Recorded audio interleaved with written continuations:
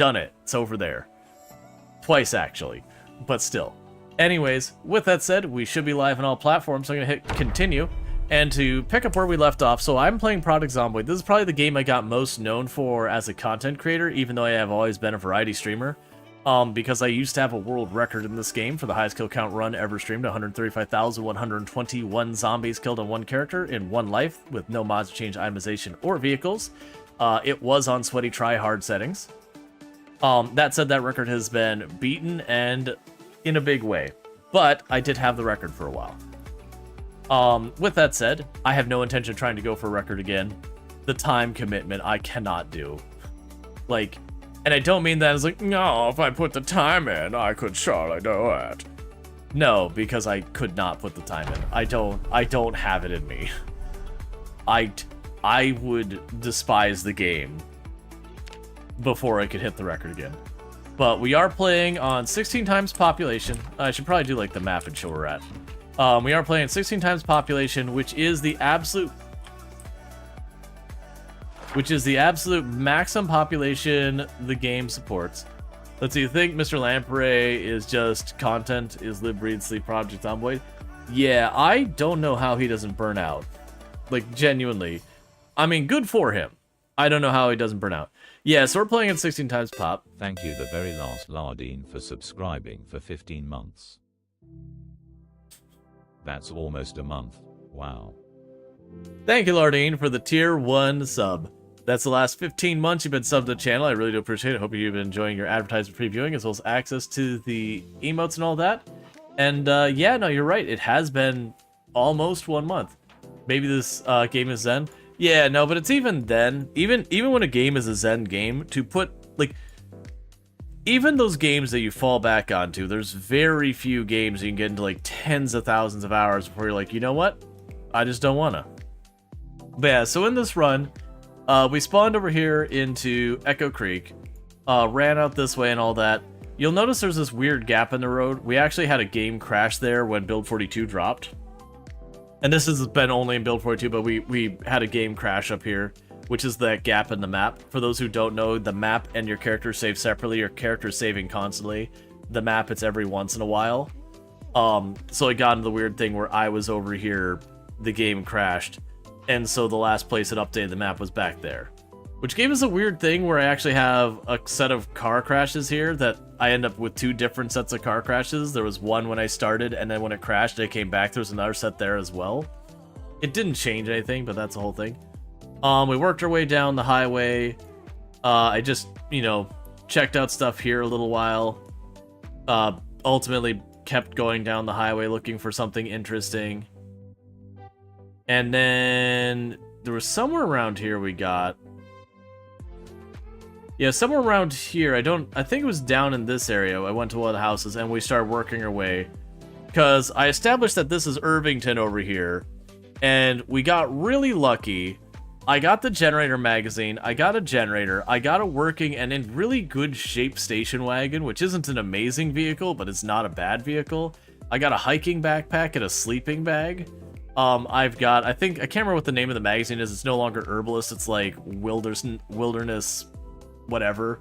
But I got what was the equivalent of the the Herbalist magazine. Like really absurdly lucky loot off of some of the Survivor zombies. The Loot Pinata zombies are wonderful.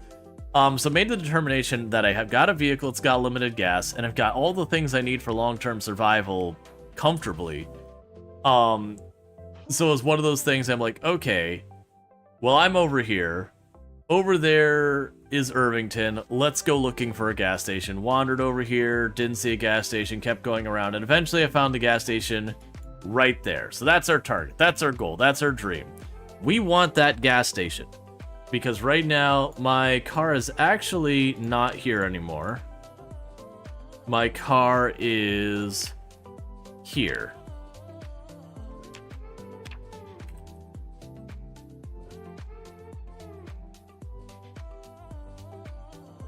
But what we're trying to do is get that to there. Now, that might not seem like a big thing where I'm here, this is where I live, and just going down the road. Except I'm on 16 times pop. And so to give you an idea, almost all but like maybe 100 of these kills has been on this one road, and we're at 8,880 kills. That's because I'm on sweaty tryhard settings. So with that, our current objectives we have in the game is first, securing our way to the gas station. That is our big objective, because once I get that, I have gas. And once I have gas, life gets easier. Now what I don't remember is at all what the heck I was doing at the end of yesterday's stream. So let's take a quick tally on our situation. I do not have weapons in my bag, so we need weapons. How is my weight? I need weight, so we're fishing. And what else do we got here? Oh, give me that roach, you're in the wrong cabinet. Yes, we need to fish. Do I have the stuff to make some weapons here? I forgot, we filled up a lot of these chests. Because I feel like we went and got a bunch of flint? Or did I already use that again? I guess we didn't have flint, because you need the stone blades. Oh, we'll do this. I must have run out of the flint. Oh, the house is looking rough? Yeah, we've been stormed by zombies a bunch of times. Alright, so it looks like the problems I have here is 1, I am out of weapons. 2, I really need food to gain weight. We're in the good fishing hours, so let's deal with the food first. Oh, that needs to be in my main pocket to drink out of it. Let's deal with the food while it's convenient to deal with food. Yeah, that's right. At the end of yesterday, we found the fireman's axe I've got in my hand now, and it's down to a nightstick and a fireman's axe, and that's just not going to cut it for long term. So we got one spool of water over there for fishing. That might be okay. That one's probably better. Looking for ones not near the shore. Alright, so let's go ahead and get some fishing going real fast.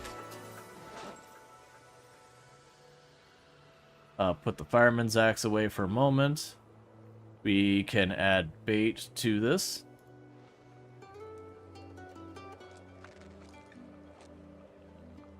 Did I actually bait that?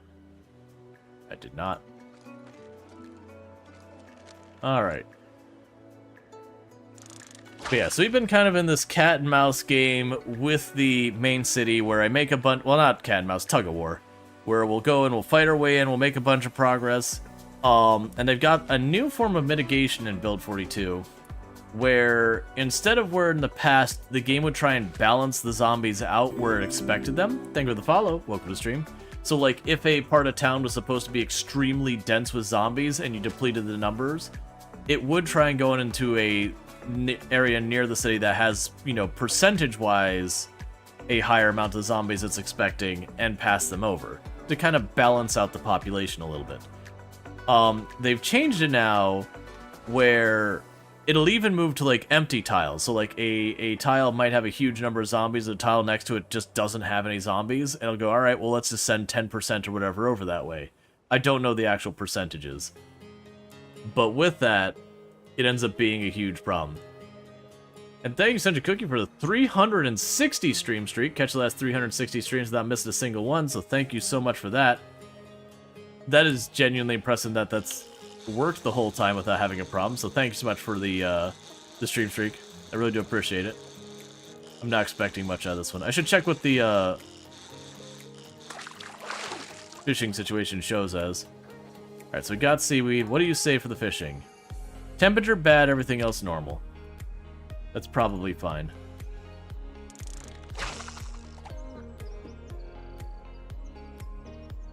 What we're trying to do is we want to find one big fat fish. If we get one big fish, that's all I need. The big fish now are just absolutely absurd.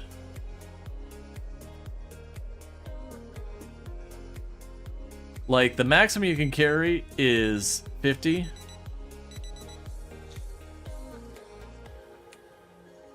Alright, I'm gonna have to listen to the radio because I didn't check to see when the helicopter situation was. I think we just had the helicopter, didn't we?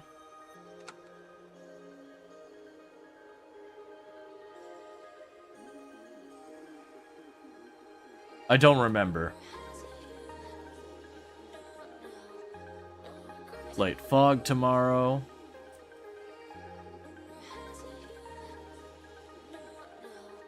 I'm just waiting to see if it says air activity detected.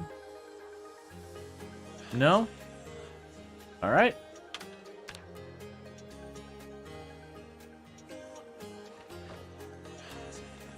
Check when our last helicopter was. Last helicopter, so we think the 10th is the last one? Yeah, so the last one was on the 12th.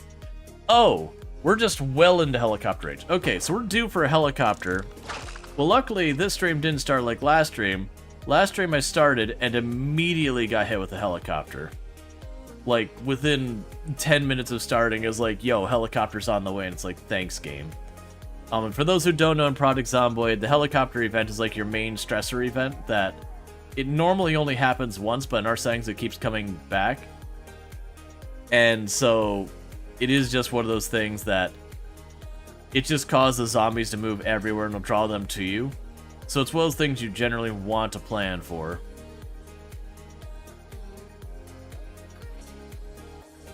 Now, if we get lucky, we get this fish early, we can get on to other things. Because we're going to have to go find Flint.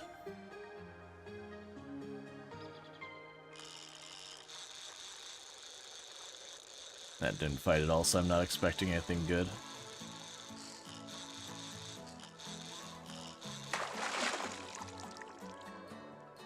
Hey, Sage, how's it going? Ooh, good. A dirty rag. I'm going to eat my seaweed in protest.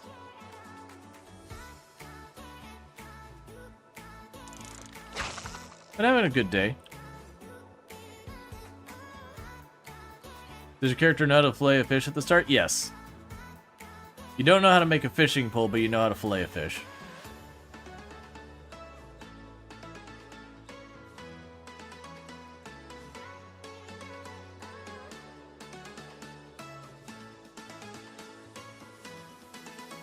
Yep, and just because it came up, Fractal is sponsoring the channel. They do make computer cases, chairs, headsets, cooling fans, water cooling, all sorts of stuff. They kind of go with the approach of, like, making it the absolute best, the best quality they can. And, you know, letting everything else do what it needs to do. Been a customer of theirs. I don't know the exact number of years, like 15 years. Been the last couple computers have all been Fractal cases. You're sorry, you wish you'd give me the 2 empty buckets? Yeah. The fact that I couldn't use the carved bucket for making the primitive thing was a bit of a bummer. I'm willing to bet if I check some of the farms and all that, I'll probably find a bucket. Alright. You really like the look of the cases? Oh yeah, another excellent. Another dirty rag, not doing great in the fishing.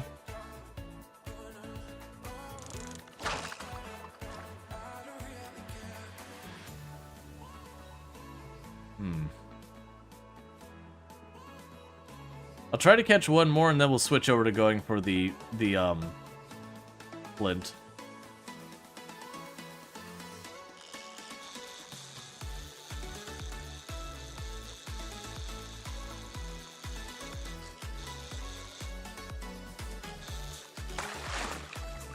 Gonna nothing but garbage.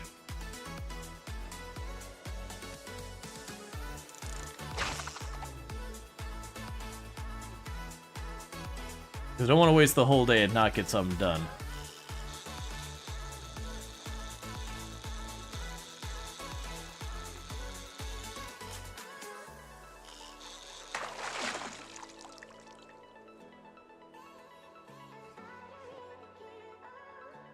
Oh, actually, okay, so we're at normal again.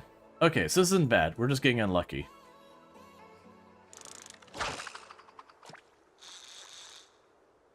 Okay. We get, you get, I think this one might actually be a fish. I don't think it's a big one. But you will get fish from, stuff near you. I don't know if it's true or not, but the belief is that the... Well, it isn't a fish, it's just more garbage.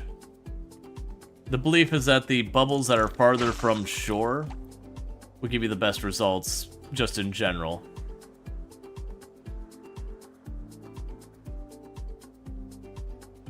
Yeah, so we're actually... We don't have any penalties right now. All the stuff is showing as normal, so we should be able to catch a fish now. Yeah, so that's another one that went sideways to start with. But it's not fighting me.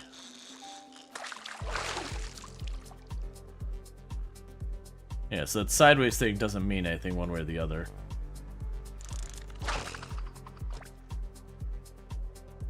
Because I do need food.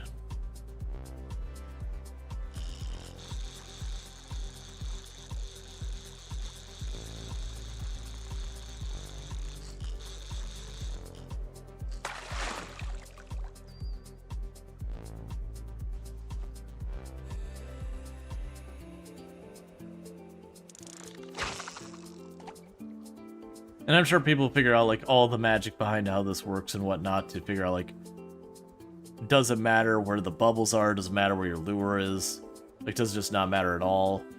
What the differences are?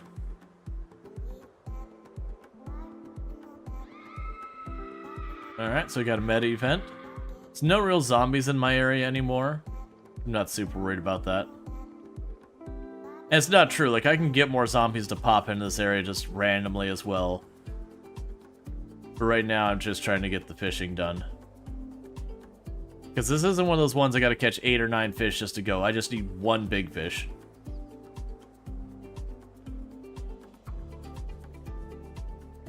Come on.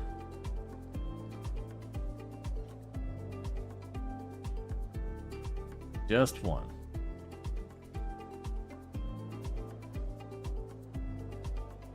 Could lose the entire day to trying to fish. You fishing on the river? Yeah, no, I don't think it makes a difference between whether you fish in a river, a lake, or a pond.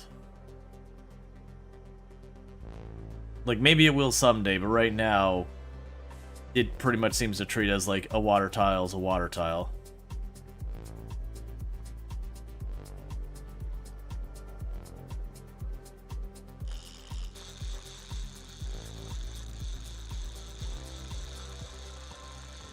Okay, you're actually fighting. Not a lot, though, so it's probably a small one. As I say, and it's just a casual 38 centimeter small alligator gar worth 9,600 calories. No big deal. Alright, so we got the one and only fish I needed for the day. So we're done fishing.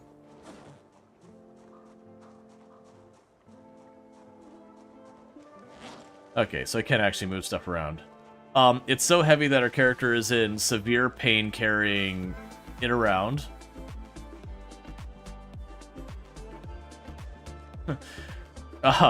That's a juicy one, Exile. Okay. You had a Project Zomboid world record? Yep, highest kill count run ever streamed at the time. 135,000 zombies. That record has been beaten, though. So drop these bugs here. Oh, not the ginseng. We want to keep that on us. Grab you. Forgot I had this in my pocket, so let's go ahead and eat that. Yeah, that was the world record about a year and a half ago or so. Give or take. Alright, so let's start cutting up this fish. Wait. Do I not have a knife at all that I can't even fillet the fish? That's a real problem if that is the case. Okay. Oh, you're just dull. I can sharpen that, that's fine. My fillet knife is just dull, that's all. It's also gonna break soon.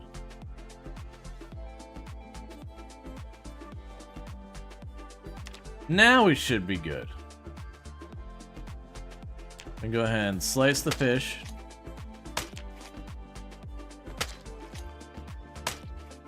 And is it bloody? Yeah, that's fine. Adds flavor.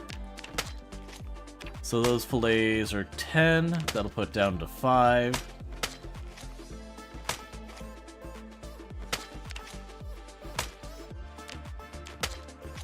That'll put the fillets down to about 2.5. I'm just trying to get them to be small enough fillets that I can move them around and it not be awful.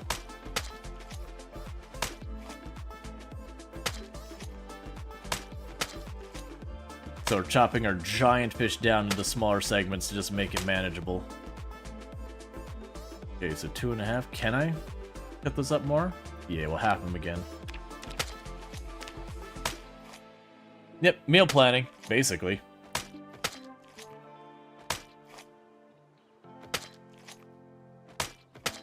I mean, the fish weighed like, what, 20 encumbrance? Yeah, 21 encumbrance for the whole fish. That's a big fish.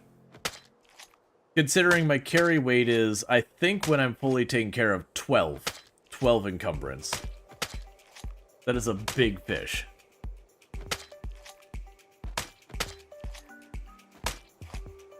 Alright.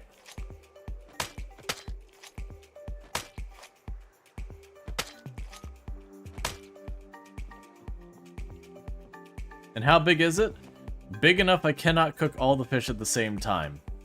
Because it's just too heavy.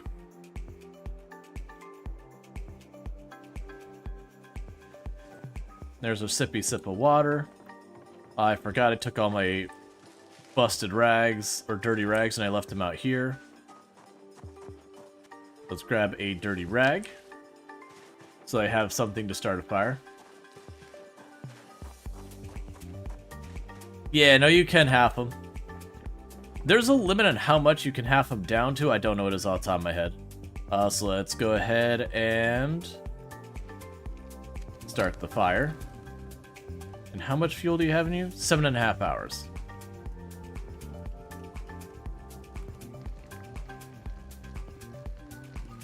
Hey, Pans, how's it going? Let's see.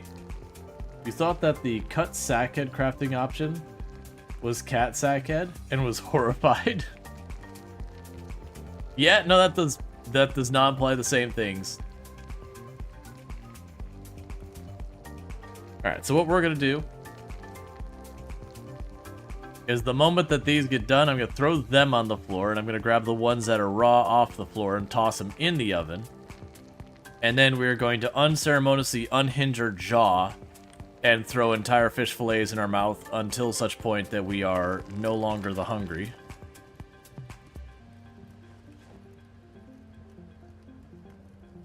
You can go ahead and eat that one whole.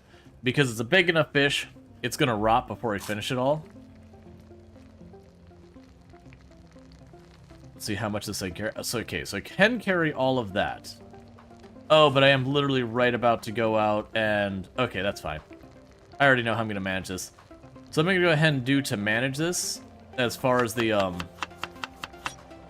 fishing and going for the flint goes, is I will drop all the fish in the fridge when I go to head out to deal with the flint.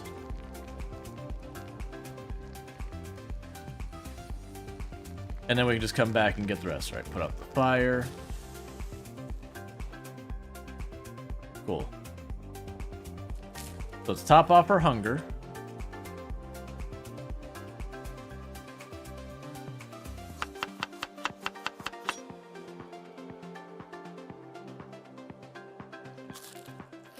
Because we were getting pretty hungry.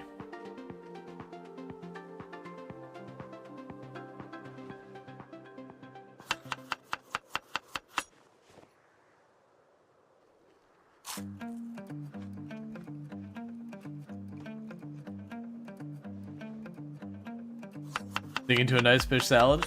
Yeah, our fish salad, that's literally just fish chucked into a bowl. Salad. Alright. Yep, no seasoning, no mayo. We just took a bunch of fish, we chucked it in the oven, baked it, called it a day. We are gonna try and move into the blacksmithing stuff. I'm not gonna be able to do any of it though until I get some, the metal bucket.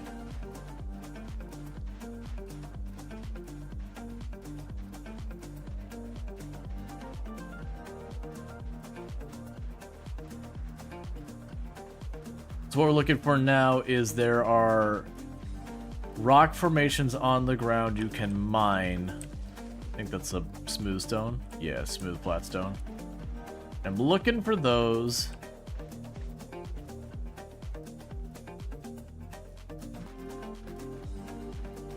Because I get flint from them. And unless I get some flint, I have no more additional weapons.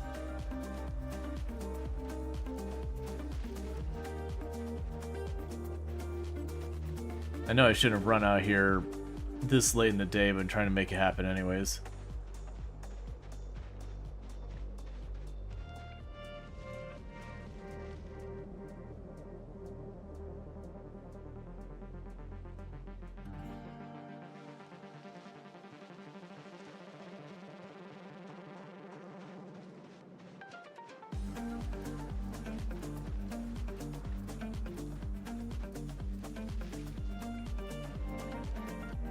It's all looking like a bust. Let's head back home. It's getting dark. I've unfortunately picked this area pretty clear of all of its flint.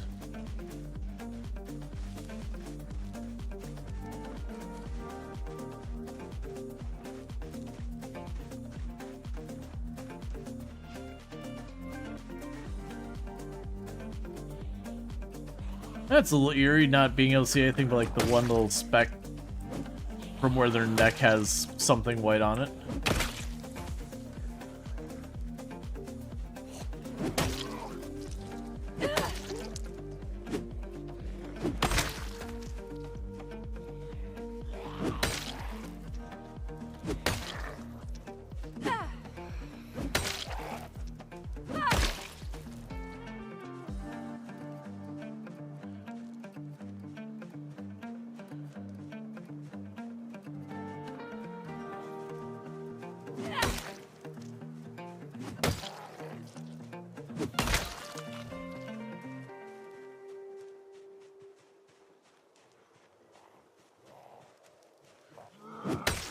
Okay.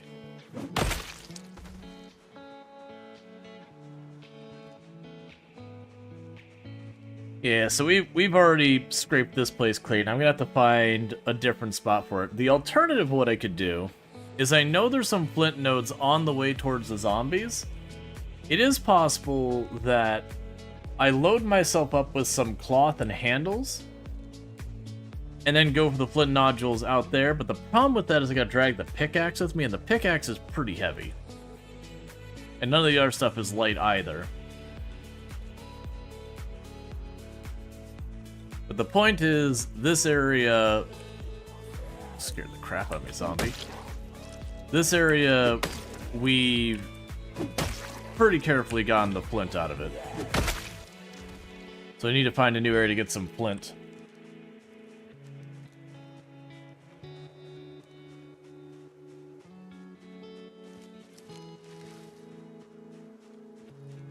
I wonder if there's an easy way you can draw on the map to be like, hey, don't look for flint over here.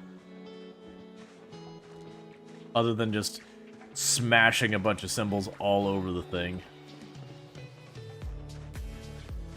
And the big reason we didn't get a chance to get much flint is just the fact that it took us so long to catch that fish. But that's okay. Because that fish will last us at least a good couple of days. Our weight's already going up.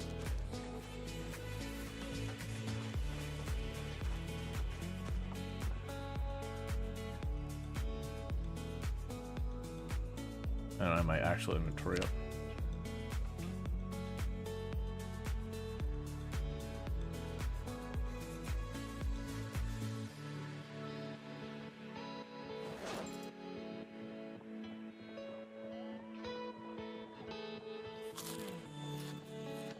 That's fine. We at least got the food sorted.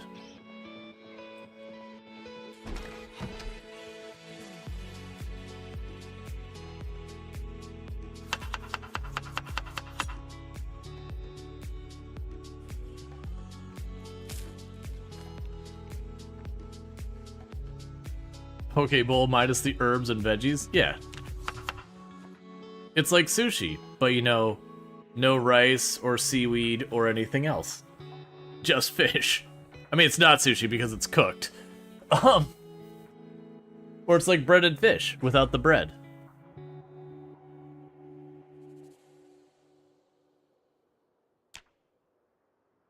Alright.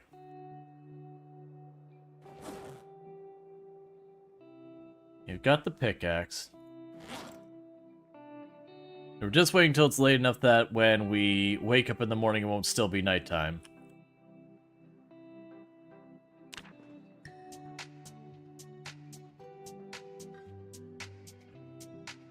There we go, that should be plenty.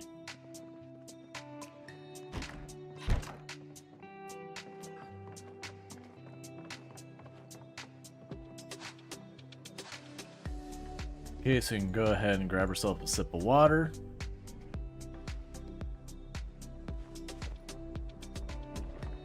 Alright, so I cannot carry this much fish on us. We'll bring 2 fillets with us.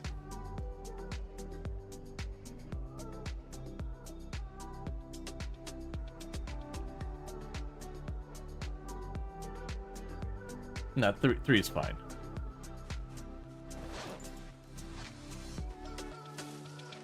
Because we still have the risk of the helicopter is due any day now.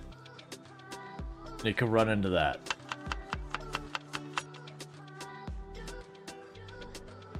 Alright. I'm going to go with the idea of, instead of going across the road up there, let me just do stuff so... No more flint up here. Oh, I'm going to need a actual icon for it to show up on the map while I'm walking around. So...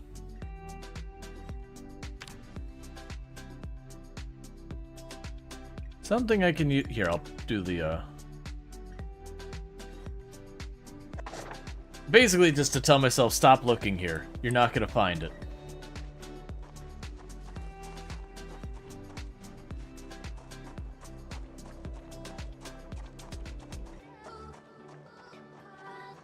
Yeah, but so my hope is if we go down this way over here...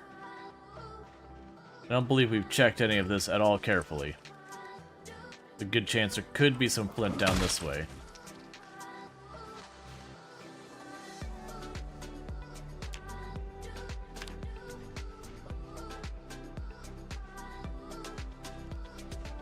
Because usually when I find a spot of flint, I'll find a couple of them. Oh, you know what I should have done? I should grab the duffel bag.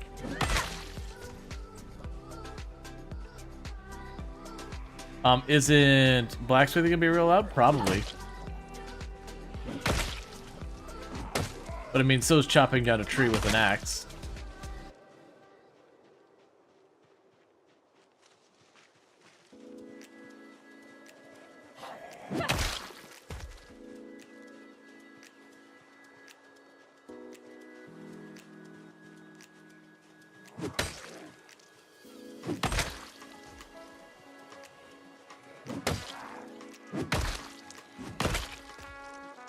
And so is our character yelling, "Yeah!" every time we go and we hit something.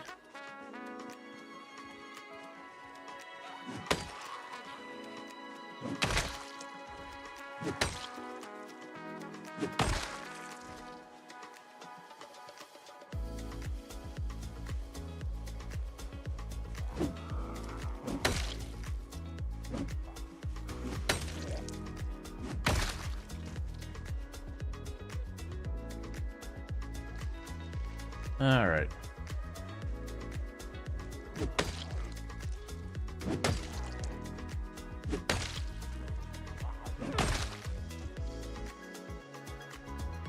Cool, so I killed that handful of zombies down there. Did I still have a book to read, or what? No, so there's no book for me to read right now.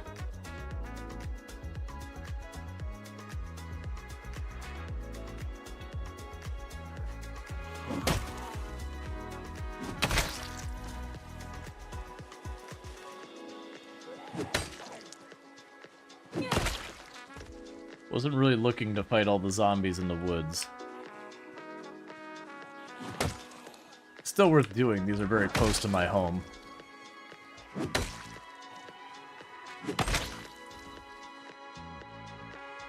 My hope is when we get over into this stuff on the left there,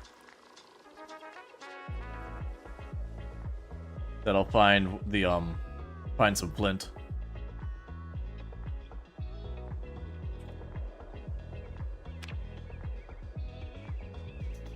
Let's get our radio ready.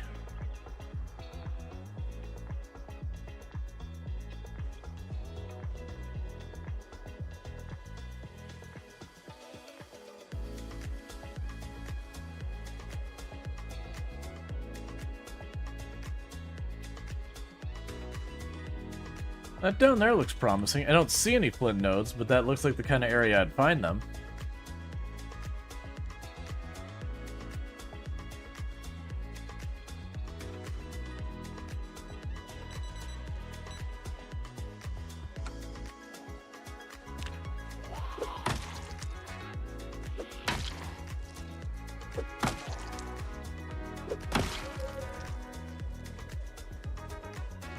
It seems like there's a decent number of zombies in these trees.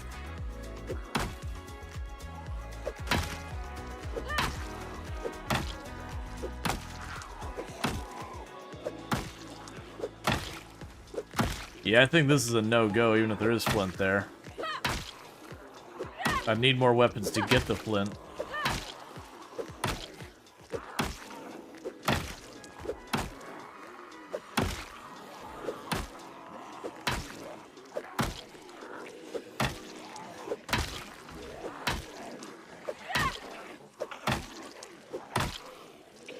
Well, crap. Let's finish these off, and I need to get moving.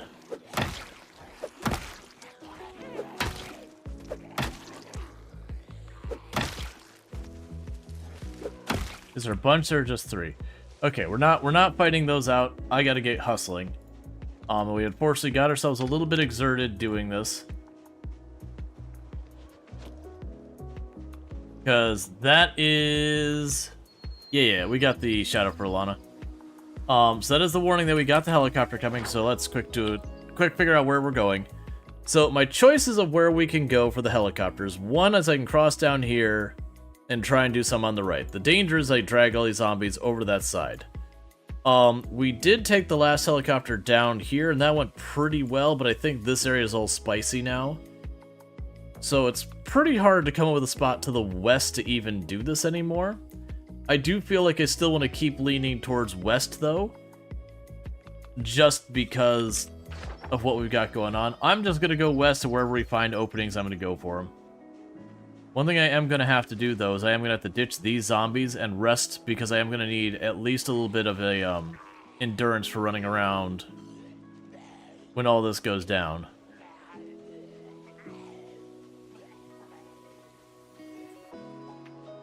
The big thing we don't want is we don't want like a 9, 10 o'clock in the morning helicopter where I'm still trying to get to the west when it arrives.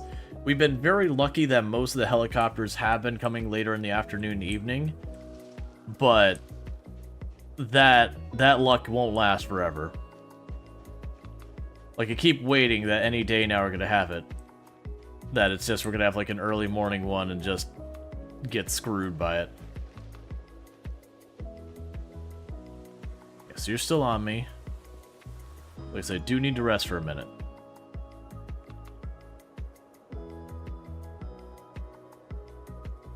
Okay, we're good.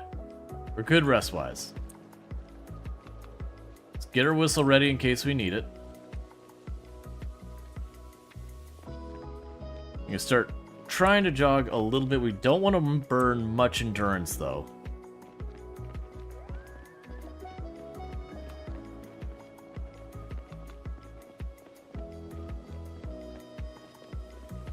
Because I'm going to need that endurance to maneuver around the zombies later.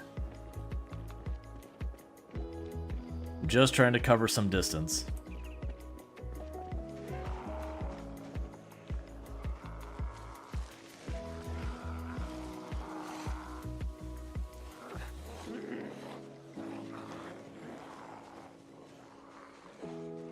This is actually okay, because if we get bullied away from here, what I could do is on the return trip, I can see what we can find for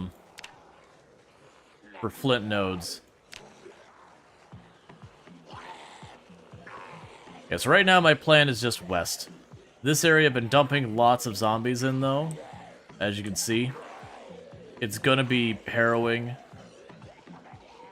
And I really could turn the other way, but it'd be a setback in the progress for clearing towards the gas station. Alright, scooch them to the right. Squeeze on between, and we're good there. But for right now, I'm just gonna go up the road. But the goal is to just try and get as far west as we can before everything kicks off with the helicopter. And then again, maybe drop down along that west front we did the last time for helicopter number 10.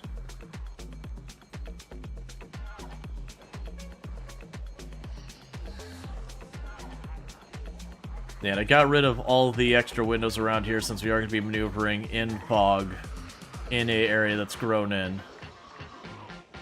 So I'm just giving myself that much more visibility. That said, I'm going to need to juggle water real fast. Water's not going to overburden us, so I'm just going to keep that in the main pouch so we drink as needed.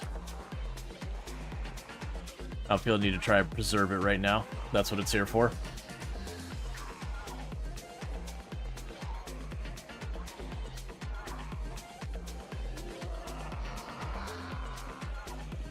What I'm gonna do is get on the other side of this and we're gonna pause because the ad break is about to happen. Okay, so ad break is about to happen. It is the first one for the stream, and I just want to make sure that people don't get caught up with the ad. So we're gonna hang out here for just a minute while that ad break runs real quick. I just don't want, you know, if things go south, it is a real bummer when, like, you get stuck in the ad and everything is fine, and then the character, you know, you see me on, like, the creating new character screen, and you have no idea what happened. That does happen in Product Zomboid. And, like, when I'm just sitting around, like, doing what people will call, like, base mom kind of things, which, you know, you're just at home, you're cleaning up, and you're building walls where it's, like, very low chances things go wrong, I don't bother worrying about it. But, this is not one of those moments. I am in a high-density area of zombies, about to hit a helicopter that could be arriving right now. So, yep. Let's see, after yesterday, you still have followers who get ads? I mean, the thing is, it is one of those things when you're looking at, like, when people gift out the large number of subs and all that, it does kind of, it doesn't prioritize that everyone who is tuned in at the moment gets it first, and then, like, other people. It has a weighting system that I don't know, like, the actual weights to it or whatever. But, like, people actively watching have, like, the highest chance, and then you go in a little bit, and as people are, like, following, and who are, like, regulars have chance, and then it goes down a little farther to, like, people who, you know, would be recommended or whatever have a chance, and it might go to people who, like, tuned into your channel once upon a time. You know, you get the idea, but it's not one of those ones that, like, it can just literally toss to someone who's no idea thing. Did you fix the timer thing? No, I haven't had a chance. Like, today, I just basically got home and started stream. Yep, it can go to people who've never heard of you. But there is a weighting system where it will generally go to... Like, it'll be more likely to go to people who, like, tune in regularly versus someone who doesn't. But weighting doesn't mean it won't. It's just in the random draw, you have a higher probability of getting those. I don't know all the ins and outs of it, but I do know it does lean towards that. The ad break only has, like, another minute and a half to go, and then we'll get this party on the road. But basically, the strategy we've got going on with the helicopter is I am trying to... There's the gas station down here. You can barely see it on my minimap, so I do apologize. The big thing is I do not want to draw the zombies north at all. If I draw them north, I have to clear out whatever gets drawn north. If I draw them east, because I've been dumping all these zombies to the west over here, I potentially pull that across, and then I gotta kill all those zombies. So you get the idea why I keep taking everything to the west. I'm trying to draw the zombies away from where I'm trying to clear, just enough that I can get set up in. Once I get that done, as we run back and forth and we make noise and the zombies naturally move around, we will gradually deplete the zombies in this area. But I don't want to just sit there and hammer away at that without making progress to, like, getting gas and all that. Right now, I think my plan is to basically go over here, and just like before, drop down here somewhere. to like the west side of Irvington. Maybe go down to that road we found down there before. Here, let me zoom in. Maybe go down to this little side road that I took to the east last time and instead take it to the southwest. Let's see, and in process of making even worse problem clear later, but that's a future you problem. Yeah, that's the thing. Let's see, you often get random subs when you tune into a channel, leave after a few minutes, and later get hit with a sub bomb. Only channels you follow though, because you said to that before they get a lot of gift subs that you never encountered because of relatedness. Yeah, no, there's the recommended thing, and then there's also like you'll have been in a raid that you went to sleep where you'll get a raid, it'll raid into a channel. Alright, so I can't push past that, that's too dense. Alright, so we're having that situation we had last time where like a ton of zombies are moving up this way. This is a dangerous hop with that blind spot. And this is why I wanted to save a bunch of endurance for getting down here, to make sure I had the endurance to go running through this area.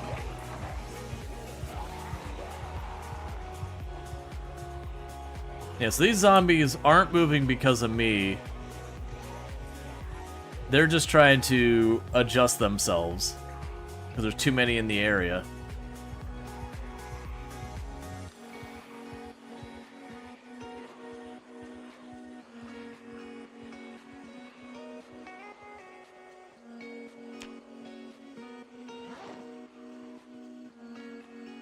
Gonna go ahead and eat our fish while we're walking.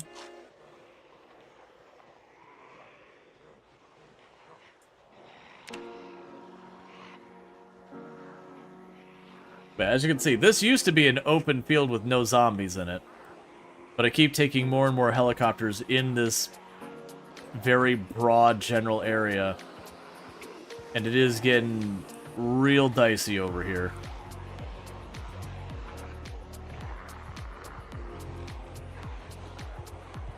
But as we keep killing zombies in the area, we will whittle the numbers down.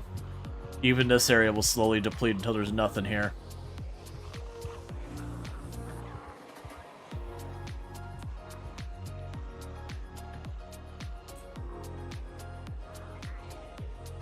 Alright, so it's still looking just about as dense over on that side, too.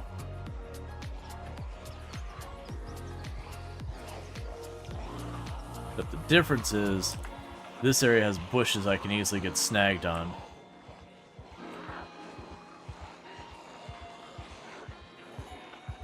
So I'd like to get out of these trees as soon as I can. Whatever that tree is huge.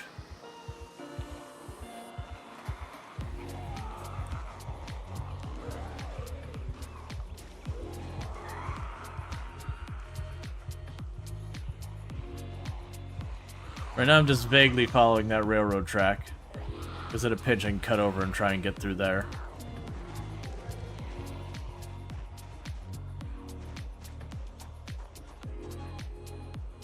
Alright. You wish the helicopter would come in the morning for once? Yeah, right now, like, it's okay if it shows up now. I just don't want, like, a 9 o'clocker. Just because that would potentially draw a bunch of zombies. Okay, that is... Alright, we're going to just turn this train right around real fast. This train is going back to station. We have looked upon the horizon and said, nope.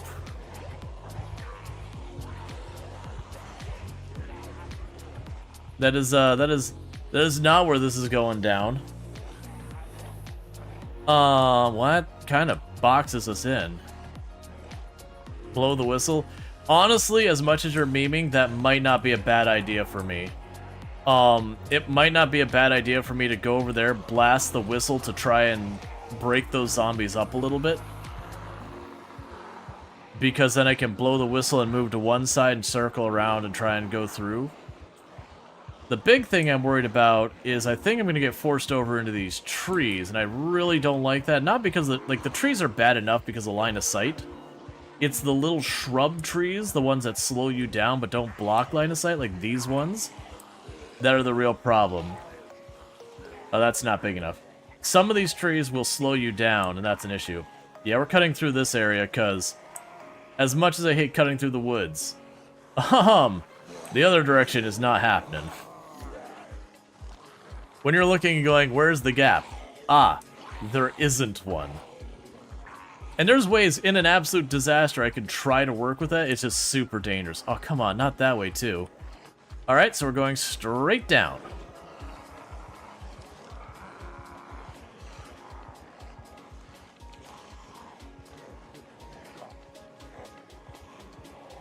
I keep saying I need to stop going west because it's getting too dangerous. And it's going to be true one of these times. That as much as I can get away with because I've gotten really good at this, I'm gonna find my limit. And I am feeling closer that I may be finding it sooner rather than later. Yeah, because I was snagged in that bush. That is too dense. I can't cut through that.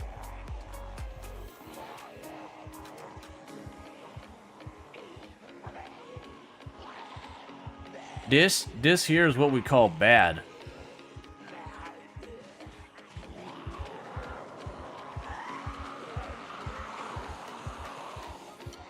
It's also like a wall over here too.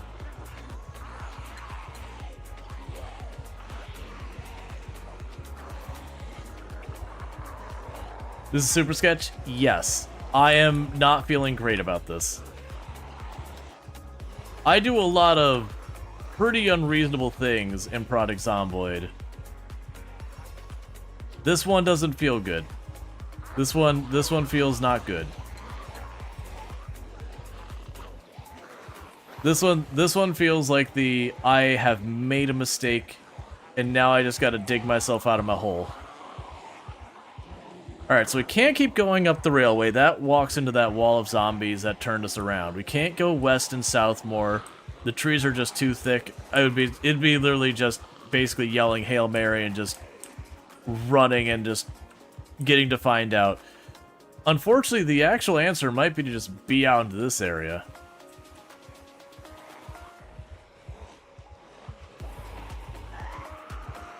I'm gonna try moving towards the salvage yard. Because the salvage yard might give me an advantage in that one side is walled off where the zombies can't come through it. So I might be able to use that as a natural barrier to... Well, I mean, it's not natural, it's man-made. But I might be able to use that as a barrier to give me a little bit of control of what side I'm being hit from. And that should allow me to potentially make myself a funnel if I play it right. Draw the zombies away from where I need to go in, like tuck in just for a second and then get back out. We'll see. Weirdly, that density only seems to be on that side there. So I might... I'm changing my mind and thinking that density's on that side there. We have pulled too many helicopters over here. Yeah, like in a pinch, I can bully into that a little bit. But doing that for a sustained amount of time, just the margin of error is not big. And just keep embracing it more and more and more is begging to be punished. As long as I don't have any right here, I can hop across. I could probably get to the west here. Okay. So scooch to the left to make you wiggle. Go that way, straight through. We're good.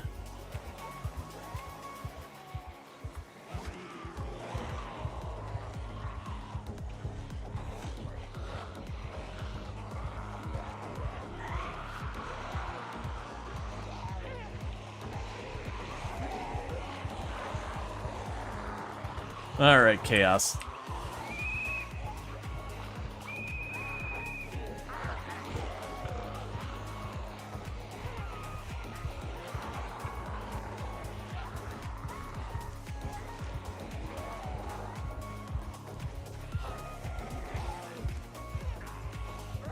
Woohoo! I did not...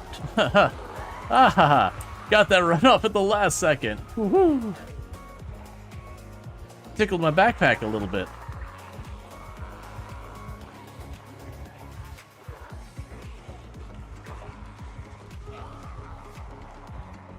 Okay. I still hate everything about this. How's it going so far? Mistakes have been made. We've officially hit, I've taken too many helicopters in this direction, and I'm just trying to make it through. We definitely had, like, within pixels of being grabbed moment there a second ago. Just tickled my backpack a little bit, that's all.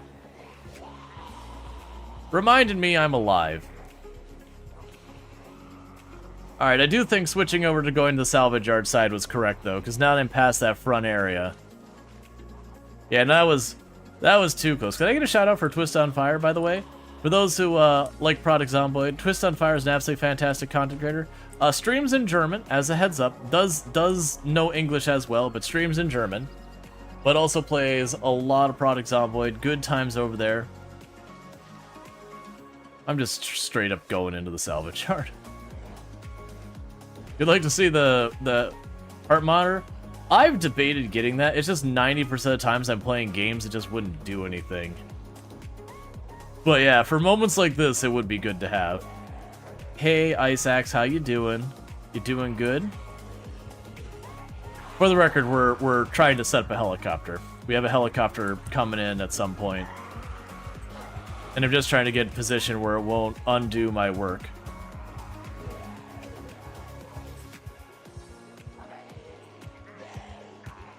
Even this is getting overrun.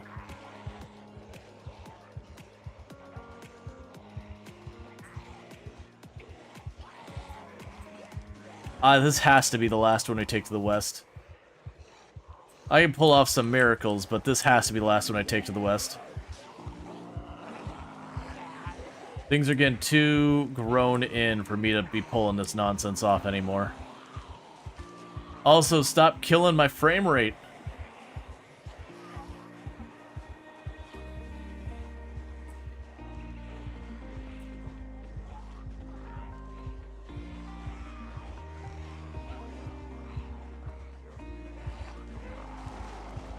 Yeah, those little bushes are gonna be what gets me. In this fog, I'm not seeing them until I'm on top of them. That's the reason I'm giving them a bit of a wider berth when I can than I usually do.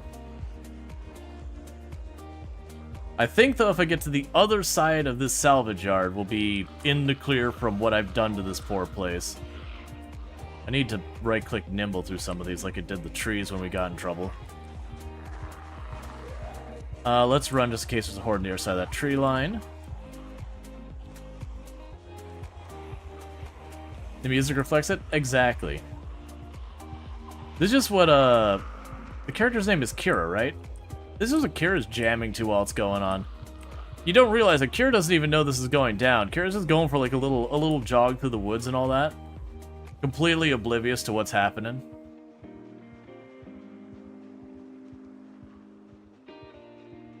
Alright. So, I believe if I cross down to the road here, once I'm past where these are all stuck on that fence, I think we should be clear. Like, there'll still be zombies, certainly, but not like we've been dealing with.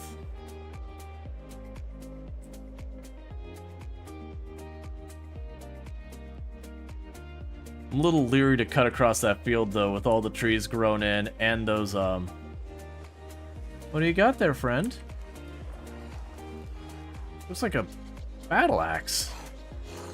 Oh, no, that's a saw hatchet. Never mind, I don't want that. You can keep it.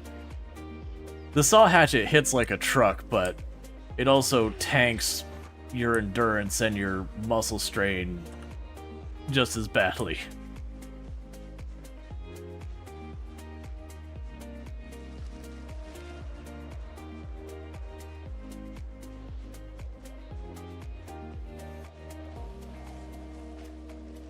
There's a good Rimworld video about oblivious casual walking through gunfights. Yeah.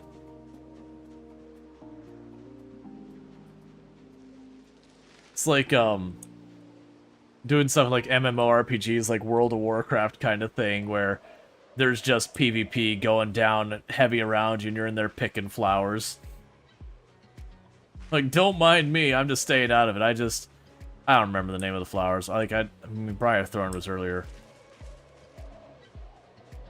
Can finally unclench, you know, for a few minutes.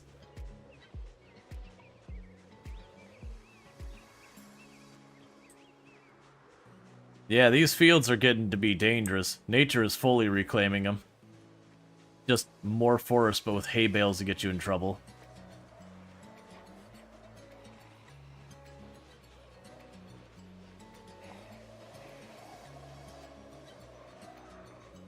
Alright. So let's go over down here so I have line of sight before I jump across into a horde.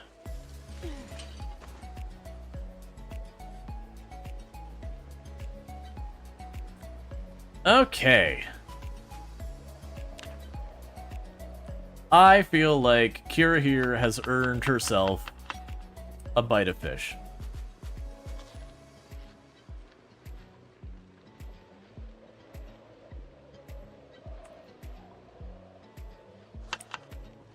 Oh, too fast.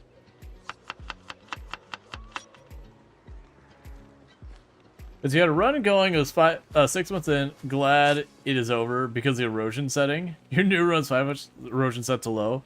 I'm just accepting that the erosion is completely taking over. I think I could be okay with that.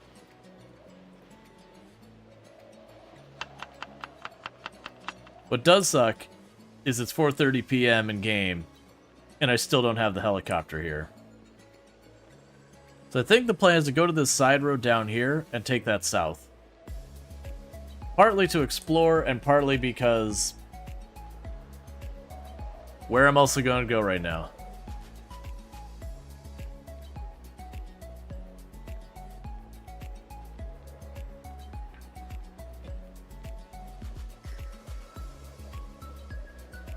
Yeah, usually you two, it was a nice coal-field western town, and the trees were killing you immersion. Such a nice place. Yeah, because then the only way to get rid of it would be like put down wood floors, whatever, so the trees couldn't grow in.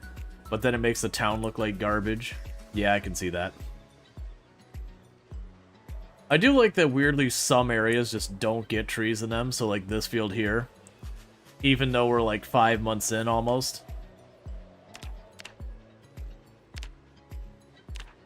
Yeah, we're just shy of 5 months in. Which zone is this? It is farmland. But I see a lot of farm that gets overtaken. It just, for some reason, some areas the erosion just does not seem to hit.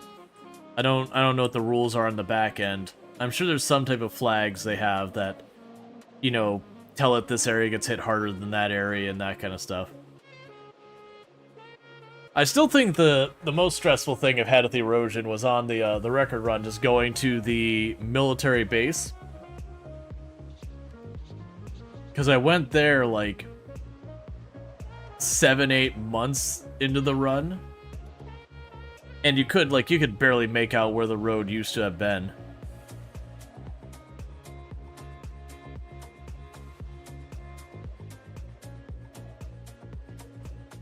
Can I has bucket? I would like to has bucket.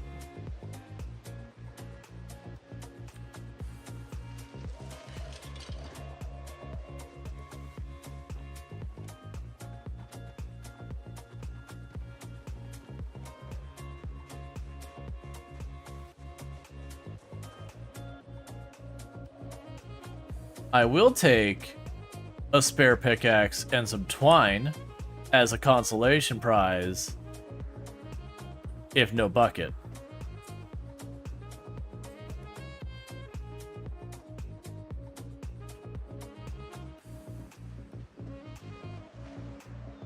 Because getting myself a spare pickaxe is a pretty nice find.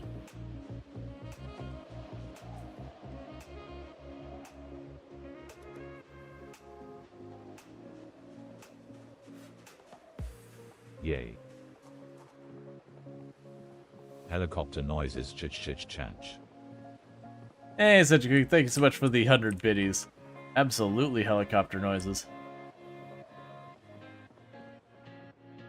I'm feeling whatever animals would have been here, probably dead.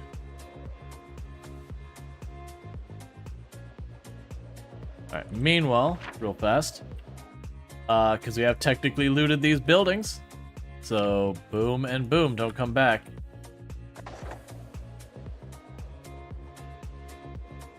Well, we're down to, it could show up at 6 or 7 p.m. Either way, we're right about to get a helicopter, because it's running out of time frame it's even allowed to show up.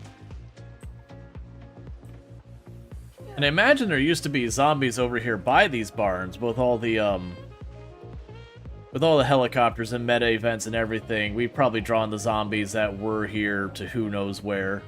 We may have drawn them towards the racetrack, we may have drawn them over towards Irvington, I don't really know. I was kind of hoping to find some flint nodes while we're down here, because we're starting to tap the area out around us.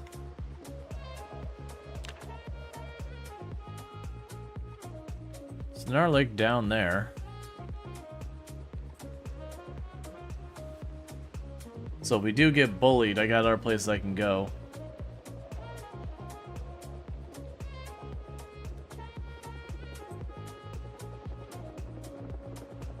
Okay. I didn't check what day it was. Alright, 11:28. Alright. Helicopter number 12.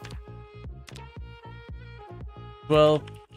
Helicopter 11/28/93.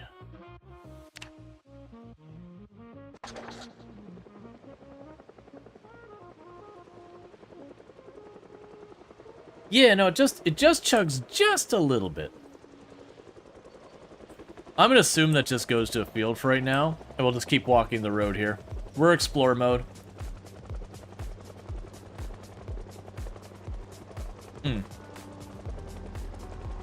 Okay, we just had a pretty big hang there.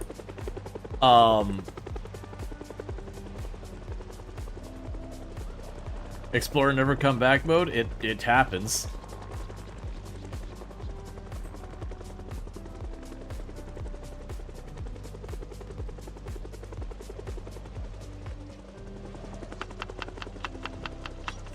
Yeah, no, let me figure it out. Alright, we got chickens down here. I got a flint node there as well. This whole ordeal did interrupt me getting flint. There's also a flint node over there too. Alright, 1 second. So, for flint nodes, when am I gonna start marking? So I'll put flint node down there. So in the future, if I'm desperate for flint, there's flint over there. And I did see the zombies. I'm not looking to tangle with all the zombies here, but I am down to take a quick peek into some of these like little side buildings if I can be fast about it, where I'm not in too much danger. You clear? You clear? You clear? Fountain pen. Small punch of chisels, rubber hose, flashlight.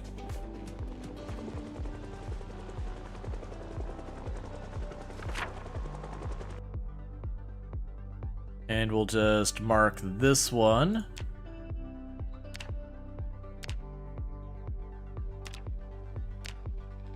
Rubber hoses, flashlight, punches. That is a cool house, though.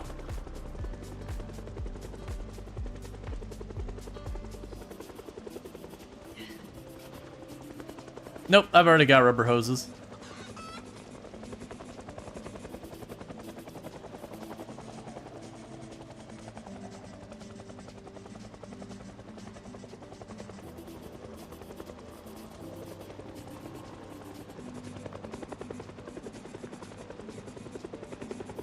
Honestly,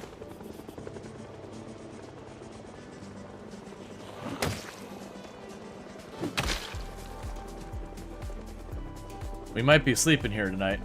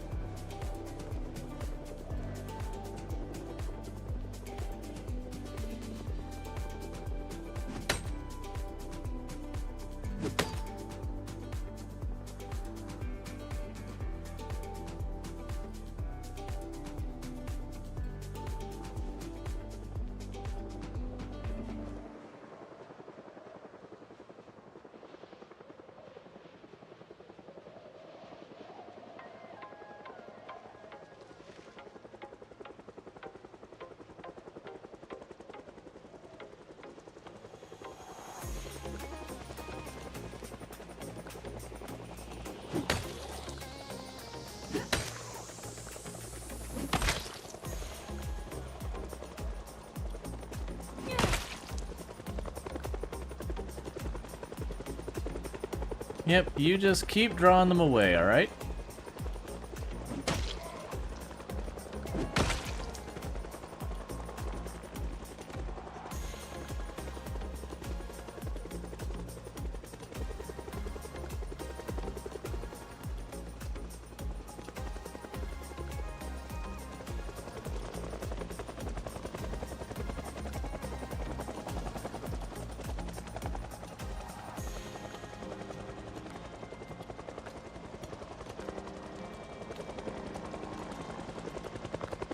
The good news, they can't seem to figure out where they want to go.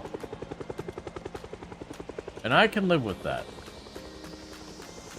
If they always want to keep walking around in circles there, I'm fine, and we can try and get into the house later. Actually, you know what? I probably should kill them because they're going to hear me killing anything inside the house.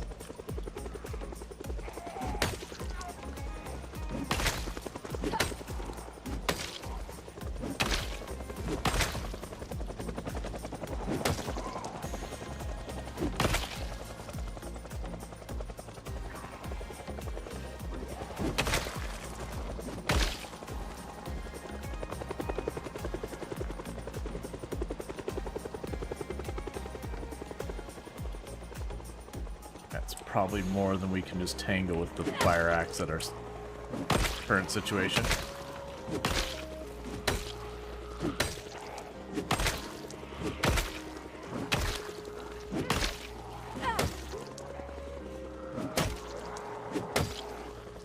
Go away, helicopter. It's way past your bedtime, man.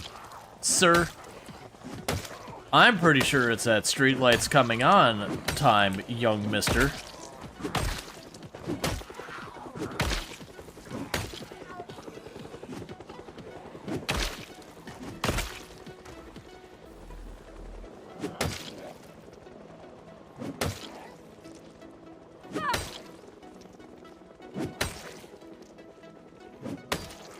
Would you die already?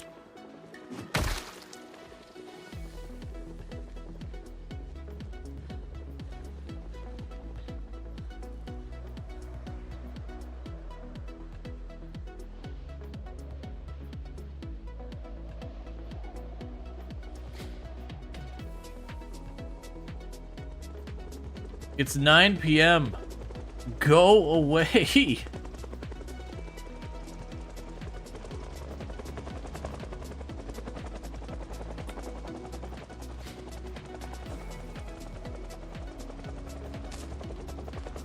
That's your base is right now?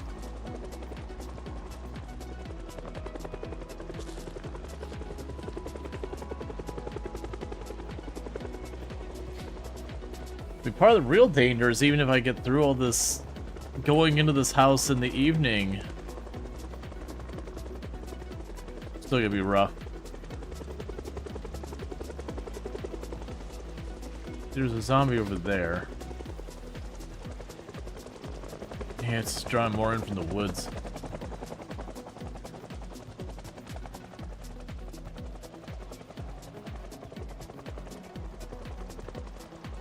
Yeah, the problem I'm gonna run into is dealing with this place in the dark in the middle of the night.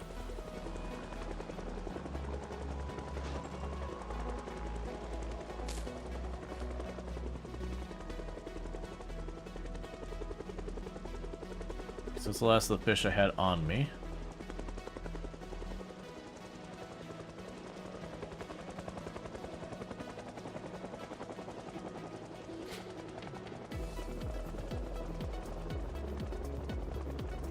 No, I have a flashlight on me. It's still dangerous to go indoors, especially after helicopters moved a bunch of zombies directly in the location you're going indoors. I'm gonna probably do it. I just need the helicopter to go away for a little while before we start messing with anything.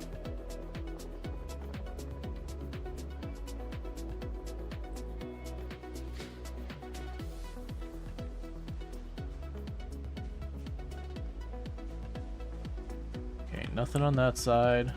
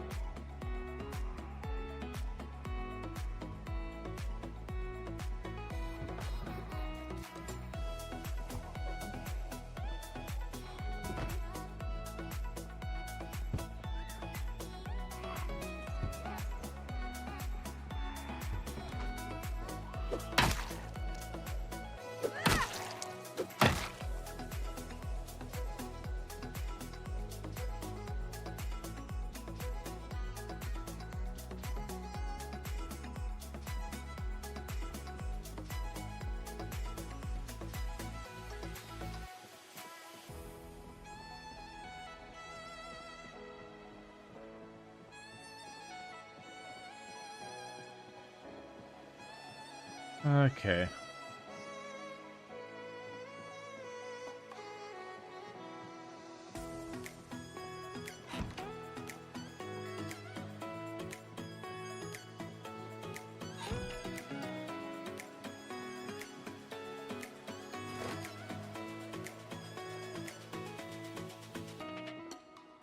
That'll do.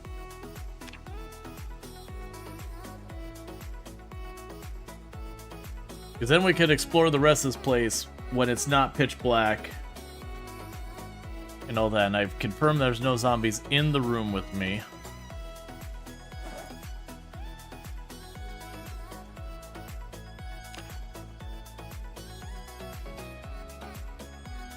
Alright.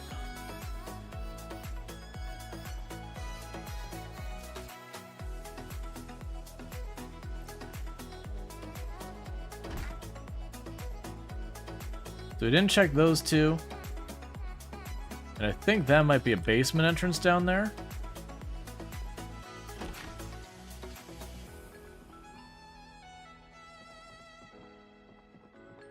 Now it does look like it's a house that,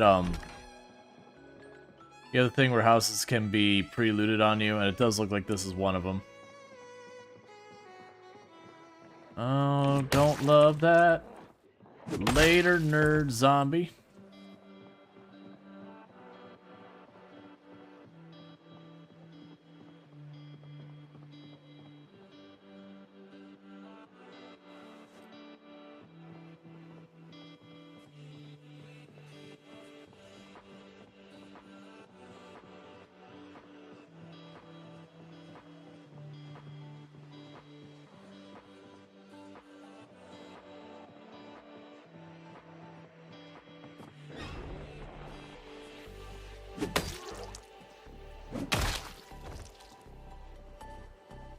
I was gonna say there's two of you.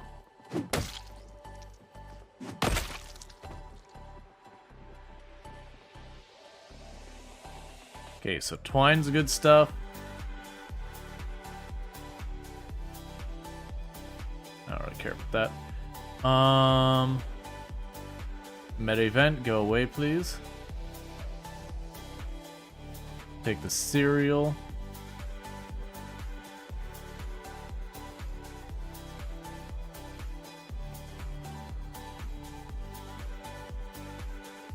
Take the chips. What do you have in you? Perfectly good Halloween candy. So you had Halloween candy, spring rolls, and a swimsuit. Okay, some kind of party going on there. Not sure it's one I want to be involved with, but you know.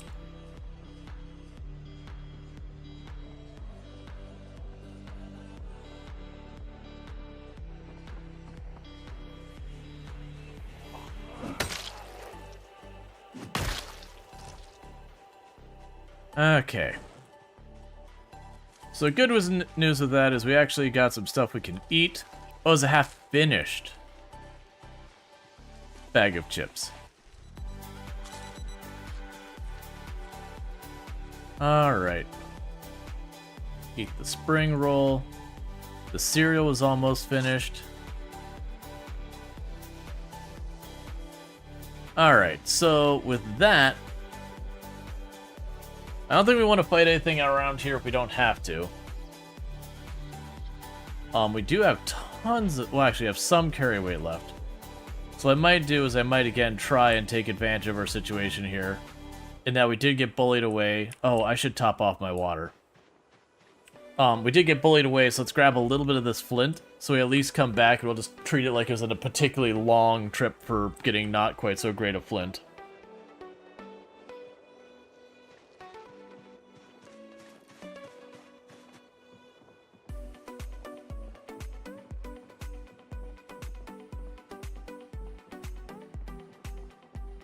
Not taking the helicopters like west anymore? I need to not do it. Oh, I was about to say, it's like, you should have water in you. Because this is getting out of hand.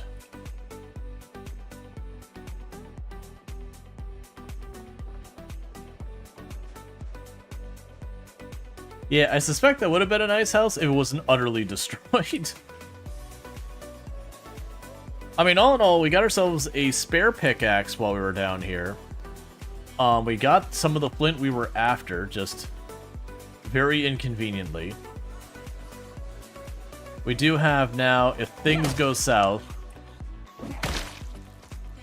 another retreat point we can go to.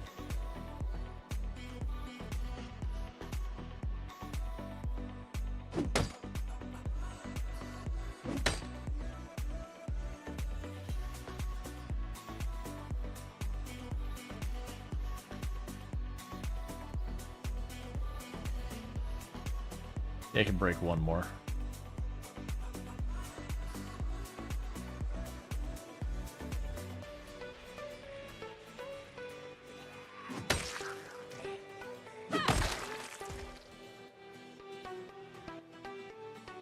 Okay.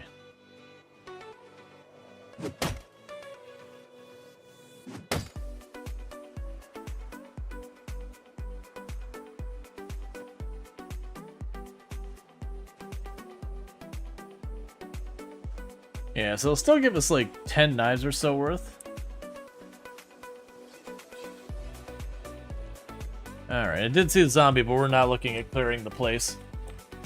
Meanwhile, take 2 seconds because we did clear out that building.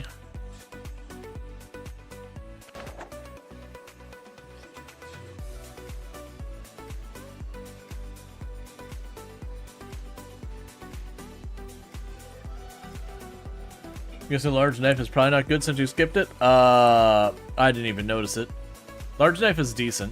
It's a little bit more endurance hungry than like the hunting knife, but it's not bad. It's good enough. I'm gonna take it.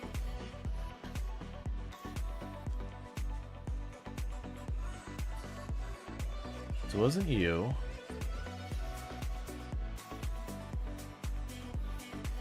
Closest body to the path.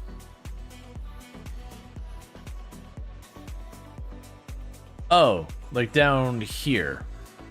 So like one of those bodies. Yeah, no, I just totally missed it. I was too focused on trying to see the zombies in the dark. I wasn't even watching their inventory.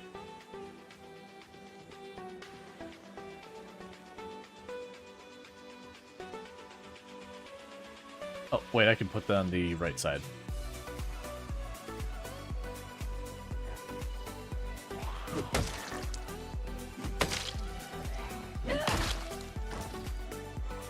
Cool, cool. So you're fine. How's the axe doing? Axe is doing alright. Your favorite weapon is the iron pipe, since zombies make them from fences. And then the broken form is almost good.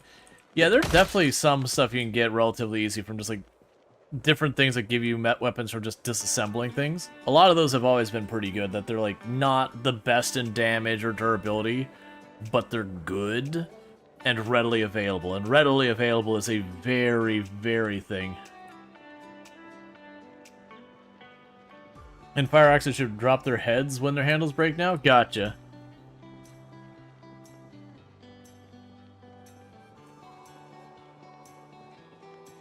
Large handle plus 5 nails is a pretty good two-handed blunt weapon now.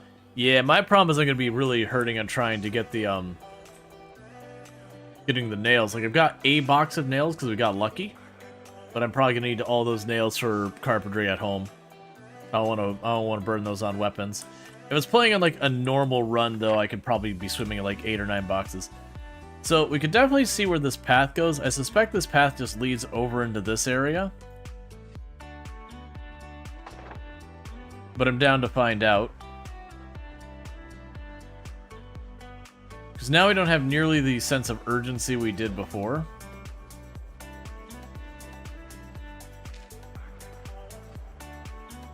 Let's get a peek at what's down here.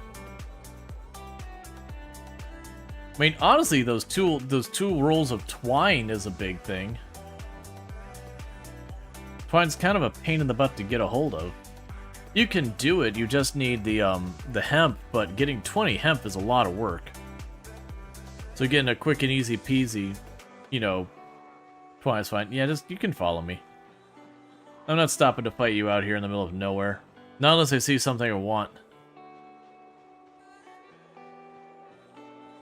I'm kind of trying to see where this road goes. I have a feeling it just goes to the fields. Maybe it's like a road that goes up here and we'll cut between the fields up towards where we were dealing with all zombies. But till I follow it, I don't know. And it's generally heading towards home, so... The more concern I have is how I'm getting home. Because either A, I cut through all those zombies like before, or B, I go the long way around, go like south and around Irvington. Go below it, see what's down there, see if there's any like easy things to snag. The problem is my inventory's full, so even if I just have the opportunity to snag something worthwhile, I'm gonna have to, you know, inventory juggle.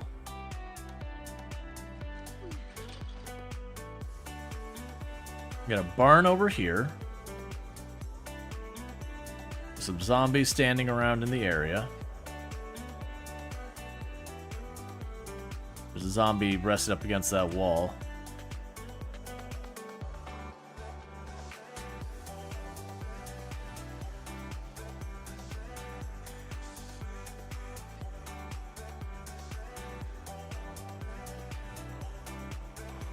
Okay, I don't see anything laying on the ground that I'm excited about. Nothing in the trough itself.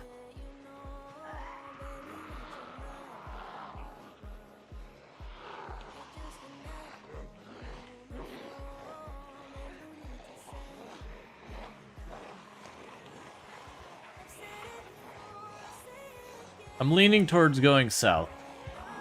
I think that's what I'm gonna do. That's gonna waste a little bit of time so far as the amount of time it's gonna take us to get home. But I got stuff we can snack on. I've got water. I'm thinking it'll ultimately end up being safer than trying to cut through everything else. But then if we do see anything exciting, we can potentially inventory and be like, hey, here's where I can find this.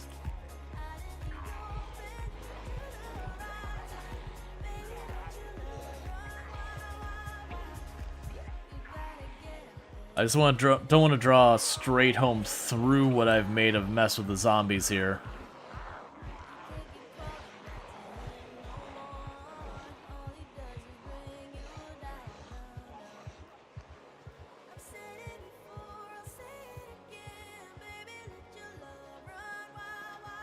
Oh, I guess I'm not as far south as I thought I was. We'll see.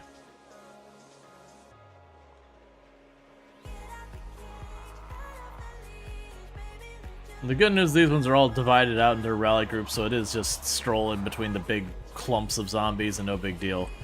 There's some tiles that there's probably a flag on the tile I'm unaware of. There's some tiles the zombies will become these rally groups you see floating around here, which I think can get up to like, is it 20 zombies now? It was 16 in the, in build 41 was as big as a rally group typically got. But they'll group up into groups of up to 20 zombies, I believe it is. And then there's some tiles they just won't. You'll still have the same number of zombies, but they'll try and comfortably space out. But it is funny, if you watch them, there will be a space that they'll be roughly the same space between your rally groups.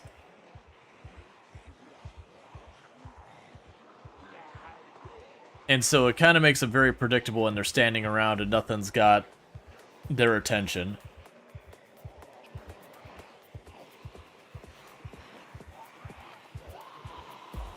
I got a lot of mobility of the zombies over here. They're clearly not aggroed on me. They're going northeast. 20 by default, but there's a variance of 10, so it can be 10 to 30. Interesting. Okay. I think that's probably better than having, like I said, I think before it was a static 16 to a rally group, or you could adjust it, of course. And what that meant in practice is you got anywhere from where there's enough zombies to be like 12 to 16 zombies in a group.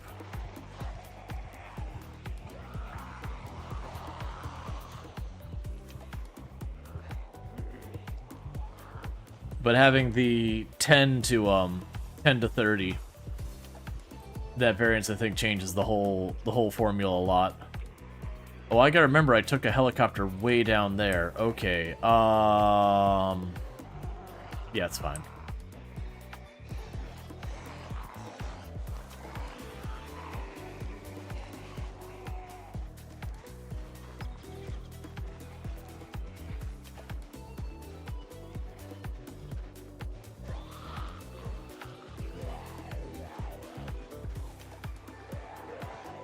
That over to the left is not fine. Or sorry, right.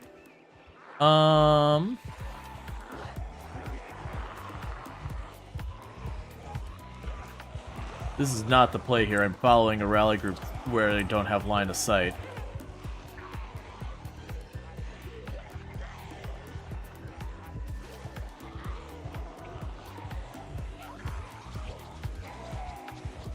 Hey man, just chill, alright? I'm just strolling through. Just visiting. Never saw me.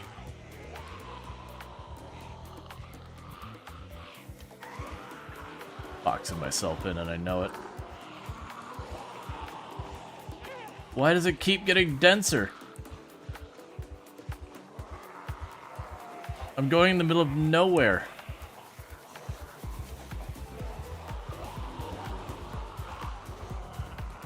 Alright, let's loop back and not do that. Okay, so the going south, not happening. Because I keep going farther and farther down, it's just getting worse and worse, and there's like a solid wall of zombies on this side. And I kept trying to get around it, but it looks like we're going to be hitting into dense trees before that happens. And this amount of zombies and dense trees. Oh, these shrubs are going to be the death of me.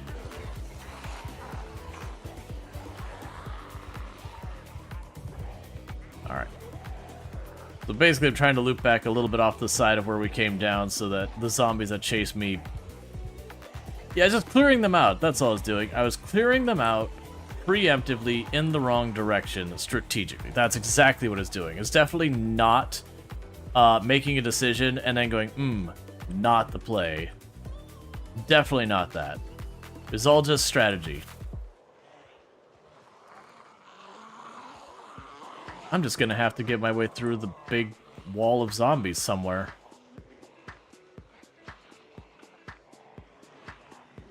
Well, let's try to get up where we're not dealing with brush. If I'm gonna have to bully my way through, you know, bad times up here. An helicopter? Yeah, we just finished it. I'm trying to get my way home now. But I've done way too many helicopters in these areas. So now just trying to get home is proving to be almost as dangerous as the helicopter.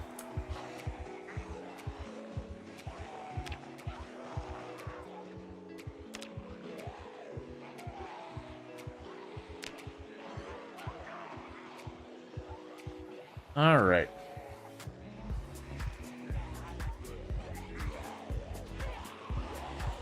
New home, maybe? Oh, no. No, because the problem is if I try and relocate homes, it's basically just the setback where I have to start the grind all over so far as forward progression. The only advantage I get if we were to relocate homes is I would be starting the new home with higher stats. So instead of working my way up to being able to kill like 1,000 zombies a day, I'd already be there. But literally it'd be like, let's say it takes 5 months for me to push into a city. If I relocate to a new position, I just reset that 5-month timer it takes me to push into a city. There's just no fast anything in 16 times pop. No quick or easy wins. All of the wins are just slam head against, you know, zombies. I can't go through that. That's too many. Alright, we're circling back because I can't bully that. There's a gap there, but there's way too much mobility I cannot see through the trees to figure out.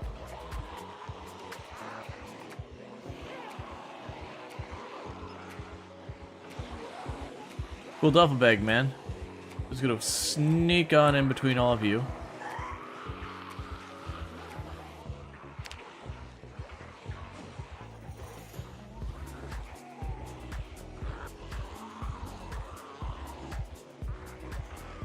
So the issue is I've got this area is looking super dense and over there is super dense. I'm just running into a lot of tiles I put too many zombies in between me and home and figuring out where to cut across. Like, you need them to not be on the road where I can't see.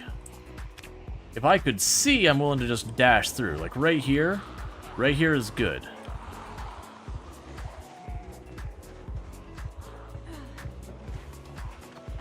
Now I feel good. It was that line of sight because of all the grown-in stuff that was just making me real uncomfortable, because you always run the risk of jumping in someplace like that where you get through the tree line and it's just there. But the biggest problem is you're running out. Oh no, we're nowhere near low on, like, out of materials nearby where we live. It's just the one area where I saw a bunch of materials we've already cleared out. But there's a lot of area around us I could still go and find stuff. And I can always switch my weapon types up too. There's weapons other than flint stuff.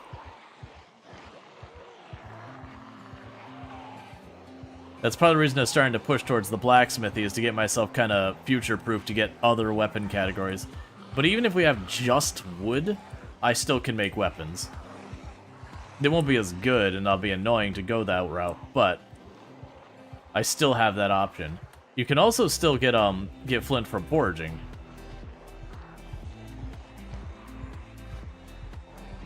The big thing is that bucket requirement.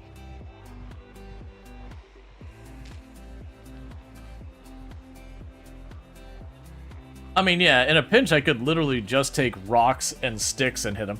Honestly, the one I could do is with how many stones are nearby, I could start breaking up all the stones and making just stone mallets. They're not the best, but they are pretty decent, and I haven't touched the actual stones. And we have enough napping that I could break the large stones into small stones, and it's 10 a pop.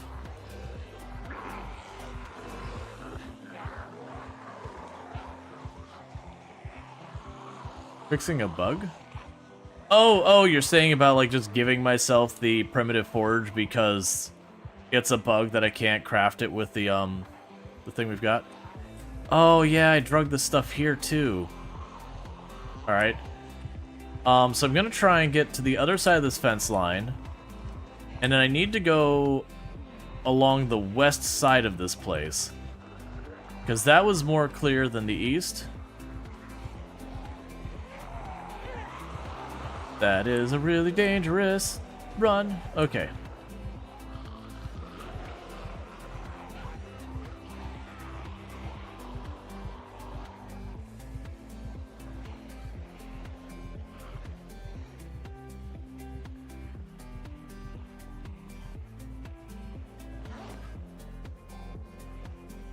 I will say, the change in zombie migrations makes all of this way scarier. Like, for the people who like to play try-hard sweaty mode stuff, just the change in the zombie migrations by itself at the high populations, you could probably get away without even doing the higher number of helicopters and still feel pressured. I'm not gonna get rid of it, but just those migrations, moving the zombies in a way that's hard to predict. We're like, let me just take them over here, this area should be quiet, and then you get there and like, it's not, it's terrible, everything's awful. Why is this place so awful? Is just the whole thing.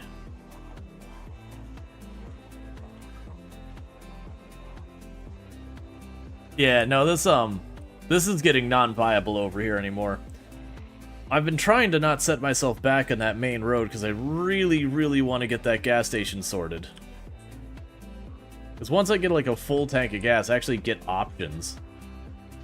But this is what, like 12 helicopters, which 10 have been done over in this direction.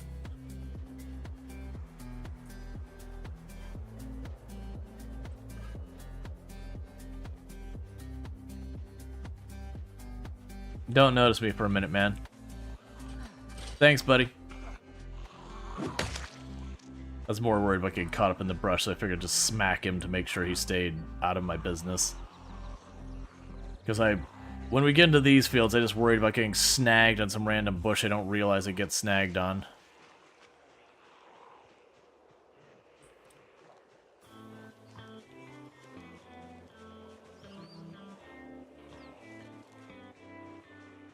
So my hope is I can loop in here a bit deeper in the trees than I've been going. There'll certainly be some zombies up here. But we'll be probably far enough away to dodge the worst of it.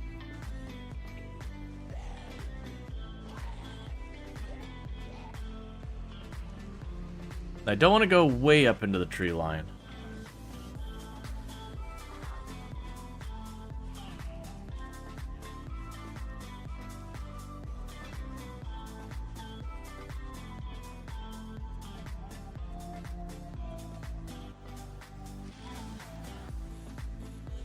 Maybe Rad's like, thanks, man. Hey, man, bring all my friends. It is interesting that I'm seeing, like, little baby rabbits and that running all over the place now. I think that's kind of fun.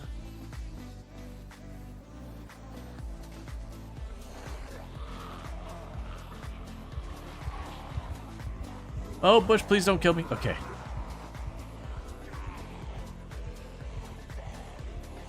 Did I mention those bushes scare me? Just you have the expectation of moving fast, you just get snagged up on some brush. That's not the way. Okay, we go down this way.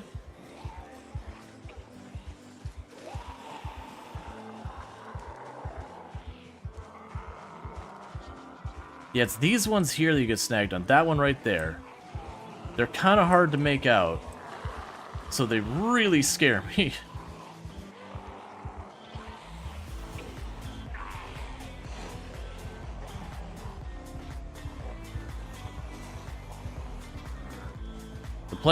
The plants are the worst.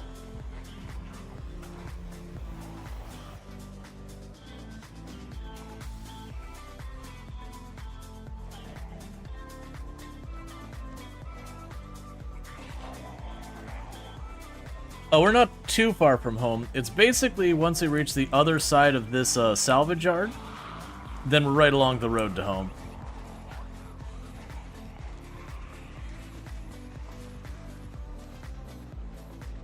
So many of you even over here. Go away. Get a hobby.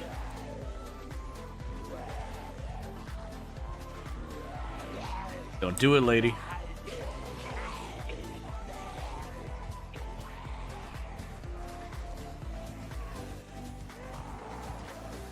The problem is without denseness with all these little bushes, I'm kind of jogging just to avoid getting snagged and stuff at the wrong time.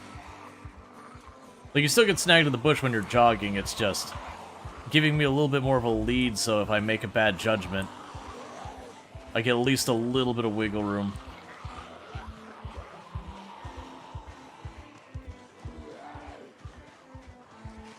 Okay, we got a nice opening right here. Thank goodness for like 5 seconds of not sweaty tryhardness. Let's get that water.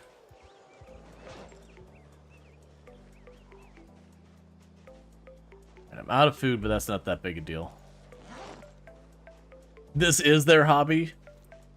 They just stand around the salvage yard. My bad. I shouldn't have judged.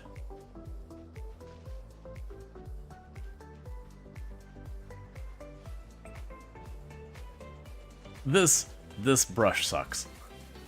I look forward to a day when we have killed enough zombies that I don't have to do this crap anymore. It's not a day in the near future. Irvington has got to have a really high population. May have picked off a big fight. It's fine. The good news is they've already got food at home. We did get ourselves a bunch of flint. Not a lot of flint. 15 weapons worth of flint.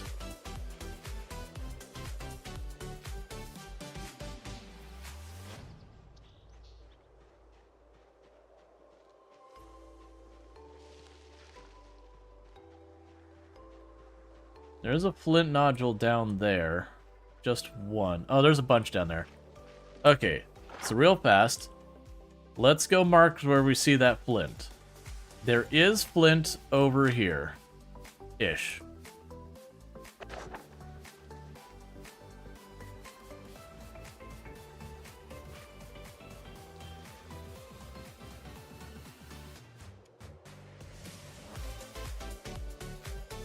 Alright. And we also have flint up here.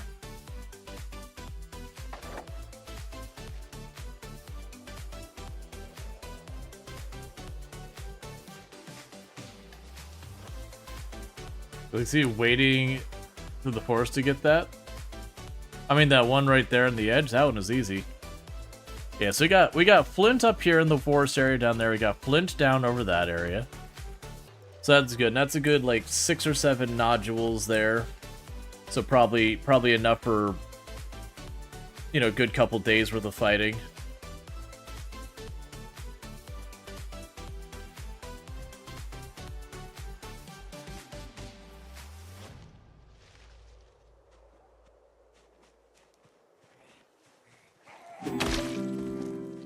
Thank you for the follow. Welcome to stream.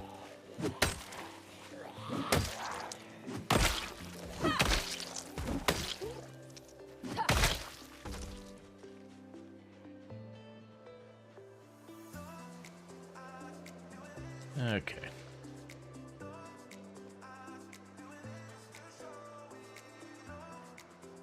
Alright, where I marked that is right next to the road. Like, I can see the road from that spot. Checking to see if there was flint up here.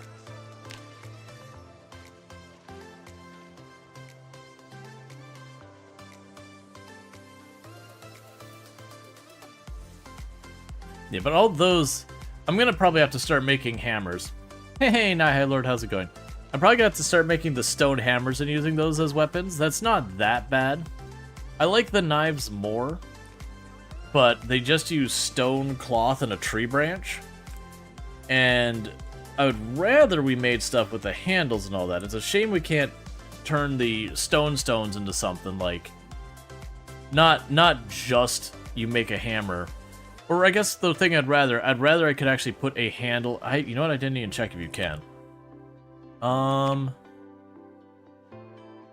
Stone hammer.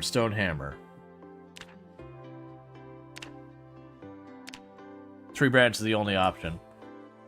I wish I could take something like a medium handle or something like that and make a stone hammer with that. Because I guess to me it doesn't make a whole lot of sense that a tree branch is specifically required versus any wood handle or whatever.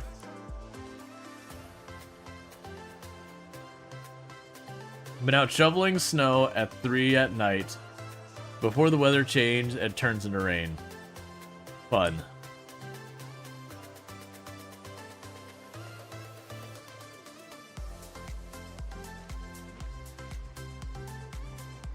Yeah, we also have all of these large smooth rocks that I can make the really big heavy axe with. It's just the attack speed is just too slow. It just scares me.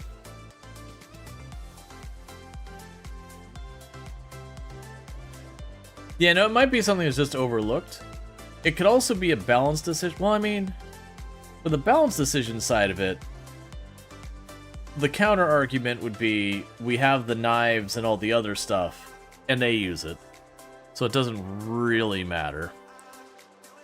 Because effectively you're using a more expensive resource to make the same thing. Don't know.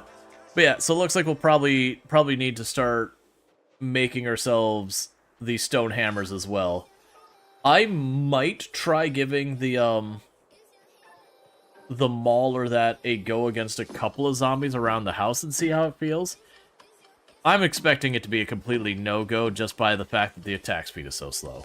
Because I think it literally is the same as the wood axe and the sledgehammer as far as the behavior kind of thing.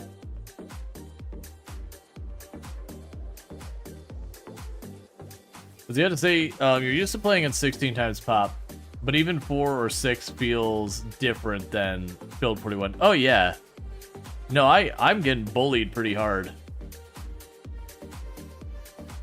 That is one of the things that I'm interested in, is Lamprey at the end of every one of his streams, he's backing up his save and then doing like a debug to like take a snapshot of where the zombies are.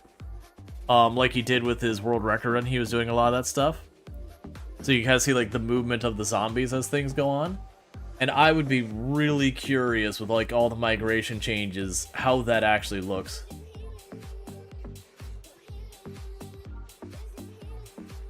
$20K in right now, and just Rosewood and some farmland is cleaned out. Yeah, I actually wonder what the population's compared to 41. Because I don't think anyone's done the population map to like we had in the heat map, so far as like the actual population map that people came up with in build 41 for a lot of the challenge runs and all that, where it's like, you know, here's this town, it's 20 whatever. Oh, Lamprey's already got a the population map. Interesting.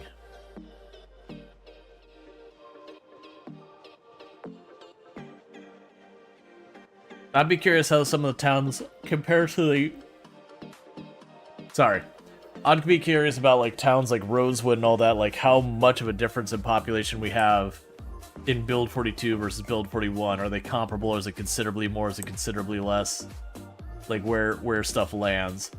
I do know that Muldrow no longer has the death road where the highway is just completely overrun.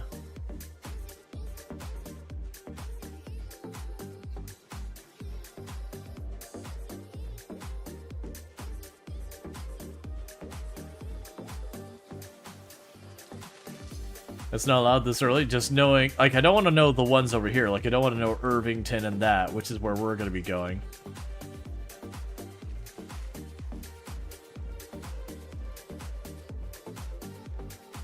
Oh, the yawning. Yeah, I'm sorry.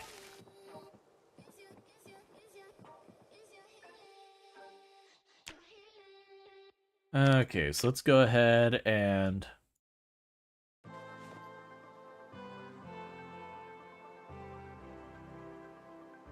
drop you off here. Drop you off here.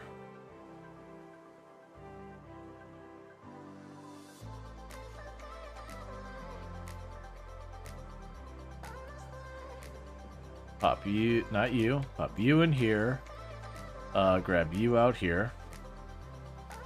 They're already stale. Lovely. Oh, and I need to be on the lookout for a better knife. Pickaxe is in here.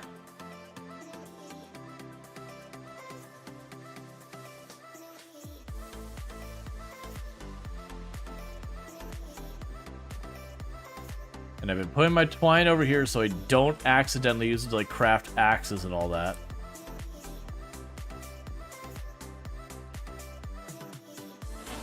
Take a sip of water.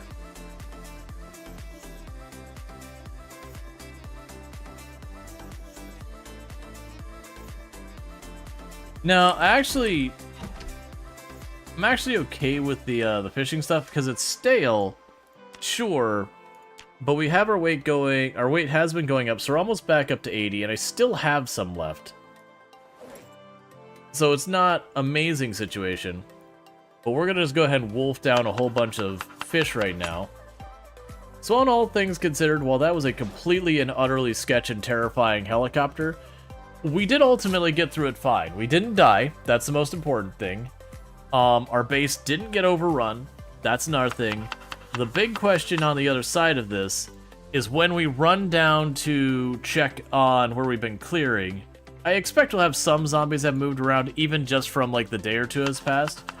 But the question is, do we have a lot of zombies kind of like set back the situation, or, you know, how that is.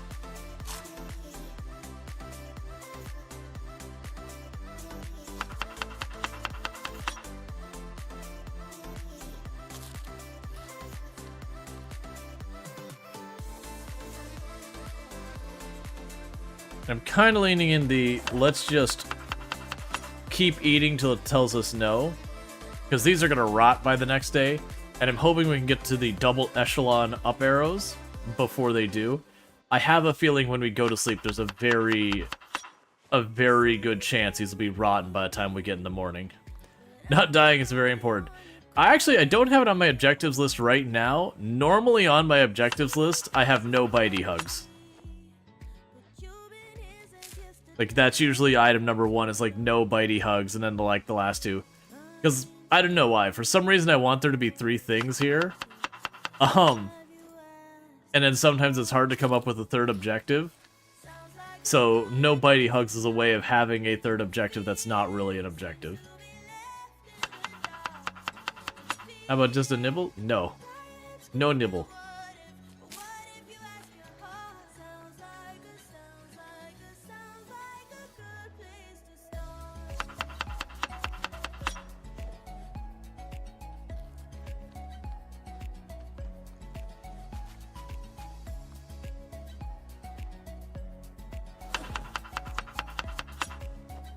Okay, something I've been meaning to check is how much of a difference it's gonna make.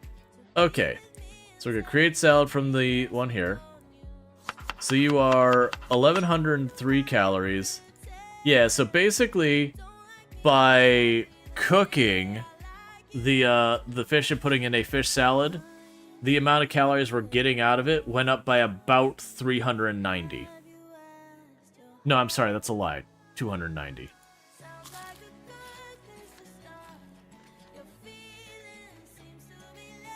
No saliva from me, sir.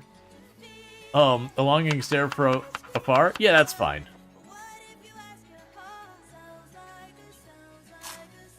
Yeah, cooking is real powerful. You're really stirring a lot of things. Well, it's all that blood on my knives and all that I'm using. That's where it all comes from. Everyone's all like cleaning your knives. I'm like, nah, man, that's calories. Yeah, gross. Fact.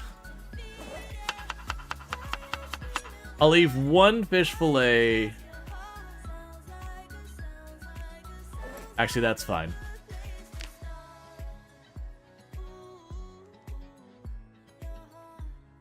Because that way, if the one rots during the night, whatever.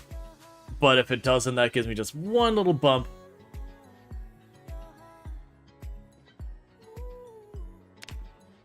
Okay.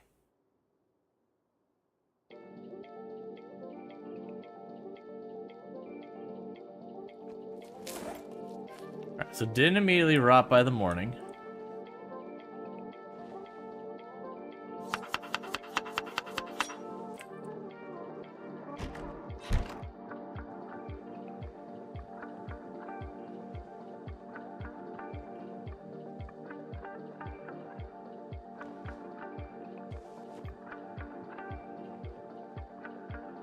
So craft, pause.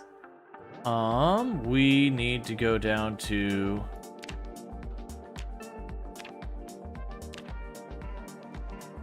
making 10 busted flint.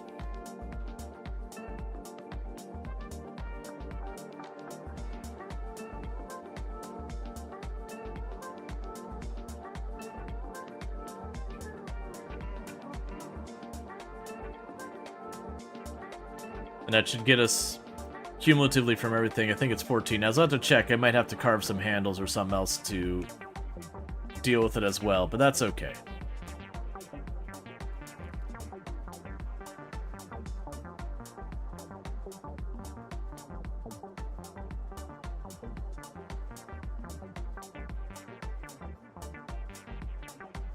All right.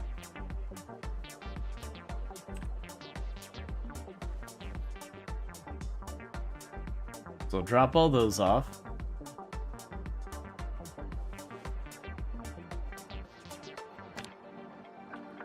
And next up, we need to make them into blades. Cool. So it'll be 18 knives we'll be able to make on the other side of this. Let's see, find the Build 42 zombie distribution info really interesting. Fewer zombies in Build 41, but they're all in the area where the player could potentially encounter them. And not in no man's land where the player will never go. Yeah, so we have like less random forest zombies, but like anything. Let's see, which minimal display bar you see? Like 5? So the minimal display bars I have is we have our player health, so it's just our overall HP. We've got hunger, Pretty straightforward. Thirst, pretty straightforward. We have endurance, which is basically your stamina. You got fatigue, which is how sleepy we are. We've got temperature, which is our body temperature, so we can see if we're going hypothermic or hypothermic. And then we have calories, which is just our weight management. You also forgot to ask, you noticed that several Product Zomboid players were complaining that their game was not loading after the patch, and it was due to modes, 100%, or mods, 100%, several mods, like a dozen. You did not have any issues with the save file loading the game at all? Strange you didn't, right? Yeah, no, there's, yeah, it was hyperthermic and hypothermic. Hyperthermic means too much of something, hypo is too little, so too much heat, too little heat.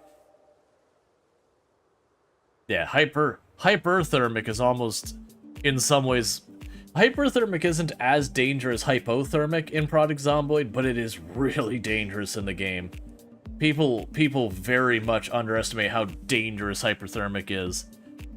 And part of what makes it so dangerous is hypothermic, your character gets like the movement speed and the attack speed penalties and all that, and it kind of escalates, and that's super dangerous in its own right. But, oh cool, we can make all 18 right now. But the thing that happens with hyperthermic is like you get no meaningful penalty, no meaningful penalty, no meaningful penalty, no meaningful penalty, attack speed penalty, and you just fall over dead. What mod version are you using? You see like 5 mods in Steam for it? If you do the thing where you tick the box that says build 42, minimal display bars, if there's a bunch of different ones, I'm not aware of that. I could try and grab, I mean, literally the text you see there, I believe is the exact name. Let me go ahead and pull up the workshop real fast, and I can go to subscribed items. Mine is minimal display bars plus nutritions plus discomfort square bracket build 41 or B41 backslash B42 B42 backslash is the one you'll see from that. There's 2 of them. I don't know what to say. Try one.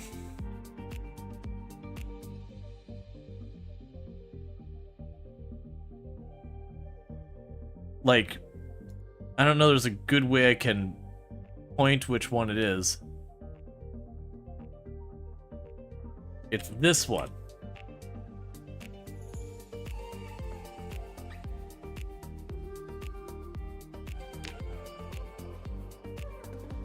Let's see, it was the last bigger patch. There was indeed a very special thing that caused people not getting into the game. The workaround is plugging. Is like plugging out the second mod fix menu for some. Oh yeah, there was an issue with the multi-modder support. I remember reading about that, as well as ones that like it came out and they resolved it, all while I wasn't aware of it.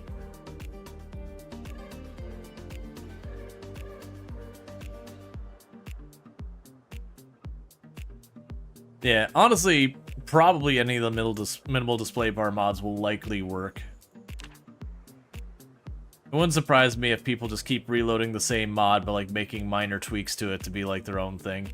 Not in a let's steal their idea kind of way, but rather in just the, oh, they don't like this one thing, or they want to do this one thing that doesn't have it. And it is a big advantage of open sources. You can do that. You can go grab the mod and make your change, and it's just good.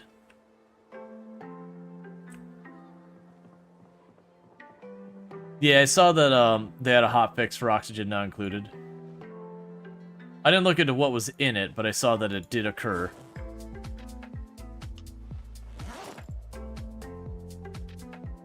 Alright, so transfer liquid, source, bucket, or the other thing, do this, transfer, cancel, put that away, go up here, drop you on the ground again, eat our salad. Hey, Sim, how's it going? Can I get a shout out for Simcopter1, by the way? Another fantastic content creator. Also, getting back into some Product Zomboid lately. Was taking a little bit of a break for other games and whatnot, but getting back into it. How did the rest of your stream go? I didn't, you know, I didn't get to get all the way to the end because I had to go to bed. But you look like you're having a good time with it. Love Build 42.1? Yeah, it's good. Alright, so we're getting a late start for this in-game day, but I think we're in good shape. We got ourselves 18 knives. So we have our small... Ooh, I wonder why those ones only got 50% condition. Huh. Interesting. I was having extremely consistent, but not necessarily great condition on the weapons I crafted. So I'm wondering if they changed something in the last, like, not like an update happened last day or so, right? I mean, there was one yesterday. But, I'm wondering if something changed that I didn't notice that they actually could. Because it was, like, literally down the board, I'd make 24 knives, and all of them would be at, like, 75% condition.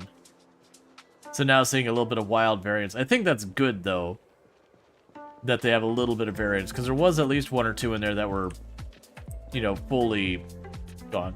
Because you kind of get frustrated, let's see, you kind of get frustrated when you last played 10 days ago, but you feel like you're good about the game. Yeah, no, there was, the calorie issue was pretty bad, and the targeting issue was pretty bad. Those are both things I'm like, yeah, those are not especially great. I think for most players it'd be the targeting one that got them in the most trouble. Because the calorie issue was more just a problem once you start surviving 2-3 months and you start going, no, please, I really need a sandwich. Come on, man. Just give me a sandwich. I mean, it's not actually give me the sandwich. Why is my incredibly dense pork chop 100 calories? And that's exactly what I was hoping for. Got ourselves some fresh mushy mush. For when we got our little need for the little snacky snacks.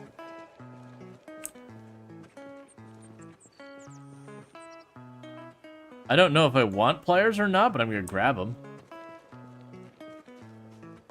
Oh.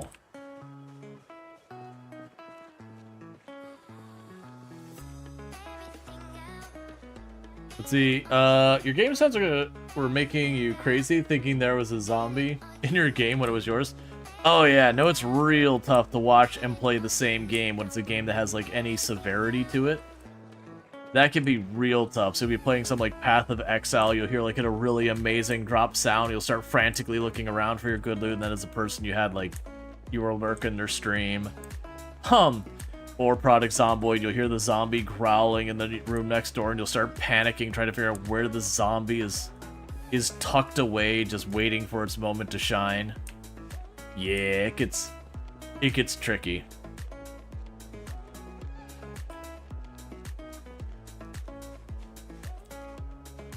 It's cool that you can make those into planks now, the big branches. Happened to be you today? Hey, Evie, how's it going? Good to see you again. It happens.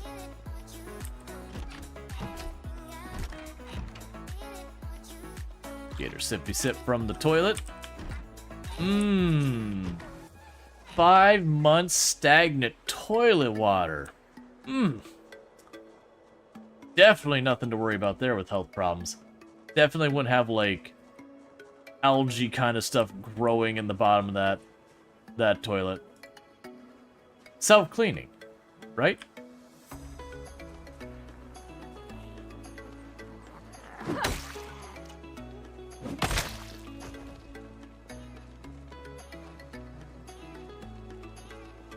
Let's see, you think that the zombie was kind of deaf, which makes the zombie top tier? Oh yeah, no, that's very genuinely are playing Product Zomboid. When you start getting to the really late game, those are the zombies that'll get you killed more than anything, or the zombies that just straight up ignore what's going on until you get right on top of them kind of thing.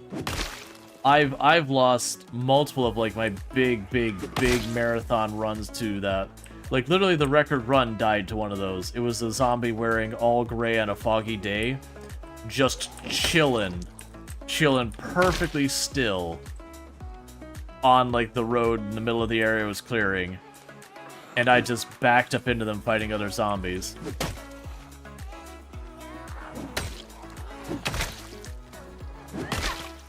Not really? There's no sun access to that? I mean, maybe not algae. I would be surprised if you didn't have anything show up there. I get what you're saying that, like actual proper algae and all that, I think need sunlight, but there's types of mold and all that that don't need direct sunlight, that actually they don't like sunlight.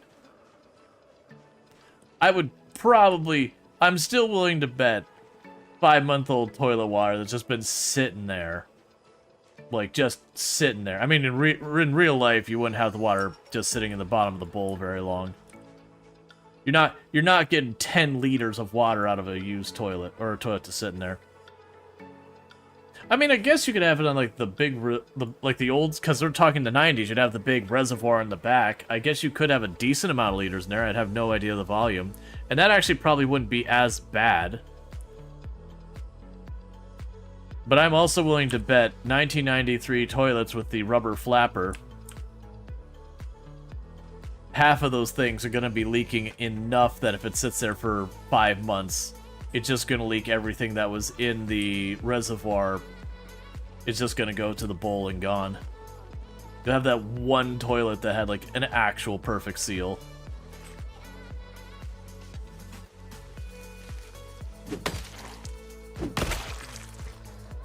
Just the same, you're not going to have a random bathtub with 100 liters of water just chilling in it. Again, you might have the one prepper, or you might have the one person who they drew themselves a bath, and then zombie happened. So they never quite got to that bath.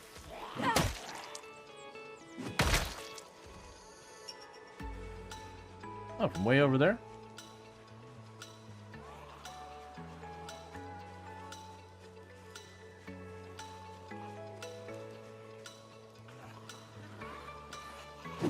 The water pipes in your county have so many chemicals eating through the copper pipes in less than 8 years? Yeesh. A lot of times those chemicals are genuinely good things for handling a lot of stuff, but you start getting into some of those outliers of different pipes over the years and what they're rated for, and then figuring out, oh, this is actually pretty rough on them and all that.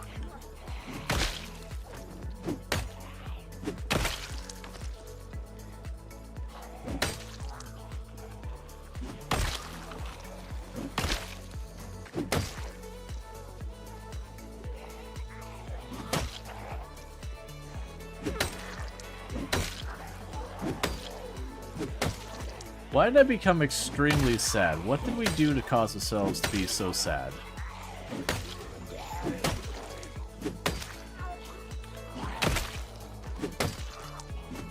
I mean, I'm sure I did something. Could you fall down in the permanent kind of way real quick? Thank you. I appreciate that you actually listened to me. Let's see, the handle in your tank was metal. It snapped in half yesterday. It's only 2 years old. To be fair, most of the, like when you go to like Home Depot or Lowe's or whatever, and you get those, even if they're metal, it's usually really crappy stuff. Which, to be fair, like when you look at it, they're not really designed to do a whole lot. That's kind of the one that made me happy, was we did replace one of the toilets in the house that really, like, it needed some work, and I'm like, if I'm gonna tear this thing out, I'm gonna get rid of this, like, super duper budget toilet, and I'm gonna, like, put something in a little nicer. Toilets aren't, like, when it comes to doing, like, home upgrades, toilets are cheap, comparatively speaking. It's not like I'm gonna paint a tiny room cheap, but they're not a particularly expensive piece of thing. It's not like getting your water heater replaced, or your air conditioner, or your stove, or your fridge. And I got a new toilet. It's got, they're doing away with the flapper, and they're getting a piston. It's so much better.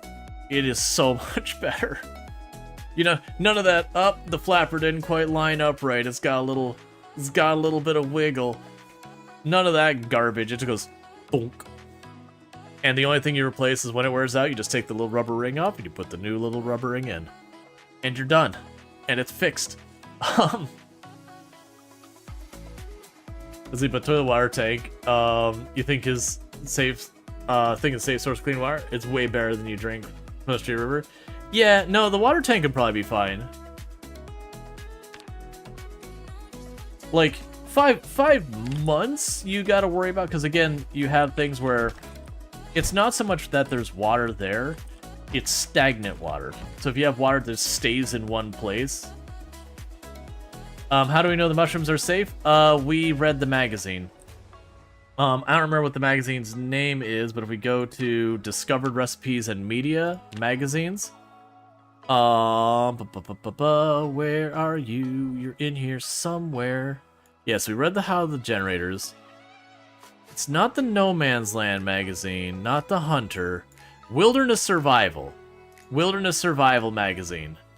I believe that has replaced the Herbalist. I don't know that for a fact, but I believe that has just kind of superseded the Herbalist. I would be curious to know if anyone has found the Herbalist since that, since the update to build 42.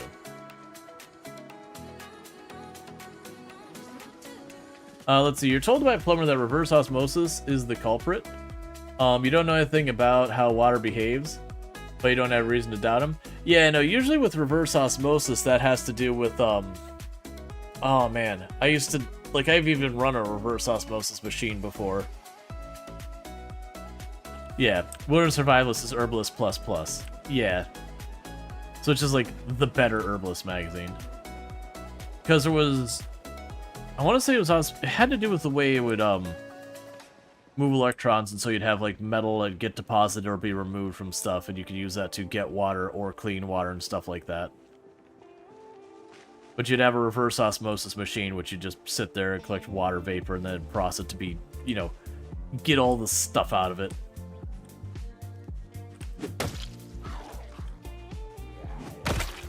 And you have a whole bunch of people swear they're gonna go, hey, I'm gonna get like all the demineralized water and all that has everything taken out of it.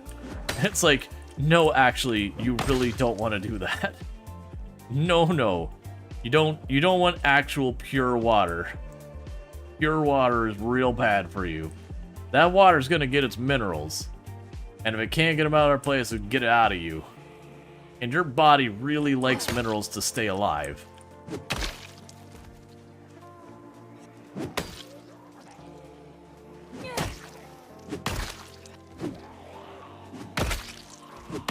Dialectic water? Yeah.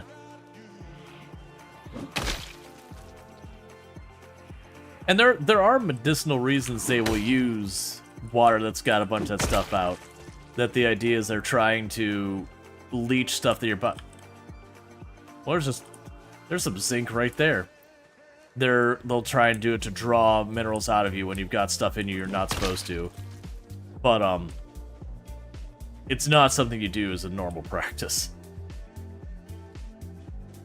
Pure water is toxic, if you remember correctly. I believe you are correct. Like, actually pure demineralized water and all that.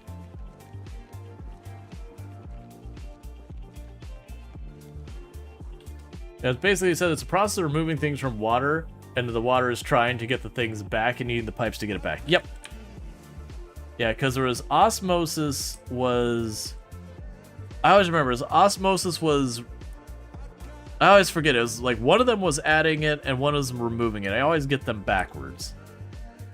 Because I remember I worked with a person who was restoring like old like cannons and all that from I think it was, man, I can't remember. It was either like the Civil War, World War, whatever. It doesn't matter. But and they were using, I believe it was osmosis to go to where parts of the cannon had been pitted. But there was still material there, but it's just like the wrong thing. And they were like putting a metal rod in one side, and they were using, again, whether it's reverse or osmosis, I don't remember which way it goes. But they were using it to pull the metal from the rod into those areas that had oxidized to help restore it. in a non-destructive way. So not grinding it down and then welding more material on, but actually using a chemical process to restore the metal. It was pretty cool to see, because I want to say they had to induce a current into it. So like on one side of the tank, they had the metal rod with one current, and then they had on the other side of the tank the other current. But it was a pretty cool thing to... When I say see, it's not like you watched the thing just up and get better. You know, just the whole process where they set it up. Okay, so window's not broken. And then, you know, you come back and you get to see it, and it's in, like, more in good shape. Because if you think more realistically, this kind of still, the water tank should be the most safe source. Yeah, no, that's the whole thing, because, like, all it takes is, like, honestly, one of the things you'd probably have to worry about in the zombie apocalypse is you're going in here, these houses are in, like, bad, state of repair. No one's doing any maintenance. They're getting, stuff banged into them. You're getting lots of loose debris, and no one's putting it away when a storm comes through, so you got debris smashing windows and all that kind of stuff.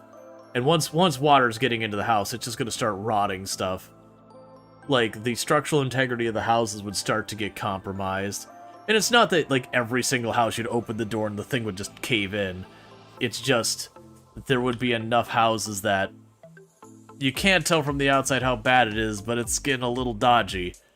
So it'd be the danger of...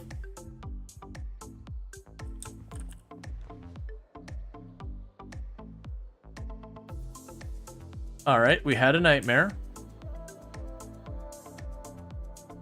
I don't see anything. Nothing broke the window next to me.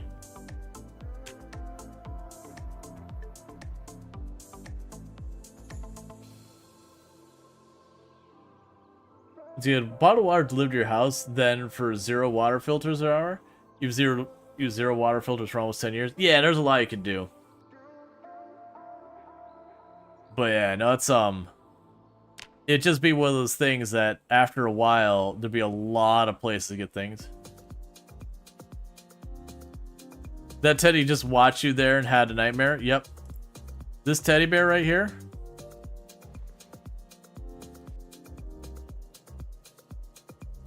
It's gonna mess with us. So the problem is it's too early to go out and fight. I can't see anything. But yeah, that was, there was a book series I was trying to remember. That the premise of the book series, and it's by the same person who does the Bobaverse books, but the premise of the book series is you've got these, like, technical whatever people, and they managed to create basically like a Stargate. Or not Stargate, that's distance, but like a dimensional gate. And they're like, cool, this dimensional gate. And they make this discovery, and around the same time they make the discovery, the Yellowstone supervolcano goes off. So the world as we know it becomes inhospitable. And so it's this thing where they have like multiple alternate Earths. But one of the things they're dealing with is they're trying to rescue people from the original Earth that they're from, that, the Yellowstone supervolcano goes off. And it's just stuff, like buildings collapsing because of the ash and all sorts of different stuff. And very quickly, how little is usable in that situation. Now, granted, a big part of that one is you have the ash being a major factor that makes way more inhospitable. I need to drink water. That makes a lot of stuff just unsalvageable that, in the zombie apocalypse would not be applicable. And honestly, ash ruins everything because it gets microscopic particulate. And very little is designed to filter that out, or anything quite to that extremity.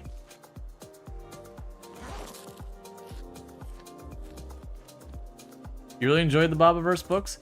Yeah, the new series does have a lot of interesting stuff. It's a very different series, so it's still sci-fi, but it feels more like Star Trek, Stargate, that kind of thing.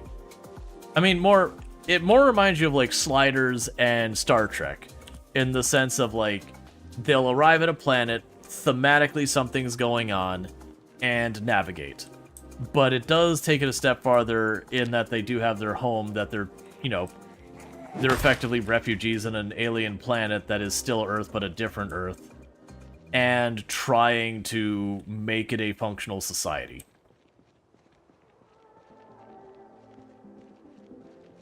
I like the Bobaverse books more, but I feel like the other books are so good. I wish I could remember the name off the top of my head. I'm sure someone probably knows.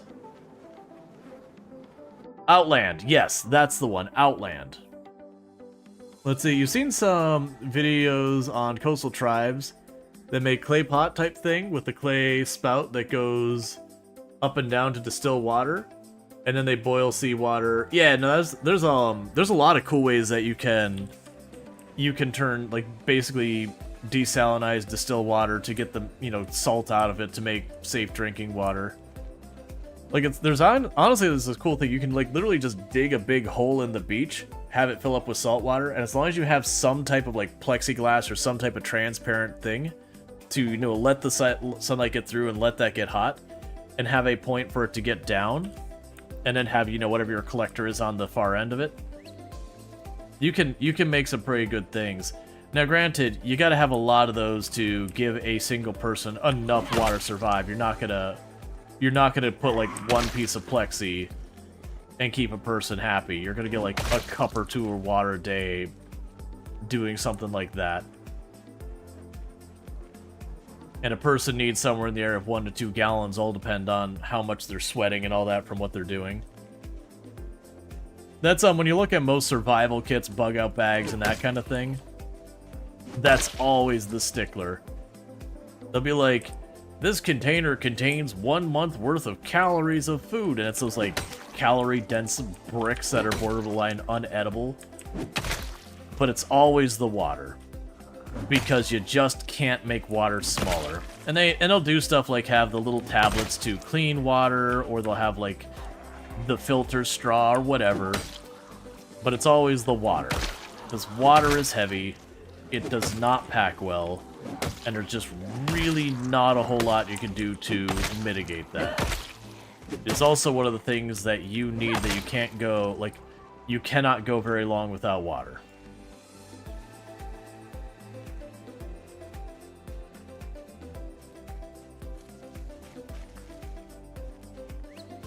Yay. Dehydrated water. Just add water. That is a thing. There is a product called dehydrated water. It's basically water flavoring. Just, you're trying to flavor water toward, like, whatever other water you want. It does give you good minerals in it, though. Like, it gives you, like, zinc and all that.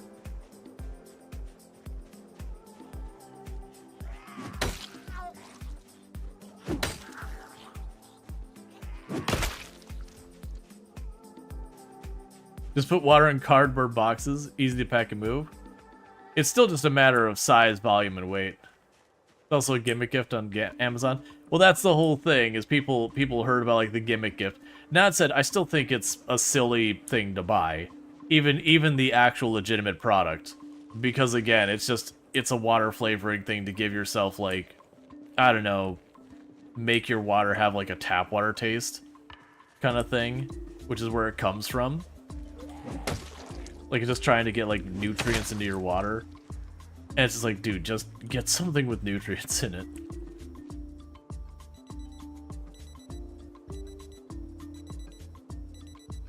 Alright.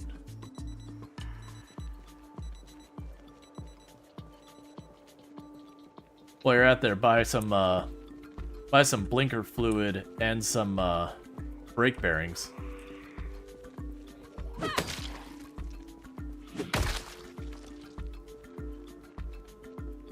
Used to hear all of those things back when I sold tools. Because we had, like, the one row in our tool area that was automotive tools, so, like, timing lights and all that kind of stuff. And every once in a long while, you'd have someone come in looking for something. You're like, man, I hate to say it, but you're getting punked.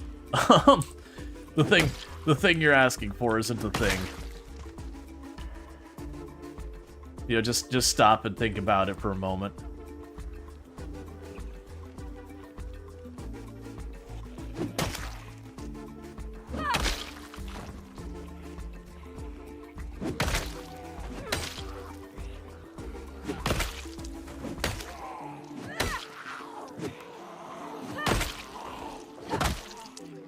Oh, right. Okay. I got confused there for a moment. Yeah, where they changed it where that would switch over. I just had like that brief moment where the axe broke and I'm like, did that just pull out my nightstick on? How did you automatically know my next weapon? It's not at all what happened. It's they fixed it so that the handle breaks. And then when the handle breaks, you know, you can then turn around and now like that axe head will be somewhere over there. A lot of that stuff, like the axe heads, if I don't like kill the zombie right there and pick it up immediately, it's gonna be one of those that's gonna lay there until the zombie bodies, I start getting through them all and do the cleanup.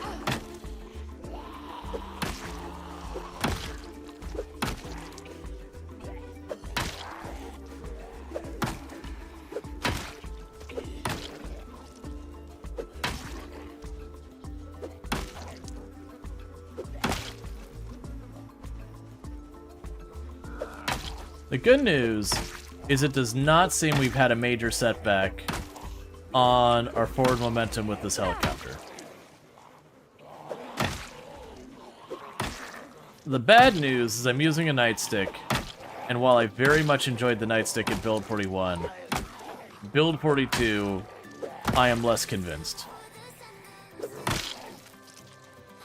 Are you just sleeping there, man? Did I not just kill you? Maybe I just misremembered. Okay, so you're actually dead. You're not pretend dead.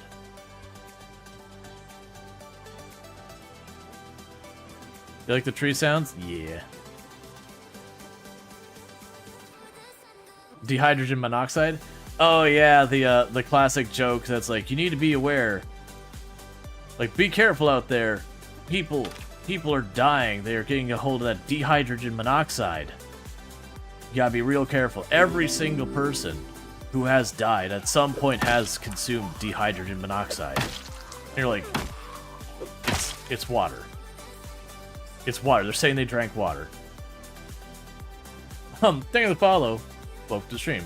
Remember, kiddos, correlation is not causation. Did you know that everyone who breathes oxygen dies someday? True story.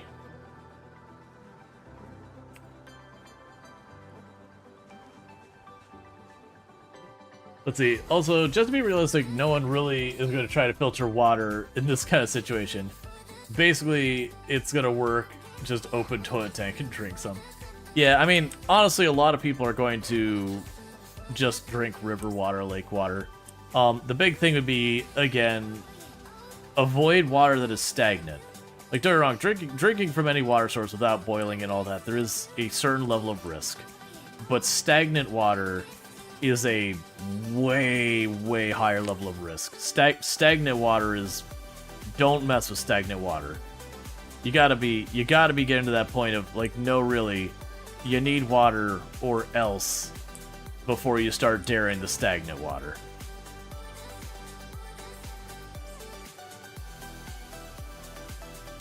Let's see. You got access to 10 and it's amazing. Short blunt is your second best skill right now because most of the things turn to short blunt at some point. And nightsticks aren't that bad, you have to say. You would... Let's see. I would butt them with claw hammers. Yeah. I found the claw hammer to be a little bit nicer. My big problem with the nightstick is I feel like even as I'm starting to get some okay levels in short blunt, I still feel like they get a pretty... They get muscle fatigue relatively fast. Not really fast, but I'm partly spoiled because I am using a lot of light weapons as well. So I'm getting spoiled with not dealing with much muscle fatigue. It's nowhere near as bad as, like, the saw hatchet has really solid damage. But man, oh man, does that thing absolutely just give you straight up muscle strain because it's so heavy for a one-hander.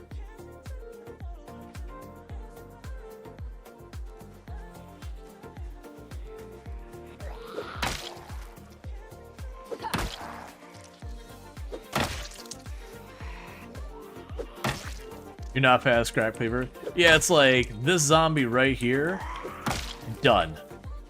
But then you're spent.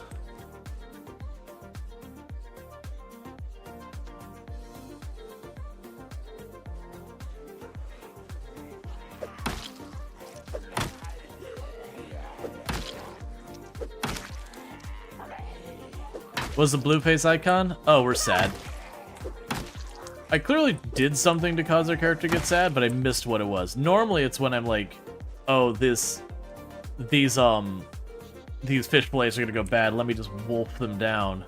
But we did cook them this time, so don't really know what I did to push ourselves that way, but it's whatever.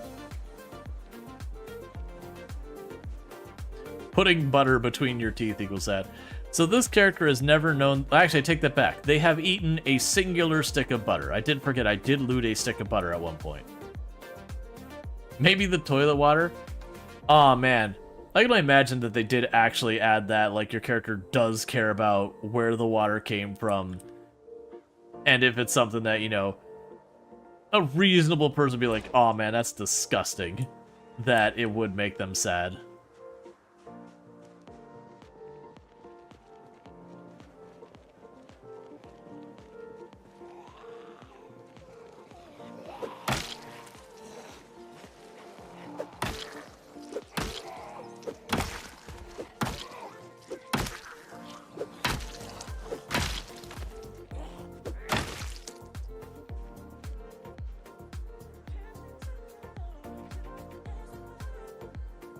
All right.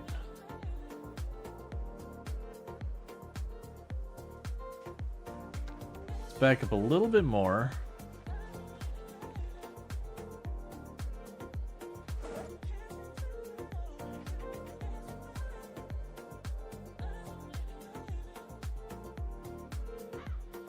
Just want that muscle strain to fall off before we grab the next group.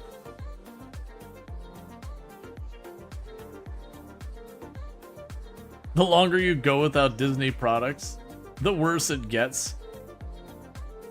It's...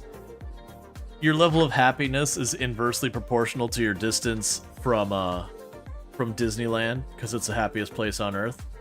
Where am I? I should be down here somewhere, right? Oh, there I am. Yeah, so let's put a mark here, because there's a lot of flint right in this area. Because I see there's one, 2, 3, 4... I saw something like 6 nodes. There's probably more up underneath my menu here.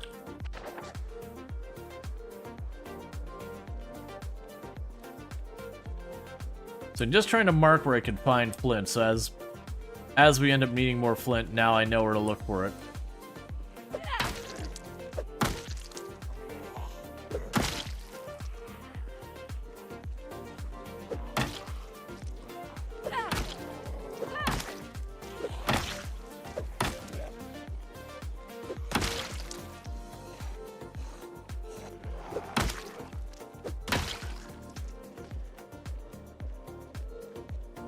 Okay.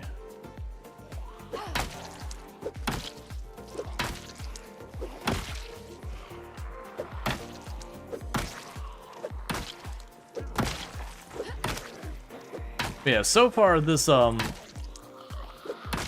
I've been happiest with the short blades. Mostly for kind of the same reasons as I like the short blades the most in build 41.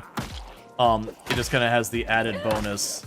The same things that tend to make things not efficient from an encumbered standpoint are the same things that make your muscle strain a problem. With little bit of a adjustment because of one hand versus two hand.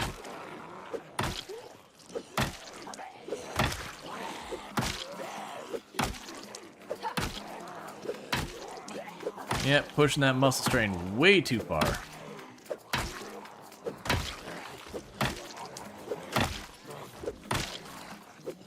They're almost dead. We gotta pop back, get a sip of water from that house that we've been going to. Rest until it settles down. Cool. Alright. So we can back off, get our water, rest up. Did I have something else we were able to eat? Or did we already eat it? We already ate it. That's fine.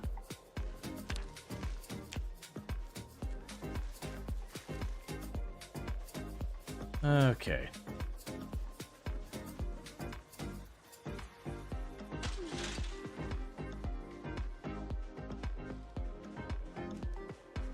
Would you rather have a sword collection or a shoe collection? I mean, probably a sword collection. I don't particularly need either of those things, really.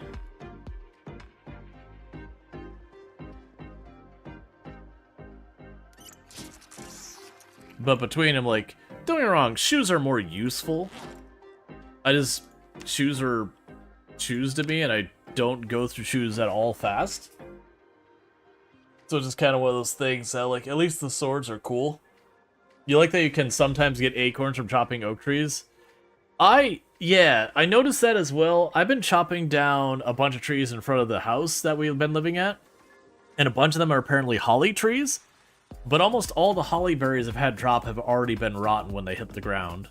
Which, it could be that they're seasonal or whatever, so if you have the wrong season, they're just already rotted or whatever.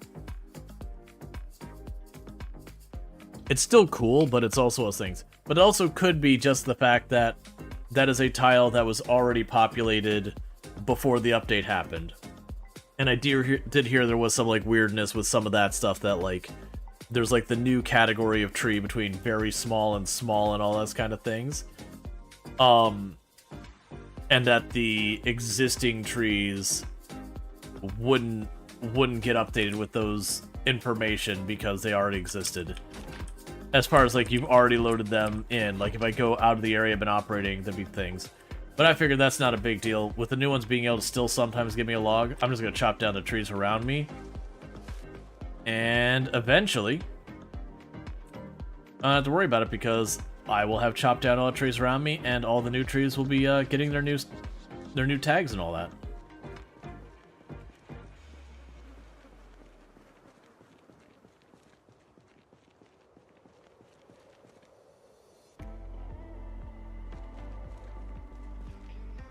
Like they're finding all this flint.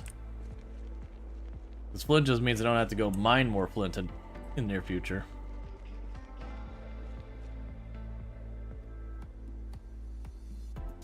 You know, it's probably a bug, or it could be potential. GPT? I don't care what GPT says. I don't want to acknowledge GPT. That's like asking Reddit a question. It's just not worth it.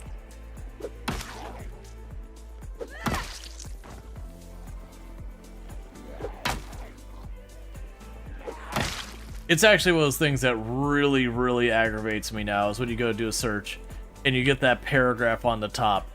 And I'll say it's like 50-50 on if it's even accurate when I get it. I'll be like, hey, is this a thing? And it's just not even in the, like, realm of right, and you're just like, come on, man. Oh, right, I need a new fillet knife. Perfect. So let's grab that fillet knife, because mine's all worn, dull, and all that. And now I got a fresh new one. Yeah, and there's a person with a spear. I lost track of him, but it's a wood spear, and I can make those easy. Else they're pretty bad. So...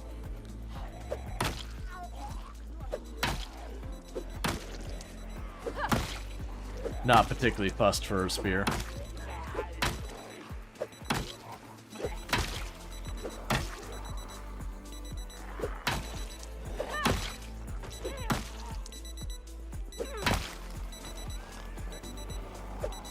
Hello, is that a fire axe I see?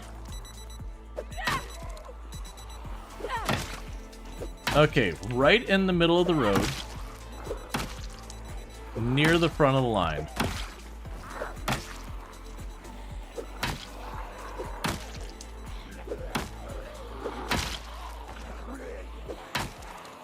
I need to be careful about those down zombies.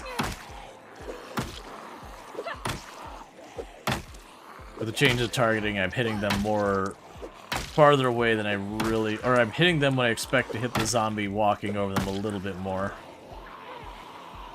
Hasn't gotten me in trouble, but it's definitely one of those ones that gets me a little bit closer than I really want to.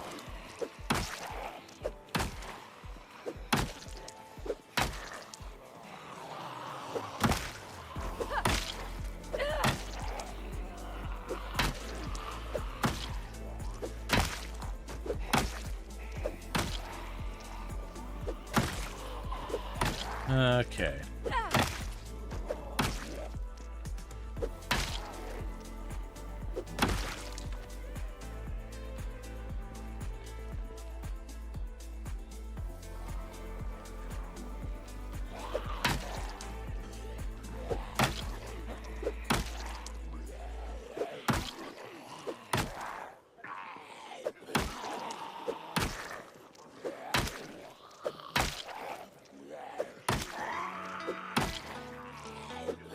Alright. Go to the crawler. Then go back here and rest. Yep, Night High Lord, that is going to be what this run is going to feature a lot of. We're going to be killing zombies. It will be a thing that we will kill zombies at a faster and faster and faster rate as time goes on. Let's see, so how does damage work for a zombie? Is it specific or is it pool-based? Do you mean damage to the zombie or the damage that the player is taken from a zombie? If it's the damage to the zombie, I don't know the exact formula, but it's based on you have like a base damage on your weapon. There's a crit chance that has a multiplier on how much damage the hit does. You then have your skill is a multiplier on top of that. And then what ends up happening is anytime we have negative stuff over here, a lot of these take away from that. So this pain, that reduces the damage I do. When you see me have exertion up here near the top, that takes away. The muscle strain takes away. And that's kind of the key in Product Zomboid, is those negatives you got to be extremely careful with. Because it's not like one of those things where they go, oh, you took a 10% damage penalty. Like, exertion, hitting out of breath, is a 50%, 50% damage penalty. So it literally cuts your damage by a huge amount. And then, if your character gets sleepy, so drowsy, that's a 50% damage penalty. So you get the idea of how this takes your damage from, like, where it normally is, and just just absolutely destroys it.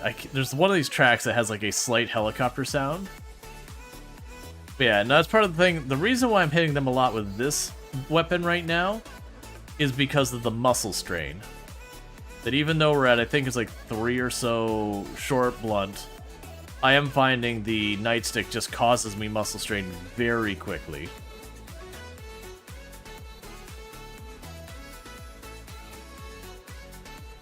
Whereas when I'm using the knives, it takes quite a while to build up that muscle strain and for the endurance to get low. At the same time, if I want to get better with these short blunt weapons, I gotta use them, so we found it. It's durable. It keeps me from having to make more weapons for a little while, so I'm gonna use it.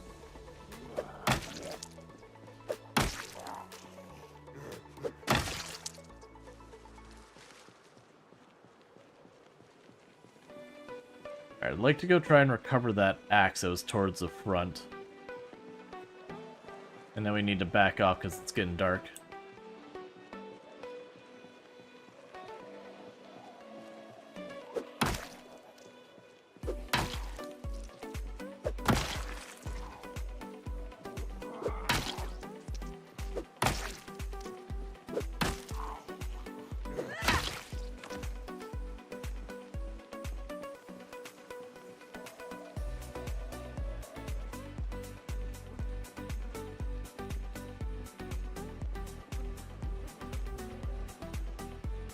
I think that's the one with the axe.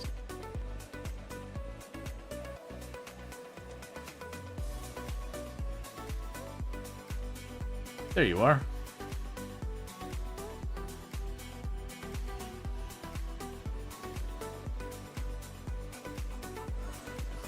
Okay.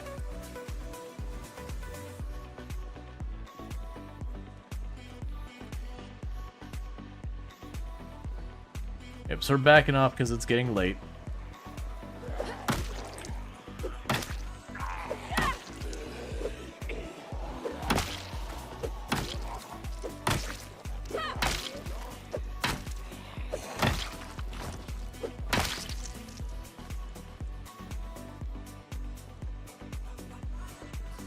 Okay.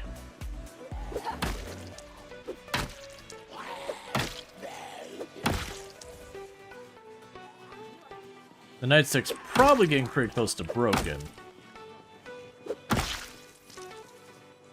I mean, check it once we're not in the danger zone.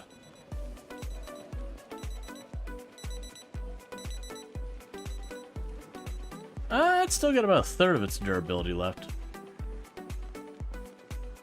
That's fine.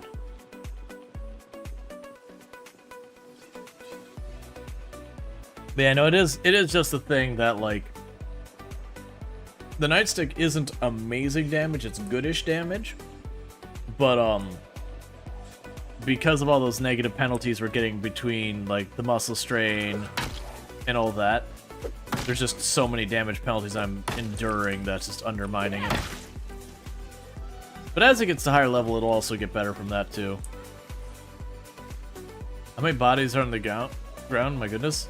Not as many as there were before, because we had to take 2-3 days away from fighting between the helicopter, upping our weapons, getting fish. Man, actually, now that I think about it, we lost something like 4 days there that we weren't killing zombies. So yeah, that's actually only about 5 days worth of zombie bodies. Because they only last 9 days.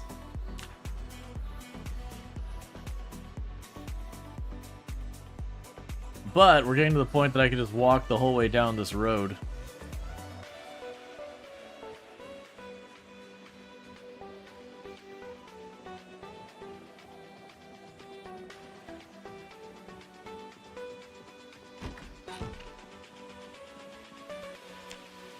Okay, and we are going to have to find food just to eat. The good news is we don't really need to fish right now. We're still at 80. We'll probably need to fish in not super long, but that's okay. What's the kill count up to? It was around 9,000? Yeah, 9,089. We've survived for 4 months and 25 days. Skill-wise, we're getting really close to maintenance 7. Let me slow down time so we don't blast through the night. Our axes are about...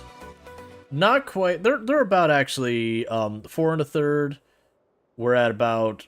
a long blunt, about 1.5. Short blunt, we're at about... not quite 3 2/3. Long blade, we're at 3 1/3. Short blade, we're at 5 and almost 2/3. Let's see, carving 3, cooking 4. Our carpentry is not quite half. Half of level 1. Napping is at 5. Our fitness is our fitness is like right about to level up to, like, very genuinely in the next in-game day might level up to 5. Our strength is making pretty good progress towards 6. Nimble is getting pretty close to level 4. Our fishing is about 3 2/3, and our foraging is about 7. Our foraging is really slowed down because I'm not doing it at any like, we're foraging, but instead of whereas putting some, like, real concentration on being able to, like, forage to get our weapons and all that, since I got the pickaxe and I can just mine stuff up and all that, it makes it really easy for me to get more weapons without having to sit here and just forage and forage and forage.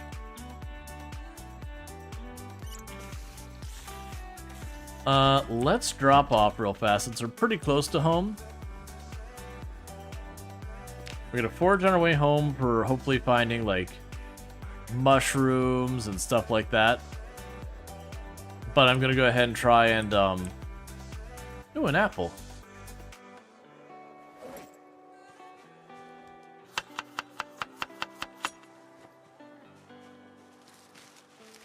So we're gonna go ahead and eat this. We'll drop off the,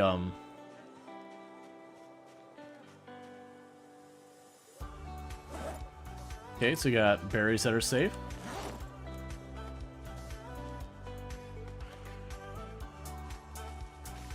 We're gonna drop off all, like, the chipped flint and all that we found.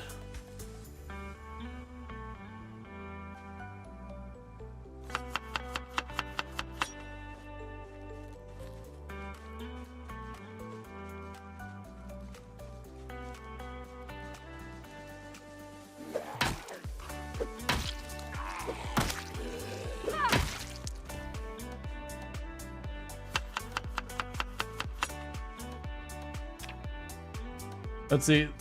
The fact that food places charge so much for a ranch is... The food places charge so much for rent? It's, literally powered water. Yeah. I mean, but still, someone had to actually do the work to make it and all that. It didn't powder itself. It's a classic thing where, like, you'll have the person poo-pooing at ours will be like, how dare you charge so much? And you're like, I can make that myself. And the person will be like, okay, we'll make it. Well, I don't want to. $2 a ranch cup is crazy, then don't buy it. I mean, like, I understand everything's expensive, but it's just... Like, if restaurants are too expensive, don't go to them. Like, if you keep doing business when they're expensive, they're gonna keep making their prices higher. The only way that stops is when they stop getting money. And I understand what's, like, actual necessities, like you go to the grocery store and even your groceries are super expensive. Like, there's nothing you can do about that. Adopting a ranch? Okay. Problem solved, I guess.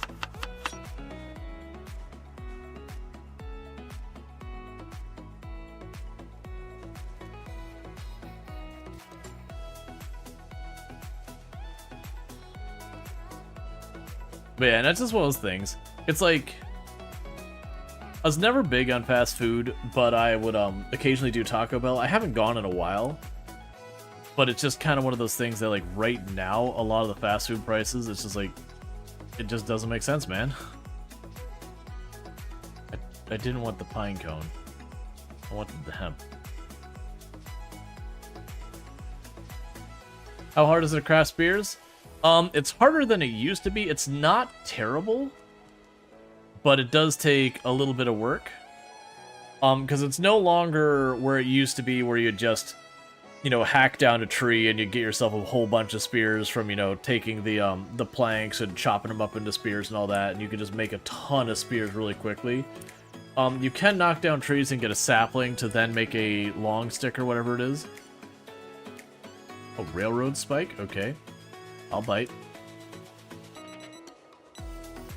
And so there is, like, a path to get spears now that isn't terrible, but it is just one of those things that it's way more involved than it used to be. And then on top of that, the spears right now don't feel like they're in a particularly good place because of how much more laborious it is to make a spear than it used to be. And then they're super fragile early game, so it just makes the grind early game just to get your spears to feel good a pretty big cliff to climb.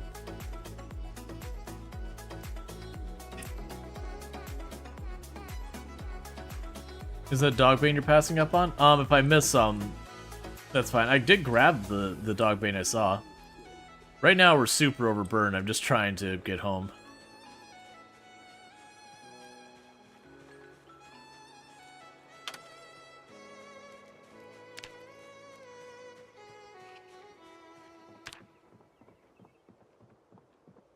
Okay, so there's the dog bane. There's the duct tape, railroad spike, some tree branches.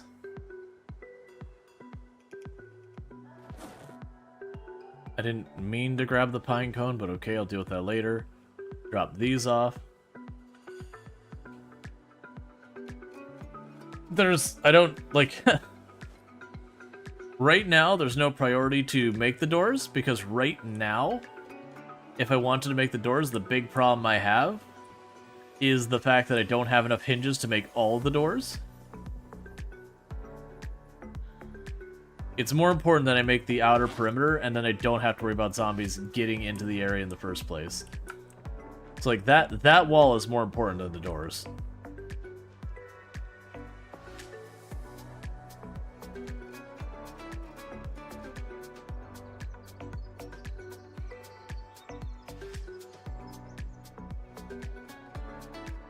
You're hoping you will eventually tell if Stone Blade's size is a weapon? I would not expect them to. Usually most of the stuff that has a very strong utility purpose, like those I want to say are for pulling up lots of grass for feed, generally not amazing. Do you still have the car? I do. It's getting pretty close to the gas station, but we're not quite there.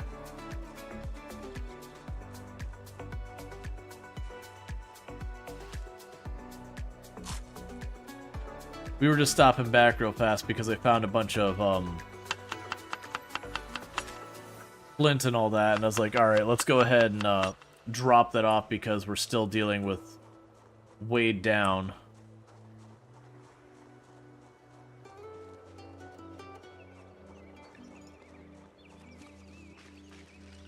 How goes the run date? Pretty good. We've had a helicopter. It didn't go awfully, even though it was very stressful. Yeah, we're getting a ton of the dogbane hemp right now. Which would be good for making stuff like rope and twine and all that.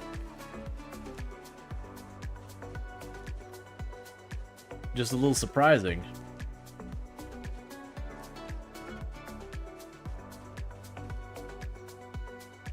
Oh, straight up grapes. Not even grape seeds, straight up just grapes.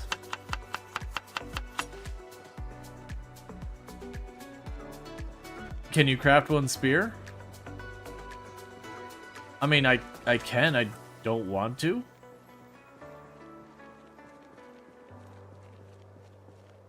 Like, I can show you what they require. So, for a spear right now, we have carved spear. So, you either need a long stick, a sapling, or one of these weapons. So, basically, it's going to be a long stick or a sapling. And to get a long stick, you need a sapling, so you need a sapling. And then you have your knife you wear out. And the big thing is your ability to get branches. So, like, if you remember build 41, you can use branches or planks to make spears, are kind of the big things. And so you could cut down a tree, saw the logs, and you could have yourself, I think it's something like anywhere from 8 to 12 planks. And then you could then take all those planks and make it a spear. So cutting down a tree would give you a total of 12 spears, or somewhere in that ballpark, depending on the tree. Whereas now, if I cut down the tree, I might get one sapling. And so you get that sapling, and you get one spear. So it's like a 1 tree to 1 spear ratio, versus it used to be like 1 tree to 12 spears. But yeah, with the update, they did make it so you could still get like the one. Where do you even see? Oh, it's sticks. I don't care about that. Well, twigs. Yeah, so they did make it so it's better than it was with the last update, but it's still definitely a massive nerf. Let's see, can you use a stone knife to cut down a sapling? Technically, you can use any weapon, because you can walk up to a tree and just melee the tree down. It will do a decent amount of damage to your thing, but only axes can you right-click cut down, which makes it go much faster. Can you cut planks into sticks? I think you can, actually. Because it was long stick.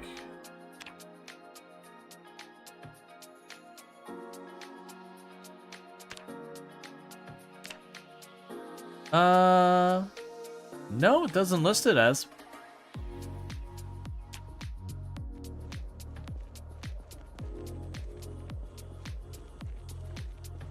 Yeah, no, you can use a stone knife to carve. At least, no, actually, I don't think you can use the stone knife to carve. You might be able to, it doesn't matter.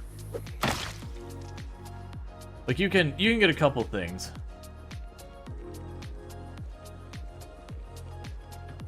Yeah, no, they definitely nerfed spears pretty hard, but I think they did that with intent because spears kind of had become the meta that, like, everyone, when they're doing, like, marathon runs for a while, was going pretty hard into spears because, you know, people had done the math that they had the highest damage per second, highest kill count per day. I personally just did not like spears, not because, you know, oh no meta. I just didn't want to do the inventory management. I'm very lazy. So instead I did short blades because hunting knives are pretty easy to get a hold of. And then in the course of a day I'd only go through a couple of them. Versus like 6 to 8.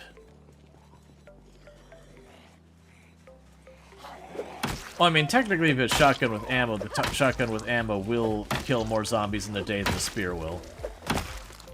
It's just not sustainable because you'll go through the ammo and then the ammo's gone.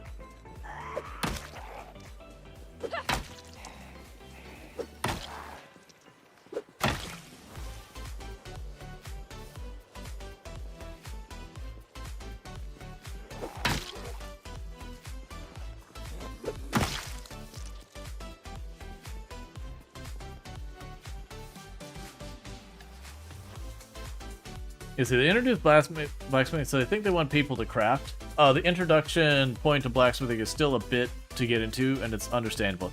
Yeah. No, I think the intent is, as the game goes on, you would gradually move from, you know, you loot the place, you get a crowbar, you loot the place, you get an axe, to you want to craft. And I also think they're trying to avoid the idea that you did have some weapons you could craft in Build 41, but you just made spears because spears you could make faster. And then, you know, just like the plain old boring wooden spear was like king of the DPS, that a lot of us would actually warn people to not attach other weapons to their spear because it literally was just worse. And it was worse because it made the spear heavier, which means it consumed more endurance. And sure, it added to the durability, but the spears didn't need a damage bonus, so it didn't matter if it gave it more damage. It'd still one-tap most of the zombies anyways, so... You know, one-tapping a zombie harder doesn't do anything.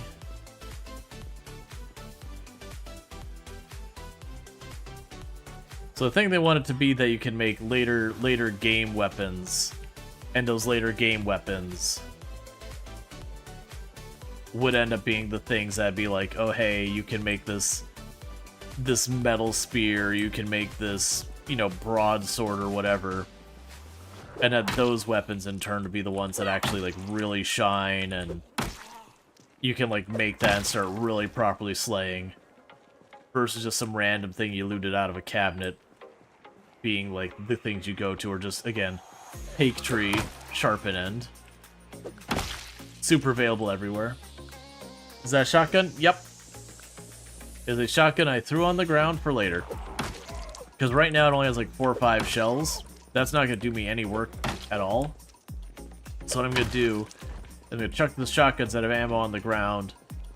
And then when I have like enough ammo, I'll take one of the good ones. And I'll probably use it as a means of killing a bunch of zombies, get some aim skill, that kind of thing.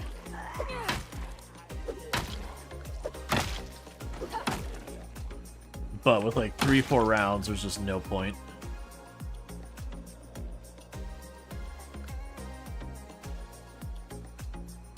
You hope the metalworking 9 sword is good? Thank you, Ocamelot, for subscribing for 2 months.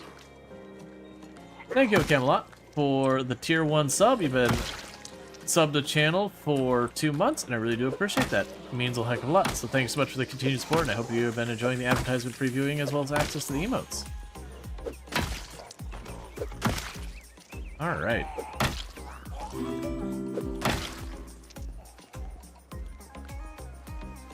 And thank you for the follow. Welcome to stream. Yeah, no, Avi was very generous. And I super duper appreciate it. Because that was extreme generosity.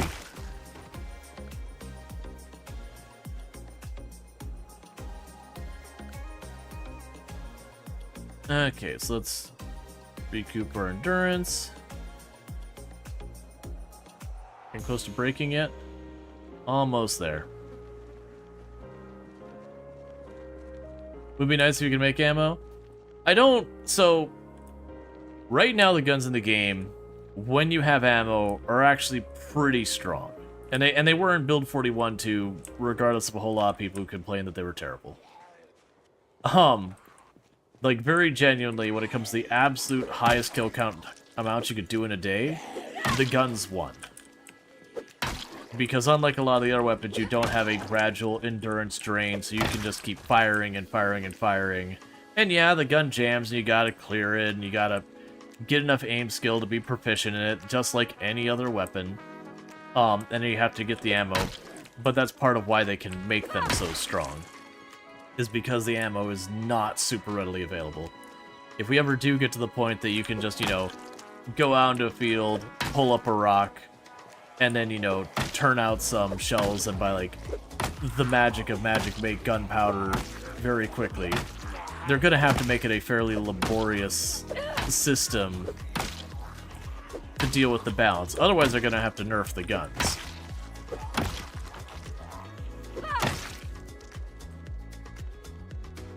Oh, that's a lot. Okay, that's not my favorite.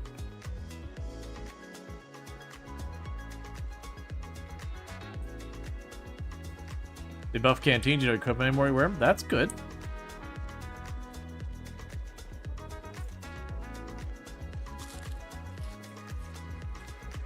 Oh yeah, no, you can absolutely make gunpowder in real life.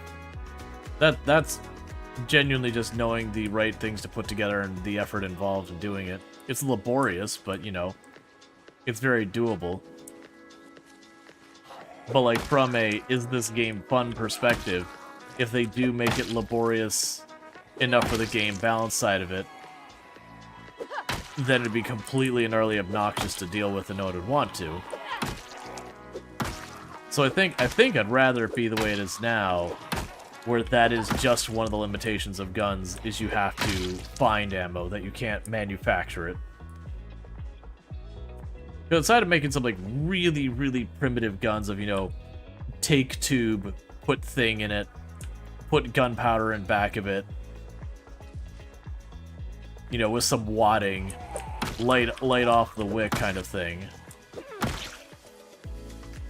You know, unless they're going to let us get to the point of where you get a actual, you know, metal lathe and all that.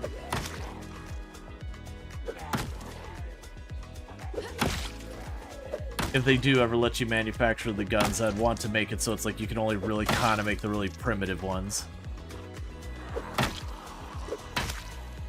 Like black powder rifle style guns. Flintlock.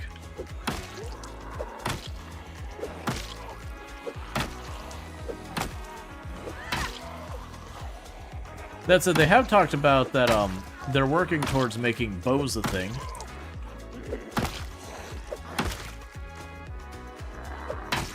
I'm curious how they're going to approach the balance on bows. I think there's a lot of options they have on the table they can do. I just don't want the bows to be like, this is just the weapon you use. You go get your bow, you can silently dispatch zombies. I think, honestly, the most likely the two ways I see them balancing the bows is, one, making the arrows not particularly have a low encumbrance. Because sure, real life, an arrow is light and yada yada. Encumbrance has nothing to do with the weight specifically.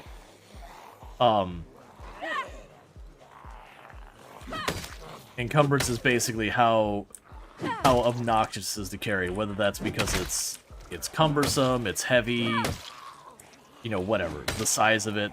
And I would argue that an arrow is probably actually kind of annoying to carry, just, you're not going to shove it loose in a backpack or whatever. You're just going to mess up your arrow, it's going to be no good. So you're going to have to, like, put it vertically along the side, and it's got a pointy tip, which can damage your pack or whatever in real life.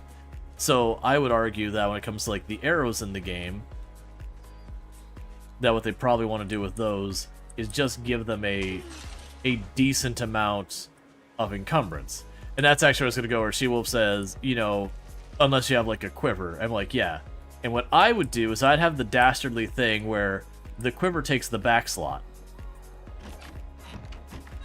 So you can choose to carry a bunch of ammo, like, you can choose to carry a quiver, and it gives you a bunch of ammo capacity, because, like, it has a high carry weight, but it can only carry arrows or whatever. Or you can have your big backpack. Because then at the beginning of the day, you can make a decision that, like, hey, I'm going to slay zombies today. You leave your backpack at home. You got just a little bit of stuff, like a little bit of food in your fanny pack or whatever. And then you've got a quiver on your back. And so you can carry your 20 arrows, and you can go down and dispatch, like, a rally group worth of zombies pretty efficiently and silently. But then, you know, you're out of arrows, and you gotta go back. Or you might be able to retrieve your arrows, some of them break, some of them don't, whatever. I think that would be one way to balance it. Another way to balance it would be to have it be particularly costly encumbrance, so aiming itself would give you an encumbrance penalty, because the idea is you draw on your bow to fire. And before people are like, oh, but with a really good compound bow, it's very easy to draw. You don't have to have a whole lot of draw strength. You're right. The bow you would be making out of bent stick and twine, probably not that efficient. Let's see, maybe a high skill level needed to accurate arrows that don't break all the time. Yeah, well that'd definitely be a whole lot of things that you would definitely have it. So like the fletching skill would be one thing, the bowyer skill would be another thing. So making the bows and making the arrows would be potentially two skills. They could combine those, they could keep them separate, whatever. And then you'd have probably archery as a separate skill from where it's just aim now. They'd probably break it off into like gun aim, archery aim, because they're very fundamentally different things. Like pointing a gun at something and being like, okay, I need to aim slightly up on this is way easier versus being like, all right, I need to like draw this thing and aim at like a 35-degree angle to like get up and over at stuff. Let's see, modern bows. I could see having a modern bow as like your equivalent of a katana. That, you know, you find it, you cannot repair it. And so it's like, it's really, really good, but it's one of those ones you're only going to get so many kills out of it before it's spent and done. You know, because it'd be like, what, fiberglass? Something tells us our character walking around with their pocket knife and a stone hammer is not going to be able to do much with the fiberglass bow, and I don't think wrapping it up with duct tape is going to cut the mustard on that one. I'm going to need a little bit more than duct tape to, you know, patch up a broken bow made out of fiberglass. Man, I can see them doing a lot. It's just my big thing is that it needs to be balanced where you can't just go out with your 200 or 300 arrows and just wipe out a town easy peasy lemon squeezy and silent. If it's gonna be silent, it's gonna need to have some pretty big drawbacks. If it's not silent, then like the zombies, like you hear the little twang from the bow, because again, you're not making like an S tier manufactured with modern equipment bow. You're probably grabbing a stick, bending it taut, putting a piece of twine on it, and going, cool, it's a bow. And going with that. And in that situation, it's gonna not be a whole thing. Well, I would say bowing is enough of its own expertise, it probably doesn't fall under carpentry. Like, yes, it's carpentry adjacent, but like knowing how to make a bed or a wall, you know, knowing how to get a piece of wood under high tension so that you have that strong recoil effect with the string and all that, you have that, you know, that strong pull. That's going to be an entirely different skill set. Like, don't get me wrong, in real life, if you start getting to, like, fancy stuff where you start doing, like, curved windows out of wood and all that, that would be a very similar phenomena. But I feel like that should be an independent skill. Like, I could see being, you know, bowyer and fletching being one skill. But I think bowyer does need to be a separate animal from carpentry.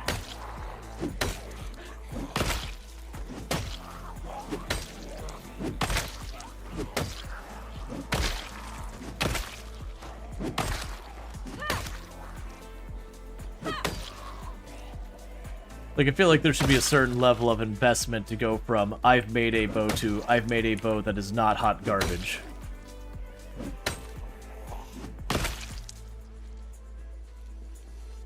Yeah, the homemade bow would do minimal damage. Well, right, and that's the idea, is maybe if you get bowyer up to, like, 7 or 8, and then you can find a certain woods and all that, then you'd be able to do it.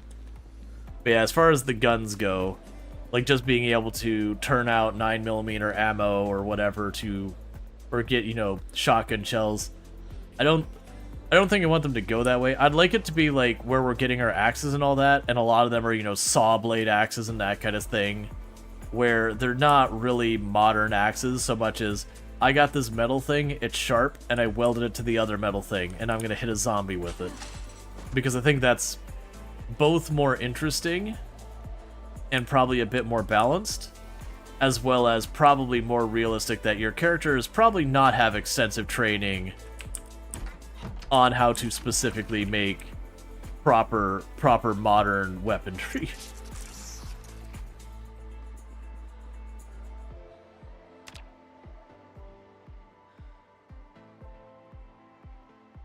I could also see them letting us have certain weapons that it is, you know, a ranged weapon that's like a one and done, like the javelin kind of thing. So have a spear you can throw, but make it fairly realistic. It's like, okay, this is a 2-3 encumbrance weapon, and you huck it at something, it uses a lot of endurance.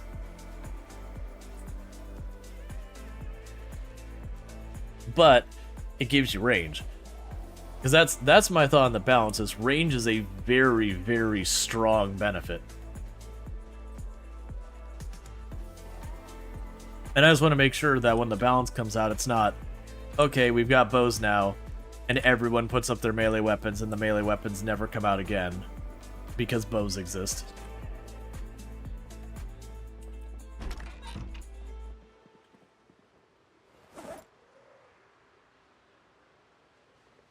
Alright. I got Digiguy making me stretch, making me self-care. How dare you, sir? Alright.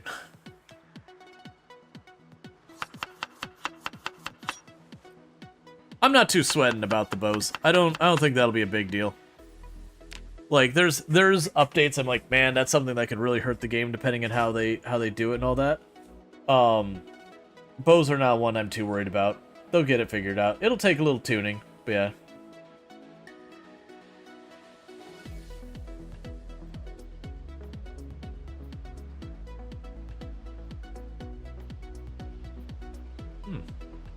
Alright, so the first grape one ended up getting us like 25 hunger. That one's only giving us 5. That's fine. If I was not combining the rose hips in here, I'd get way more hunger out of this, by the way. But also, I don't really care. Foraging for food is pretty easy.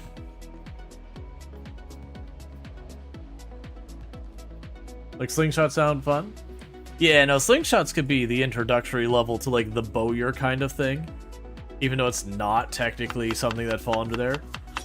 But you'd have like the slingshot thing where it's just the slingshot itself is kind of like the damage the slingshot does this thing. What does the back holster hold? I didn't realize there was a back holster.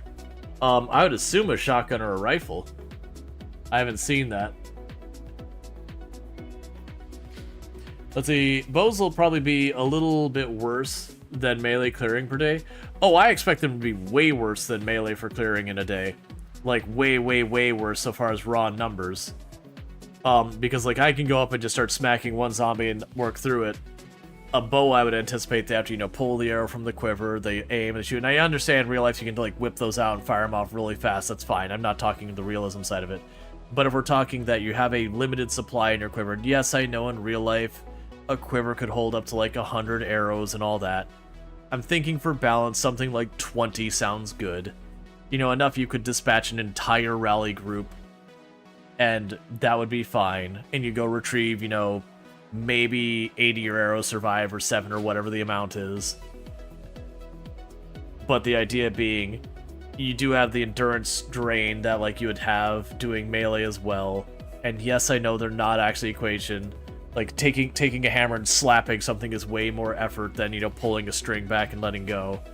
I understand that. I don't actually care about the realism at all. From the balance perspective, silent, at-range dispatching zombies needs drawbacks, and those are the easy drawbacks to give it. Is just limiting the amount of arrows you can carry, and having to make sure it has, like, an endurance cost.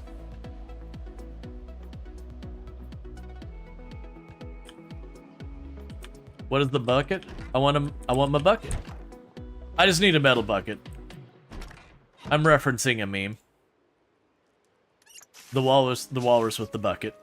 But yeah, no, I need a metal bucket because unfortunately right now, the carved bucket did not work for building the primitive anvil. And I think that's just like an oversight. I don't believe it was a deliberate decision. They're like, no, you need the metal one. It's looking for it by name, and the name is bucket of clay cement. And unfortunately, the name of the other one is carved bucket of clay cement. Why not debug it? Because I don't debug. Not that big an issue. If it was something like I was bricked in my spot in a save from something that was a glitch, like if we fell into like, you know, I fell like below the world or something like that and I couldn't move it, I would debug to remove myself from that because that's obviously a bug and it's not something I can just play through. But honestly, that's not that big a deal. Just 2 nodules? Yeah, let's keep going. Just give me one of mine. I'm not too worried about it, honestly. I know they're not like super duper common. They're like a reasonably rare item, the metal buckets.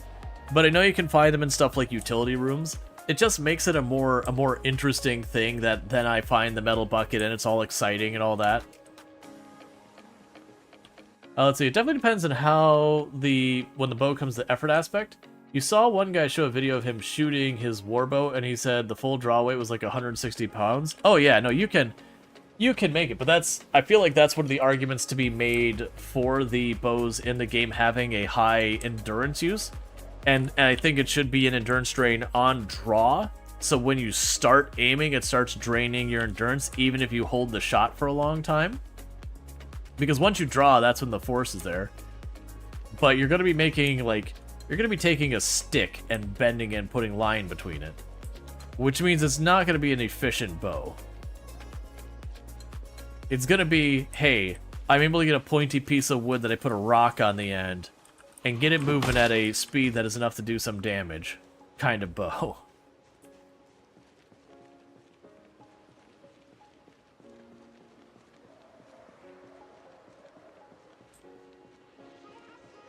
So I would assume that would be a thing that, like, yeah. Yeah, Buckethead the spoiled party, yeah. Yeah, there's actually a lot of people have been doing blacksmithing. I know Disnoff's been doing blacksmithing, Allison Adventures has been doing blacksmithing. I wouldn't be surprised if someone told me Lamprey... No, well, actually, Lamprey started 16 times pop run, so Lamprey's not doing blacksmithing yet. He might get to that. So I do know there are creators who have gone out of their way to do the blacksmithing stuff. Keep in mind, some of the blacksmithing stuff is a little limited right now. So, while we can blacksmith stuff, certainly, it's not like we can go through and make literally everything and all that, like make our arsenal. They are going to expand it all on that as it goes. That said, what are the limitations? I don't know, I haven't done it yet. But that's kind of what I've heard secondhand, is that there's a lot of goodies in there, but also, it's not fully there yet. There's a lot missing, too. Kitchenette could stay on the body for right now.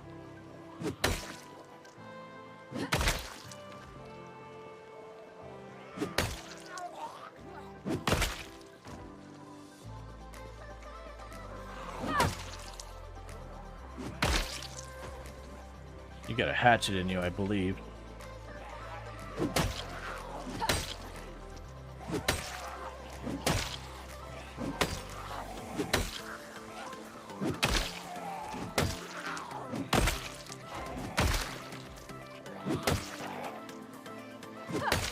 Not a hatchet, a scrap cleaver.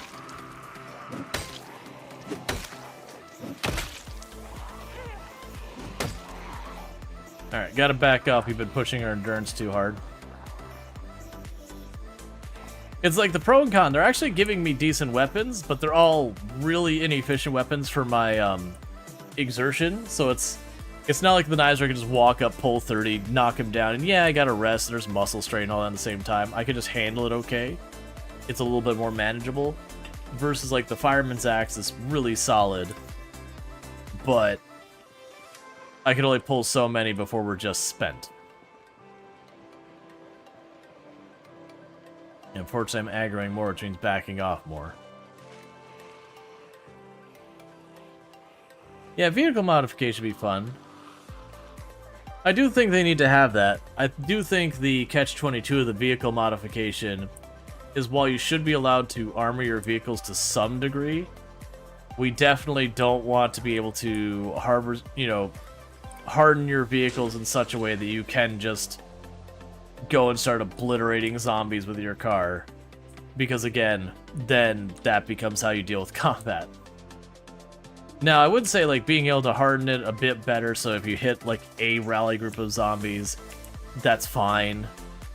You know, it preserves the engine a little bit and all that. I do think it would be fine to have certain ways that the cars would be at least a bit better for weaponization.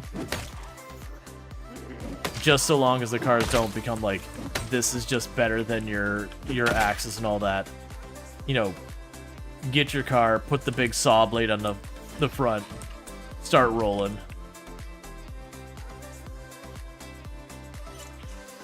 I honestly would like to see a lot more utility modification for your car. So if people have played Pacific Drive, more stuff along that side, so you can, like, you know, stick on the side of your car like a big storage bin, like on the side of the car. You know, on the other side of the car have, like, you know, a little mini generator that's on the car, so you can literally just drive the car someplace. Hook up, you know, have the car drive up to the gas pump, turn on the generator on the car to then power the pump, and so, like, literally have the whole thing. Have, like, the big overtop storage rack. I would also, like, 100% I agree, give you more horsepower. I could agree to that one as well, like, just be able to amp up the engine so that you can really just hustle with stuff behind it. Like, I could see the fun of allowing us to take engines from one car and put them in another kind of thing. So take, like, the Bull Driver engine and put in the equivalent to the Honda Civic. Do, like, your monster Honda kind of thing where you just have, like, a way too big engine for the car.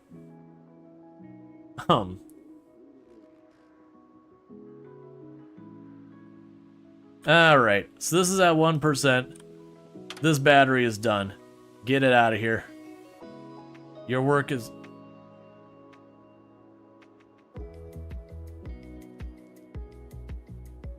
Okay.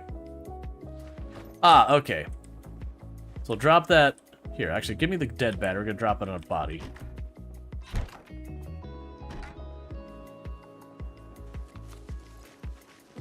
Here's a battery, friend. You think there's a battery bug? No, it was, the battery I put in here wasn't full.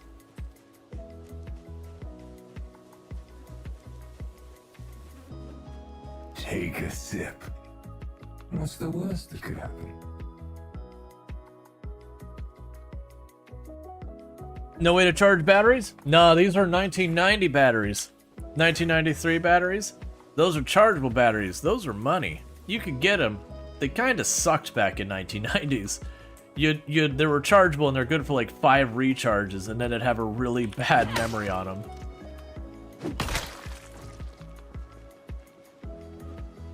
Like, they were rechargeable, but you could really only charge them a couple of times, and it would just not hold the charge the first time. So they're really good for stuff like the TV remote or stuff like that that don't really use a lot of power. You're not going to drain the batteries too fast, that kind of thing. Those are perfect for rechargeables. Stuff like your Game Boy and all that. The first charge is really good, the second charge is okay, the third charge not so hot. And you get to the point where you'd go and get the game and it'd be like 100% charge and go drain your low battery almost instantly. But yeah, so it's good for, like, you know, the little radio you'd have sitting next to your bed. If it wasn't a plug-in, it would drain batteries pretty slowly, so that was fine.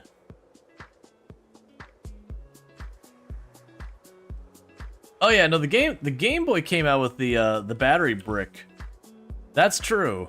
That wasn't in 93. That was way later that the Game Boy started coming out with all the peripherals. That was, you know, after a while you got like the Game Boy, you'd have the fold-out speakers on the side, you'd have like the big fold-down thing that put a big magnifying glass on the front of the screen. You'd have like the rechargeable battery pack you could put in the back. I mean, the way you usually played Game Boys, they were gonna play for a real length of time as you plugged the thing in. If I remember, there's a little power plug, like a little power slot thing on the bottom, if I remember correctly. It's been a long time. Yeah, and you had the little light you'd flip over, like your little light you'd read a book in the dark with.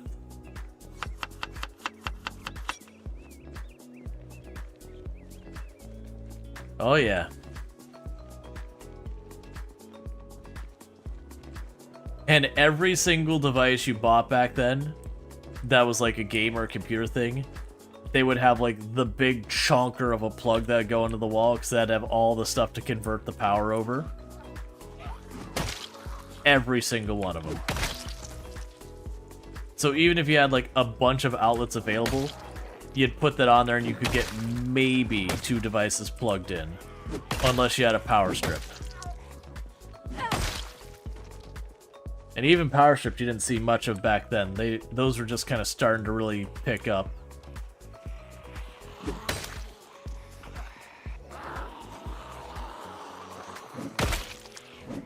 Oh, right, or you'd have something that required the 3 prongs, and you just wouldn't have a 3-prong outlet to go to. Or you'd have the power strip, and the power strip wouldn't be a 3-prong power strip, it'd just be the 2.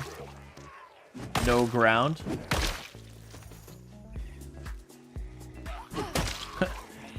We're gonna put power through this. YOLO. Short, what's that?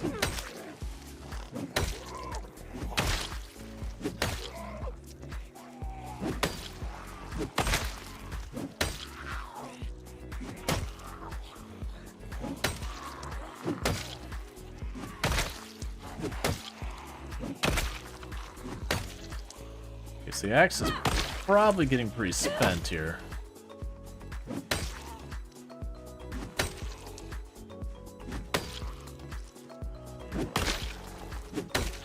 One of the go-tos that people used to do back then is they would break the ground off their plug and plug it into. All right, we need to back off.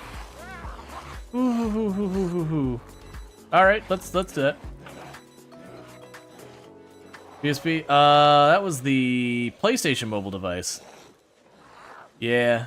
What? I mean, we're at high exertion, but even that felt like a slow hit for high exertion.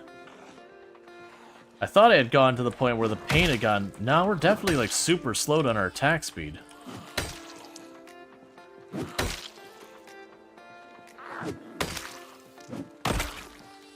Now let's get back here and rest.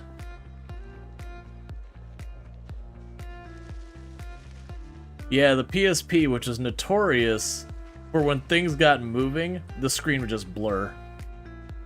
Just the way the liquid crystal on it, when things were moving past on it, it would just be this blur of color, and you're like, yep, I know what's happening here. Yeah, no, I got snagged in that bush. It's like, the zombies actually have very short range. Shorter than you'd think. But yeah. But even then, that was definitely another one of those ones where you're like, I hate this.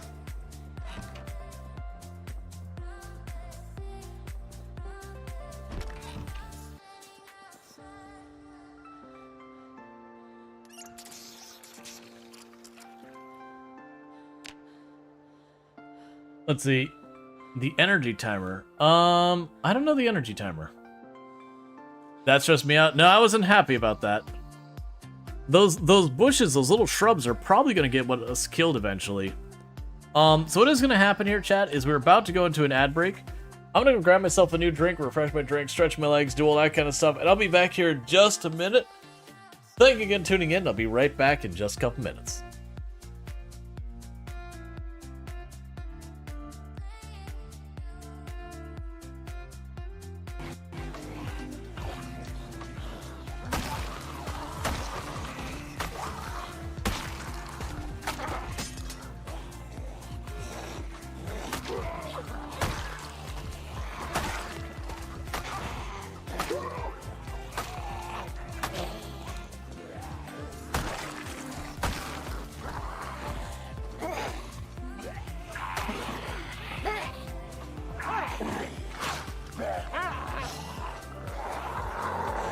I messed it up. Don't be bitten. No! No!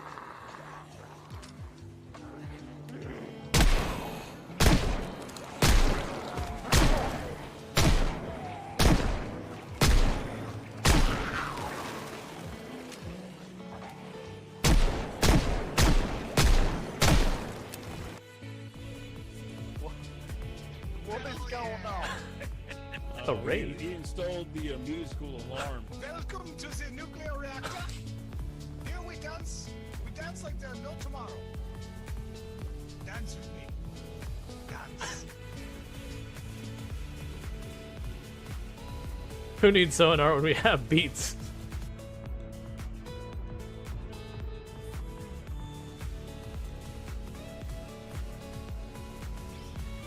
I mean, the accordion makes it. I had no idea that this sub was rated for Euro power.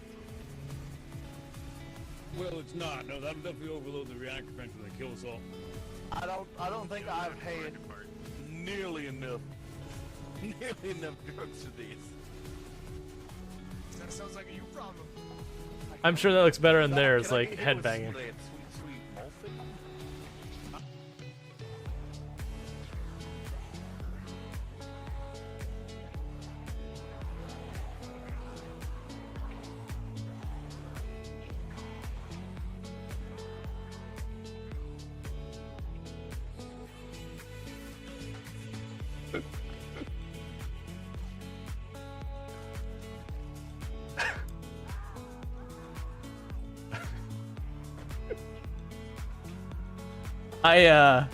I'm pretty sure I just got Brildain killed.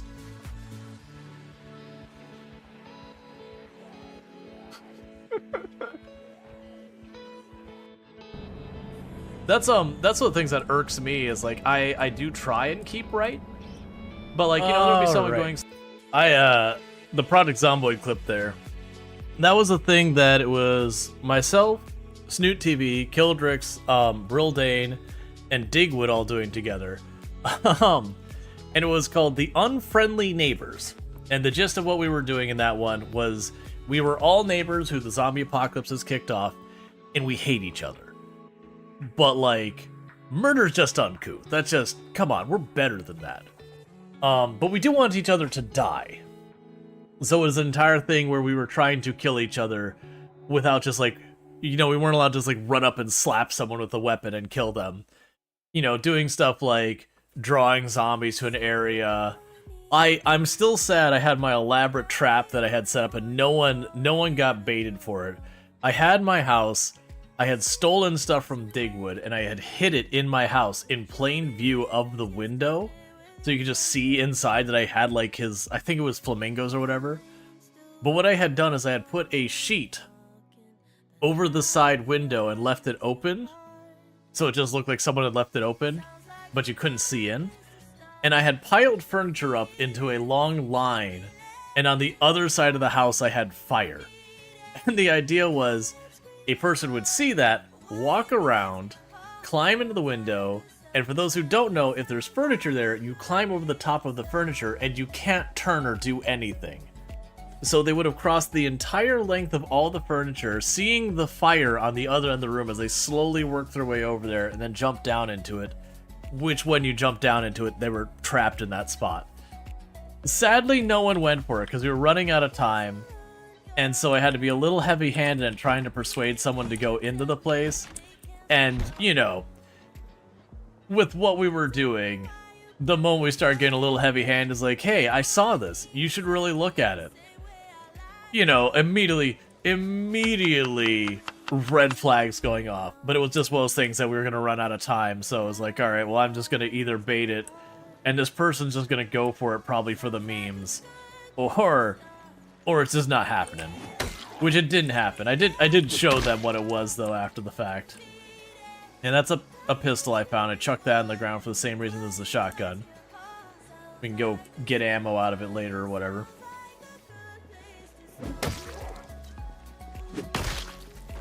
Yeah, no, it was a lot of fun. But that was Brildain that I had killed in that scene. which it was fun. So Brildane was RPing as like an HOA enforcing person. So she was coming by and being like, hey, you know, this house is in violation, its windows are all broken up and that kind of stuff.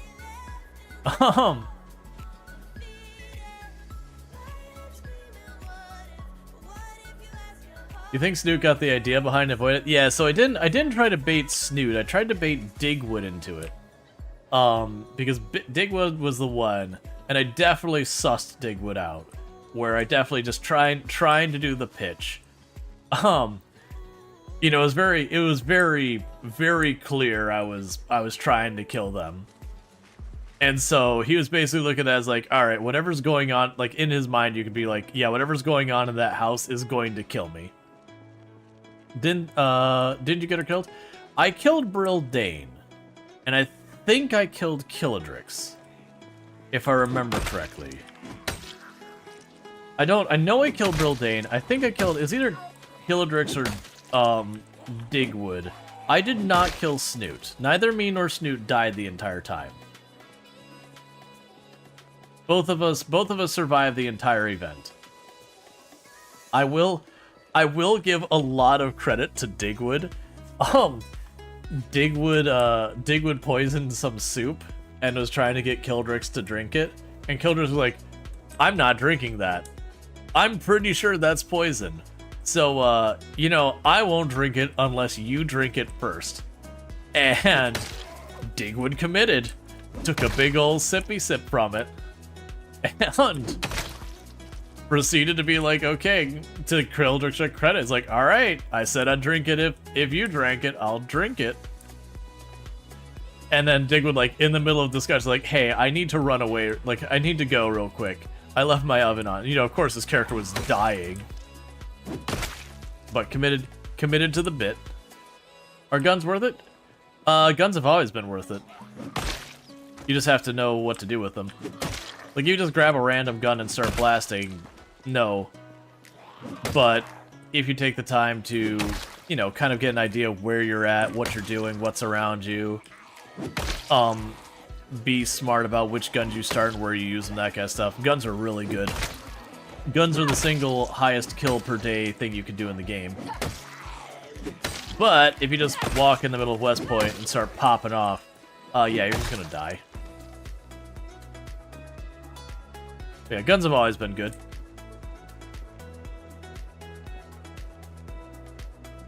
I don't know, like, kind of the rules on how you want to approach them now. It used to be, generally speaking, you'd want to try and get your hands on a shotgun first to get that early aim skill up. You could go with the other guns, it's just much harder to get off the ground that way. But if you just used a little bit of shotgun, you didn't need much, like a case or two of ammo, and you get 1 or 2 points in aim. And then once you had 1 or 2 points in aim, like, the 9mm became pretty good at that point. And there was the, was it the 38 special revolver? There's one of the little revolvers became really good. Really good once you had, like, 2 or so aiming. The thing that I think got a lot of people is, like, they would grab, like, the Desert Eagle, 0 aiming, and then start popping off with it and do terribly, and they'd be like, guns suck. And yeah, you're using a Desert Eagle when it's like, you know, baby's first firearm. You know, your character has heard of the gun, but has never once held one in their hand in themselves or whatever.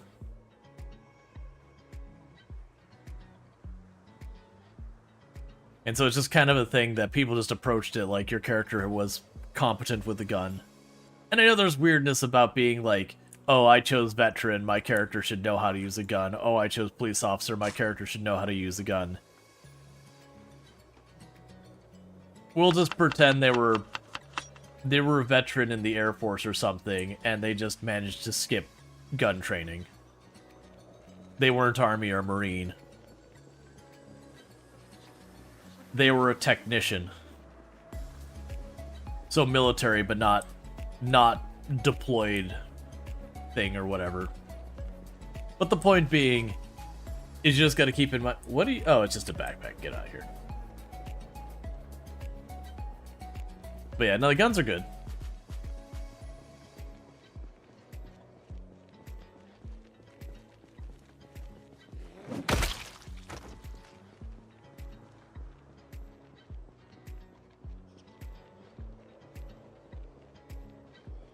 there's a good chance, if we keep up this pace, that I should be able to get into this house right next to me and go to sleep there tonight.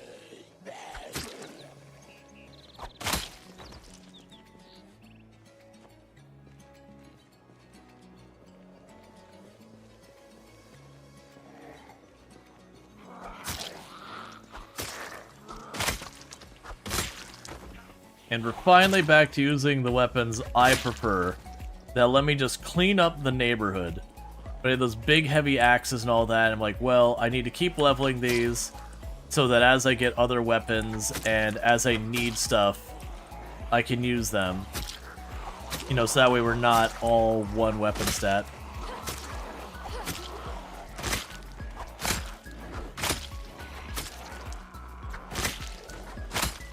Oh, short blades. Never betray me.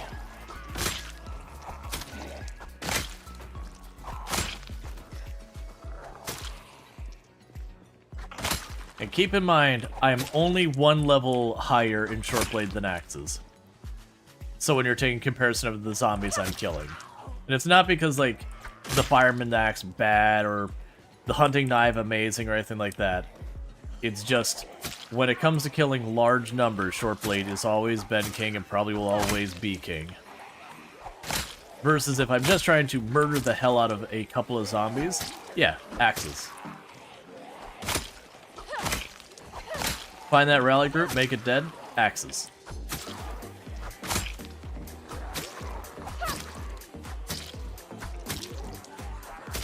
And no, I can't sustain this forever. Like, you'll notice we actually went exerted, so now our damage is cut a little bit.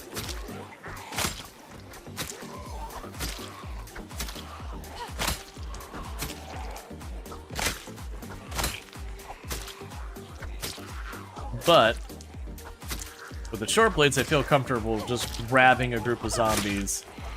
And while, you know, it'll wear our character out a little bit, knock him down.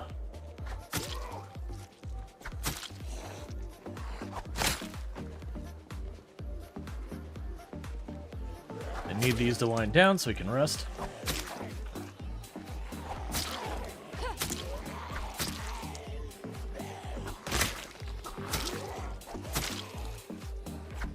And the other good news is we're nowhere near eligible for the helicopter to happen again. It just happened at the beginning of stream.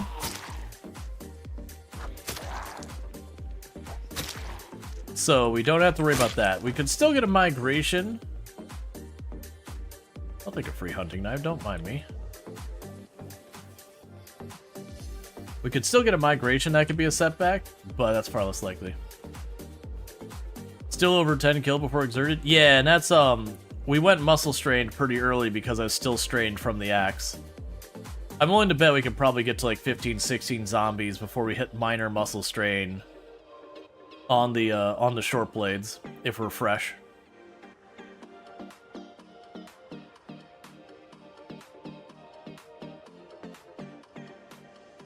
Yeah, and I much prefer the melee gameplay. Like, don't get me wrong, the guns are good, and it feels good to do the gun gameplay.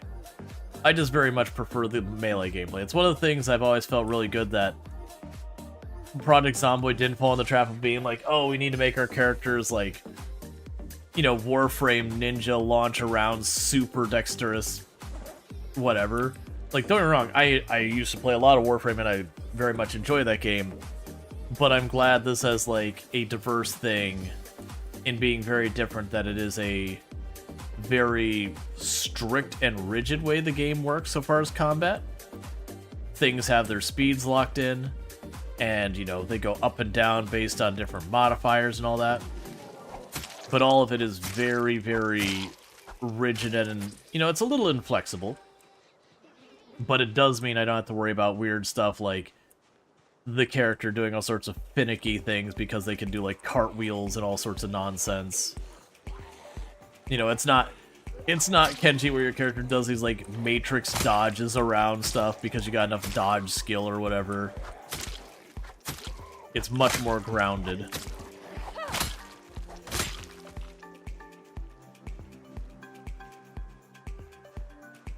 I saw a group of zombies over here, now I don't, and I don't like that. Okay, they're back there. Okay, I think those two heard me.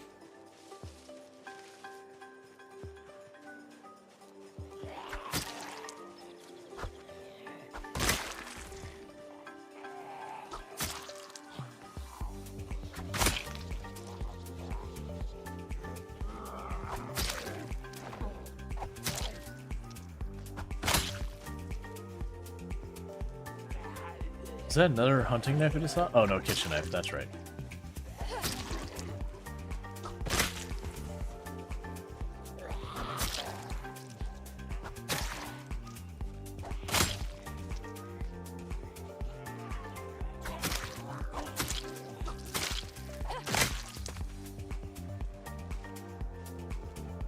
Yeah, so I'm trying to clear around that house right in front of me. Because the trailer I'm not willing to sleep in. That thing's a death trap. Like, all the windows are busted out. Its doors are all there. So if I try and sleep in there, there's a really good chance a zombie will see us wander in. And it's very tight quarters, so doing the whole trick where you run when the zombies pop in kind of thing, there's a really good chance that I'll just get myself bounced and cornered. So I'd rather just, like, lay out in the middle of the road than take my chances with that trailer. But the house down here, on the other hand, that I'm down to sleep in. Oh, right, I have even more hunting knives.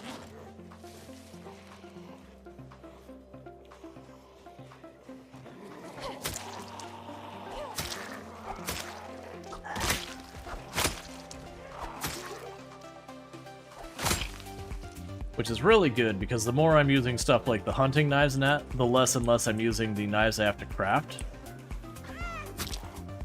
Yeah, just wanted to put the fear in you, man. Let you know what you're in for.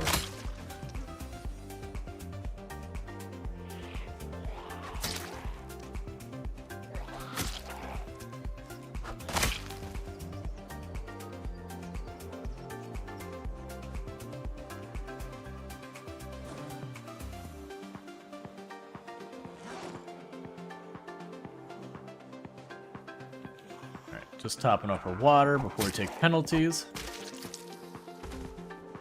Because he just killed a zombie who was carrying a four log stack and a full propane tank. No wonder he got zombied.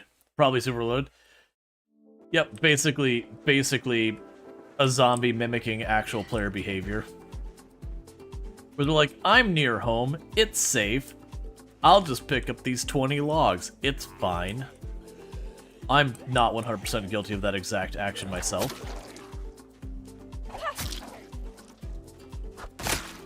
And then you run to one zombie and your character's full exerted, like, maximum exertion. You know, super drowsy and all that. And you're trying to, like, juggle your inventory to drop all the logs. But because you put them in the backpack so you can carry so many, it's super duper slow. Which answer there, by the way, is if you do run that situation, right-click, drop backpack. If you've got way too much weight in your backpack and you're in the middle of this stuff and you're being chased, just drop the backpack. Yes, it's got all your goodies in it. Yes, you're gonna really not want to lose it. Drop the backpack, remember where you dropped it, and come back for it later. Surviving is step number 1. Step number 2 is, you know, the hoarding, the profit, all that stuff.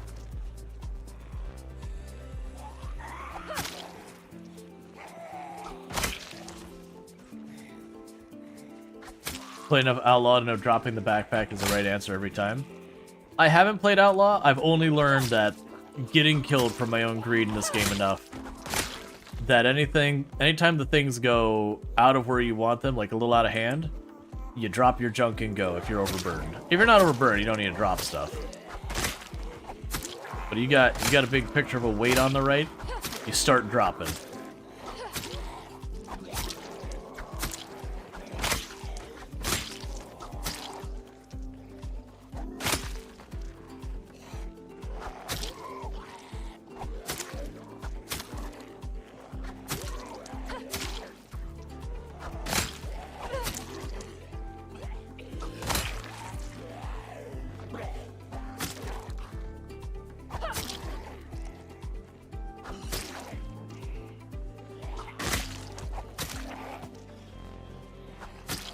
I'd really like...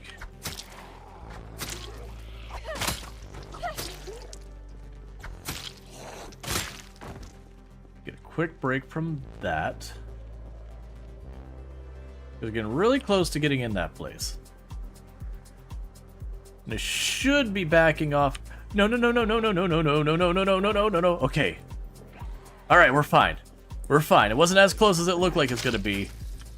I saw him going, and I was still fast forwarding. Yeah, that's okay. Yeah, fast forward. That's a great decision.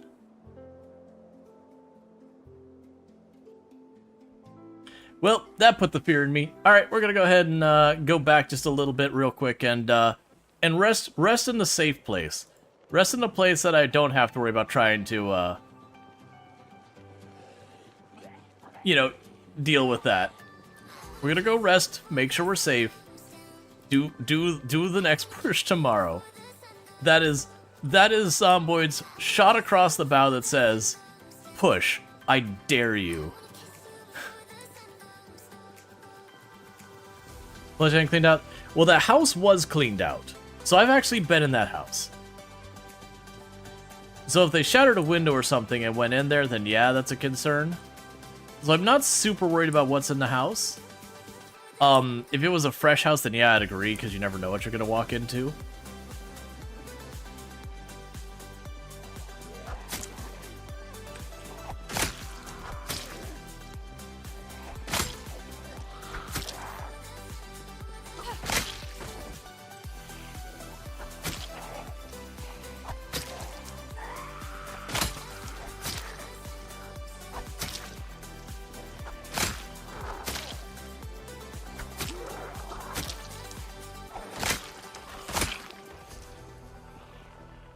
What do you have on you? Ah.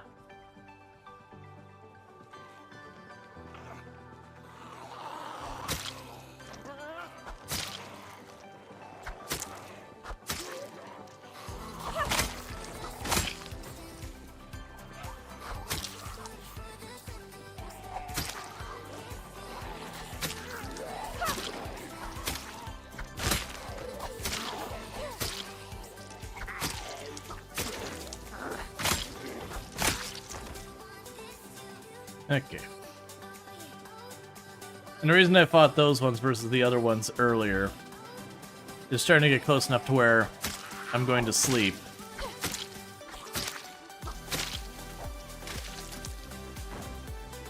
Where they'll likely follow me back home. So I overextended a little bit, is ultimately what that boils down to. I was really trying to push for that house.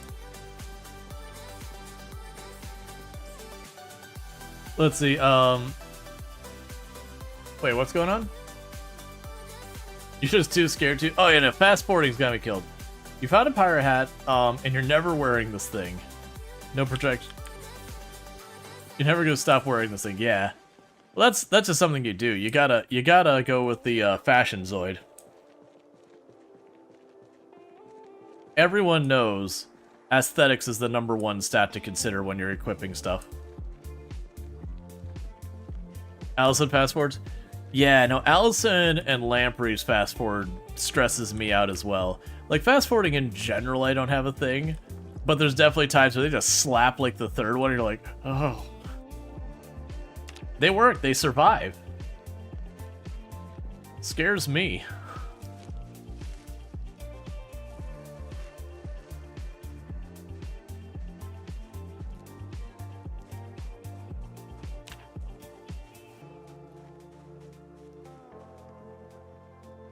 Which both of those are absolutely fantastic players, by the way. That wasn't me like bad mouth them or anything. It's just one of those things that like I've died to fast forwarding too many times. And like honestly that was I still had about a quarter of a second or whatever before we were like dead, but that's still way too close.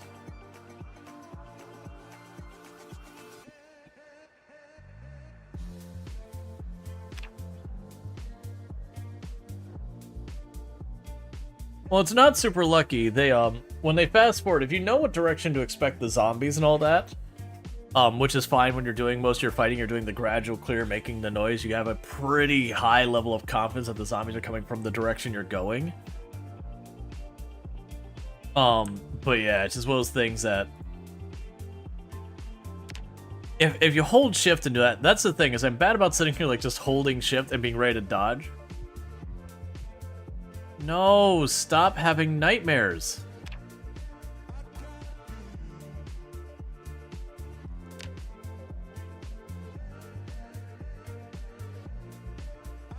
It's really inconvenient because we're not tired enough to go back to bed. If I take sleeping pills, then we'll be so tired I'll wake up halfway through the day, so it just really screws the amount I can't get done. Oh yeah, no, it makes sense that she had nightmares. Like, I'm not faulting her for having the nightmares. Having nightmares with what she's going through is honestly an expected outcome. It's just a very inconvenient for me outcome.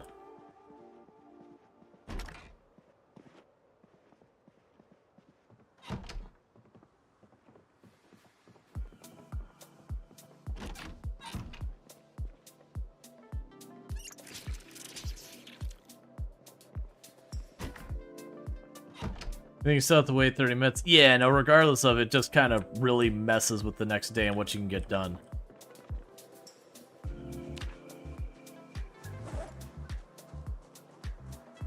Let's do a quick jog back to our main base real fast, drop off. Got these flint nodules. I need to get some, just basic food like berries or whatever. Because I'm already most of the way up the road. Let's just do it.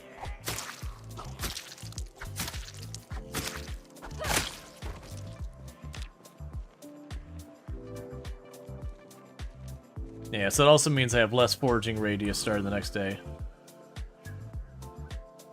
I see you, zombie.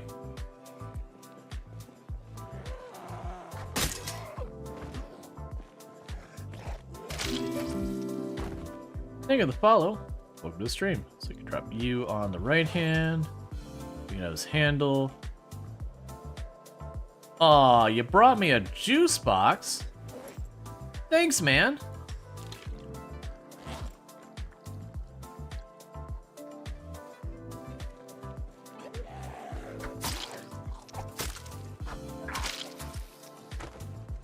I was trying to blank on the brands from back then. Brought me a Sunkist. Or Sunny D. That's the one. Brought me a Sunny D.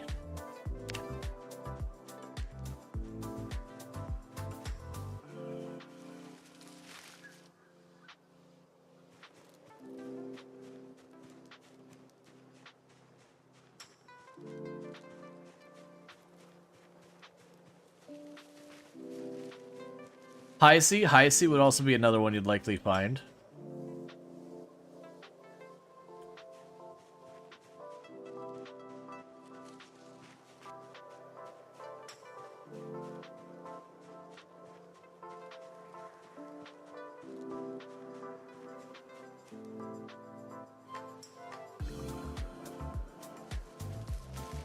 I kind of wish there was an option as well when you have something you don't want to actually pick up but you want to like reserve there, to just like have an option there for hey, I want this to be like not in the inventory but like just keep it, just drop it here in the ground.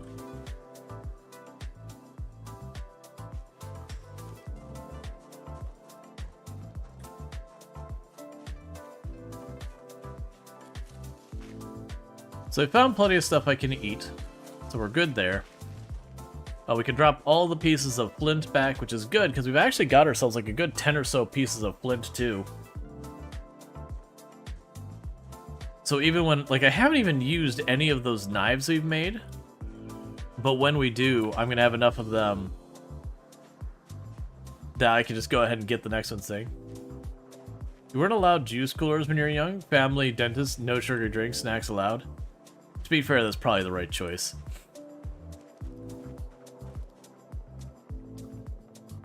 Like, being entirely fair, probably the right choice.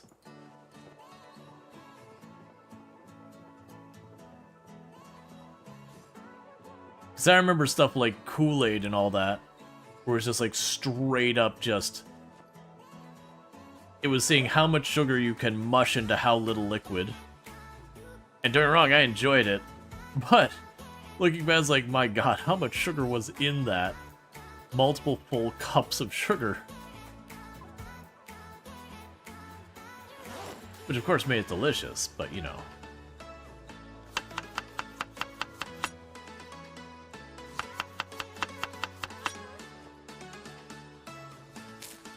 Mom would make Jell-O as a treat? Yeah.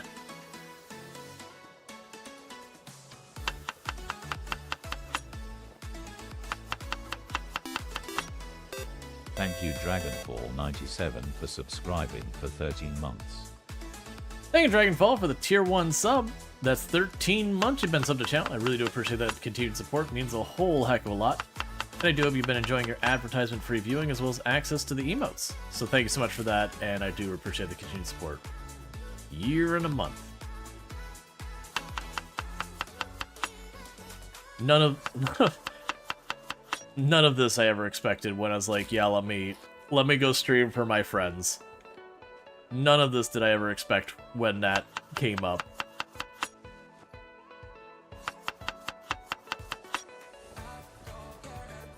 I was like, yeah, I can probably stream this game. I'll just stream this game this one time. That'll be cool. Just started streaming, never stopped.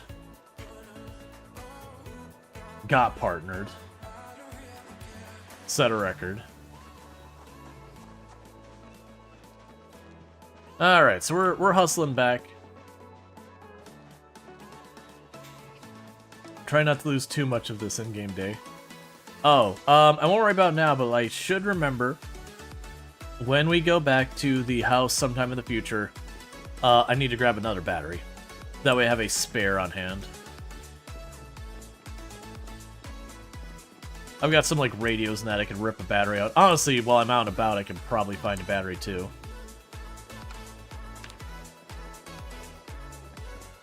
Alright, let's get back to the front lines.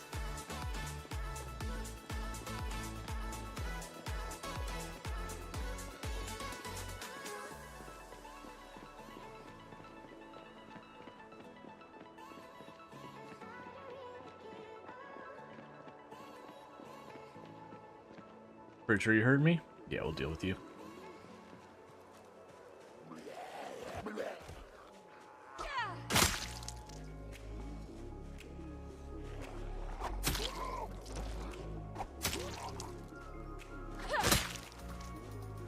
Okay. So we've got rain. That's fine.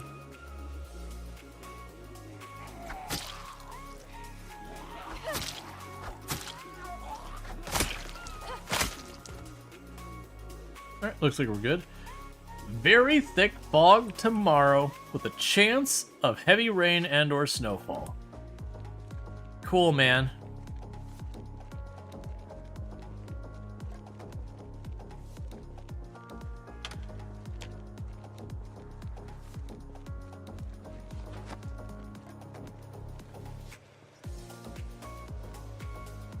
Alright.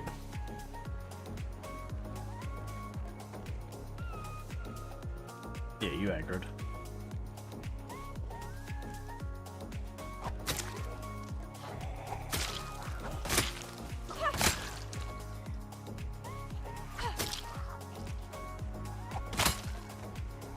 So I think what happens once we reach the gas station is we get the generator set up. That's step one. Get the generator set up, get it all gassed up, get the car gassed up, do all that stuff. We'll loot the place while we're there, of course.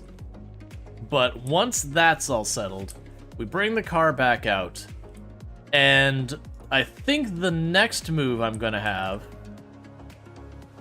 is I'm going to bring up my map real fast. Yeah, so once we get down here, because we've been getting down to about this spot, so you can see right there, literally the other side of those trees, right there. Once we've got that sorted, my next move is after that's all set up, is I know there's a generator here. Yeah, exactly. And I think what I'm going to start doing is I'll start fighting my way over this way, which shouldn't be as bad, but I do want to clear out the zombies enough that I can get over there. I don't believe I'm going to drive the car to get that one. I do think we're going to do the miserable thing that is grabbing a generator by hand and dragging that crap home out over the course of like 2-3 days. Because, you know, it's just going to murder my exertion. So, you know, I'll drag it till we get pretty close to high exertion, put it down, rest, pick it up. Because if we drive over there, one, is going to draw in more zombies, and it's going to trash the wheels on my car. And I haven't found a jack yet, so we definitely want to get those wheels to last as long as we can until we get that problem resolved. That empty field is a bad idea? Well, that's the idea, is we wouldn't be cutting across it. The plan is I would start clearing, like I've been down this area, towards that field. So we would go in there, pull a group of zombies, kill them, and start whittling through until we can reach that salvage yard. Because the other good news is there's a lot of good cards in that salvage yard. There's a really good chance we can get something really good out of that. It'll also start depleting the zombies that we've been dumping all over the place with the helicopters. So I can hopefully start getting that under control so that the entire western area of my... You know, the entire area west of my base isn't terrifying.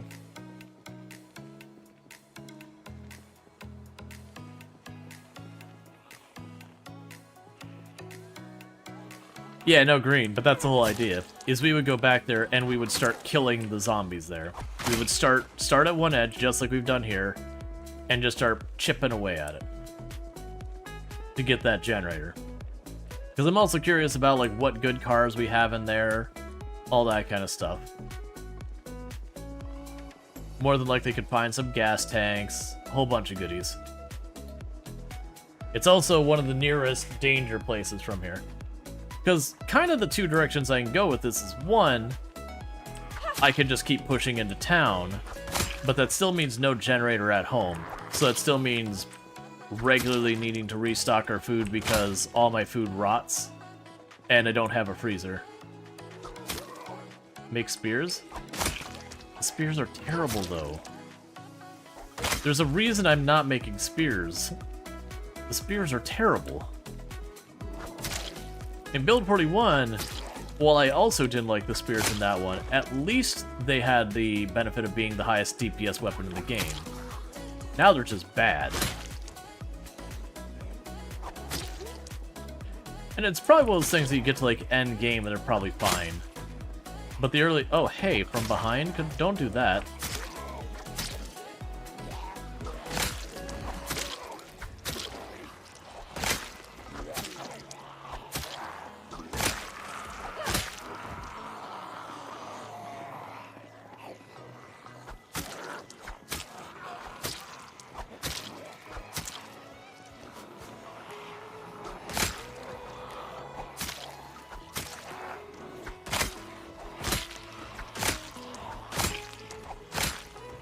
Okay.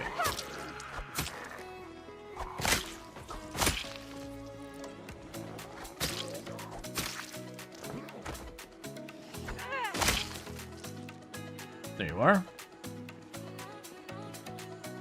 Longstone knives? Yeah, we're getting pretty close to the point I'll be able to make the longer blades, and I haven't seen what we use those for.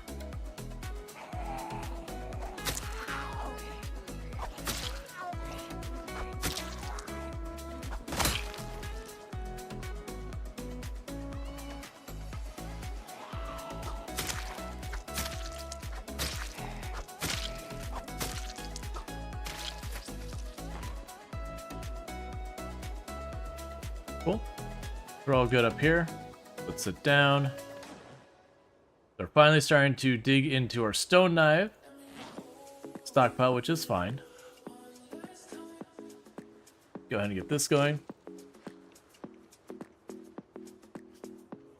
Let's see, what changed? Let's see, what changed? Why are they bad in this build? So the spears, as far as crafting them, you used to be able to get somewhere in the area, I believe it was like 9 to 12 spears per tree you cut down. And then in this particular build, you can get about 1 per tree. Because you have to carve them and all that. And so it is one of those things that, like, the early game spears are just really rough. And so when you think about that, to get enough spears to be worthwhile for the durability, to get your maintenance and all that up, to be able to use the spears and not have them break, it just ends up being a huge investment. And it's just kind of one of those things that's very difficult to justify. Whereas for other weapons, I could sit there and, you know, go through, hit a flint node, and get myself like 6, 8, 10 or whatever. Well, probably like 6. Get myself like 6 chunks of flint for making axes or knives or anything like that. And the whole thing. Because always the big issue with spears is their durability pretty close to doesn't exist. So they just snap after like 1 or 2 zombies tops. Until you start getting some really good spear level and maintenance. Like, once you got your levels up, spears are amazing in build 41. But even then, you still needed like 6 to 8 spears per day when maxed out stats just to sustain the push.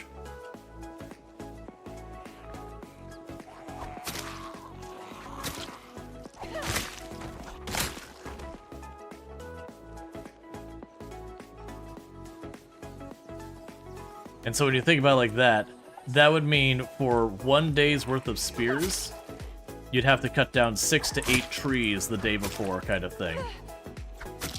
And that many trees wipes your character out pretty badly. So it's just they have a much, much higher material cost than they used to. Which slows down your ability to level it, makes it more cumbersome to keep supplied on them, yada yada yada.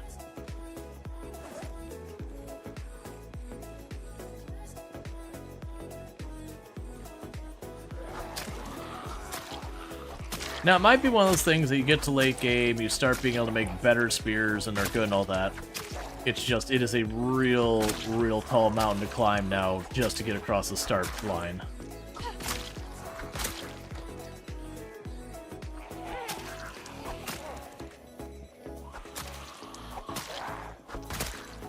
And then you also add into the fact, in build 42, endurance and muscle strain are a bit more of an issue. Because muscle strain is a new mechanic for this build. And it's one of those things that you are even less likely to be able to get meaningful kills out of the earlier spears as well. And so it's just a compounding level, because it's based on damage that you level up your weapon skill. So it means your spear level itself is going to level slower, because you're going to hit a couple of zombies, you're going to go muscle strained, and then exerted, which nerfs your damage, which means less XP per hit. You get where this is going. I do think it was probably a deliberate decision to give spears a pretty hard nerf, just because of how out of balance they were on the last one. They weren't actually that out of balance, to be fair, but just because like everyone was like, yeah, spears, you know, best weapon from like base stats kind of thing.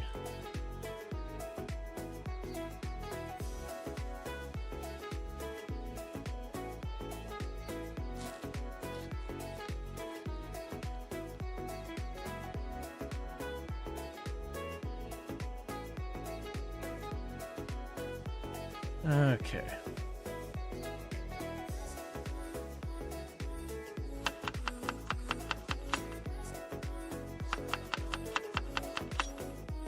Let's see, still best XP in the game? What is? Spears? Probably not.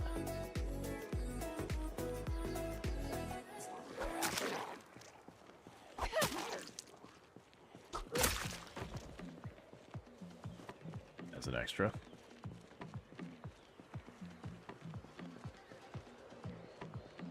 Like, do I think spears are usable? Probably.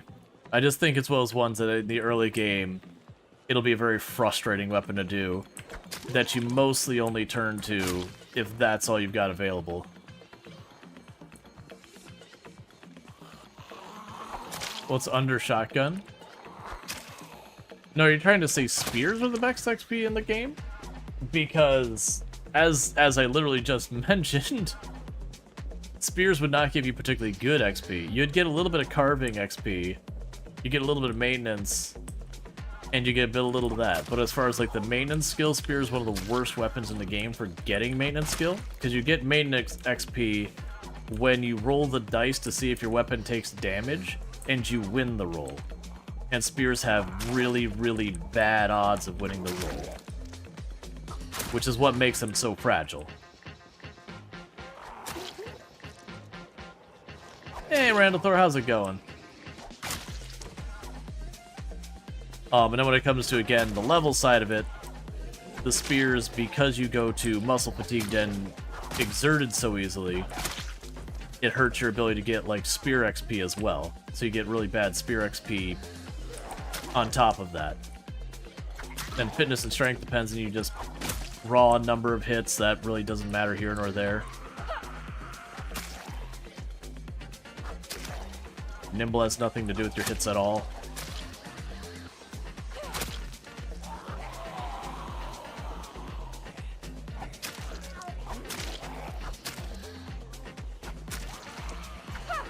I've used spears, man. I don't know what your get up where you're like, dude, spears. We already did a run where we were doing some spears at the beginning and they were bad.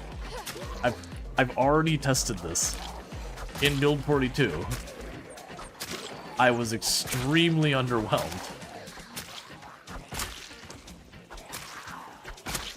And we've got people who lived and died by spears in build 41 who are like, these are awful, and have turned mostly to using the crude axes now.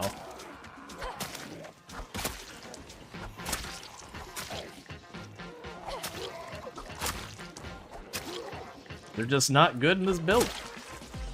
They'll probably get some adjustments, and maybe they'll be less awful at that point. But that's fine. Like, it's unstable, things aren't balanced. But yeah, no, right now, if you're someone who likes builds, you know, spears in build 41, and you're gonna be upset if spears aren't good, maybe play build 41.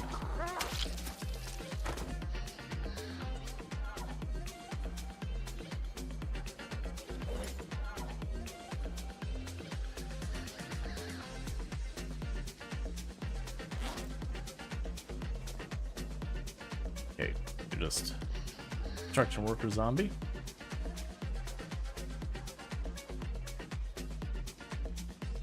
I don't like all these things blocking my line of sight right here.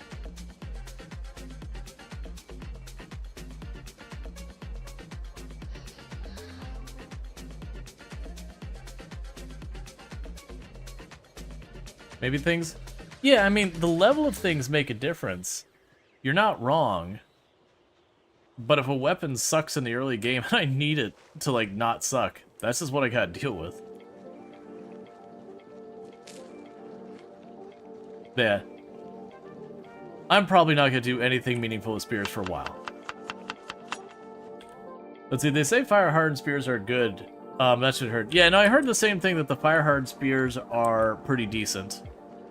But it is one of those things that, you know, to cut down the tree, get a singular spear, then harden the spear, then fire-harden... Yeah, sorry, the fire-harden the spear. It's just a very laborious weapon. And I've never been a fan of the spears in Project Zomboid. Even just mechanically, I've not been a fan of them. Like, having to, like, dodge around, making sure you're, not at risk of using the execution animation by making sure you have more than one zombie in front of you if you're not down to just one. I don't care for the fact that they are very hungry from an endurance aspect. So while their DPS is amazing, I don't like burning my character's energy down. So it's just kind of one of those things that the things I don't want in a weapon is what they offer. It's also the reason why I'm not a big fan of axes. I'll use the axes, and they're good. Like, all these weapons are good. But I don't like the weapons that burn your endurance for, like, really quick kills. I'd rather have the extra hits that I have to take. You know, I'd rather do 2-3 hits and have a lot of endurance on the other side of it than one hit and it just kills a bunch of my endurance. Most weapon categories can be good. Yeah, they're basically just different trade-offs. Yep. And I do not like the trade-offs that spears offer. The inventory management alone is enough that I don't like. We have to carry like 8 of them just to... Even these knives have to do a lot of inventory management. And they're still a blessing compared to the spears. But that's the spear's big negative, is their durability.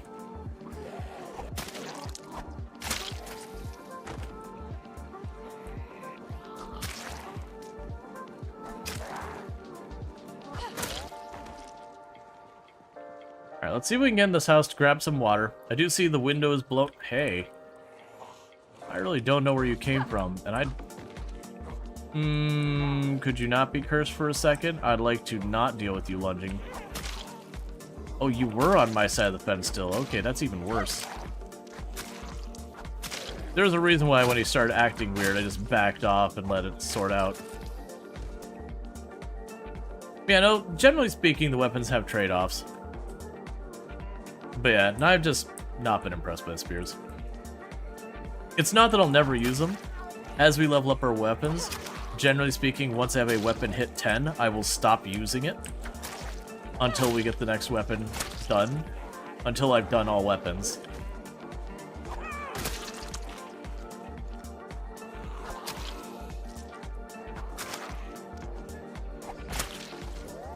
Ah, it's a bread knife. Figured it probably was, but I was hoping it wasn't.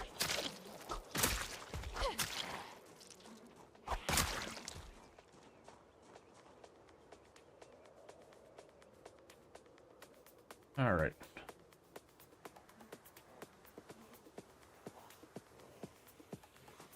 Yep, only 2 more houses to loot to the gas station.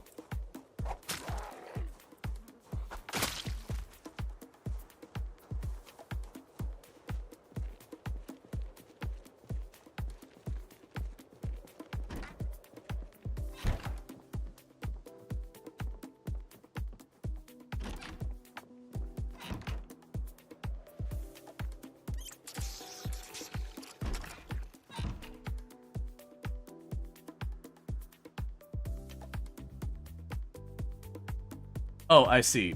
I was thinking it was on the shelf. So for right now...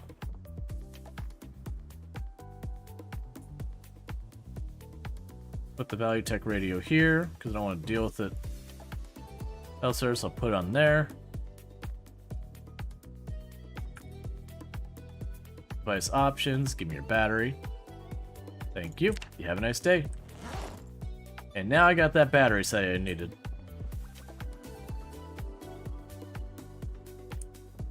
Oh, we might as well sit over here in this corner. Not disassembling? Not right now. Like, very genuinely, I pretty much got all the stuff I really want with the, with electrical. I will disassemble stuff, but for the moment, the priority is just the gas station. Let's see, wooden spears have a greater chance of targeting the wrong zombie. So right now, they've actually got that, you know, the bad targeting thing sorted. That I haven't run into it at all since the hotfix and everything. So the days of hitting the zombie behind the zombie you're looking for do appear to be getting themselves sorted out. Do you get XP for disassembling electronics? Yes. So carpentry and that, they took it away, but electronics is the exception where you still get XP.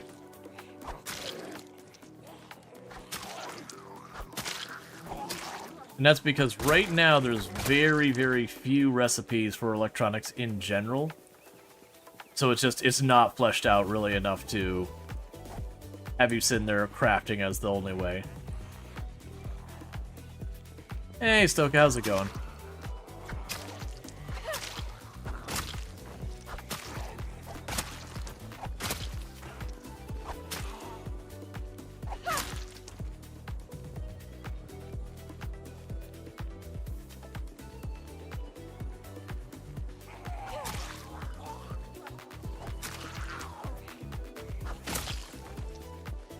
So we got a bunch moving in from down here, so let's back up a little. So I'm only getting hit from one side.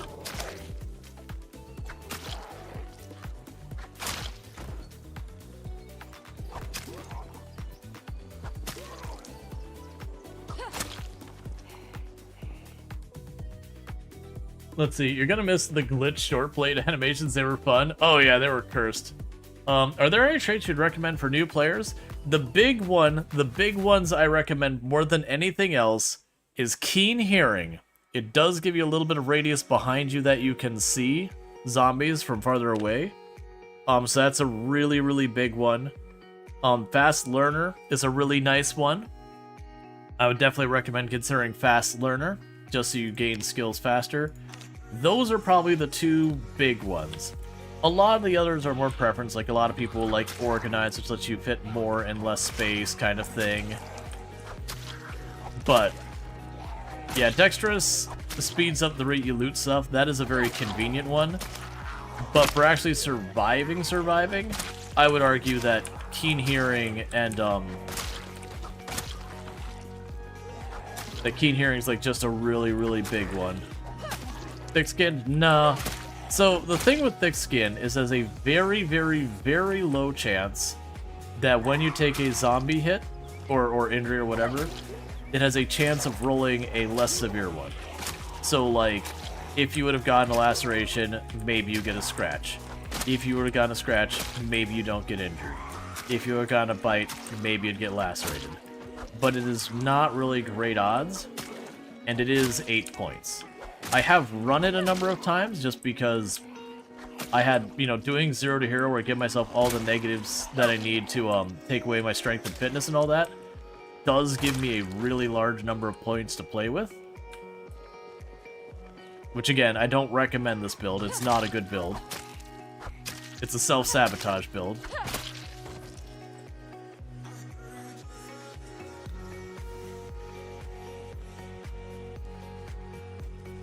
Thin skin's the opposite? Yes. Thin skin, you have an odds of getting worse injuries.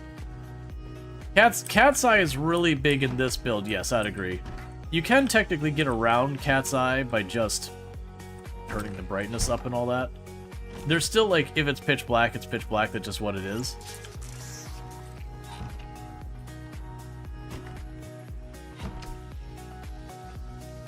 Okay, just making sure the window was intact. But yeah, so the big ones I'd say is, again, keen hearing is huge, and I would also argue fast learner is a big one. Whether you're new or experienced player, those are like for survival, really, really big ones. A lot of the other ones are more preference. There's a lot of good ones. You have Cat's Eye is good, Organized is good, Dexterous is good.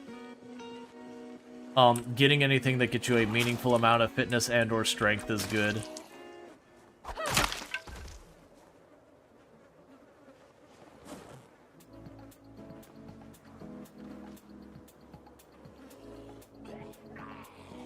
Why is everyone moving this way? Oh, towards me? They're probably just moving around in the cell just in general.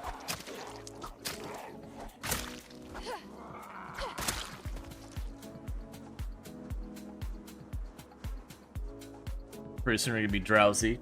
My plan is to sleep in that house tonight. We're so close to the gas station.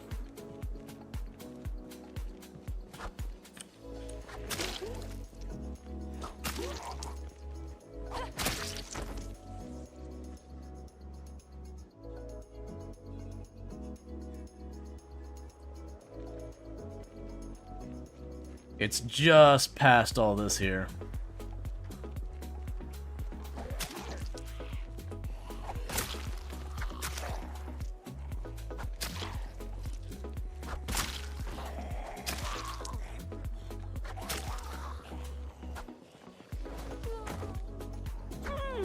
Oh, Lamprey did the calculations as 2.5 million. That checks out. That sounds about right.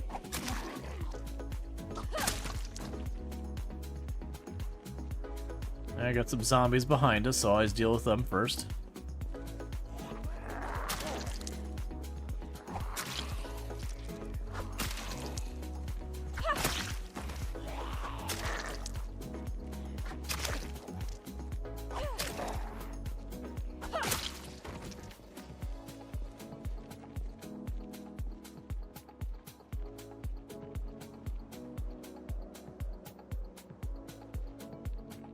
Alright. Let's not overextend ourselves or get bullied out. Saw the one moving. I was waiting to see if it'd catch up. Okay.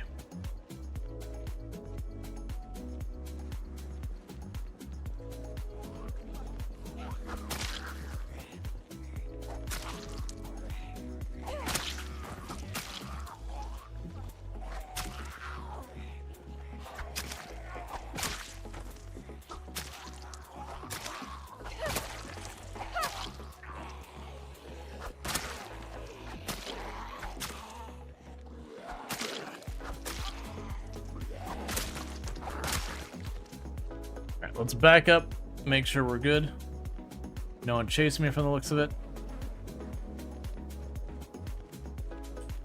Let's see, stealth is more functional than it's ever been, but with the default settings, the zombie senses...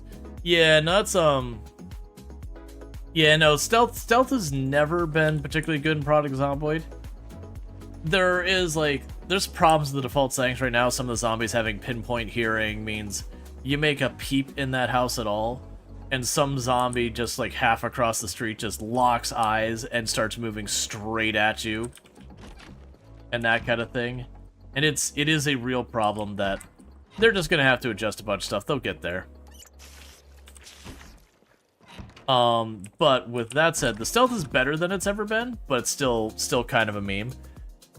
The other thing when it comes to stealth is, let's say I'm going down around this area.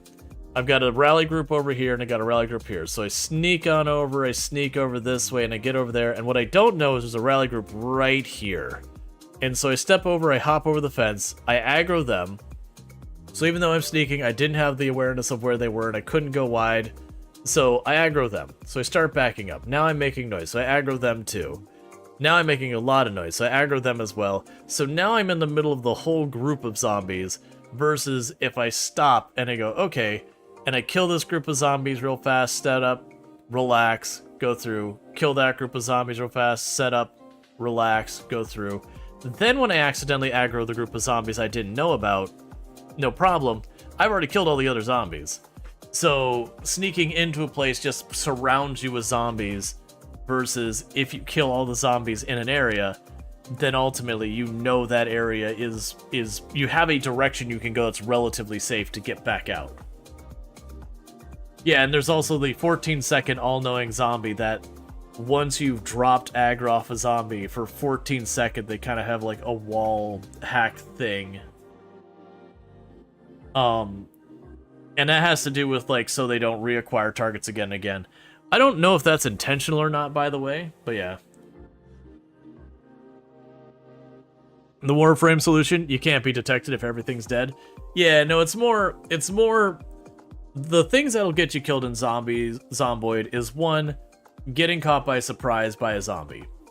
That's more likely to happen when you're sneaking around and something spots you and goes in behind you.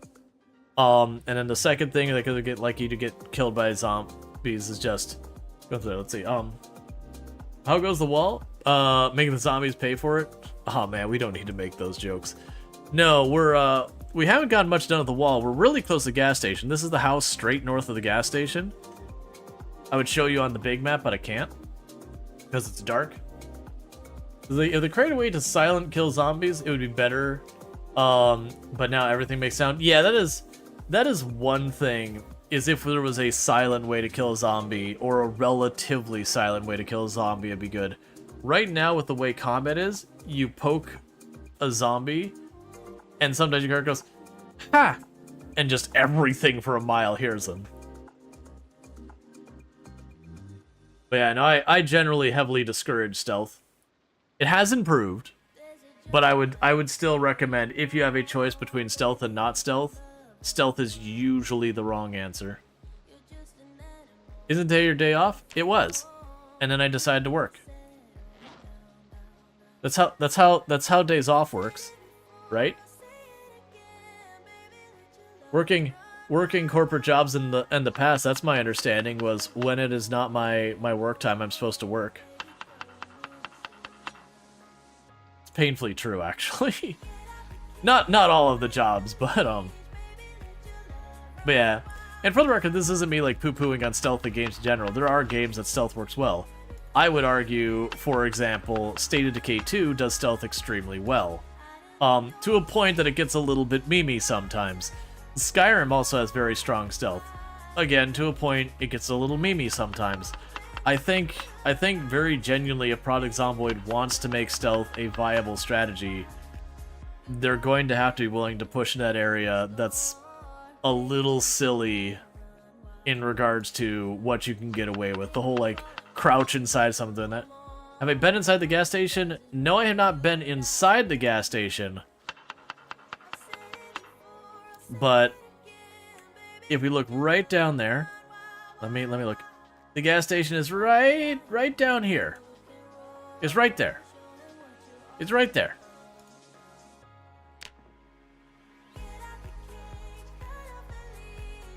We're literally the house one above it.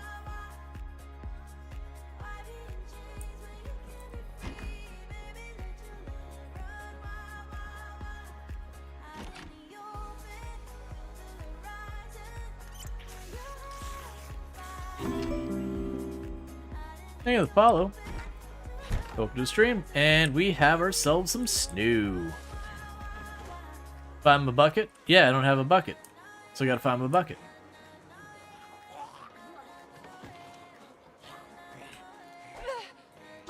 Oh, okay. I guess it's farther away than I thought it was.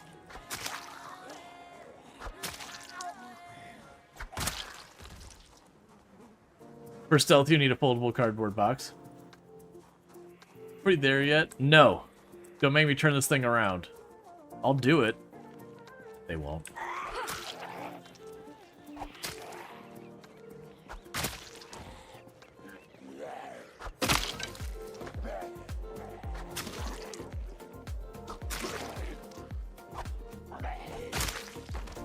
Thought I saw some behind me. Alright. But yeah, so we're like right about to get down here. More than likely I'll kill this zombie, I'll pull a group or two, and then we'll start making more forward progress again. I don't know if this snow is gonna stay or not. It's cold enough it might. I didn't check what the high and the low temperatures and all that going on in the game are right now.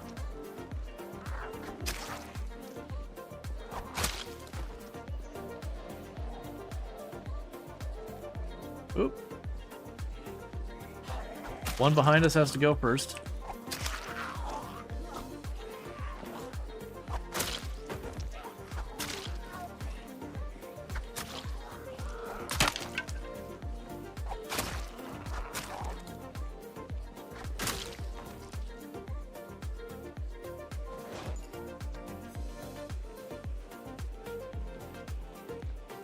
Okay.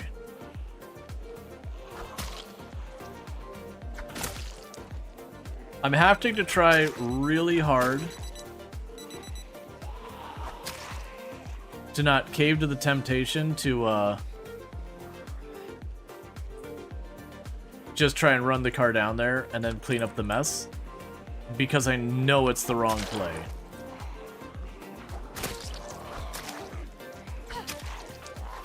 Because it's gonna be in phases. That first we get cleared down there. Second, I drive the car down there.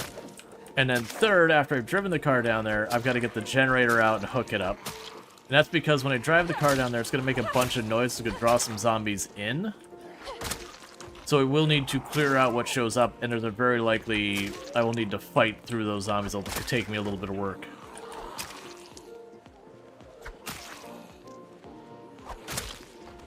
Alright, so the high is 41. Hey, we've got our first snow on the ground.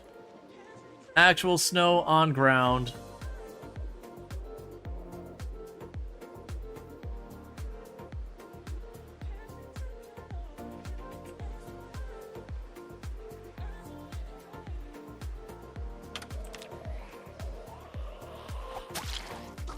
What you got, you need, lady? Oh, that's what I want.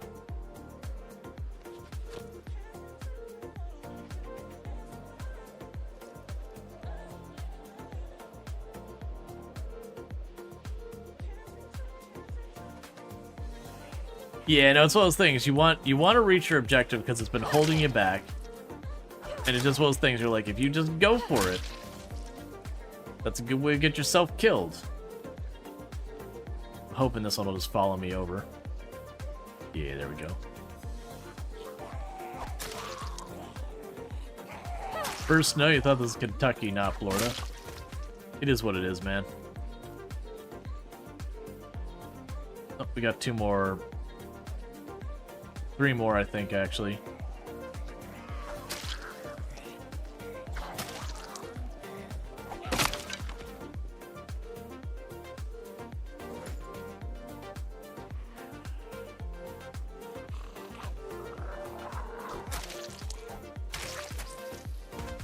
All right.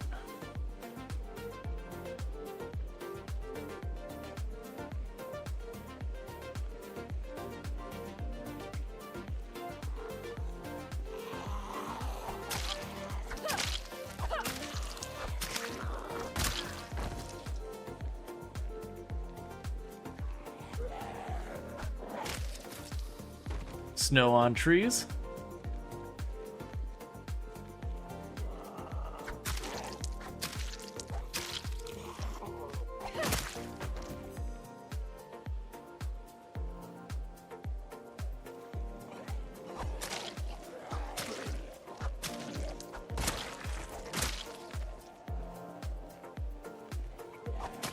All right. Okay, so got like a proper pull there.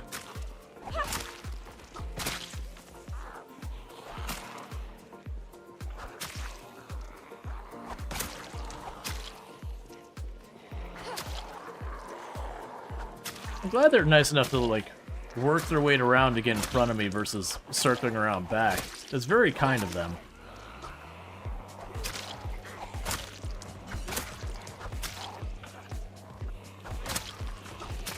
All right.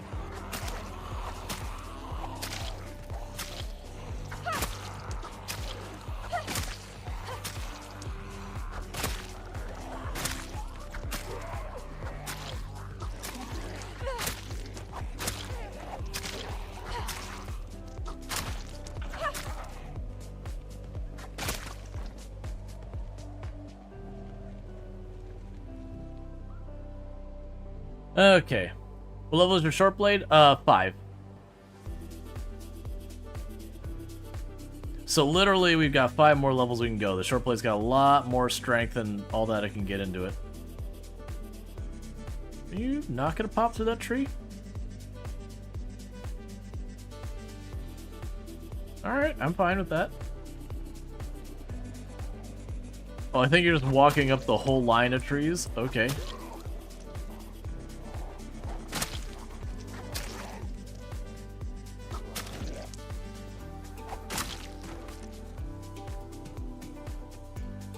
I guess it's just a steak knife.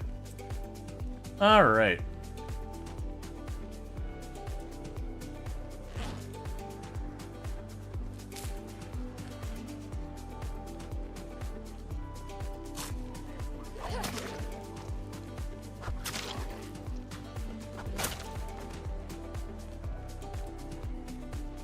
Don't get too attached to the snow, it's not going to stay around very long.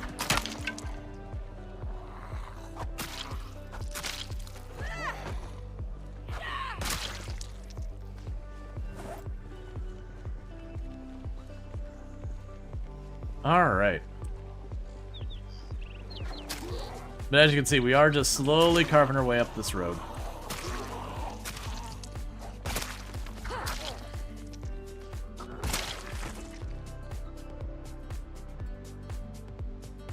It's right down there.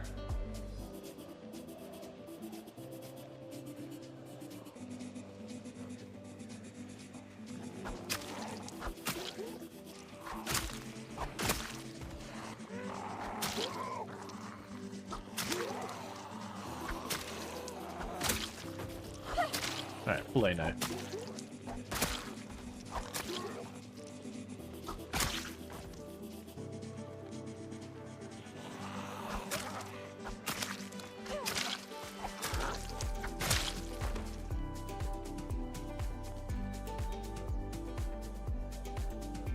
Alright, Randall Thor, you have a good one.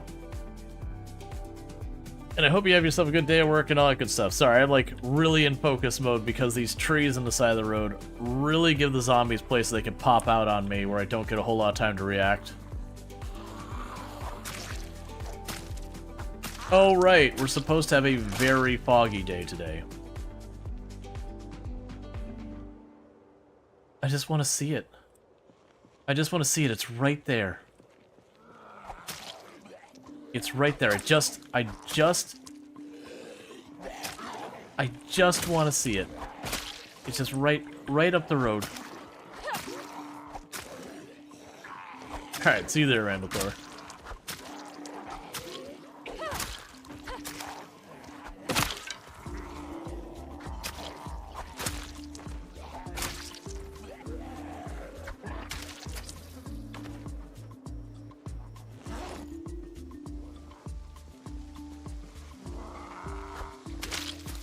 And it's time for all the snow to go away.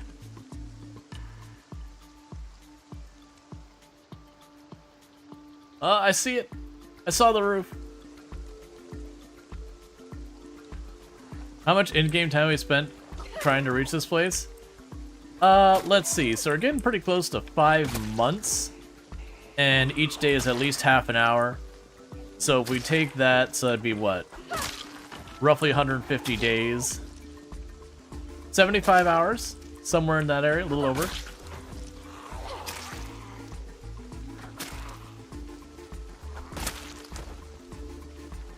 Now granted, yeah, there is also a number of those days that we're working on getting weapons, working on food, that kind of thing, working on base building, running from the helicopter, so it's a little bit of a misnomer.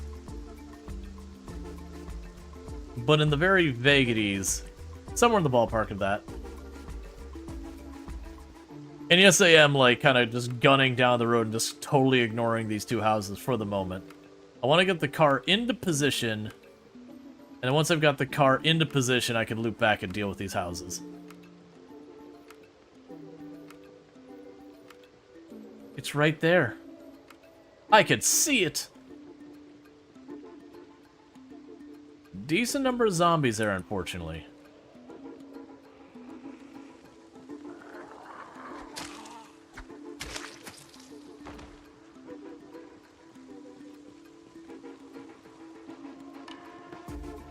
What is my bucket? It's a bucket.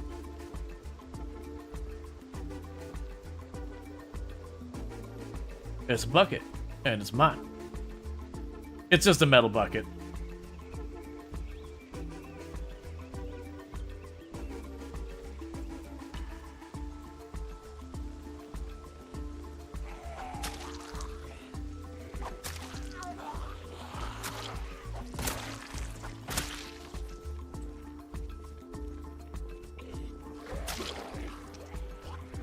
Alright, looks like we're gonna have a juicy pull here.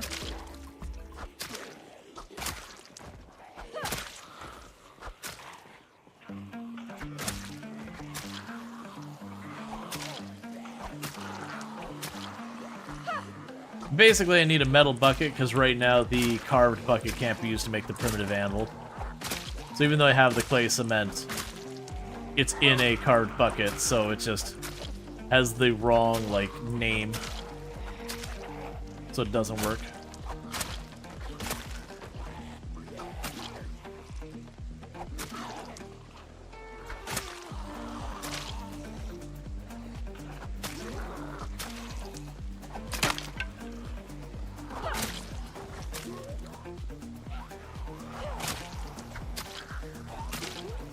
There's the big pull.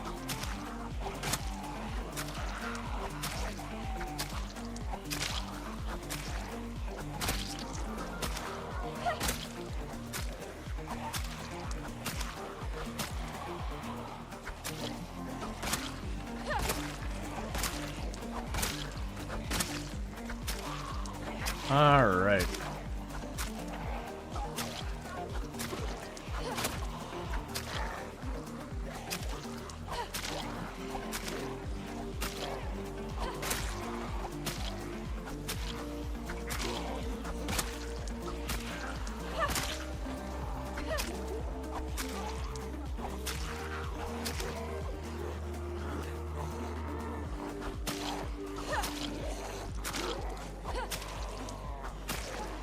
Goodbye, Fog, I guess.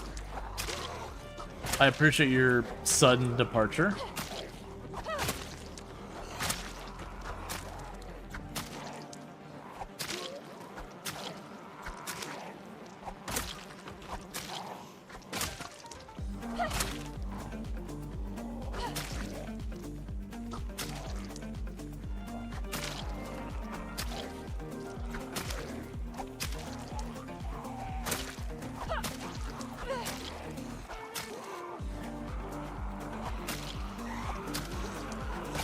Alright, pretty soon I'm going to bail and rest. We don't want to go high exertion if we can help it.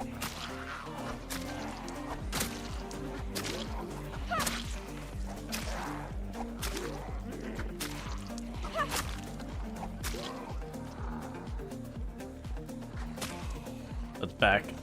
Alright.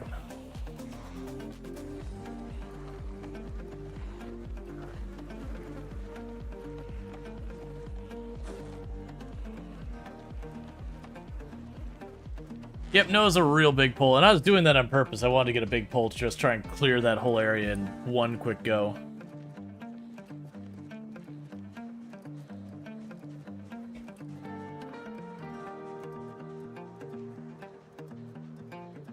Is there really, like, no zombie? There's zombies up there. There's just lots of line of sight, I guess.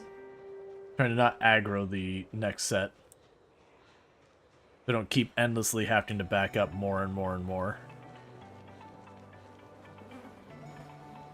We should be relatively safe over here. We're going to aggro that one. We'll get over here. And I might need to kill just one or two chasing me. And they'll be able to rest. That'll be good. Once I clear this group, I am tempted to grab the car and try and drive it down there. Because I don't need to necessarily get it into the spot it needs to be to refill. That's not required. But if we get it really close to the gas station, enough that once we clear down there again, I can just grab the generator, plunk it down, but you know, probably between the gas station and the pump.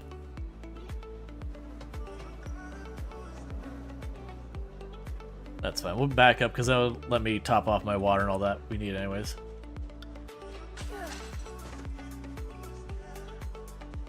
Do you have enough knives? Today will probably be the last day you can keep the push going that we've been doing.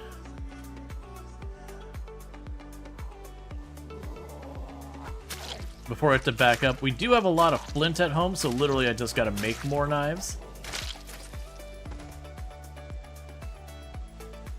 But that's fine.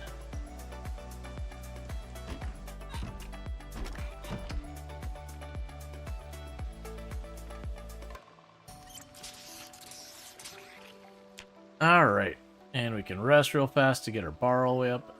Cool. Yeah, no, I still have 7 knives left. I don't have enough for, like, another day of fighting, but we could finish out this day. Thank you for the follow. Welcome to the stream.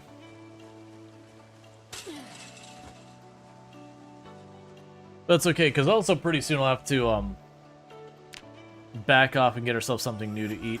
Yeah, we'll have to fish soon. Go down to 78 kilograms.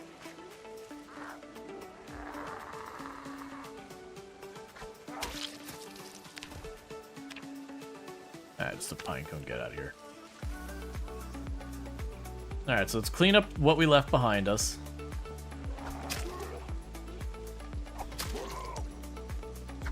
Whistle for the last 2 pulls? No! I could see us starting with the whisper and then moving up to a yell. That whistle's got some serious range, though.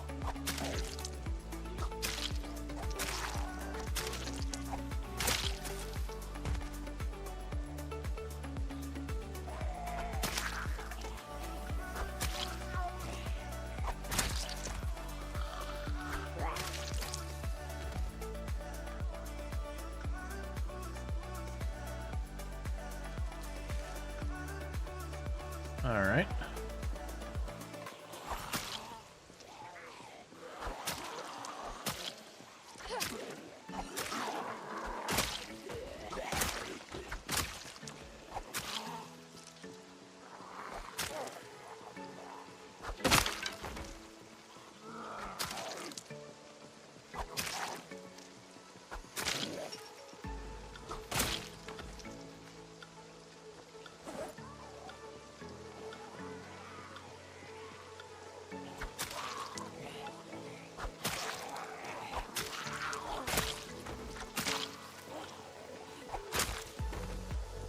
Alright.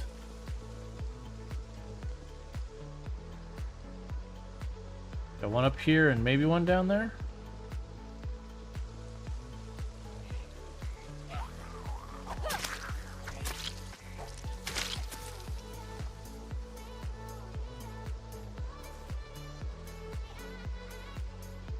Cool. Alright. So we can go ahead and just keep working our way down here. We're down to 6 knives. But that's fine. You can see the bodies that we've been leaving behind have been thinning out around here as well. It'll be really, really nice if I can drop this generator off. I look forward to that time.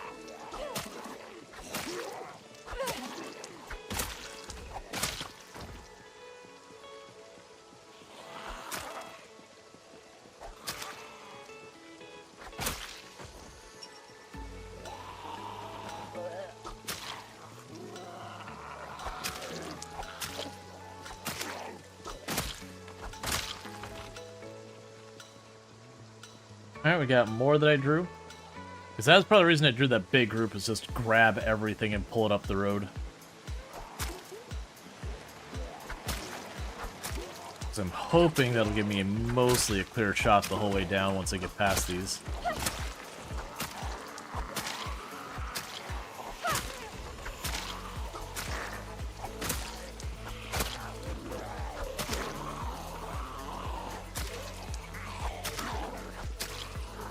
Alright.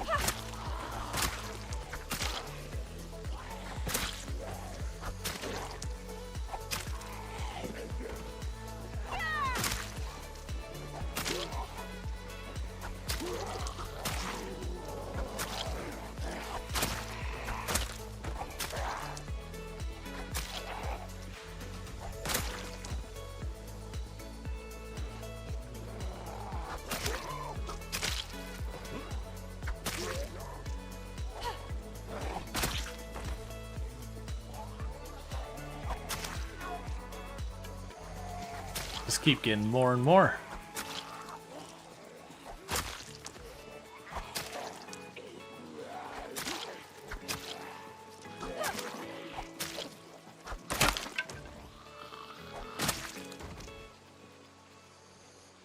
There's another knife.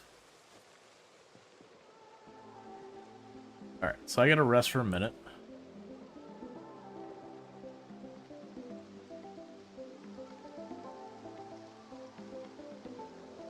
Okay. Do you ever sprint or just jog sometimes? I never sprint. Sprint absolutely obliterates your endurance. Like, it really, really just tears it down. And in normal settings, if you're not playing a sprinter with sprinters or anything, you never have a reason to sprint. Sprinting also has the problem that if you sprint into a wall or something, you'll ricochet off of it and fall down. And you're far more likely to trip sprinting into a zombie and all that kind of stuff. So sprint is like jog, but slightly faster and super dangerous. Now, if you're playing with sprinters, there are times that you want to sprint. But that's not what we're doing. But generally speaking, if you're sprinting in Product Zomboid, you're playing sprinters or you're doing something wrong.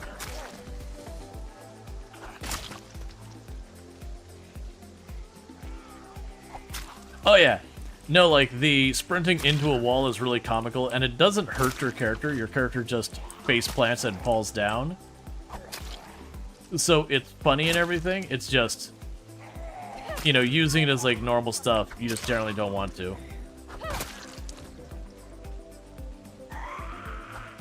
But, like, it absolutely decimates your endurance.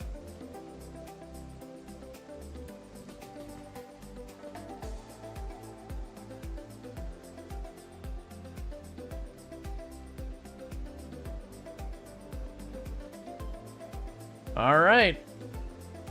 So I'm not trying to actually get this into the gas spot. I mean, if I can, I will. But we're going to need to back out soon anyways.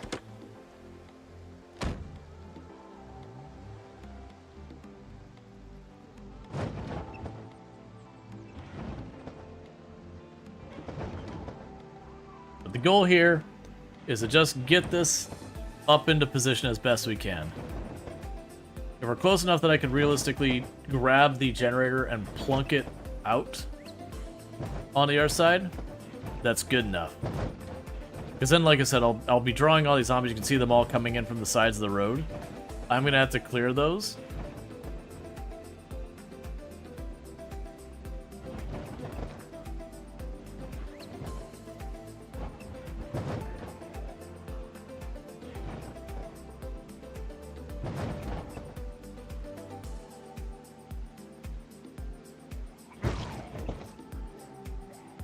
That'll be close enough. Alright, that is plenty close.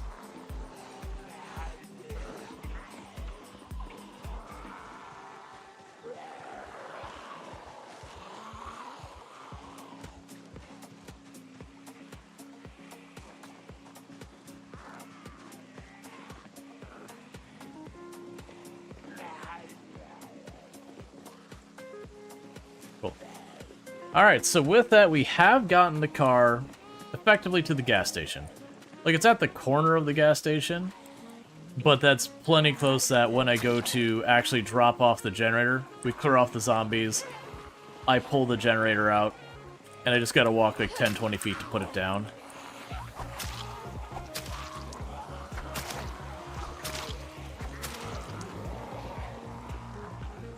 I keep thinking it hit the end of where the car was.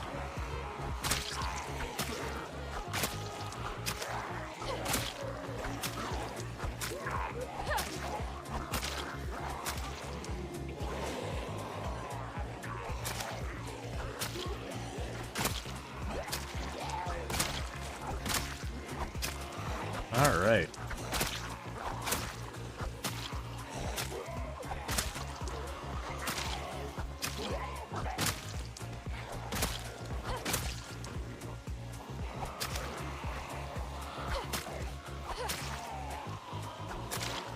So it's a matter now of getting there with enough of the zombies cleared from the area that can hook up the generator.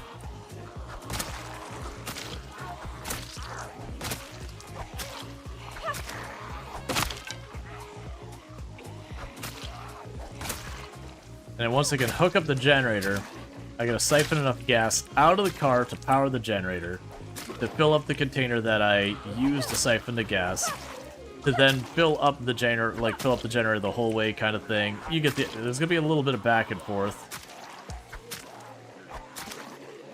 Now if I find like a gas can or some big container I can put gas in, that'll be really good.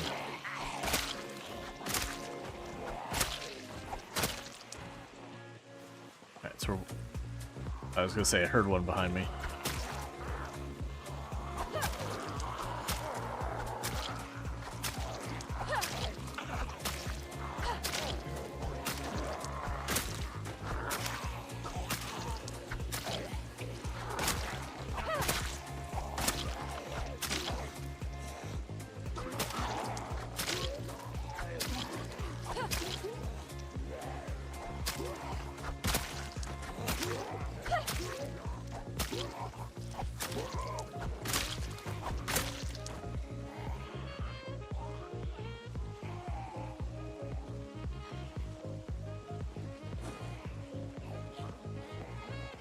Alright, so we need to back off because of high exertion, but feel pretty good about how many zombies just killed there.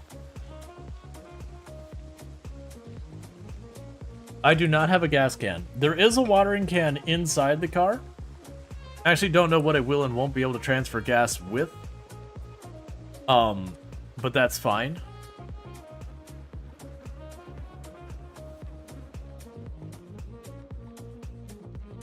The point is, the car is at the gas station now.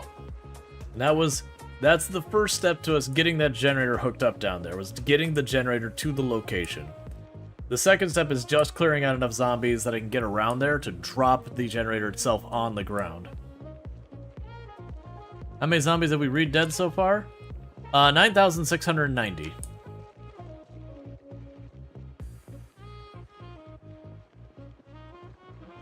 And we're getting the whole way back because we're about to run out of weapons again.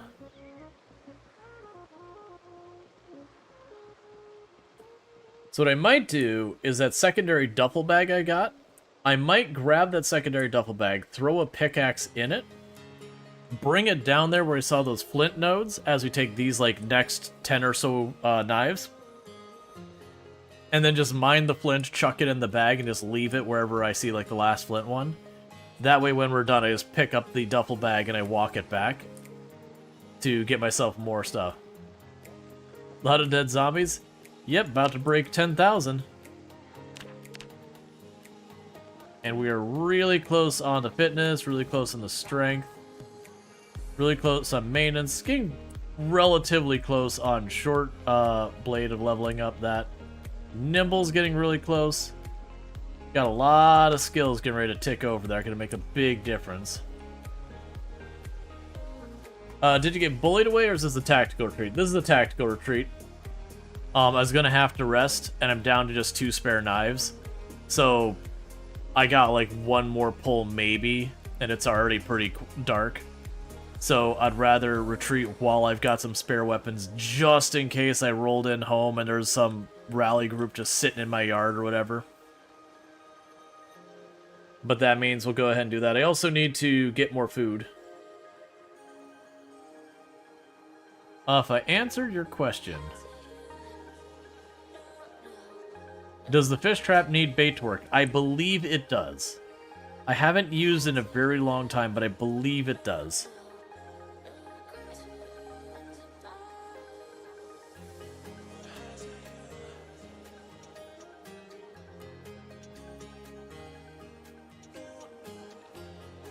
In build 41 it does not. Okay. Then maybe it doesn't.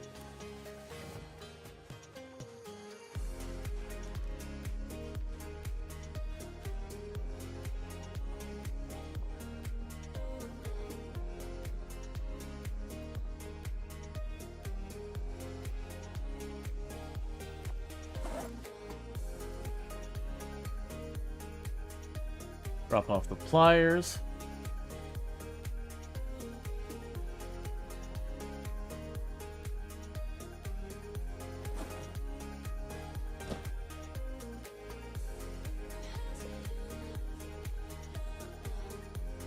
Okay, and like I said, I'm going to grab one of those, toss in the duffel.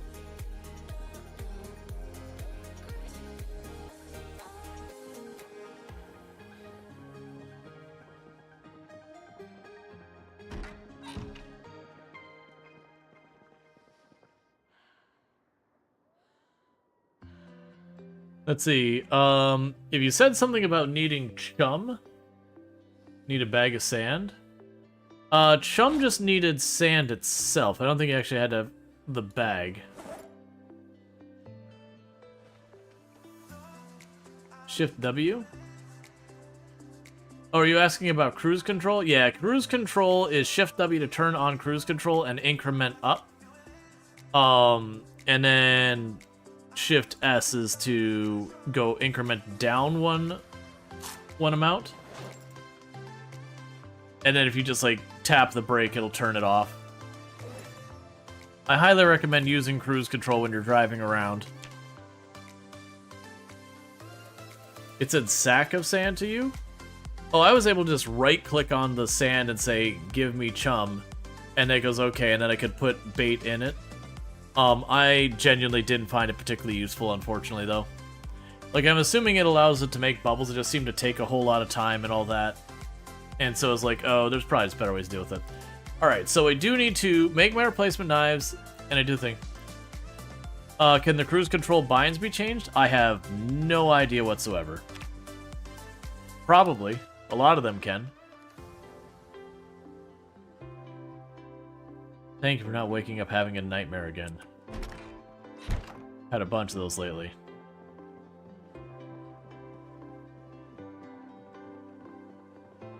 Right, so for the moment, I'm going to drop you on the ground.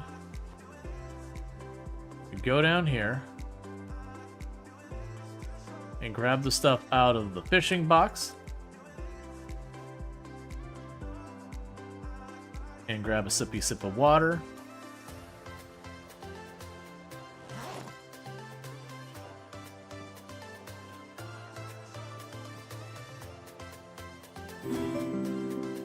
Alright, thank you for the follow. Welcome to stream. A shift is hard for your hands? Gotcha. Fair enough. Yeah, so it's gonna say cold, bad, time, good. And I've got a really good spot right there. Let's go ahead and put some bait on here.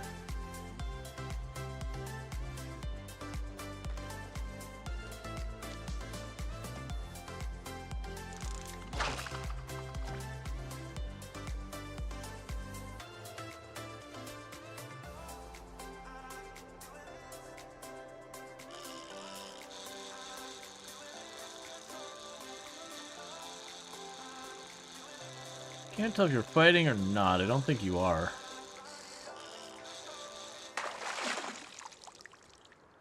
I don't think it is. I think it's just garbage. Oh, it was fighting. It's just a relatively small fish. Alright, that's fine.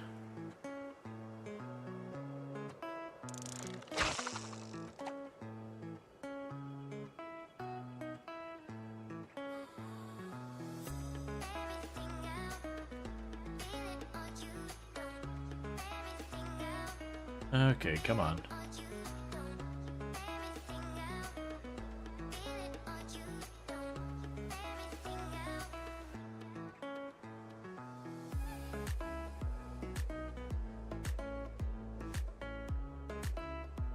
Yeah, isometric driving is tricky.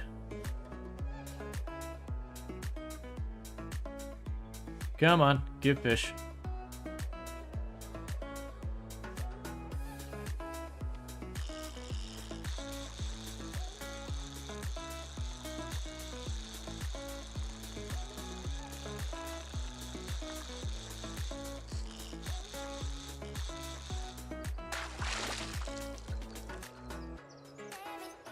There's the fishing net.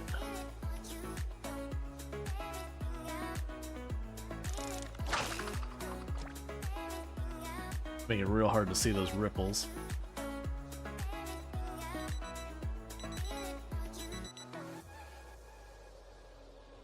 Alright. We should still check the radio.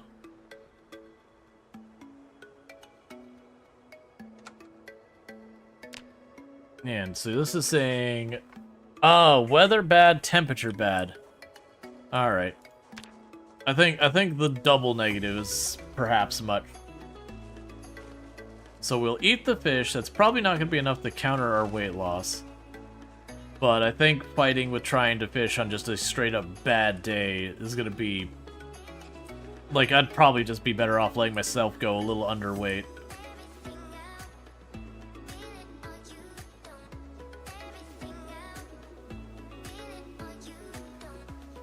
I'm just gonna embrace the underweight life.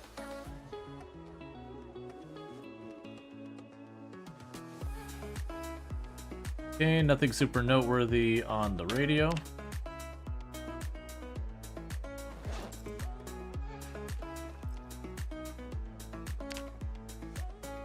Probably fillet that.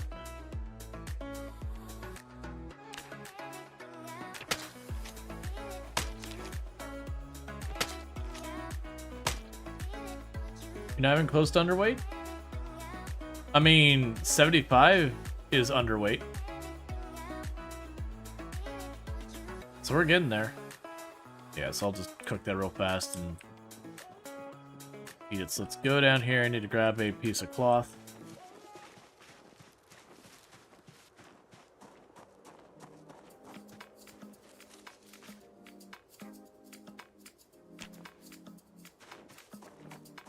I thought underweight was 65. Nope, 75. It's 75 to 85 is the quote-unquote healthy range.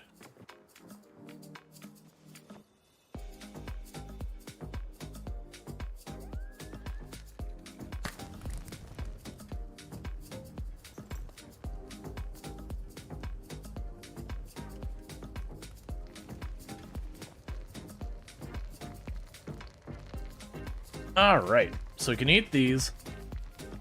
If I cook with them, I should be able to get a bit over 1,000 calories. Should be enough that I probably won't gain weight, but I'll most likely stop losing for a little bit. And that'll be okay. But it's always the thing that fishing effectively got nerfed during the winter. So I'm expecting to have one negative I gotta deal with just cold. But it's when I have both negatives together, it's like, okay, let's not deal with that.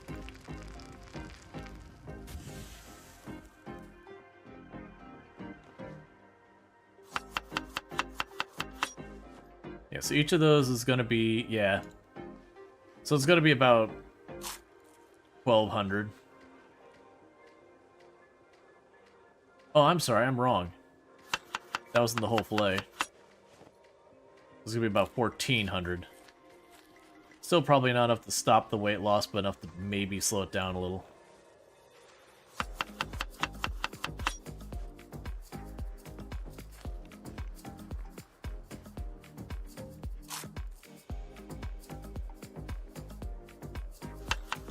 I don't think I have anything in the fridge that's particularly good calories-wise.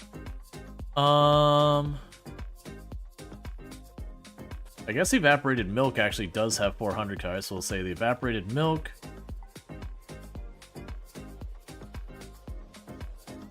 I forgot, if I make a butter churn, we can get ourselves some weight.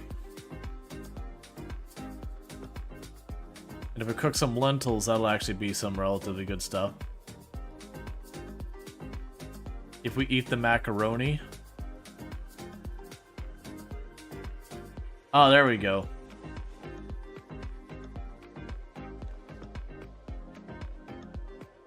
Yeah, I got plenty of stuff.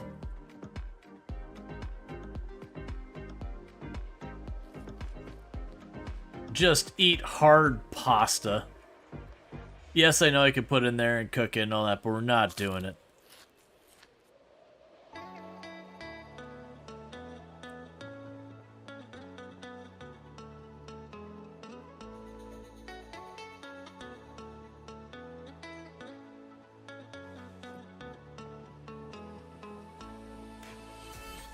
Okay, so what we'll do real quick is while I wait for that, let's go down here to work on our flint knives, which is why we came back here in the first place. Because I'm kind of hoping we won't even have to spend a whole day dealing with this.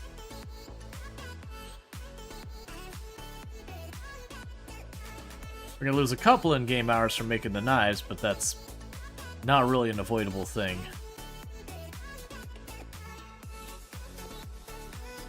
Yum, old hard pasta? Exactly.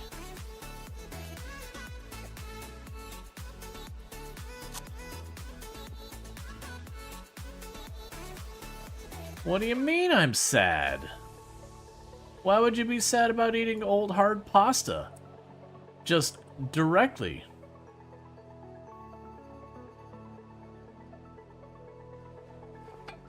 You have power? No, we haven't had power in a long time.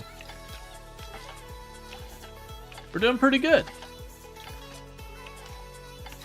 We have our car sitting at the gas station now.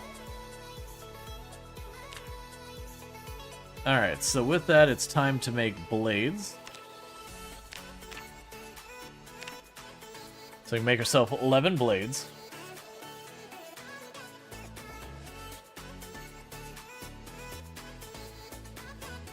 You still have running water? No. Generally speaking, the default settings, you will lose both power and water by day 30, and we would be on day 150. So, yeah, no, so the generator is technically at the gas station in the sense it is in the car at the gas station. That said, it is in the car at the gas station, so I drove the car and then I bailed and then ran off because, you know, the car was loud.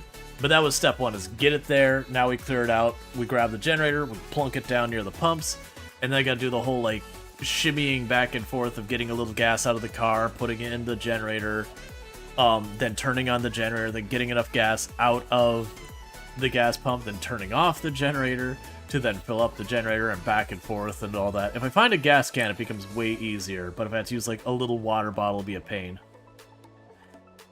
Let's see, if you had to guess what percentage of time is spent in food, I couldn't answer that. I'd probably say like every 6th, 7th day, something like that. Like, it's not a small amount of time, but I wouldn't say it's any kind of majority. I would definitely say it's like every 5, 6, 7 days I have to stop to replace my weapons and I have to stop to deal with food.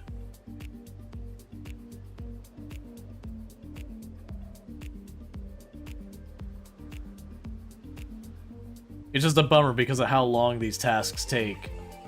You know, it eats up a whole day. There's no real getting around it. It's just a whole day's worth of task.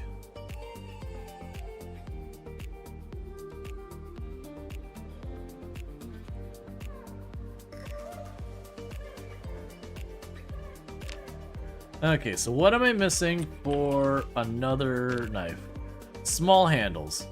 Easy peasy. So small handles, we've got some branches. I can also take the long sticks.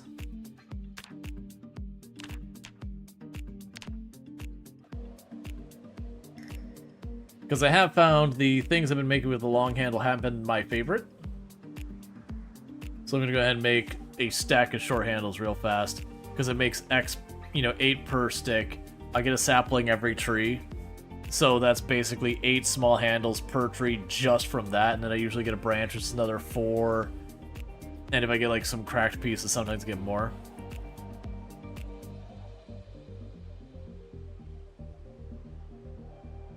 And just like that, that's 40 handles.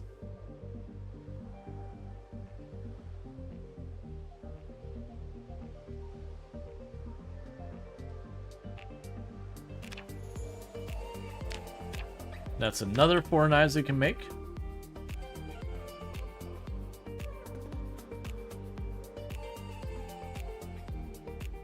Okay.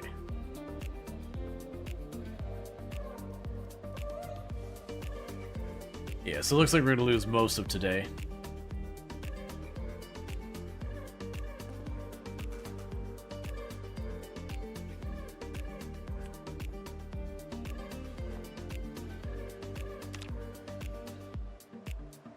And for another one, I would need more blades.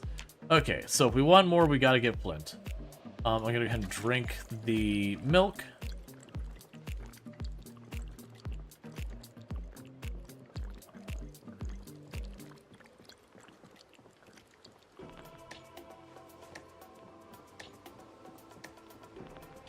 Well, what's it say about the fishing? Is the fishing still crap?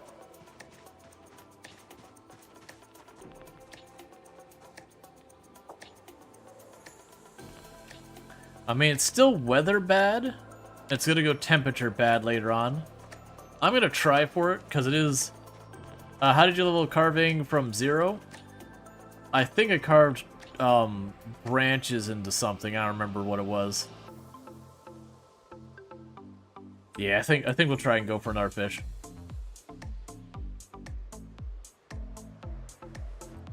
I'm just looking, that's already 4 p.m. By the time we get down there, it's most likely going to be like 7 on the way down, and I'll have to potentially clear.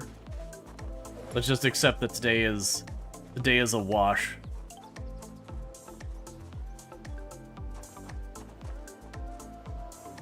And you still have the cricket on you?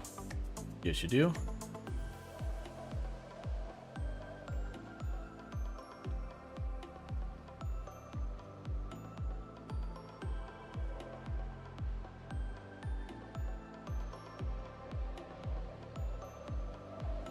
Trying to see the bubbles through the fog. There they are.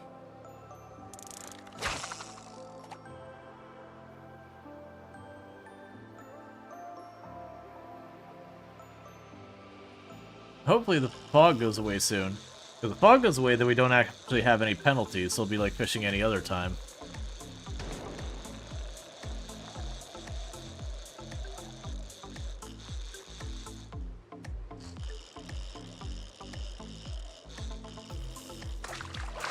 I think there's actually a fish. Yep, small fish, but a fish.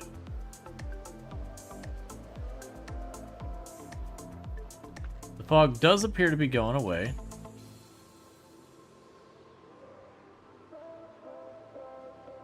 There you are.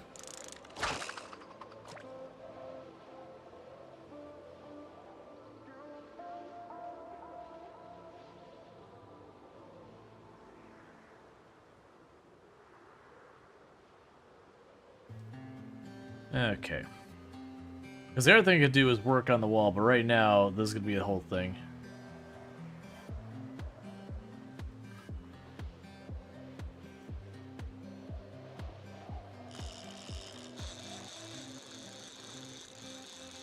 Yeah, so the weather penalty should be gone. They're probably a moving penalty. You are whipping all over the place, so you're definitely a fish.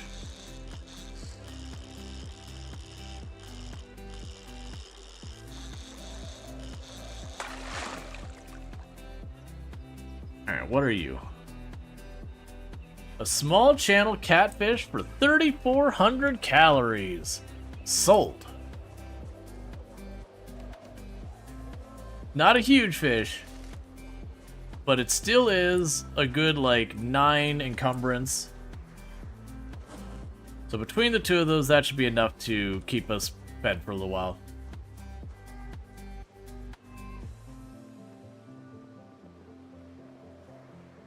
This has made you think of Red Dead Redemption 2. You, sir, are a fish. Was that one of the things your character would say when you actually caught something? Because I know I did a bunch of fishing it, but man, I do not remember the details. Good game. That was about where I dropped off, was I was starting to do the achievement hunting, and I think I got to, like, the fishing and all that. Oh, I can... The game lies to me. So the game said that fish was too small for slicing. And then we did.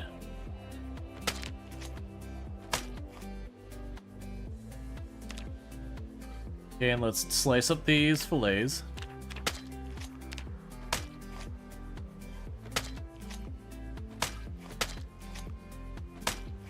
And that should be small enough I don't need to sweat it. And drop those in there. Yeah, they're about 2 encumbrance. That's pretty reasonable. So heck, we might get to do all of it, because we'll run down here real quick. We'll grab the cloth to start it. I'll still have some energy left, so we can knock down a tree or two. Get ourselves maybe another 1 or 2 sections of wall built.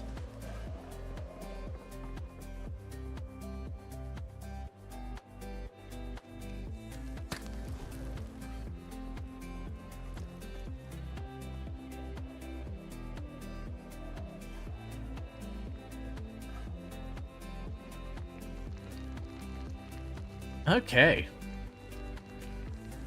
So yeah, for a day we got pushed back to do, like, the things. Wall's coming along pretty good. Yeah, it's a bit of slow progress, mostly because I'm just not putting the time in to deal with it. But it is getting built, little by little.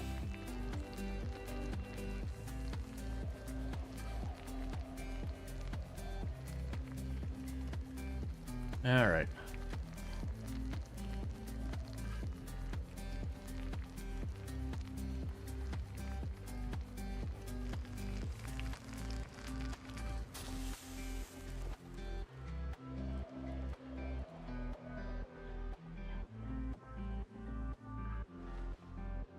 Have a sip of water.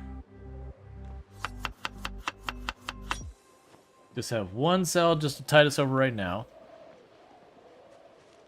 Alright, so these 2 trees are going to make this dangerous. I do say I got a log over here. I'm figuring I'll deal with these trees just so I have line of sight issues sorted out.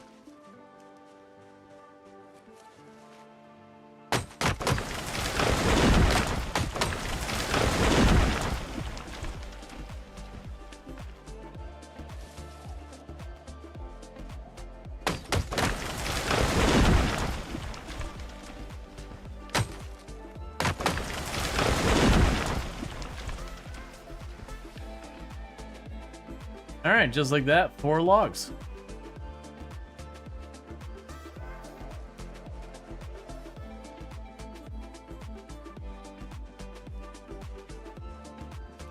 And that is a section of wall.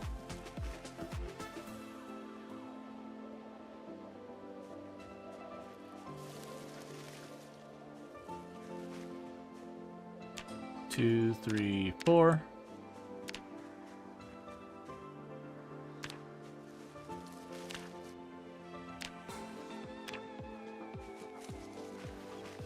And another section of wall gets built.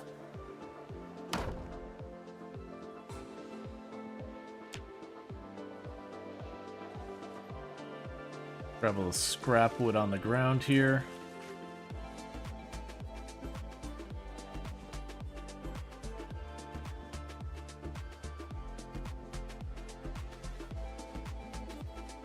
We had 2 over here.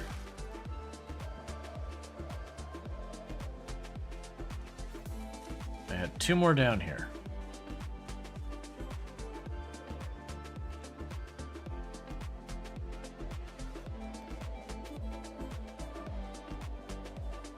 Cool. Because then we can toss all the bits and scraps in for, like, carving, fire, all that kind of stuff. Yeah, so we can have those ready for making weapons and all that.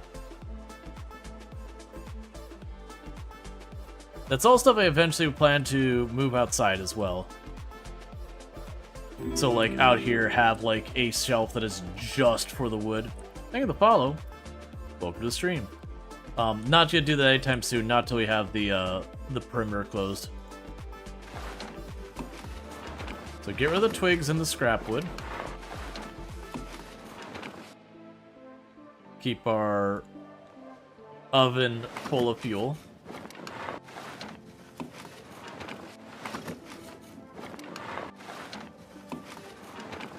Does having a decent amount of items on the ground cause lag? I haven't run into that much on me playing myself kind of thing. On multiplayer, absolutely.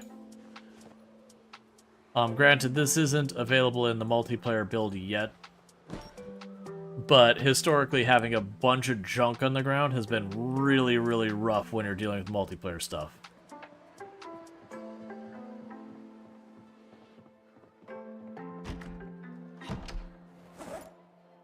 Oh. I still have a sapling to drop off here. And the axe.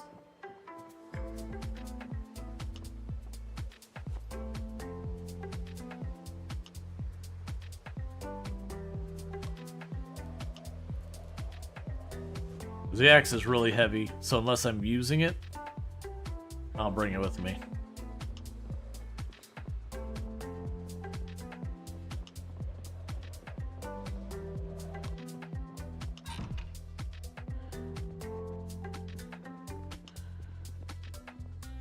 Can't wait for multiplayer. Yeah, I think it's going to be a long while, unfortunately.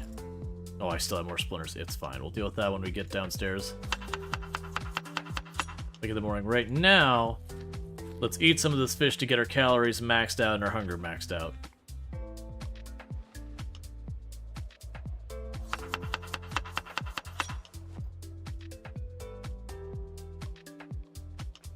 That'll probably do it right there. Well, not maxed out, but close enough.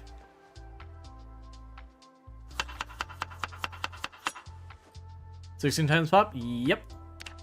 That is the way I have played this game for a long time. Maybe it's a good excuse to play single player for once. Oh yeah, no, I definitely recommend checking out single player. Single player is a very different thing. With multiplayer, it's hard to get really attached to your characters because there's so much stuff like desync that can get you killed that, you know, it's gonna happen. In single player, you can 100% control it that you can literally live forever if you just, you know, are meticulous and careful and all that. And that's with fighting. Like, this is a game you can master the combat.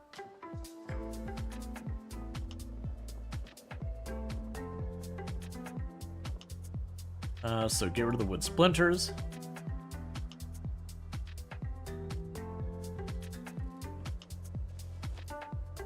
You do it now.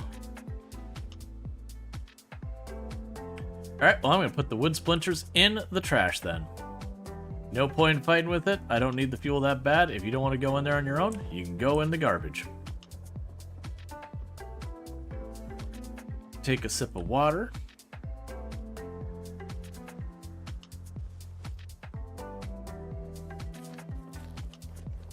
Let's see, how's the pops the town stuff with build 42 distribution and 16 times pop? I get remotely close town, and they start coming out to say hi. It's not that I necessarily want them to come out and say hi, but they do it anyways.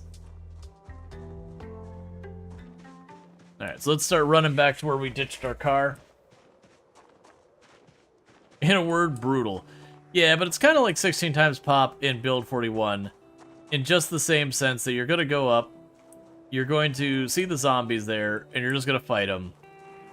And you're going to keep fighting and fighting and fighting until you kill enough that there's just not enough to fill in what you've killed. And then you suddenly start walking through town like it's your place.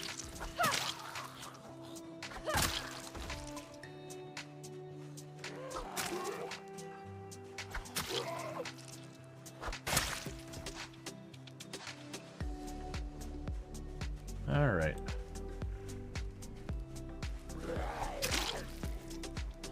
I'm assuming these are some of the stragglers we accidentally pulled behind us after we dropped off the car.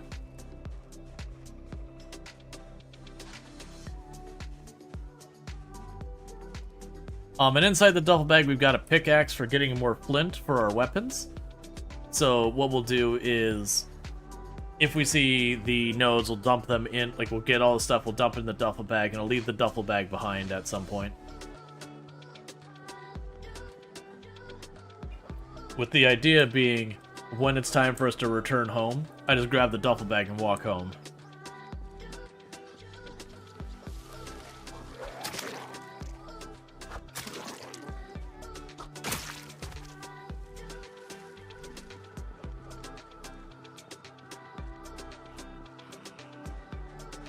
I don't love seeing all these zombies around here. Like I said, I'm assuming these are ones that we kind of pulled that pain train when we parked at the gas station. I killed a whole lot, but we backed off when our weapons started getting low.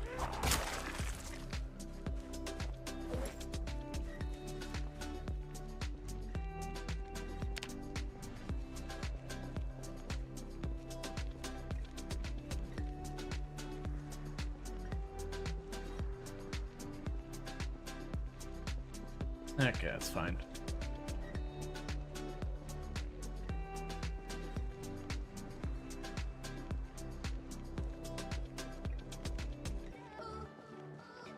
Go get this one orb trap.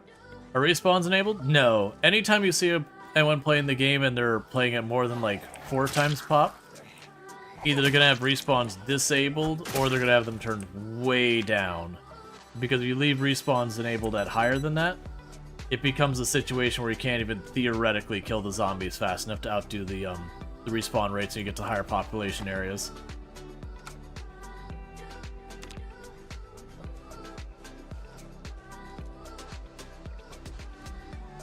So being at 16 times pop, I wouldn't. Because literally, like, already at 16 times pop, you will meet Grinder to get into town. To give you an idea, we have been slaying, you know, hundreds of zombies each and every single day in game, for the most part. And we still have not managed to break into the first town. And we're at just shy of 10,000 kills. Now we are at that point of just starting to break in. I've got to the gas station with the car. I just had to back off simply because driving the car in to get it to the gas station made a heck of a lot of noise, which drew in zombies. Which was planned. I drove the car, got roughly into position next to the gas station where I could get the generator out where it needs to be.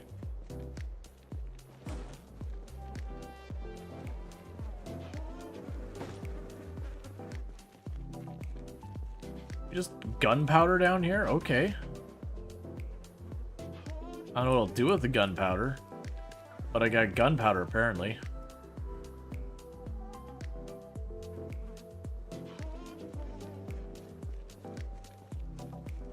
Alright.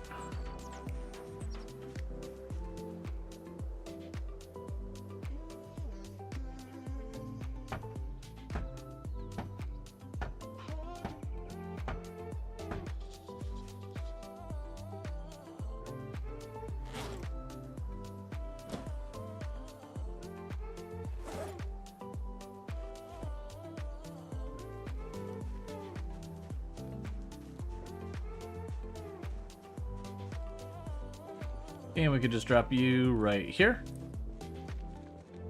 Oh, I want you inside that bag. And ready to fight.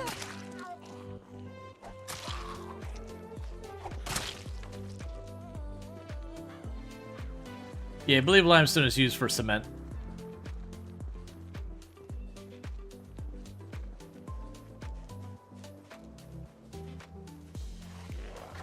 But yeah, so I saw these 3 flint nodes here, and that was my plan, to grab that duffel bag, drag it over here. Oh, sorry, 4 flint nodes. Get those all grabbed, and then the plan to be later on when I need to go back, just grab the duffel bag on the return trip.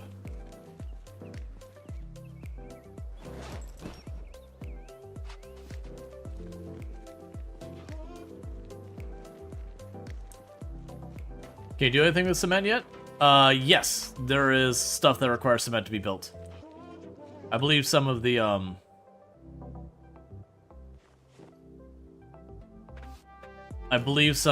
like, what is it? Blacksmith stuff, like the anvil and all that, some of that's locked behind cement and stuff like that.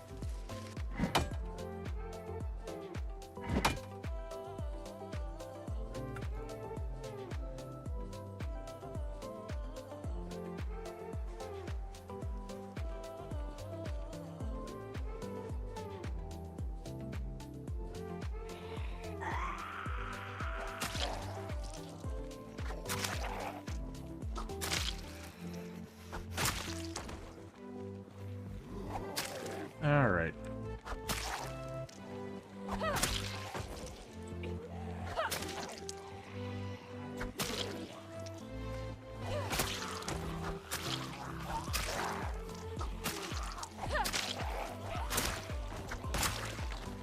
I was not expecting that kind of a turnout just for that. It's fine, I'm gonna need to kill them anyway. But I wasn't expecting, like, half the area to be drawn by me breaking up some flint.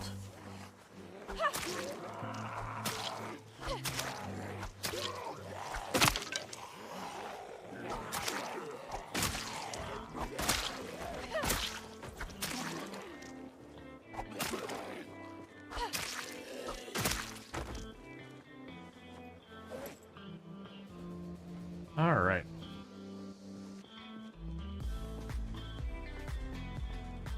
Yep, nosy neighbors. Don't like.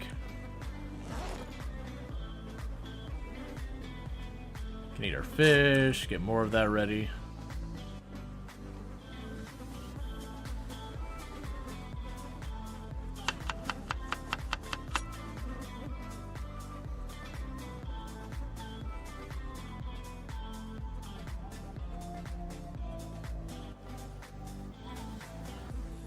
All right. Well, it is time to break out this. Bang on the next one.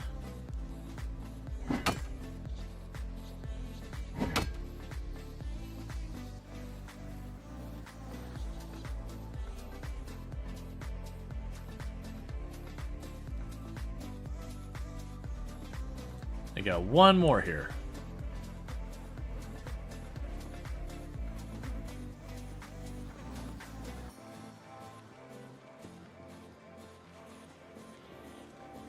And then we go back to the normal push. Like I said, with that, I've got the backpack all set up. For once it's time to go, I just go grab that. It's another whole thing of knives, basically.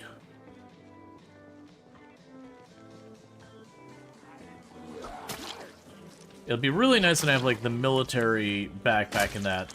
Because that one would have enough carry weight, I could probably justify just keeping the pickaxe in my inventory. And as I see the nodes, I can break them up, kind of thing. Oh, still one more.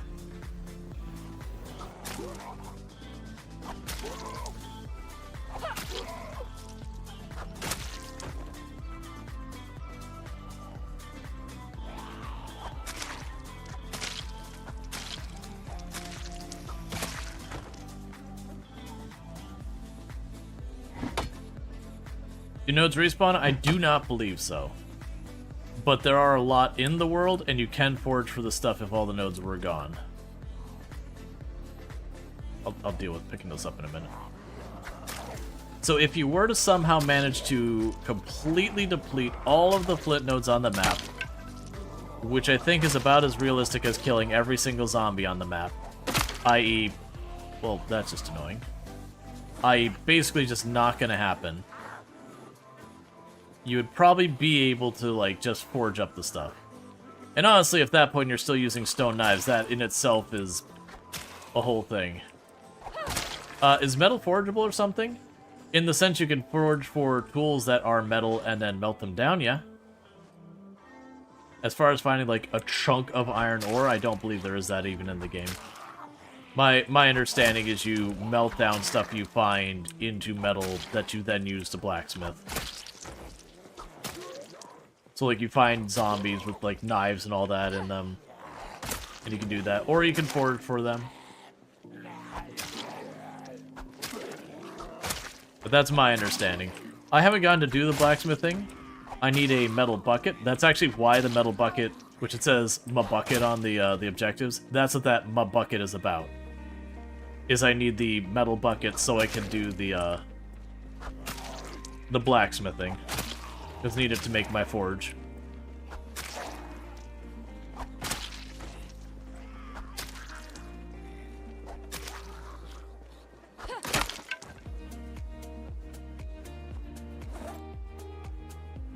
Yeah, I don't know what's changed, but my consistency of making good weapons out of the stone has definitely taken a hit.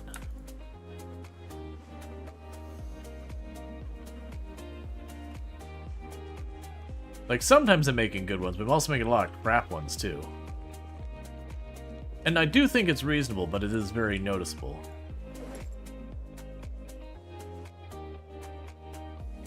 So drop all this stuff I don't need. Yes, there is the carved bucket. I actually have a carved bucket of clay cement. Unfortunately, the recipe for the primitive stone, it only accepts the bucket of clay cement, not the carved bucket of clay cement. It is just a mistake on their part. I don't think it's an intentional thing. It's just the item has a slightly different name, and so it's not working quite yet. I suspect we'll probably have it fixed soon. It's already been reported and everything, but you know, they just put the update with the carved bucket out like yesterday, so gonna take them at least a little. Oh, we want to drop the pickaxe.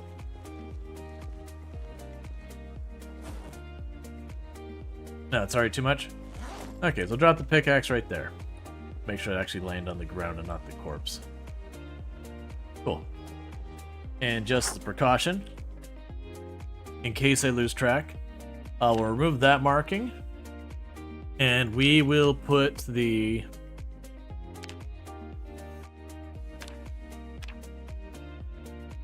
pickaxe and flint.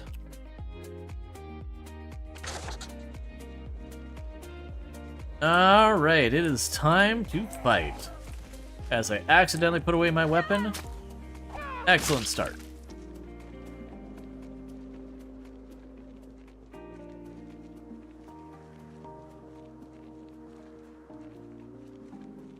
So now my car is all the way down at the gas station. Oh, have I already updated my marking for the car? I have not, right?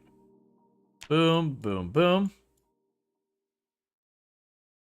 And then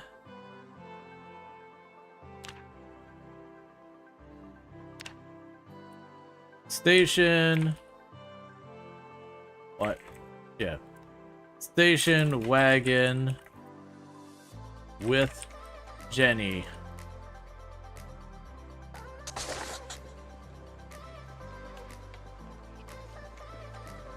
Alright, let's get fighting our way back in. We just gotta clean up all the zombies we drug out of the road by driving the station wagon down this road.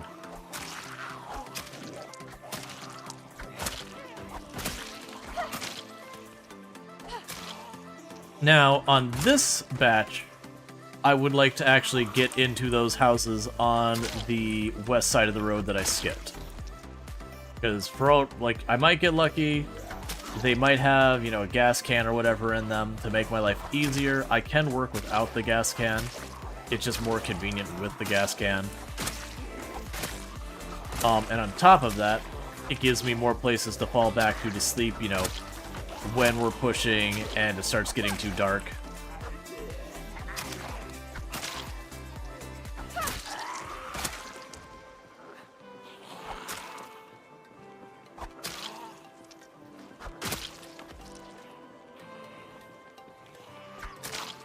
Okay.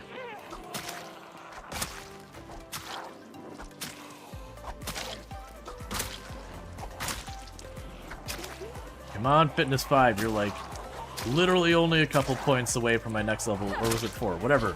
My next level in fitness is just a couple of points, and every single one of these hits is like 0.8 or whatever, or 1 or whatever XP in fitness. Every single stab. So we are so close to getting it.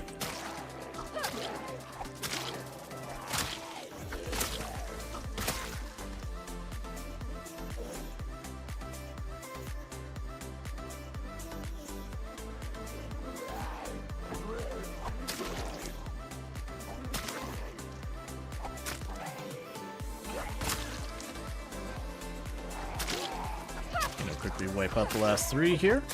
Give ourselves a little rest break.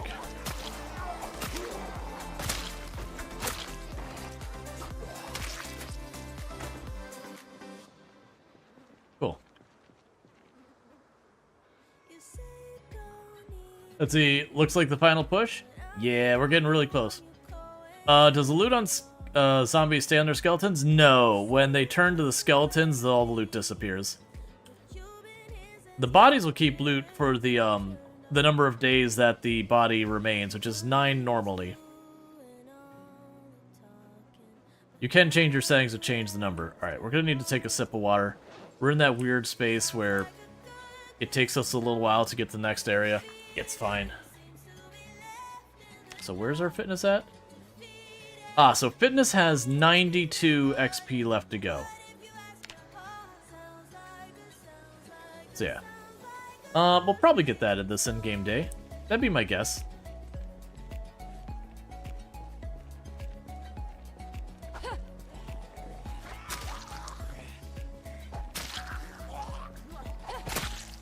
Because in theory, that should be about 3 XP we just got there by poking that zombie.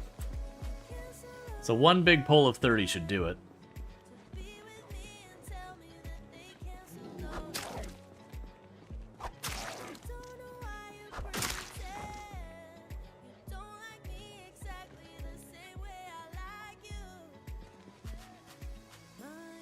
I don't know where that key went, but that's fine. We have to break into a place, we break into a place.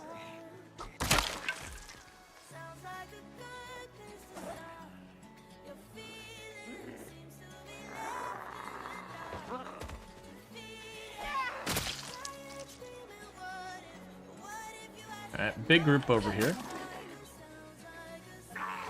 Not surprising with us driving through here.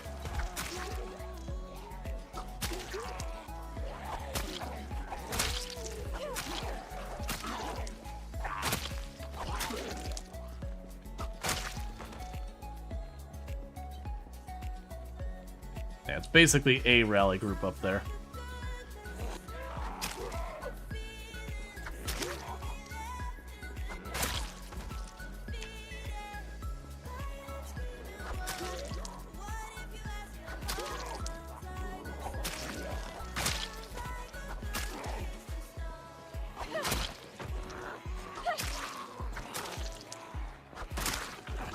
And the extra point fitness means we'll be able to fight way longer, because it does a couple of things. One, I believe it gives you an increase in the total amount of endurance you have. The second is it actually makes it so you recover that endurance faster.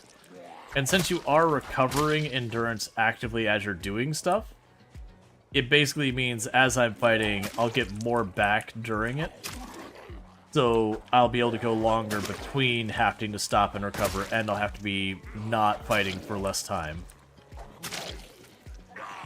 Basically, this means more zombies killed per day.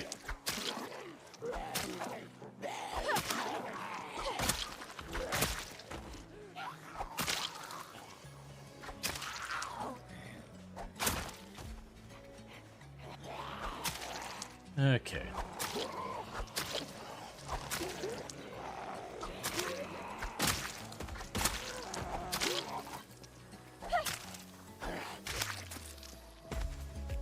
Cool. And no one else on me, so we'll sit down. Doesn't the 4 to 5 remove the out of shape? Maybe. I usually don't even worry about that kind of stuff with a lot of my planning approach. Because usually when it comes to mechanics I care about, it's does it change the way I play the game? If yes, then I care about it. If no, then it's trivia.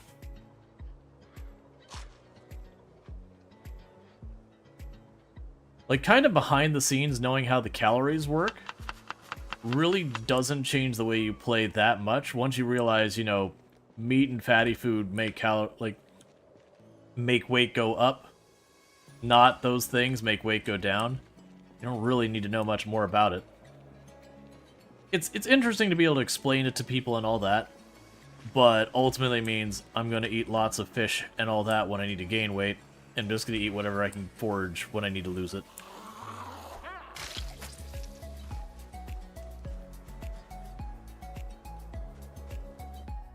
Let's see. Missing stuff.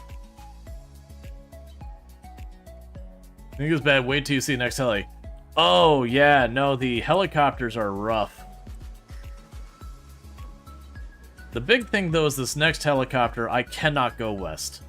West is no longer an option. I keep doing it. It keeps getting worse and worse. And while I'm willing to do some bold and unreasonable things, even I got my limits. And right now, going to the west is well past where I should be setting my limits. Yeah, those poor cows, little stressed out. Yep, little stressed out. Cow's not having a good time.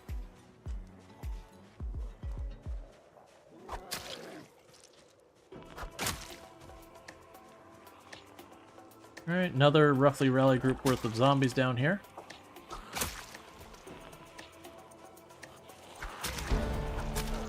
And there's a point fitness.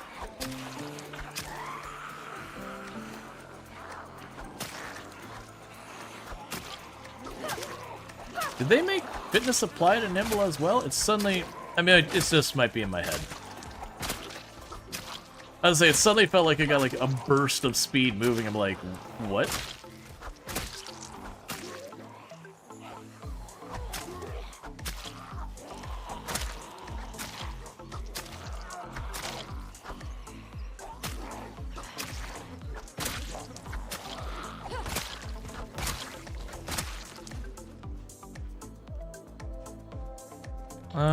That one may or may not be aggroed to us.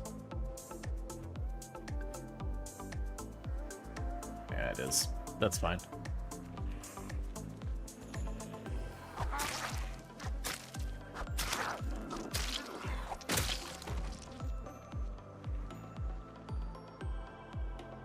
Oh, still another.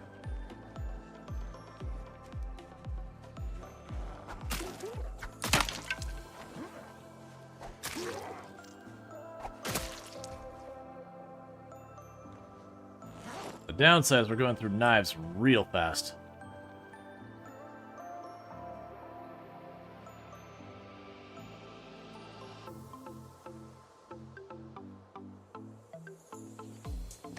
But if we get down here, there's at least 3 or 4 more flint nodes in this end of town. Let's see, in your opinion, there is a bug with the calculation of the nimble speed. Seems like you're as fast as Nimble 3 with Nimble 1. Yeah, so I think Nimble got buffed. There was definitely a massive bug during the internal test.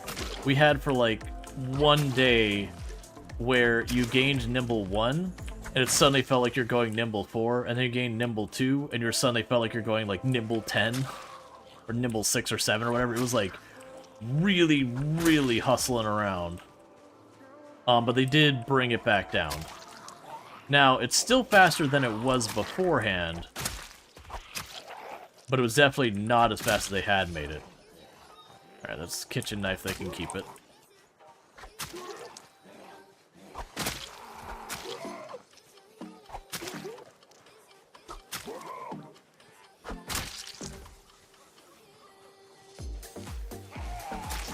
Alright.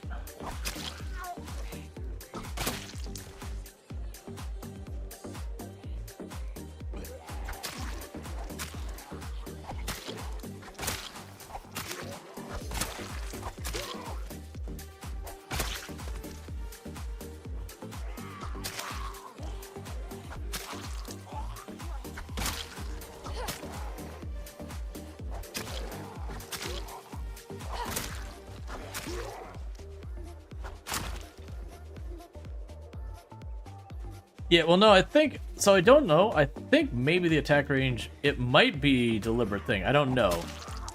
Because the attack range is a bit longer. But it's not in that range where you're like, okay, this is just completely unreasonable kind of longer.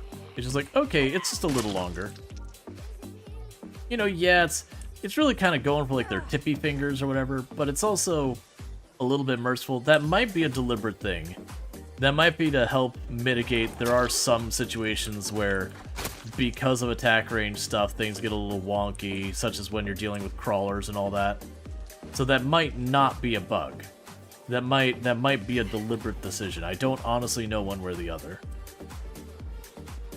It is definitely longer than it was before, but it was nowhere near as long as it was on our test build. On our test build, it was like twice the range you'd expect, and that got pretty wild.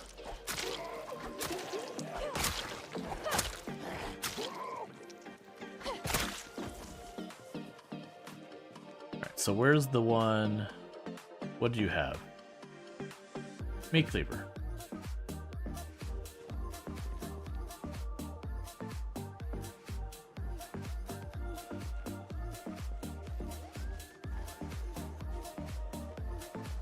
Let's see, if you fight 2 zombie, the range is way longer than against 1.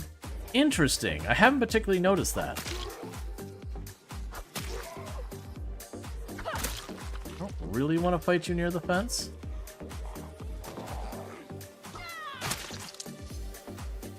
Just because lunges can get real wonky. Like, they work fine, it's just... Sometimes the zombies can get a little unpredictable near fences. Like when they're pathing axe up and away.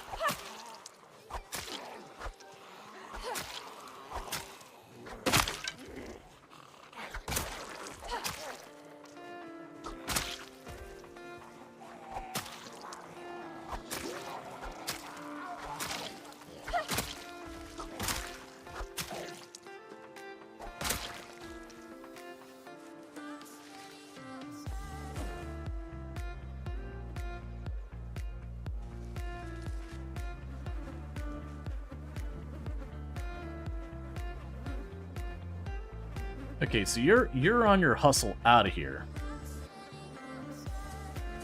The window to the bedroom over on the left is still intact, so we can still sleep in this place just fine.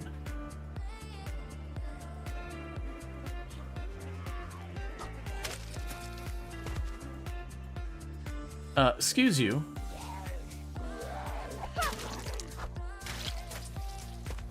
I sleep there sometimes.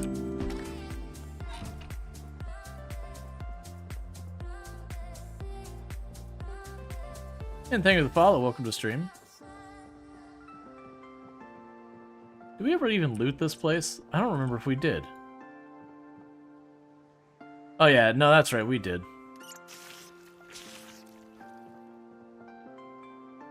This wasn't a whole lot to be worth taking.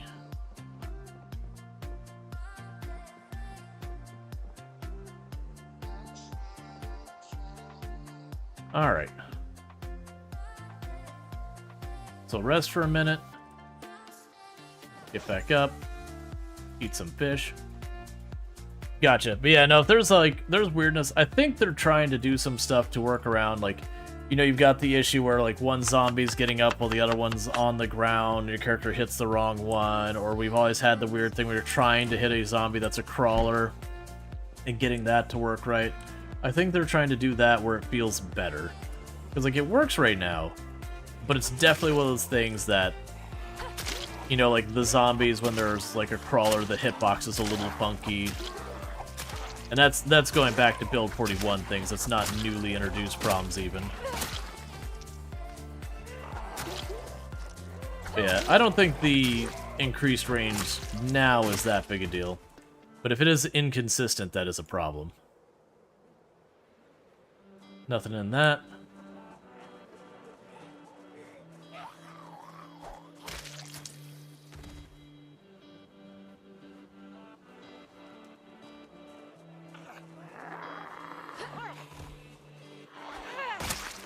Gonna say, oh, hi. Knowing how to aggro on one more and not where it was, always dangerous when you're near a tree line.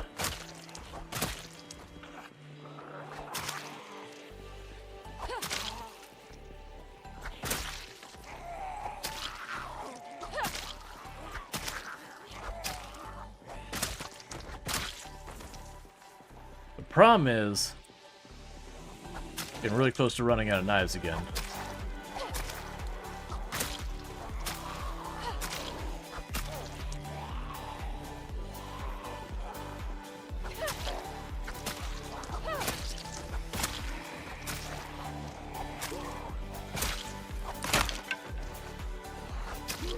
Do you know what it could be? It could be when I take the large sticks and then I craft those down into small handles. It might be the small handles I get doing that aren't as high quality as when I do it like straight from a branch or whatever. And so as a result of that, I'm getting lower quality stone knives. I'll have to like experiment with that and start seeing if I can't suss out why some of my stuff is not as high quality as the others.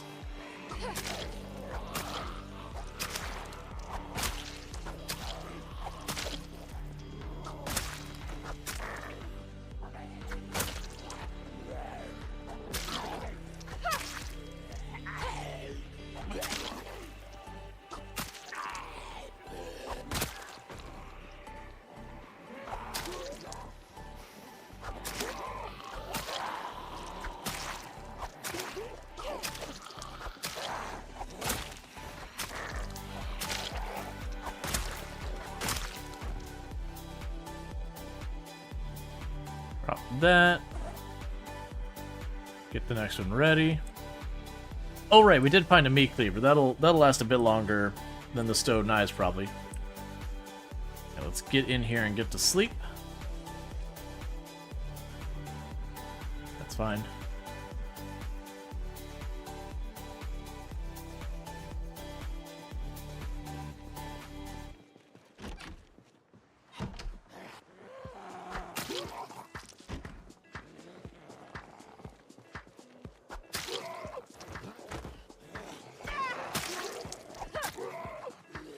That is not what I wanted to see.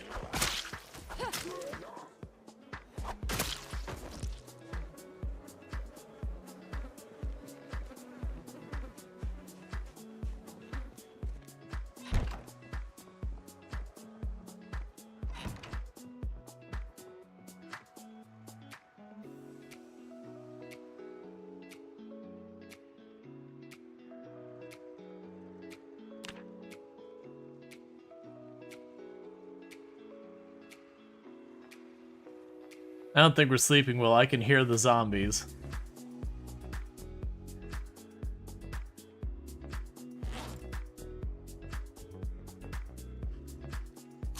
We'll see. It might be a nightmare kind of night.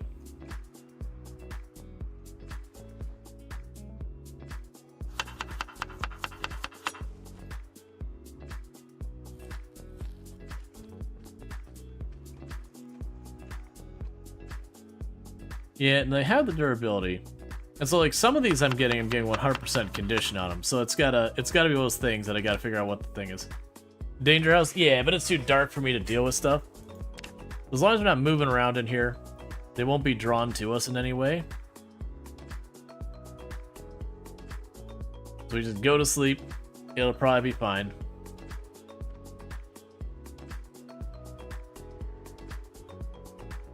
The big thing is our character waking up in a panic again and again. That's my concern.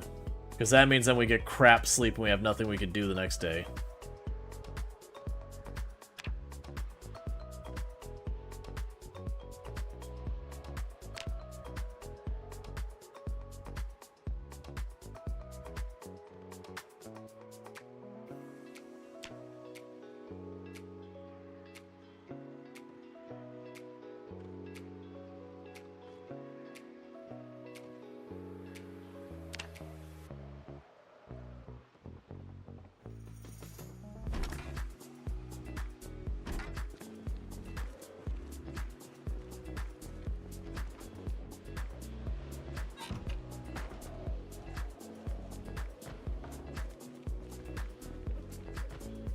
What door is being hit right now?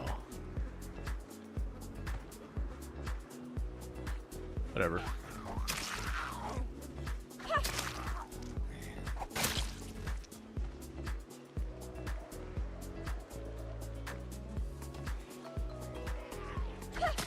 I don't think it's that bottom room, because the window's intact, and the door was closed. It's gotta be like a house next to us or something that I'm hearing. Bathroom? Oh, you know what? You're probably right. Yeah, it probably was the bathroom. We can deal with that in a second.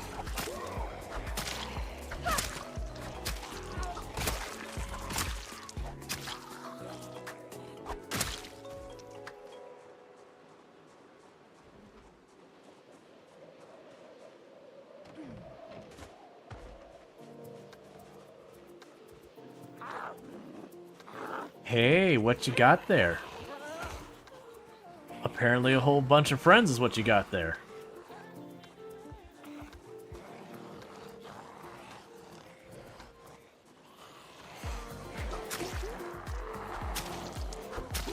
I really don't know what she's got there. It looks like a broadsword.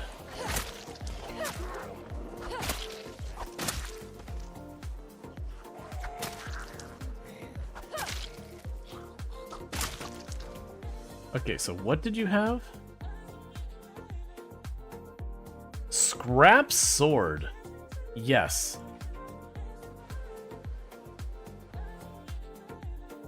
Alright. I cannot seem to right... Oh, it's right. That's... You can't do that while you're paused. Alright, well, we'll definitely... It's not a katana. It's a scrap sword. It's something different. But we will, we'll get an idea of what we're looking at here. First, I'm going to still keep using the knives to clear stuff out. Since that's a known quantity, so I don't grab a sword and then realize we're really bad at it or something like that.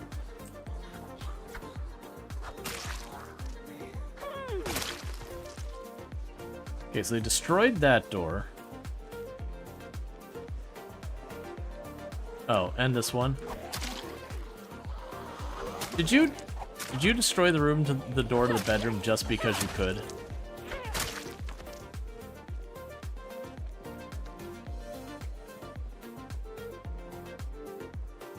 Okay, that is all intact.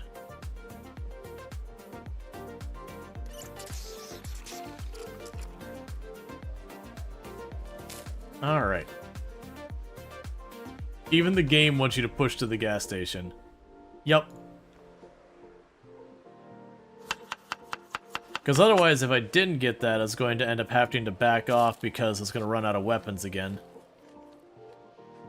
But that's also, like I said, why we have that duffel bag up the road that we put a bunch of flint in that we grabbed while we were down here.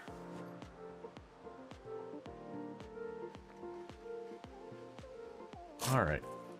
Just dealing with our hunger real fast while we can.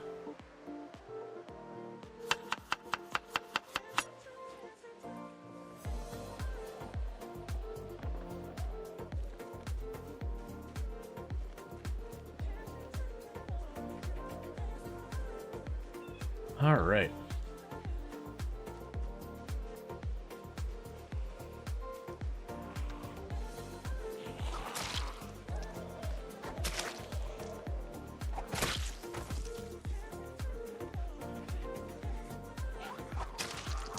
My plan is to try and push to this house up here.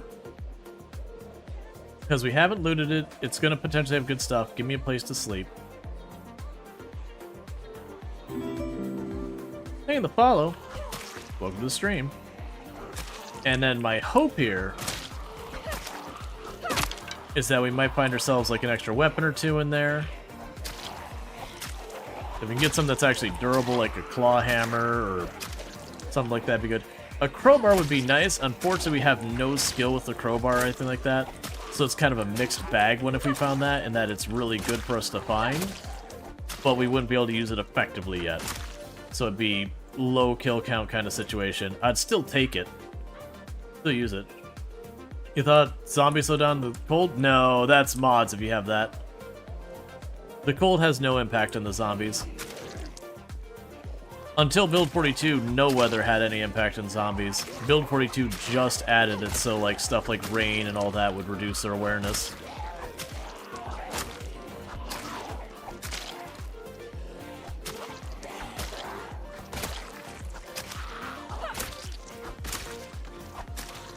It'd be one of those things that'd probably make the game too easy if suddenly all the zombies slowed down.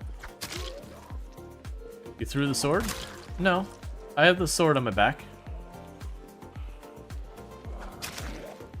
I'm just waiting till the knives are gone because the knives are a known quantity. I'd rather use those while I got them so I can keep clearing.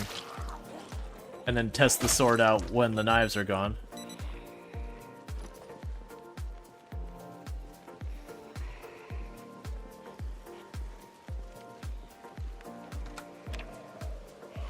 Alright.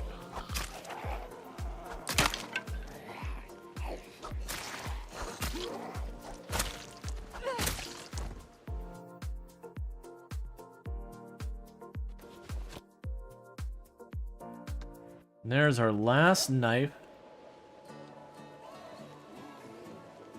I need to rest soon.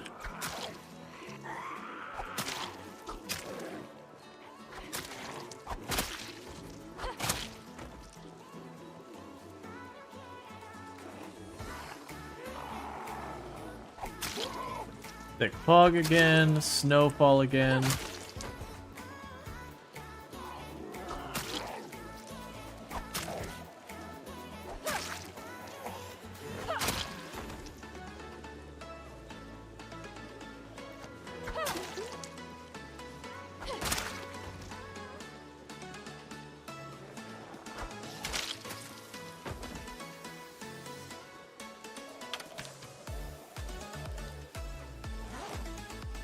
Okay, put you back away. Cool, so let's sit down here. Remain good progress. Because there's no rally group on from the next house. But like I said, if I can get like one good weapon out of the next house, even a decent, doesn't even have to be good, decent weapon from the next house, that is enough that we can just keep the pressure going. Otherwise, we just gotta go back, grab the duffel bag, make our next 10 knives or whatever, and repeat the process. Pretty soon I'm gonna have to get more cloth. Which is the whole thing.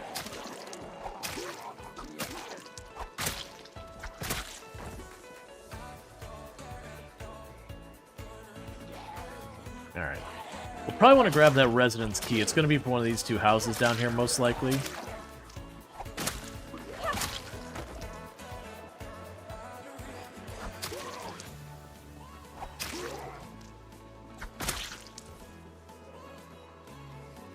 Now save us from taking a risky jump through a window or something like that.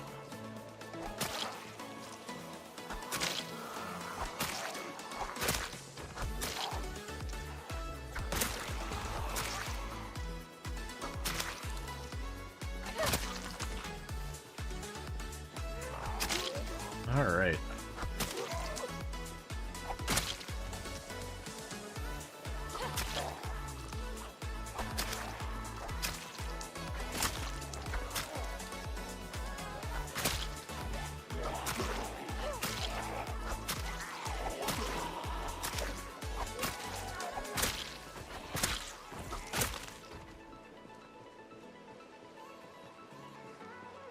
Kill you, and hopefully then I can rest for a minute.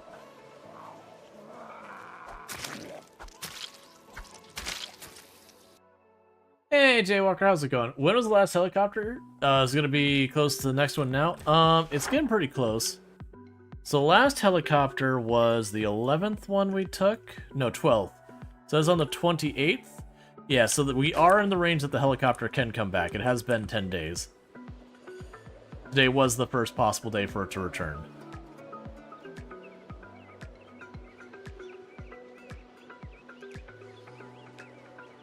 Alright, let's get out here, onto the road, kill this zombie.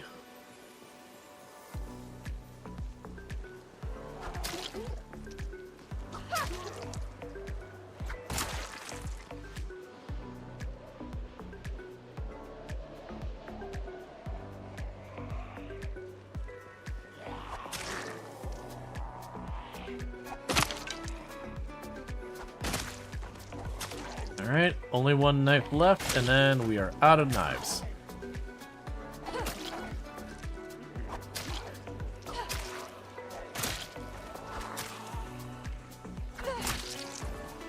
I was gonna grab that key, but it's fine.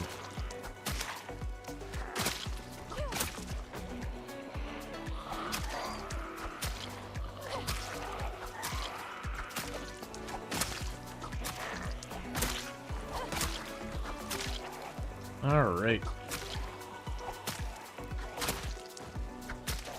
But it is nice that we're making really good progress into clearing into town now. It's no longer the whole thing where I'm just like really just kind of stuck. Alright, so you got you over here. You got a couple of friends. We still got plenty of endurance.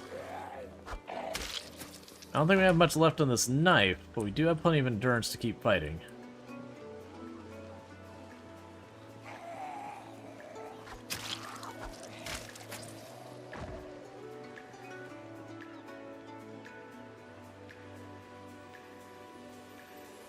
Alright.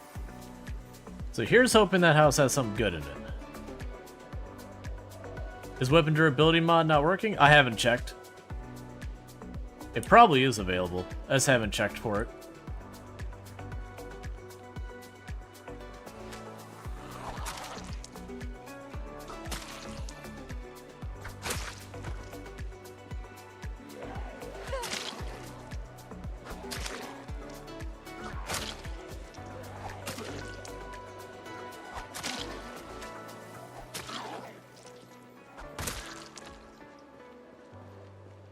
Okay. Aggro to another group.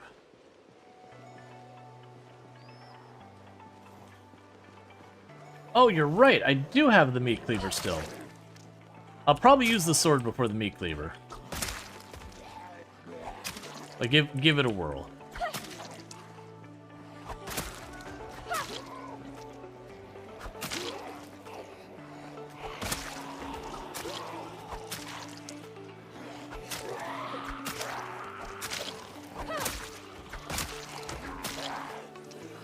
I appreciate that this knife is holding on way past the expiration date on most of these knives.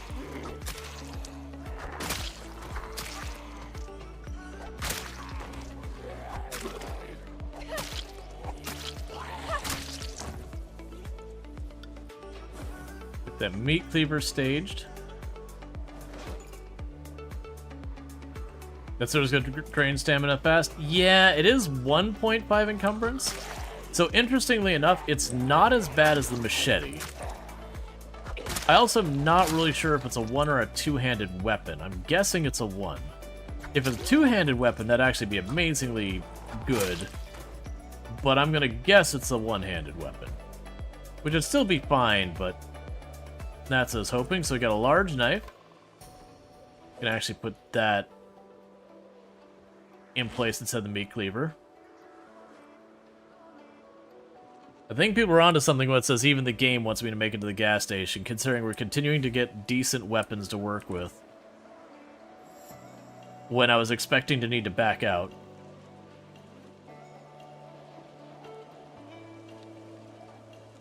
It's on the back, it's two-handed? I don't know if that's true. I'm trying to think. No, because you can put a machete back or the sides now. Are steak knives decent? No, steak knives are terrible. They're in kind of the same ballpark as forks and spoons and that kind of stuff, in the sense that you can use them and they're going to break in like 2 hits.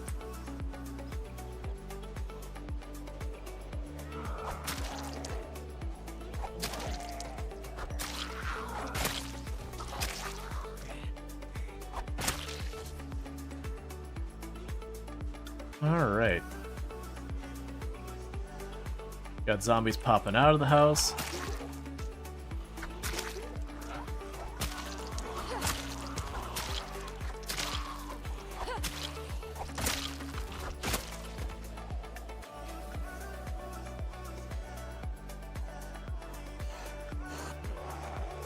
I guess I don't need to worry about the residence key, the front door is missing. So, you know, I don't think we gotta worry about that.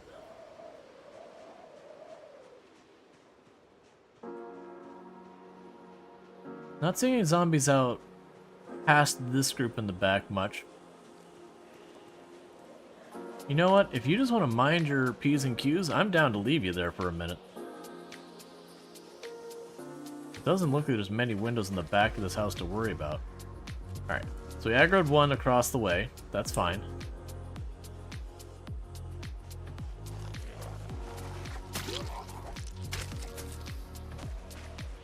No one back there, Care? Cool, cool.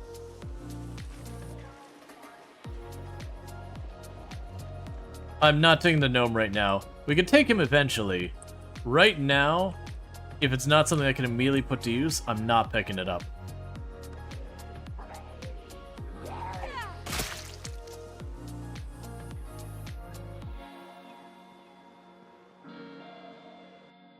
Okay.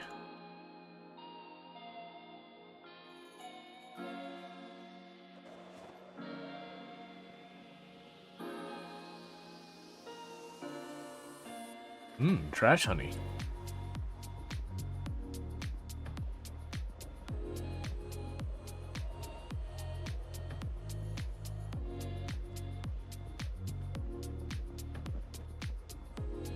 Alright, so this house is a dud on the loot side, but it is clear.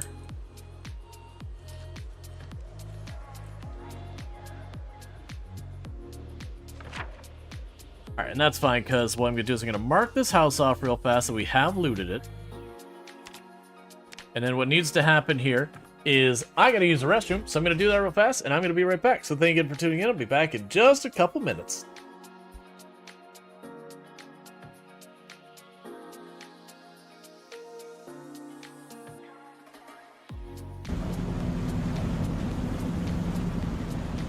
Oh yeah, that's exactly the kind of thing Drongo is doing all the time.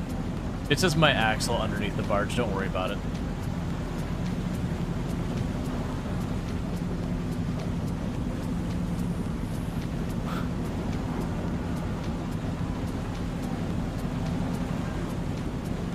There's just something about the barge messes with physics badly. Yeah, just something about me driving in general messes stuff up. I don't really get what's happening. I'm fine right now. That's right now.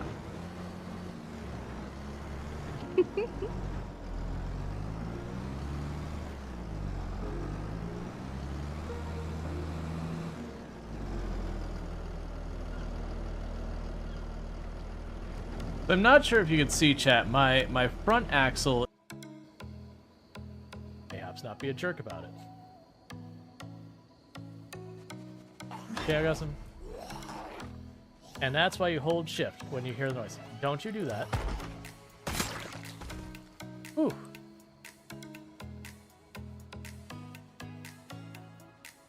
Well, I'm amped.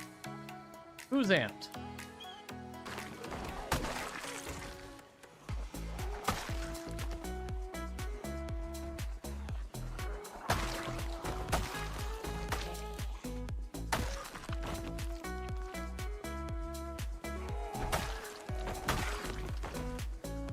Could you not bang in that door? I would like you to keep...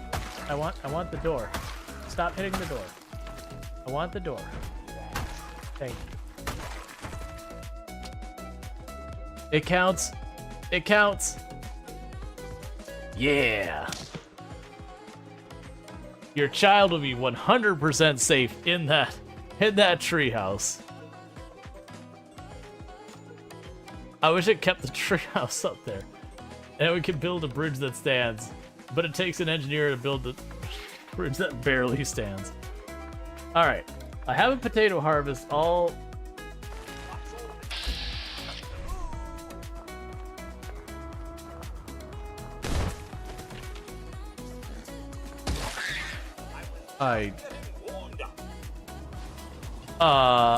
Okay, just clarifying, that mole rat came out of the dirt, shot into orbit and then fell to its death. Could someone clip that? Oh, right, and we are back. What is this game? How do I play? What are we doing? Alright, so we marked that this place is looted. Yes, there's a garden gnome in there. We'll probably goof around with like getting the garden gnomes and flamingos and all that kind of stuff later. Right now, I gotta secure my basic needs. So far as like gas. The lock is broken. Uh-huh. The lock is broken.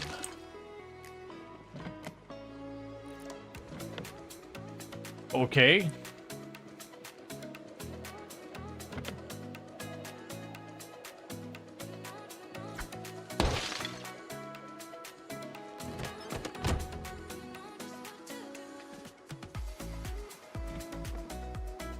Alright, so let's check all our seats. We got pens. I've got a walkie-talkie. We've got makeup. Pop the trunk.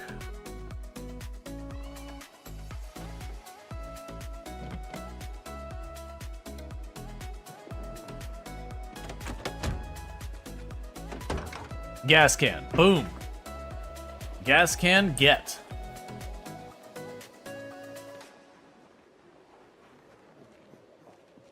Hey, DJ, how's it going?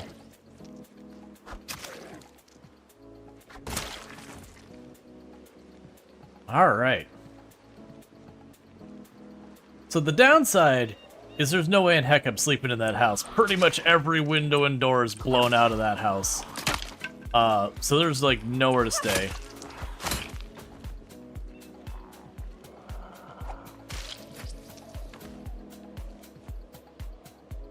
Oh, I should have grabbed water while we're in there. Let's see if we can't pop into the next house real fast.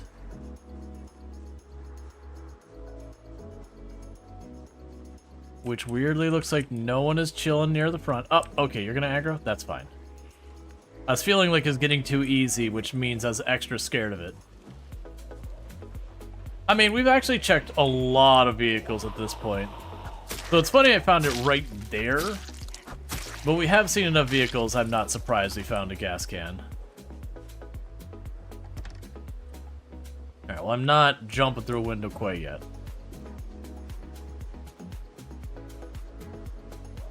Alright, so there's a back door to this place as well.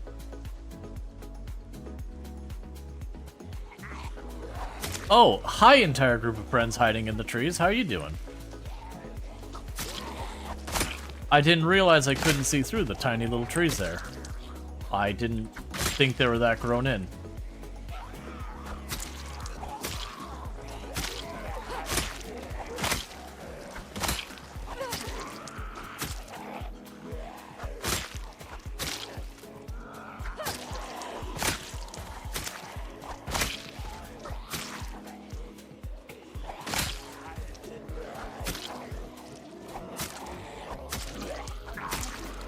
That's fine, we will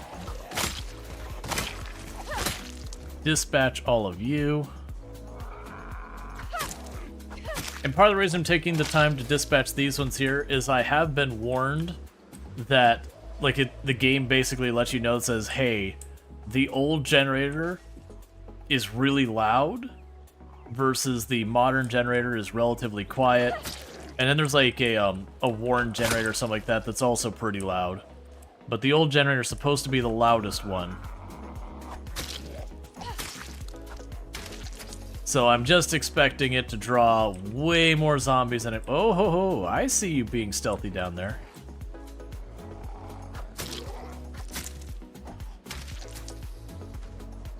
Well, I wanted to break... Okay. Then you want the old generator for sure? For the gas station, I'm absolutely down to have the old generator. For the house, I probably don't want the old generator. For the house itself, I probably want the modern one, which we did find. I believe it's a modern one. I'm assuming it is. If you could all chill for just a second so I could rest, that'd be lovely. We're not exerted yet, but we're getting there. I also suddenly realized I'm surprised we don't have the key to that door.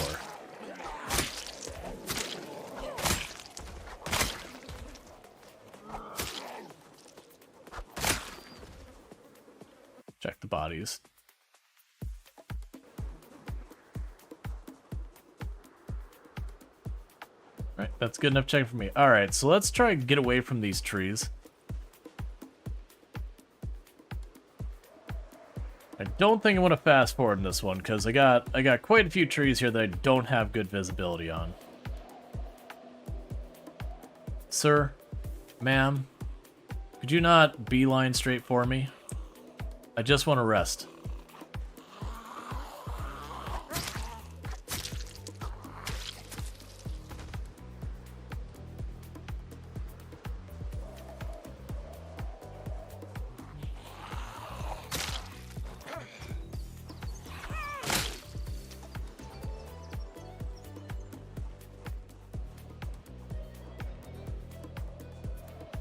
I mean, the good news is, with our extra point in fitness, I'm holding up pretty well on the exertion thing, where we are losing a little bit of endurance between these engagements.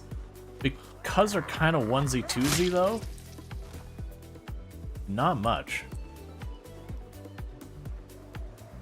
Let's see, so far I've been told the blue one and the old one take the most fuel, but you don't know about noise. Yeah, I'm also not super worried about fuel efficiency on them right now. Just because I should be able to get a lot of mileage out of it. Okay, you're not aggroed, so let's just leave you that way.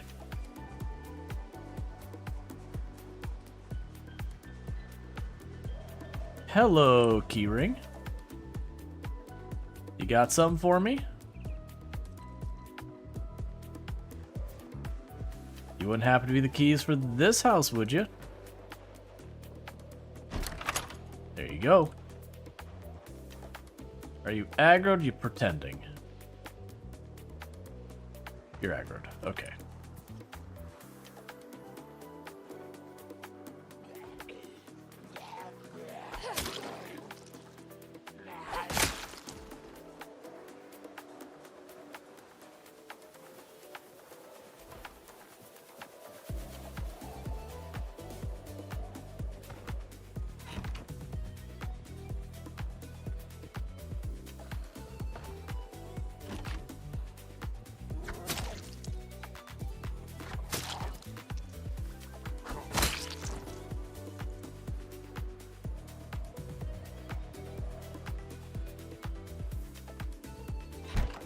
Okay, that room's no good for us. Its window's blown out. Got woodcraft and all that in there.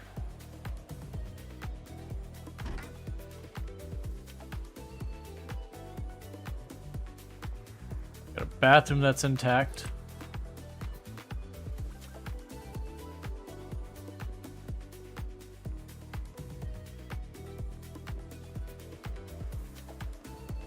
Okay. Stick of lard, still good.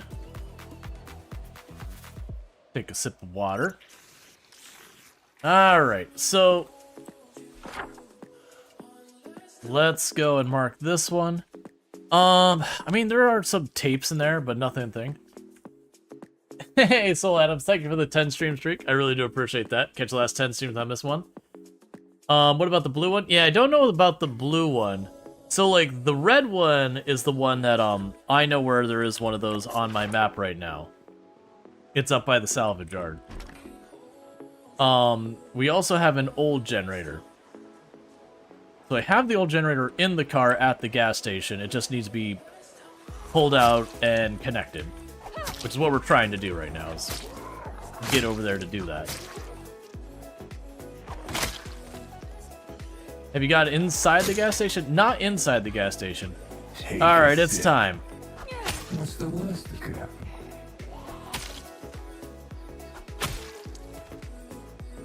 It is two-handed. Are you sharp before we start going ham with this thing? You're as sharp as you're gonna get. Alright, so scrap sword.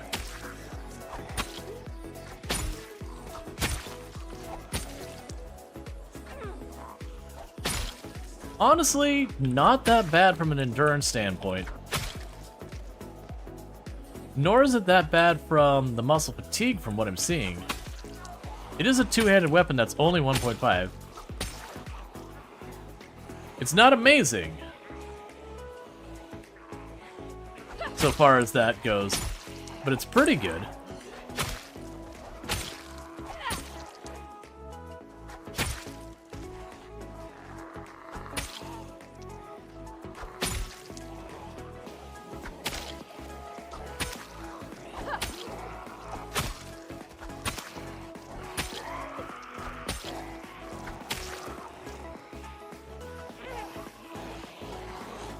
The downside is for endurance, it's not amazing. Considering I believe we are already Longblade 3. I need you all to die so I can rest.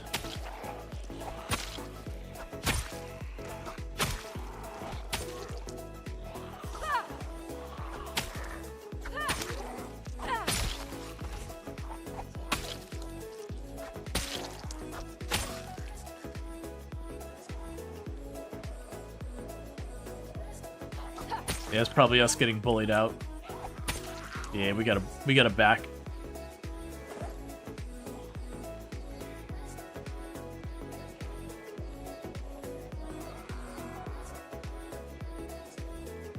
Might be able to ditch some of them over. No, do they move into the yard next to? Yeah, so right next to the house there. So yeah, we're back.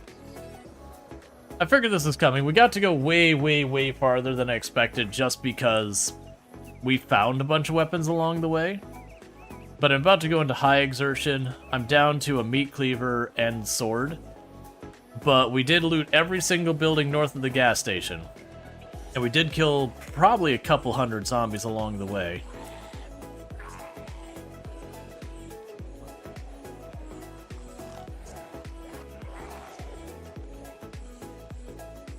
And the good news, I got a duffel bag back here with the pickaxe and a bunch of flint just chilling.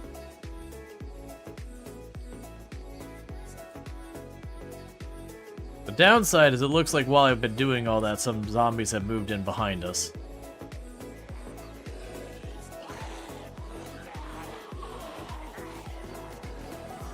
So I'm glad we did back off before I pushed high exertion. So there's the duffel bag. The problem is I can't fight that yet. So what we're going to do is we're going to go up to this house just up the road. I'm going to use it for like a way over stop to try and rest. And then once we've done that, I'll move on. In the meantime, go drink this honey real quick.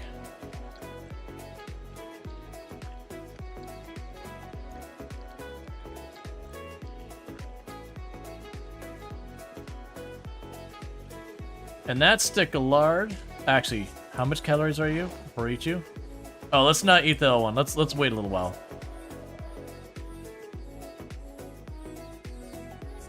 I will eat the stick of lard. I just want to wait till our characters gotten themselves a little bit more, like, wait till these calories go down, because 4,000 calories, we can basically take ourselves from losing weight all the way up. Alright.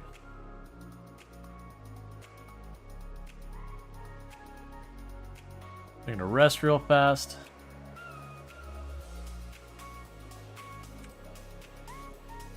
Check on how her sword is doing. Yeah, so it's just losing its sharpness and condition at the same time, so there's no point in me trying to sharpen it. Okay, so we're gonna try and cleave through the zombies to get back to our duffel bag. And get the duffel bag back.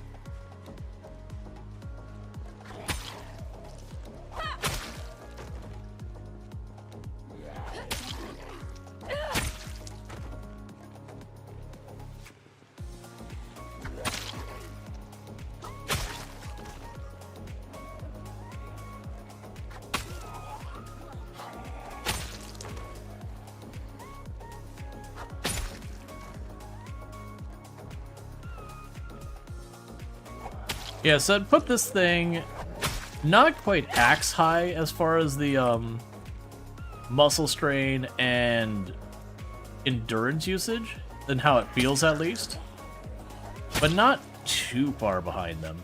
It's definitely a decent chunk of use. No, this thing's practical. I think this is fine for most gameplay. I think my only issue is what we're doing right now. It's not a great choice. So let's put this on our secondary hand. It's going to be really heavy. Put you away. Put you away. Put you away. And we're on our way home. Because we got a bag full of flint.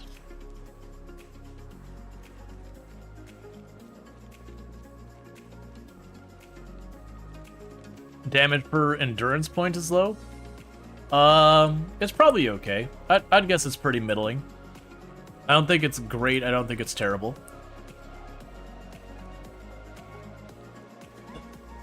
But I imagine once you get some long blade skill, that thing probably does some real damage. So it feels like it's the same kind of situation as axes where you can go through a lot of zombies fast. I just feel like it's not quite as bad as axes in the sense that, you know, you start slapping zombies and your character's just about ready to hack up their lungs. It still leans in that direction, just not as severely. I think it's genuinely probably a pretty solid weapon.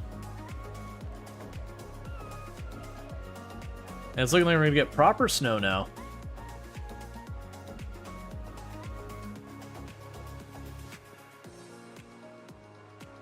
Man, I actually feel pretty good about that sword.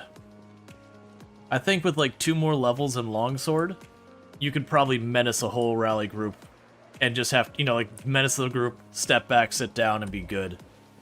Probably get through a good couple rally groups on one sword. I'm just at only Longblade 3, I believe, so... Yeah, Longblade 3. The thing does seem to do a lot of damage. Where'd you get Excalibur? It was stuck in someone. And so I stabbed them and I took it. We saw one of these before and I couldn't retrieve it because it was during a helicopter while I was just barely getting through alive.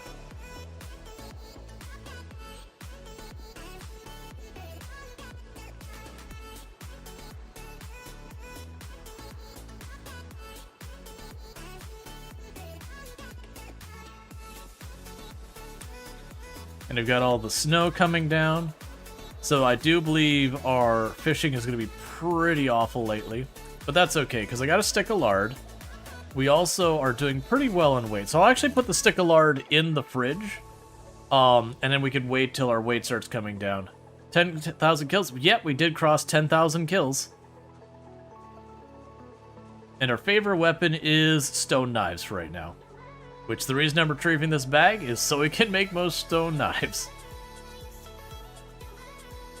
For short blade, you think kukri? Yeah.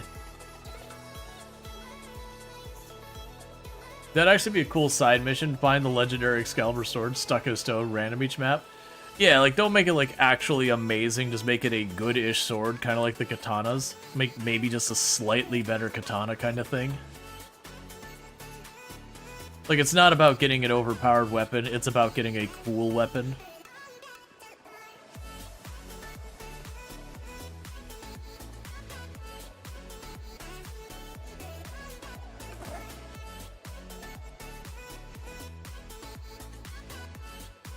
Yeah, just make it a good solid weapon. You can also add some requirement to remove it.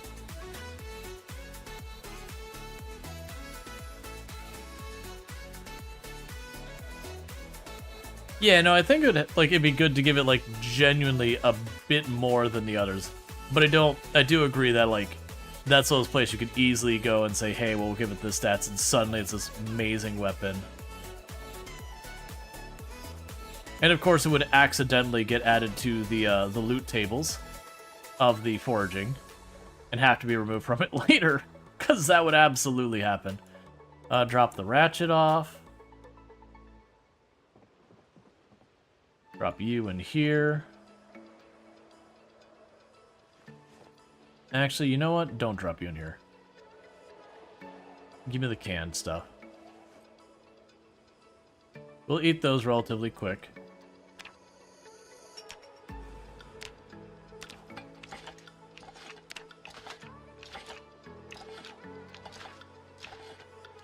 I'm gonna go ahead and open a bunch of stuff here.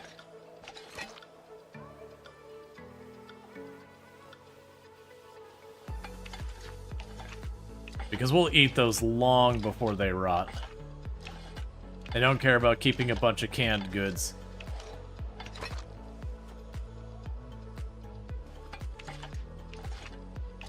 You can make it only final for certain things. Yeah, I mean, I could see definitely a bunch of silly things you could do around that. Like, the idea being, it wouldn't be a weapon you'd actively seek out other than to do, like, the Easter egg of doing it. Like, it wouldn't be a weapon you go out your way and be like, no, I gotta get the overpowered weapon so I can push the difficult place. It'd be just like, hey, here's this gimmick. You can do it. It's pretty funny.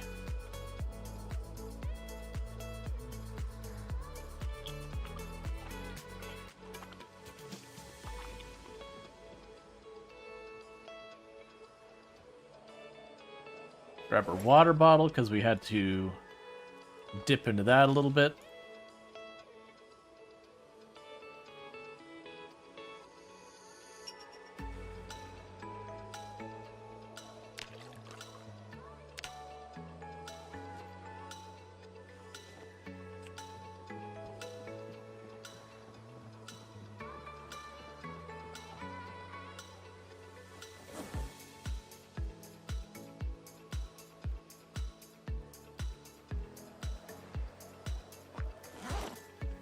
Okay.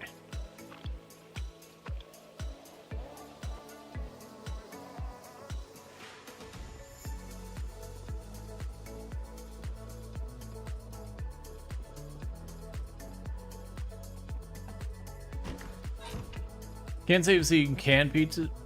You tend to see frozen peas. Yeah, canned peas are a thing. You don't see them much nowadays. That generally frozen peas are always the preferred ones.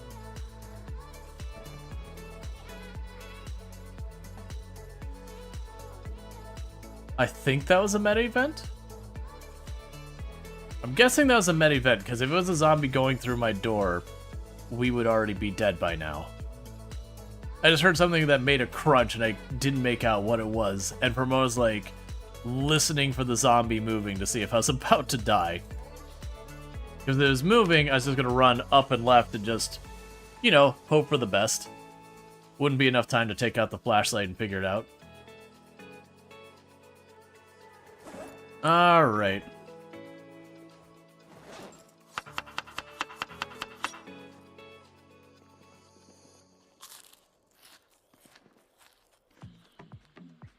Hi, what's my bucket?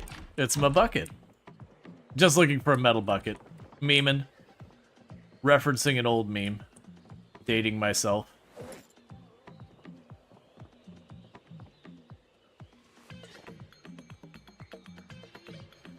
Alright, so now we need to do is go here, do this. We will first need to nap those.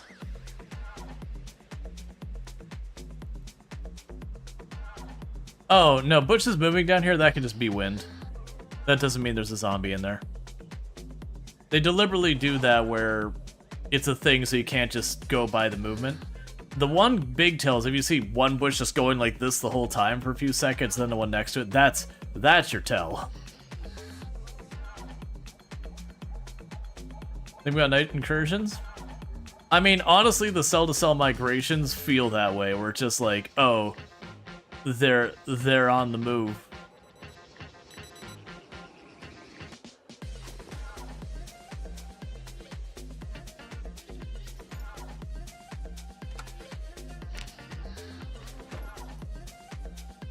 Oh, don't do that. I need that ray to be in that hand.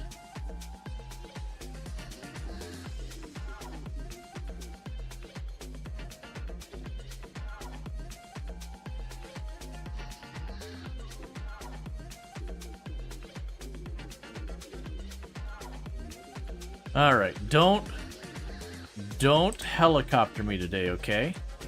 I know you're eligible. I know it'd be totally fair. And it'd be reasonable. It would also be very inconvenient. So if you could just not helicopter me today, that'd be lovely.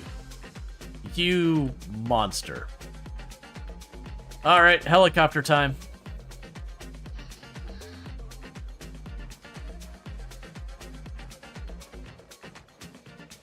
Oh, 1 second. You know what we could do here? Never mind. Never mind. We won't worry about it. Okay. I was gonna be like, we could bring stuff with us to make the weapons while we're out here. I'm like, no, that's a bunch of weight. Right now, we can just go, where? Oh, I moved it to my bag. So put you back on here. I should have dropped off the gas can, but it's fine. Alright, so where the heck am I going is a real question. I've got a little bit... Alright, so... We have already established this is not happening. This is not happening. This is a bad time. This is a bad time. Let's go in here and remind ourselves. Gross, gross, gross, gross. No, no, no, no, no, no, no, no, no, no, no, no, no, no, no, no, no, no, no, no. And no, no, no, no, no, no, no, no, no, no, no, no, no, no, no, no, no, no, no, no. And no, no, no, no, no, no, no, no, no, no, no, no, no, no, no, no, no, no, no. No, no, no, no, no, no, no. All of this is death. This is death. This is death over here. This is all death. All of this over here is straight death. All of this is not where we go. This over here, this place that I'm just clicking the skulls a billion a time, this is where we don't go anymore. I've made this place incredibly unsafe. Leave the temptation behind. I don't even know how I'm going to be dealing with this. So, here are the choices I have. One is I can try and take the bet that I can get far enough north and then start cutting west to again try and draw the zombies west here and like take the helicopter up here somewhere like I did a while back. The other option I have is to cut across here and then over there and just try and keep going as far as we can to the east here. We did draw zombies here a very, very, very long time ago, but we're talking like 4 or 5 months ago in the game. Well, it's probably like 3-4 months ago. So I could see cutting to the left, the right here, and then just trying to go down as far as we can, and all that. The big question is, north or east? East, I'm going to go south. So basically, east, I'm going to cut east and then go south and just see how far we can get. North, I'm beelining up this highway, and there's a bunch of zombies up here, but we're going to try and skirt around that way and go over here somewhere. South is probably better over... Well, south is directly into town. Yeah, so east and south, I think you're right. Oh, and we can remove this because this isn't true anymore. So, I think the plan is we cut southeast, and we just try and cut across all of this, and then just get our way down here. So we're going south-southeast. Alright, so let's get this started. We're gonna jog a little, because my fear is if the helicopter shows up right away, it's gonna be a problem. In the meantime, let's go ahead and slam this thing real fast. Before we start running. Got ourselves a snack. Okay.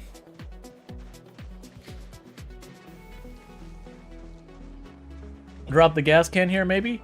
You're not wrong. You're not wrong. We're not going to make a whole big thing out of it. Gas can go right there. I'll be back for you. Don't forget me, gas can. Do we have the gas station yet? The car is at the gas station. We were literally cleared all buildings north of the gas station, and we're right about to do the push to the gas station. I just need to like rearm real fast to finish it off. But we do have a helicopter day. So we are running as fast as we can. We want to get below Irvington as best we can. In the absence of below Irvington, let's just get below Irvington. Let's just pretend there is no other option.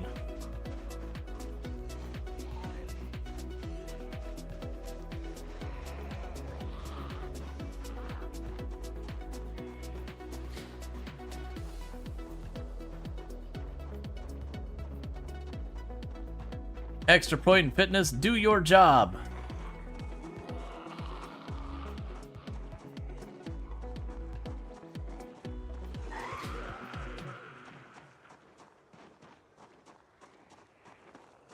Let's start cutting south because it's getting a little dense over here. And soon I'm going to start backing off of running. Yeah, let's go east more. I wasn't expecting this to pick up this density quite this fast.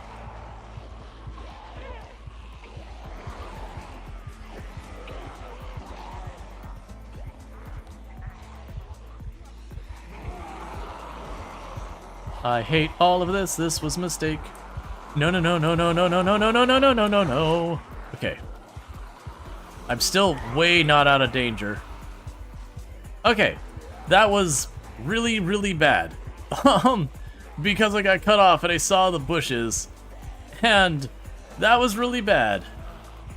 Alright. I don't know why this place is so hot over here. This is the middle of nowhere woods. That zombie spread? Not my friend.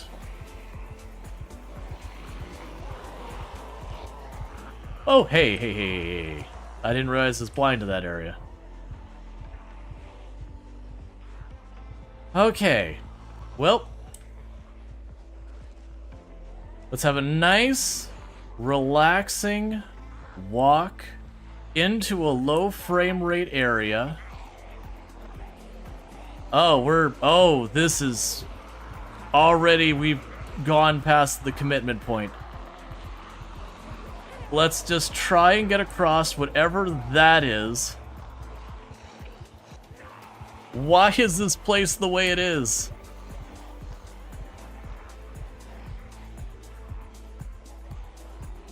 So, kind of wishing I went north now. Kind of a little too late to go north now. We are definitely committed to the south.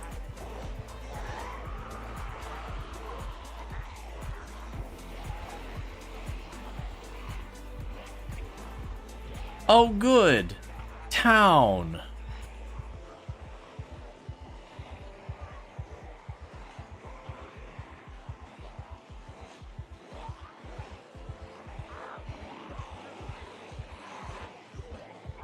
The big problem, honestly, is that I've already dipped into my endurance a lot. And I don't like that, because we haven't started the helicopter yet. And I've already burned a lot of endurance. So as far as my resources for survival, I've already chipped deep into one. That's okay, we'll make it work. I've got a big sword, what can go wrong? What's going on here? We are trying to get into position for a helicopter. And we have misjudged the direction we are going. Alright, that zombie wall to my right, I'm gonna need you to choose a direction so that I can find the gap to cut through. You have done as I have requested, and I thank you. That is worse than what I was looking at. Alright, so trees down, that's bad.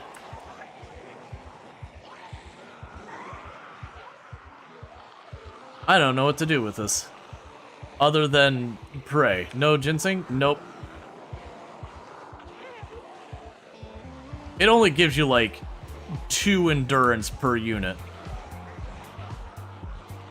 It's fine. Everything is fine. All we have to do is walk without rhythm, and we won't attract the worm.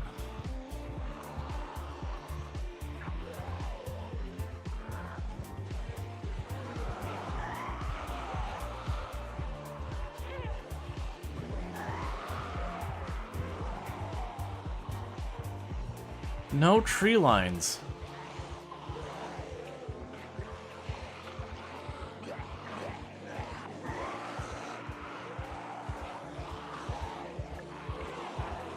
I'm getting boxed in real hard here.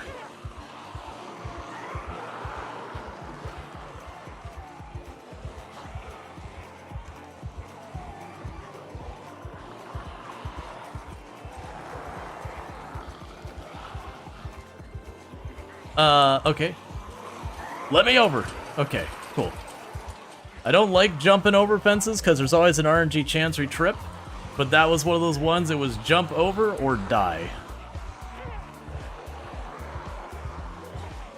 Hoo, hoo, hoo, hoo.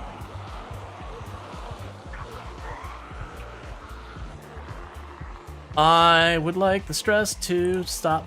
The stress to stop. The stress to stop.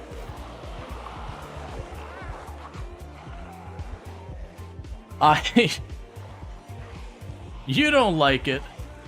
I can't stand this. Okay. Alright. To hell with that place. No, we took the helicopter all the way to the east more, I believe. This is in the middle of nowhere. If I had a heart monitor, it'd be going strong. Unfortunately, I do not have a heart monitor. We're starting the helicopter. Hey, Sherry. Can I get a shout out for Sherry Kind, by the way? Who is probably not under as much stress as I am right now. At least I hope not, because that would be deeply concerning. But our fantastic content creator on the platform. Oh, it's so peaceful. We're just doing a nice snow walk into the open air. It's relaxing. Nothing to see up there. We're definitely not immediately diverting down to this open field. Oh no, you don't want to forge. Forging actually uses endurance when you pick stuff up. Yeah, for those that don't know, Sherry Kind, our fantastic content creator on the platform. Has a pretty fun shark avatar and all good stuff. Good times. Don't mind me, I'm having a mild panic attack. Poor Kira here is straight up having a legitimate heart attack.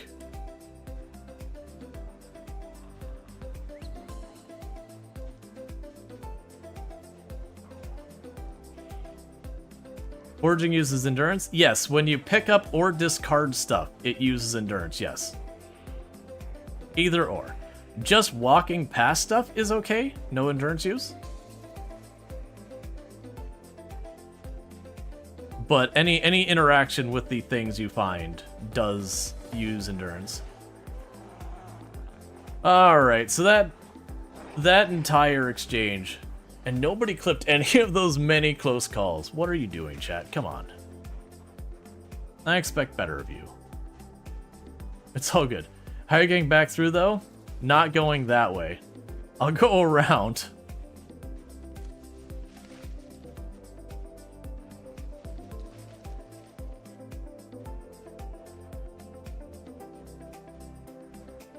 We were waiting for you to die? Yeah, no, I gotcha. So, honestly, with most of those, it's not surprising I didn't trip. For those who don't know, when it comes to bumping into the zombies, it's only when you bump into zombie back to back that you have a real risk of tripping. And so we actually didn't run into an issue where I ran into the zombies twice in succession. I did elbow a couple of zombies, and it was definitely like 2 times that we got in the bushes that I'm like, oh yeah, no, it was the fence jump. Like, the odds were a lot better for me to make it than against me. But yeah, that was a 100% calculated risk where it's like, okay, this is RNG. We either make it over this thing or we don't. Because if I waited to do like the regular vault, I was gonna have a zombie grab me while I was on the other side. Alright, Luxray, you take it easy. Thanks for hanging out.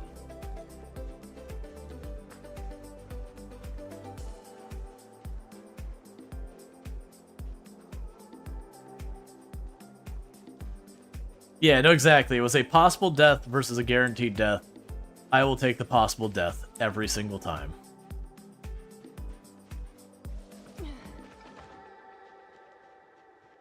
Yeah, no, those bushes were the ones where I was like, oh crap. Like that one where I got into the bush and then I nudged the zombie on the other side.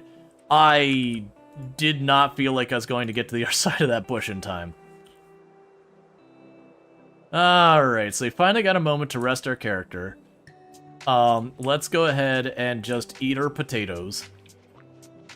And we happen to have approached a perfectly nice well to have ourselves a nice, relaxing sip of water.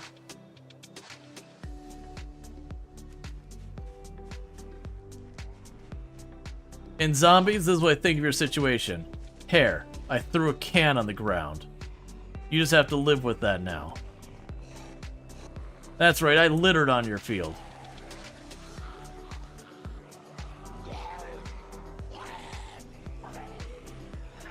You never get the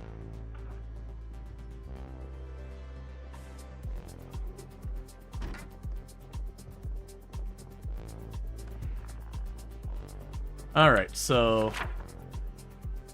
I have no idea what day it is. Okay, so it is 12:09. Alright. So right smack on this house right here. 13th helicopter.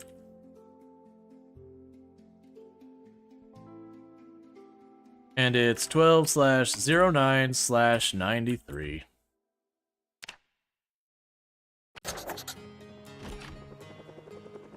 Alright. So let's not be indoors for that where we can get pinned in. I didn't get a chance to check it out. Surviving is more important than looting.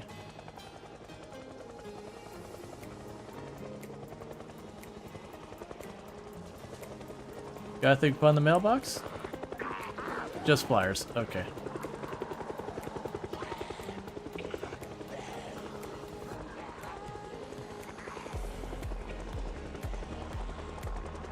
It's good to know there's a bunch of houses down here. Looks like to the north that's a dead end to the east. So let's keep cutting down. If we see the population start building up, we'll turn around and go a different direction.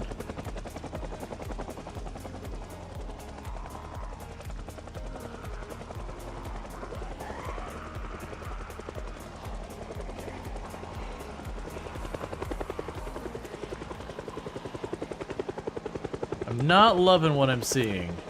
Especially the big hang performance-wise.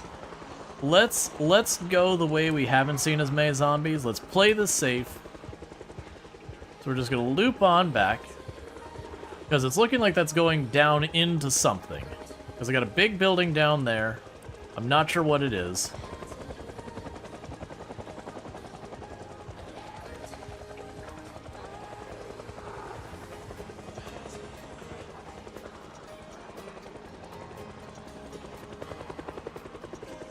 Okay. Hey, Penny, how's it going? Can I get a shout out for Penny, by the way? I may not have someone able to do that for you, but I'll do it here in a moment. And I need the helicopter to settle because I just see we only got about 7 minutes to the ad break, which should be more enough for the helicopter to finish anything it is going to do. Ooh, a basement. So we definitely want to go in the basement during the helicopter. That sounds like a great idea. We just duck into a basement, one way in, one way out. All that. Perfectly reasonable thing to do.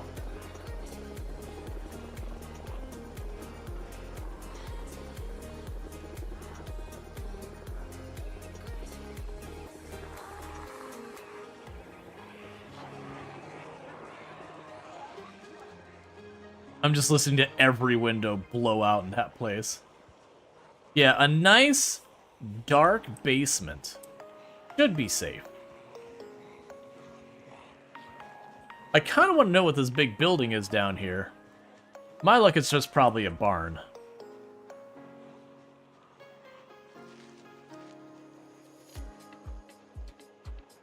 Ooh, that's interesting. Why are there barricades over there? Get this out of here. I don't... It's like, get this out of here. I don't need it.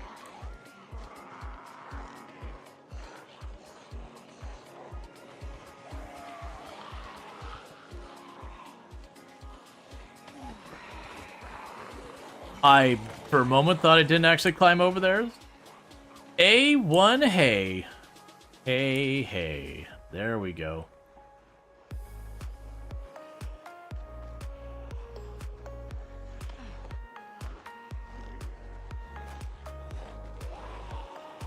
Just a one and done helicopter? I can live with a one and done helicopter. Oh, good. Those buildings I was walking to before, they're just bathrooms. Public bathrooms. The cursed kind of public bathrooms where you go in there, there's no doors or anything. Oh, that is all enclosed with large fence. We do not want to be in here. This is a dead end. Alright, looping back around. I was like, I want to take a peek at that bull driver.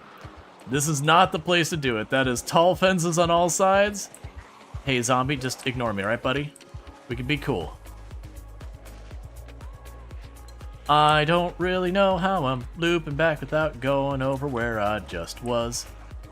I guess we're exploring the dangerous way. Oh, that is way worse. Okay, alright. Oh, I may have just killed myself. Alright, we made it work.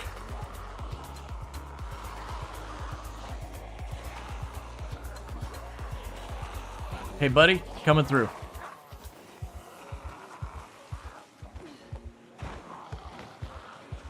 Okay. I turned around, saw the big group, was like, oh, and I had a big group right behind me, and there's just a bunch of hay bales and all that. There is no maneuvering room in here.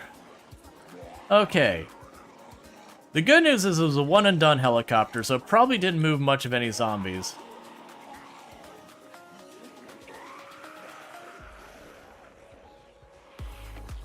Clutch, thank you. This helicopter has had entirely too many clutch moments. I could use a little bit of just chill, relaxing, no stress, no mess, nice snoozer of a moment helicopter. But first, I want to know if that's unlocked.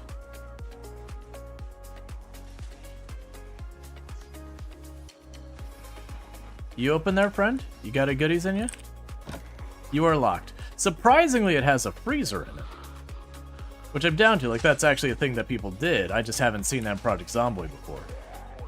Alright, so now we know it's safe for me to run back towards the well. Kira feels like going home after that. Kira just probably wants to go into a dark closet, duck her head between her legs, and start openly weeping after that. Because I don't know about you, but if I had that many back-to-back, you know, this is how I died moments in real life, I am going to be bawling. I am going to be at stress, like, the stress gauge maximum. If we're playing Final Fantasy games, I just got my break limit, levels of stress. That we're just going to absolutely be non-functional as a human being for a little while.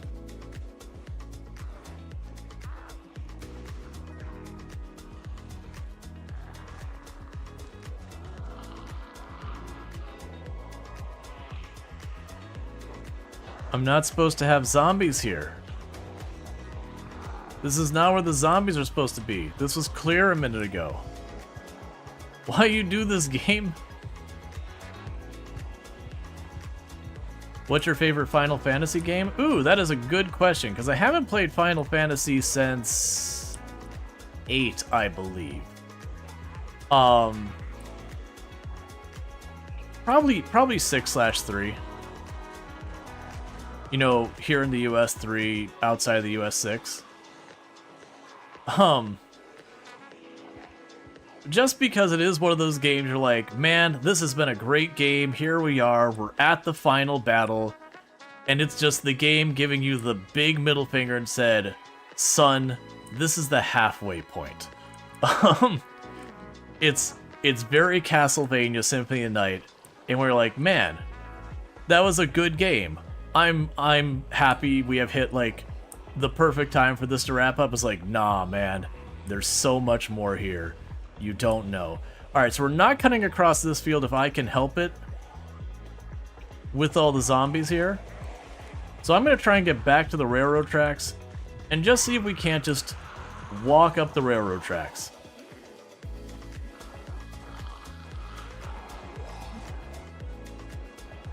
I just want to go for a nice stroll along the railroad tracks. Final Fantasy VII? Yeah, Final Fantasy VII is really good. To be fair, a lot of the games I've known that were 2D that went 3D, I never really got into the 3D version. Final Fantasy VII was the first one that I'd say is like a 2D game that I was actually pretty happy with the 3D version. Like with the like Metroid and Zelda and Mario, it's not that the new ones weren't any good, I enjoyed them, but they just did not hit the same. But I feel like Final Fantasy did a pretty good job that when they went 3D, it still felt like Final Fantasy. Whereas most of the other stuff when they went 2D to 3D, you know, it was a different good game. Alright, we're about to hit ads. I want to give myself just a moment to stop stressing out about that thing and go shout out Penny Meowie. I was actually going to deliberately, when I cut to the left, I was going like to the houses before I went back down to the hay place. I was actually going to do a shout out and just be like, don't tell me what to do. But like not in a bad way. Just kind of the whole thing. But for those who don't know, Penny Meowie, another fantastic content creator, also been playing some Project Zomboid. Good times over there. So definitely check them out. And I managed to get that before the ad break dropped. So excellent. It's doing its thing where it's saying, the ad is starting soon. I am going to stand up and walk around for a minute. And let myself calm down a little bit. This might surprise you, chat. But that was just a smidge stressful for me. Because there was a lot of close calls in there. I'm going to have to go through my own VOD and clip a bunch of that. Alright.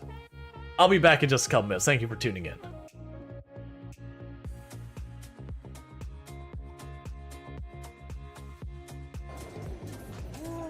Gliding down.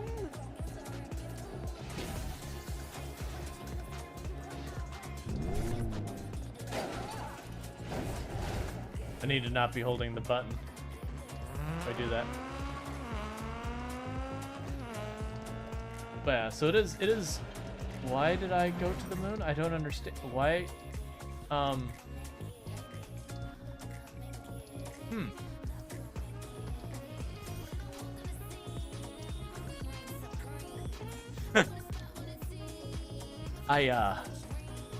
think I found a bug in the physics engine. What do you think, chat? I'm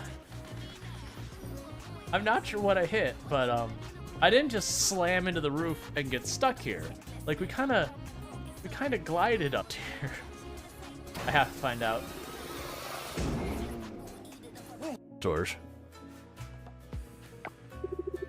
Walter's asking me questions about my coffee bean dealer. I'm not telling. Raj is hot. Raj is hot. It is good for Raj. Yes, good for Raj indeed. I love you. I love you. Tuma's just like, Raj is hot. Good for Raj. Raj is like, I know. I am dapper AF. But I'm not telling. I know what he... Trees are the real enemy. Never trust a tree. They will betray you at your moment of weakness.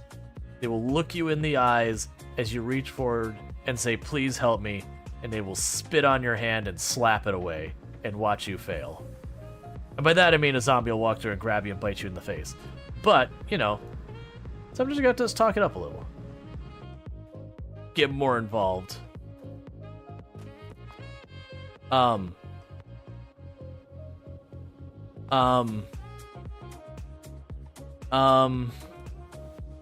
don't want to be here.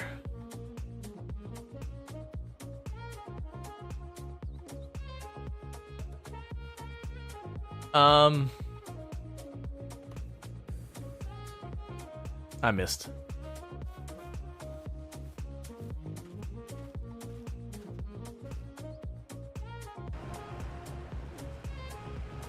You have to know what the best tractor brand is there. Well, it's clearly going to be New Holland. And this is a joke I'm 100% stealing from Altosaurus. And the reason why the New Holland's the best tractor brand is it's always new. Because even if it's a 10-year-old New Holland, it's still a New Holland. Alright. So let me catch up with chat. Let's see. Yeah, so just catching up saying it's such a great game. You love all the characters and all that. Well, that's the thing that surprised me. When you go into a game like Final Fantasy VI, for example, one of the problems you run into with some of those RPGs is they introduce so many characters, it's very difficult to care about them. But I always felt like Final Fantasy VI actually did a really good job of making you care about the characters, despite there being like 20-something characters you played as. Like, you had like a small army that you played as. And you cared about almost all of them. You can figure out which ones you didn't care about. This whole thing. Let's see. Final Fantasy VIII was your first Final Fantasy game.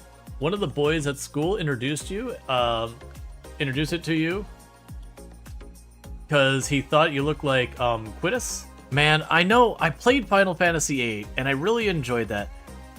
But man, if I can remember anything but like the main protagonist and secondary character, like that was one that didn't stick in my brain. I enjoyed it. I felt it was good, and I liked the whole like jumping motorcycles between the islands and all that. It was just like, I think that was the first game where you had a cinematic that you moved through that I was like, this is amazing.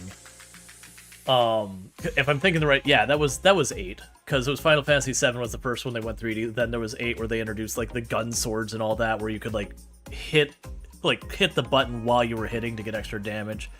And then 9, it went back to the way they used to look, and that one just didn't land as hard for me.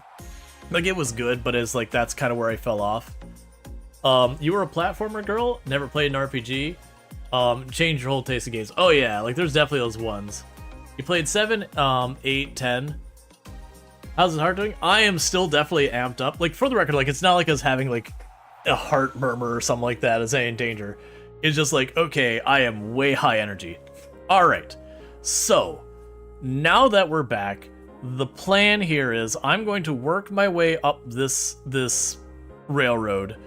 I have to be careful. Over here to the right, I did take 2 helicopters in the past, but I'm assuming this railroad is going to be safe, and we're just going to go the wide way around to where we've passed cleared. It's going to be a scenic route. It's going to be a journey, but right now, I don't have it in me to cut through yet another death trap of zombies. If we're a cat, we just claimed like 3 of our lives. If we're a cat, like 3 of our lives just got cut off in that last helicopter. Maybe even 4.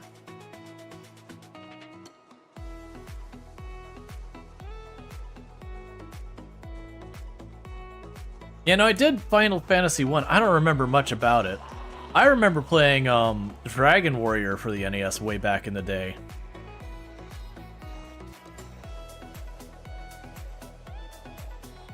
Did it have a different name back then? I think it was Dragon Warrior. Remember, like, finding the slimes and you get, like, what was it, like, the gold slime and it just wreck your day?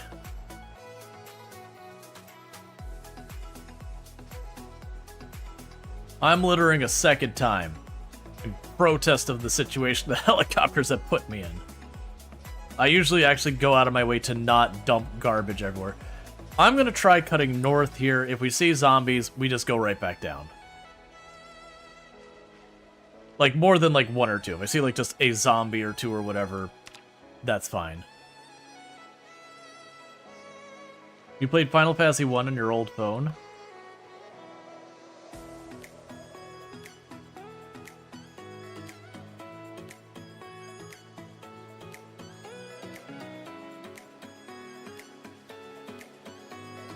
Because I'm kind of hoping we can cut across to the north road before all this goes down. Cool, they're actually moving to the west for me on their own. I can just ignore them even more.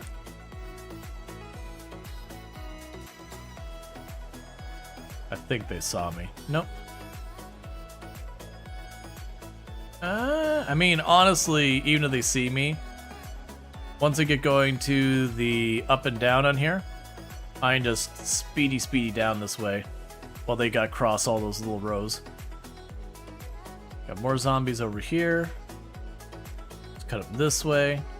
Getting a little worried I'm going to be in the middle of this all when it gets too dark to see. Probably when it hits 7, I should have backed off and just gone to sleep. We're already committed now, though. Yeah, so they definitely are going to see me here. Did I just... Okay, I just went slightly too far north. I was like, why am I getting caught up in everything? You don't block my vision, so I'll just cut right through.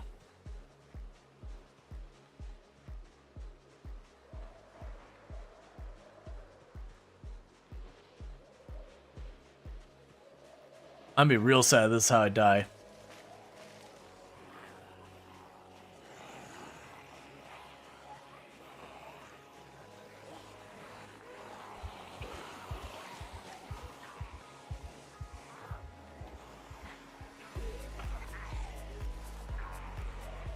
Okay. This is not the play. 'Cause now I don't have enough room that I can see ahead. It's too dark, I can't make the zombies out very easily.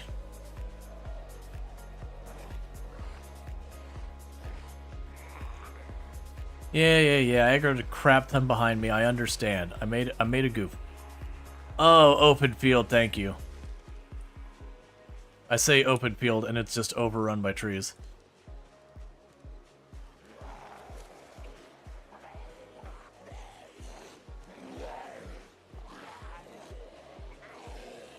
This is honestly as bad as what we were just doing, because there's zombies over there.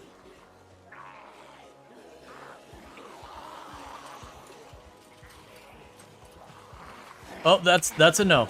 Okay. Cool. Let's get out of these fields.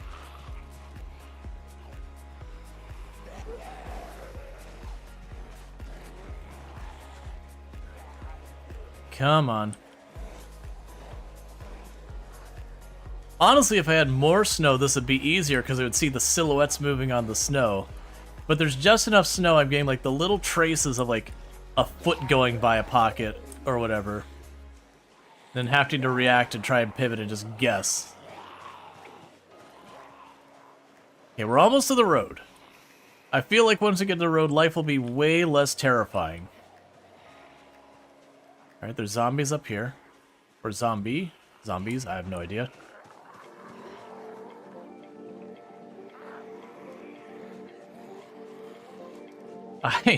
I should have just gone to the south side of the railroad tracks when I ditched those zombies and just slept until morning. I just didn't want to be out the entire night is all. This is the kind of thing where impatience gets you killed. So, we do have some of these barracks are safe for me to sleep in last year here. That's assuming the zombies haven't moved back into there, because we did full clear that area around there. But it's been 4 or 5 months, well, probably 4 months since we've been over there. So, really no idea what we're going into. But regardless, if I get to the road, I can work with the road. Even in like the middle of the night, I can at least work with the road. These trees where we have line of sight issues and where I cannot see the zombies against the dark green. Alright, so the good news is we haven't seen a zombie in a while. I haven't even heard one in a while. So we've probably ditched the ones behind us. There's literally some right there as I say that.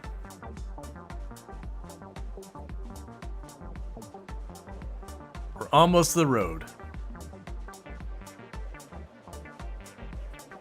Okay. Next helicopter, we're going north. I know I've been stubbornly avoiding that. Next helicopter, I accept. Northward bound is where we're going. It's hard to imagine it could be worse than what we've already been dealing with. And if it is worse than what we're dealing with, then honestly, it might just be go a little ways away from the base and just hope for the best. There is a zombie following us.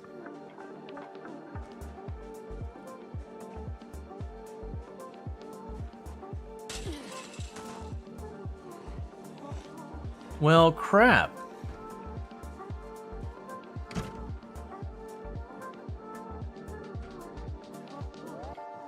Oh, we're in a building with a zombie banging a door.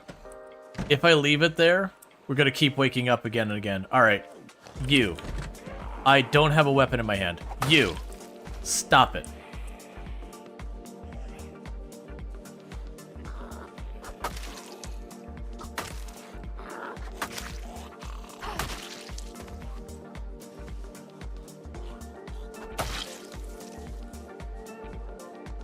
No, not a full group. Come on, man. I can't do this in the dark. I mean, I can. I just don't want to, I guess is the real answer.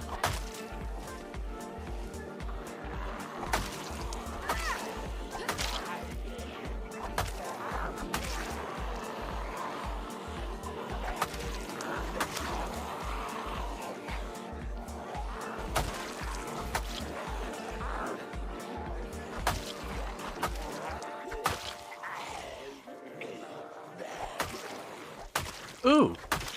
Was that just a regular backpack, or was that, it wasn't a military, I don't believe.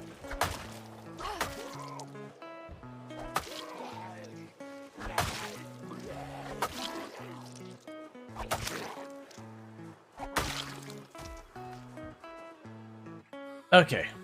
So one of those had a camo backpack. I don't think it was actually Survivor Zombie. I think it was a pretend. It's you. It's a pretend. Just what you expect from some random rural paramilitary camp. These are all a bunch of phonies.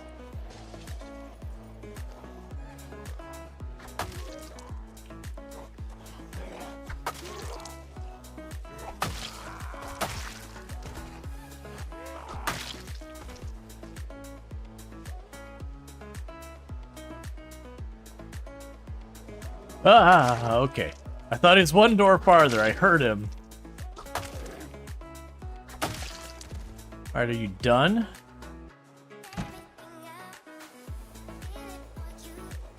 Are we good?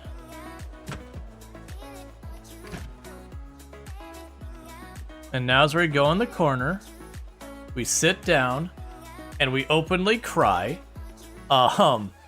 This is our character now. It's just hiding in the corner, just going like this, and pretending the world around them does not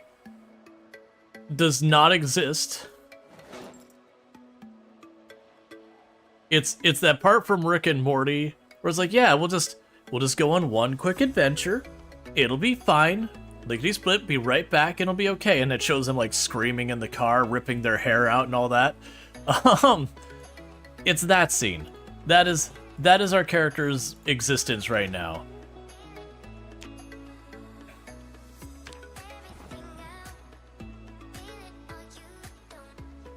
I heard a zombie go through this door and out, and I heard a meta event. I dislike both of these things.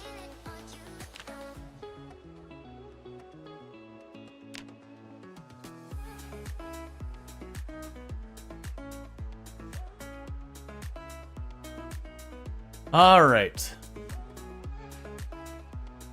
Grab our sword out.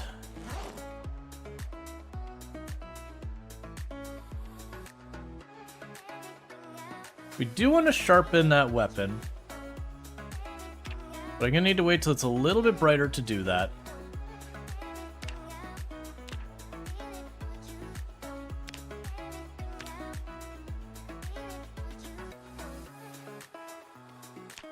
Okay.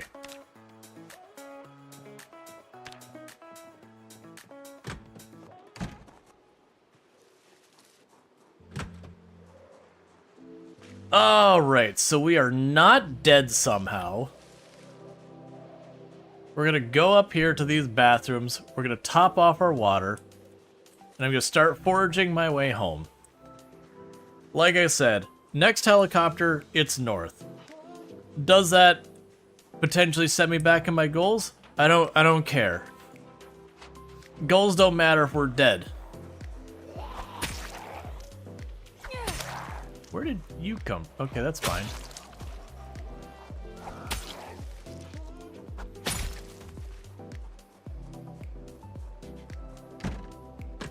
Hey, I'm sorry. I didn't know.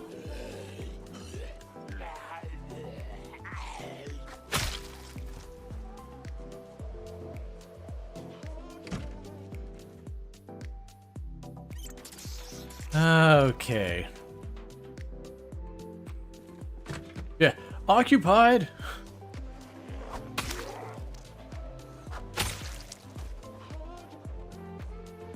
Alright, we've already looted this place. So there's nothing more for us to do here. Get our paper doll out. Let's get this out. Let's start foraging. You can make swords now? Yes, I didn't make this sword. I found it, but you can forge. You can make swords now. So we've got a scrap. I forget. It's like a scrap longsword.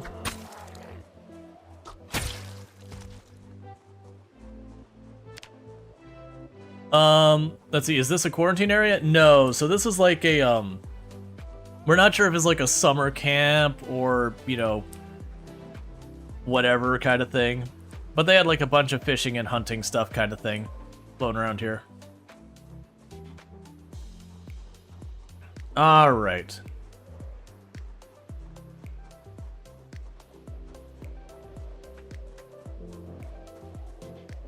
And I remember, you know what we were doing before all this went to heck?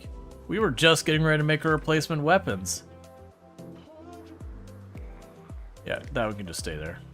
Is it just one of you?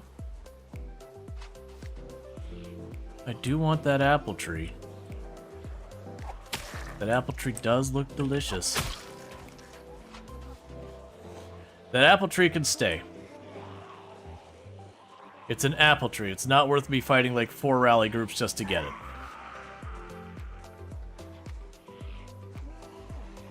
You're like a Zweihander. That was, I made the comment way back that, you know, the weighing between like multi-hit and not multi-hit, that my big problem with multi-hit is it applied to just about everything. Versus, you know, it felt weird to like you stab with a knife and then like 3 zombies get knocked back. And I always wanted there to be like a multi-hit, like one, like, you know, 1.5 or whatever.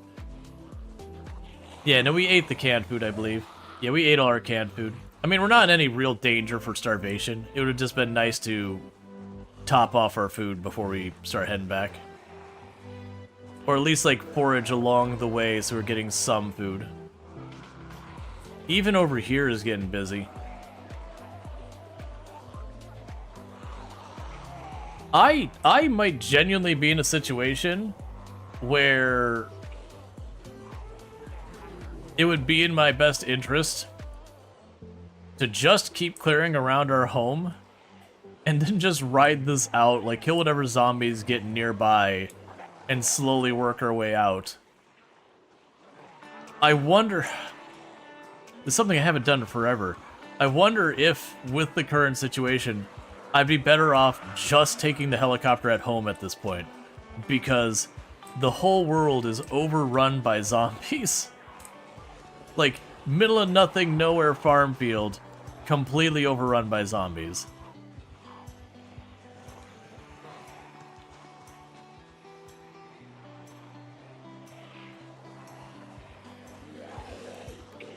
I need to look at my... Actually, we can just do this. I'm pretty sure I want to take that road to the north to get home.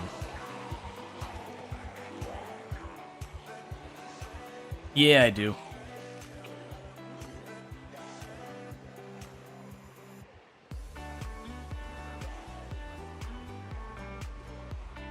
Because we're heading into Irvington this way.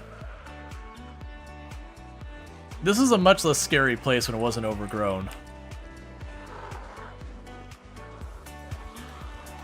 Yeah, genuinely. Yeah, and that's what I was thinking, is like you would have multi-hit would be reserved for only a handful of weapons. So like the comment was like, you know, the katana would be allowed to multi-hit, the fireman's axe would be allowed to multi-hit, baseball bats would be allowed to multi-hit. Anything that was like this big heavy thing that you would slap a zombie with. And then instead of right now where you'd hit the zombies, and I believe all of them take full damage, it'd be like the first zombie takes full damage, the second zombie takes half damage kind of thing. They probably wouldn't do it because there are a lot of calculations adjusting. This is bad. So what's happening is we've been surviving long enough that we're at these really extreme zombie populations. And so what's happening is the zombies are naturally spreading out farther and farther because they have the... where they can move from a cell that's got a ton of zombies to one that doesn't. And so it's just happening that we're getting to cells farther and farther away from the downtown area. And they're all just getting busier and busier.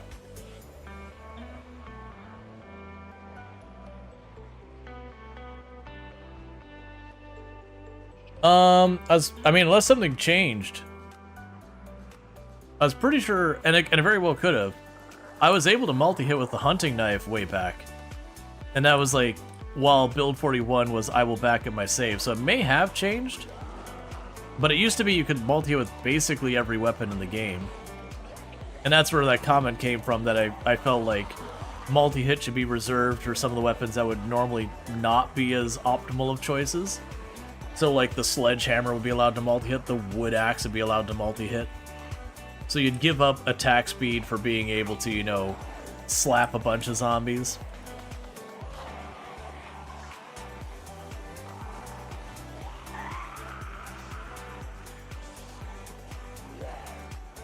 Hey, Scythe. Oh, actually, that's a full-on hockey stick. Hey, hockey stick, how you doing?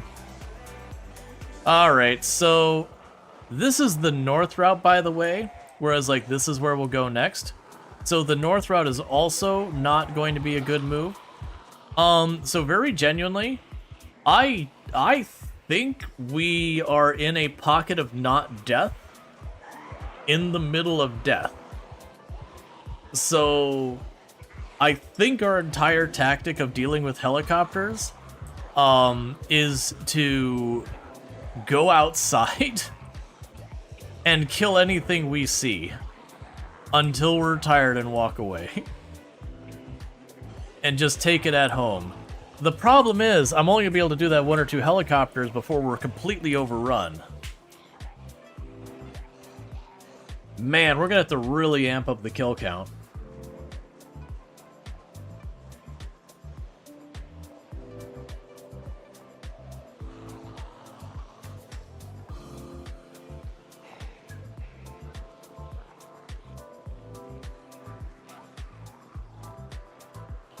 Oh yeah, as a warning, basically anything on the wiki, you can't trust, unfortunately. There is a lot of stuff. The Product Zomboid wiki is particularly bad about being not up to date. For a while with Build 41, we had people who were keeping the weapon stats up. Actually, I have no idea if everyone can edit or not. I think everyone can, like, put things in there and then whatever. But, the problem is there's, like, almost no one maintaining it versus a whole lot of people consuming from it. And then you have a lot of people who, when they make edits, they edit what they think or what they feel is happening and not verifying it. Because there was a while, even the wiki said you could survive a bite and it was like a 0.05% chance or something. That's just not a thing. But that's been a rumor in Project Zomboid since before I started playing, and it's just not a thing. Never. There's only been one window that, outside of changing your settings, you could survive a bite, and that was there was a trait that was bugged.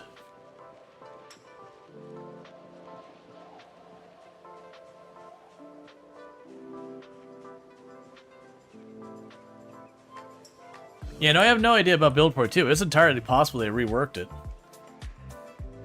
I don't think I'd go back to multi-hit, but that was back then. I wish there was like a middle ground where it's just like the handful of weapons are like, no, really, if you put like full mass into a baseball bat swing, sure, the first zombie's gonna get clunked and properly damaged. You're still gonna knock that zombie into other zombies with how hard you're hitting. So it felt like you should get something out of it versus being overrun. But then when you did multi-hit and you'd poke something with a knife and all 3 of them would flinch back, or you'd shove and all 3 of them would flinch back, you're like, come on.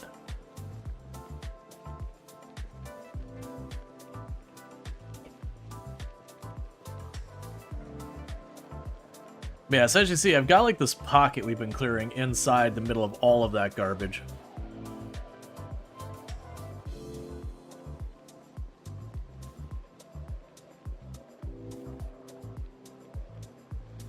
Alright, so let's go ahead and do this. So let's go grab our skull icons to update what we've learned. This area, relatively okay. I think we went up along this path. It was around here that this got to be not okay. And then this was not okay. And this was not okay. We didn't go down there. I can only assume that's not okay. That was fine. This area here was not okay.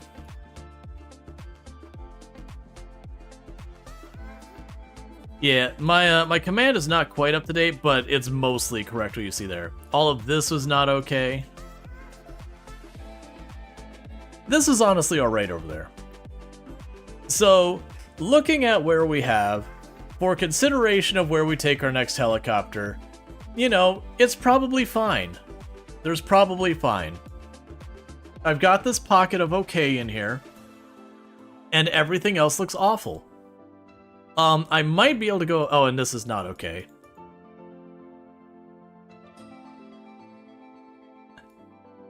So, I think literally that cell thing is where I think this is probably supposed to be like 30 or 40,000 zombies in here. Just in there. And I think what's happened is that cell migration thing, they've just spread out.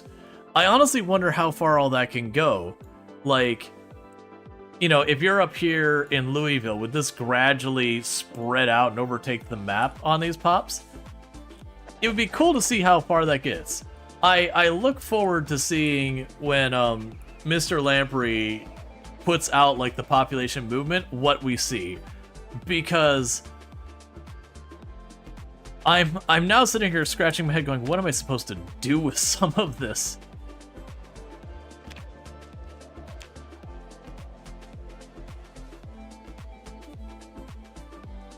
Modding community, please make middle multi-hit happen. So you think axes or bats almost no multi-hit capability because the first hit trajectory inevitably changes, but a cutting weapon like katana? Well, I could see it also being a thing that maybe the amount of damage you do to this, you know, the next target could also vary. So like for the baseball bat as your example, you hit the zombie, the first zombie takes the full wall as you expect. They're the ones you connect with. It could be that the next zombie only takes like 5% damage and you just flinch it.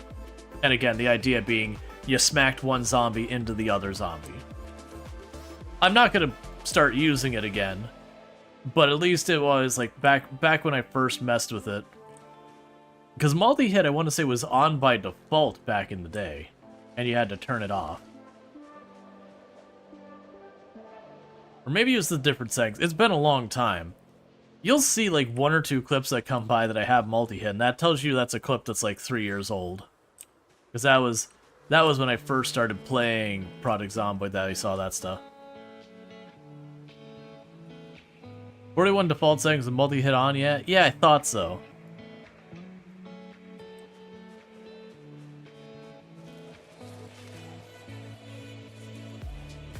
Yeah, these days I don't use multi-hit.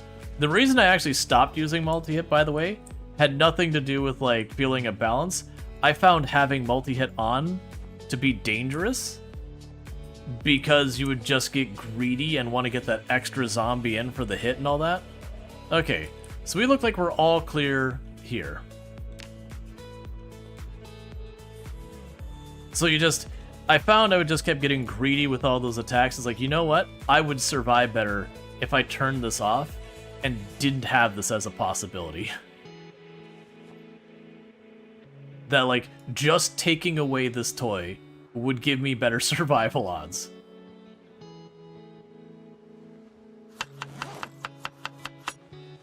Alright. So, back to what we were doing before the last helicopter utterly terrified me, is we were making our replacement weapons. I want to step outside after we eat this. I'm pretty sure that was just a wind shake, but we did just have a helicopter. Okay, yeah, we're fine. That tree just shook and it was like, you know what? I am close enough and I'm in line of sight kind of situation. I could see a zombie hearing me and coming on over.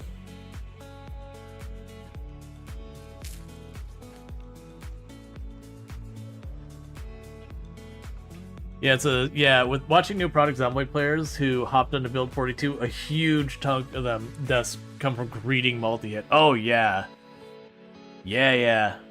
Let's also remove that broken glass, since I see it. Alright, so, crafting menu.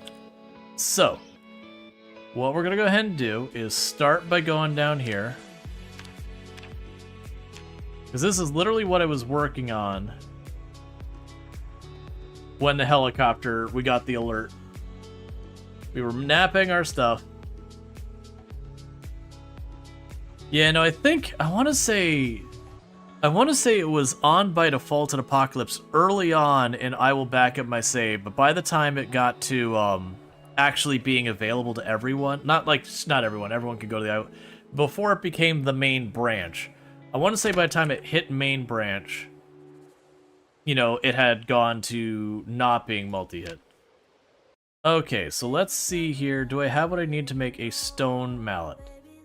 Of course I don't. Stone. Where is the stone hammer? You need just a regular old stone. The good news is regular old stones are really easy to get.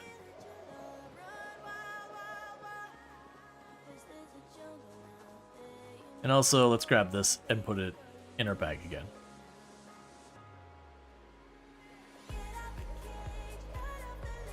I'm trying to not grab the ones that we've got saved over there for the primitive thing. Let's just run down here. I know there was some more down here that we hadn't looted.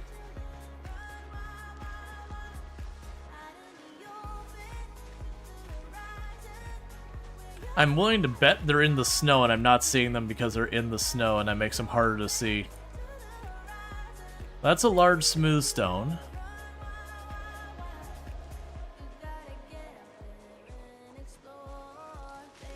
There you go.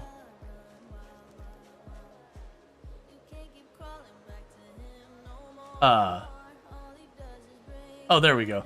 I was like, where did it go? Okay. Do you like the idea of making certain weapons multi-hit? Kind of like the shotgun versus other guns? Yeah.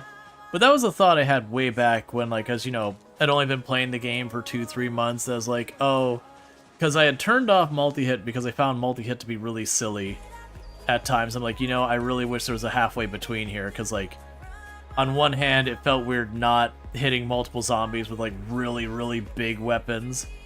And on the other hand, it's like, but also, it felt really, really weird hitting multiple zombies with really tiny weapons.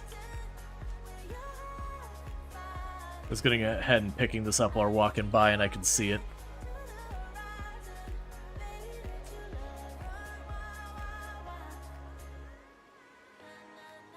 They're definitely not going to get any clearing done in this in-game day. This is a weapons day. All right. So, like we were talking about before, I think the plan is, once we get the generator hooked up at the gas station, what we're going to need to do from there is we are going to... Oh, you know what? It's full of fuel. That's why I can't put any more in there. It's full of fuel. I forgot they really, really, really massively reduced the amount of fuel these things can carry.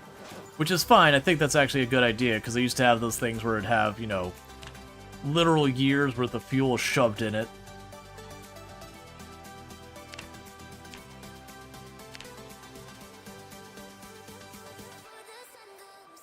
Yeah, something like 8 hours or something like that is what they can go up to now. Okay, so we got ourselves a brand new hammer. With our new hammer, we're going to go and make more sharp flint flakes. Drop those all in, drop the hammer in there because I don't need it on my person. Then we're going to take all those flakes and we're going to make a whole bunch of blades. So that's 25 blades we can make. Alright.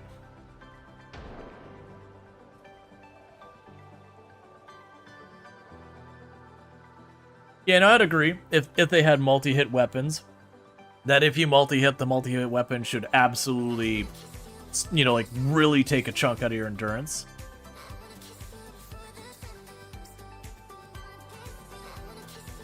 But yeah, so I think, yeah, no, it was a meta event. The good news is we've been killing zombies in our surrounding area so much that we've just not been seeing that many.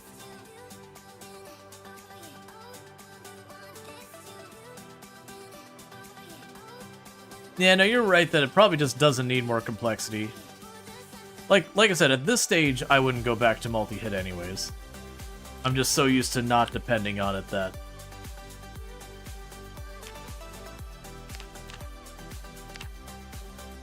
I wouldn't want to.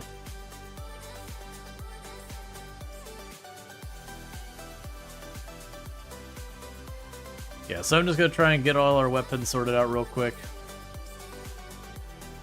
Like I said, I think the plan of action now that we've learned how cursed our situation is right now. Step one, I still want to secure the gas station. And I don't mean like wall it off forever. I mean literally get the generator plunked down at the gas station and connected, so that I can fuel up the car and do that. Which is gonna be funny because what's gonna happen is that car's probably gonna get parked here because I'm gonna be just trying to hold on to dear life as things get worse and worse as those zombies spread. But once I've got that sorted, I think the defensive perimeter needs to be built. Which it's weird playing Project Zomboid and actually caring about my defensive perimeter, because that's not been a thing I've cared about in Project Zomboid since I was a new player. Back when I was like, oh man, I need to properly get myself into an area that has one way in and out and secure and all that. So you had a stupid question, sorry for it. If you're in month 4 in the game and you'd like to start getting more animals, will they be alive in not loaded areas or will they already be dead? I believe they will be alive in areas you have not visited yet. I was led to believe that. I haven't tested it, so you know that might not be the case. But I was led to believe as long as you haven't been into an area where it loads in, you'll be okay. Like they'll be there. If not, I want to say there was a way you could get like certain wild animals as substitutes. Okay, so we can go and get that. And with this now, we can make ourselves only 3 knives. One am I running out of with the knives that I can only make 3. Rags. That's actually the least convenient one for us to be running out of. Because rags means I gotta go to the bodies, and the bodies are way the heck down the road. Thank you for the follow. Welcome into the stream. Okay, so there's the knives I could make.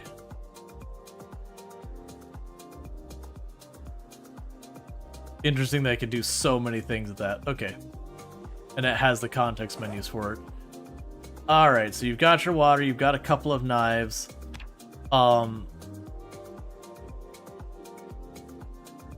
We've got a ton of small handles here. Alright, well first, let's deal with our basic needs. Take a sip of water. Cool. Our weight, we could eat more. We got time and we're about to be, I think we're right about in the good time for fishing. Let's try and do that real fast before we get set up on other things.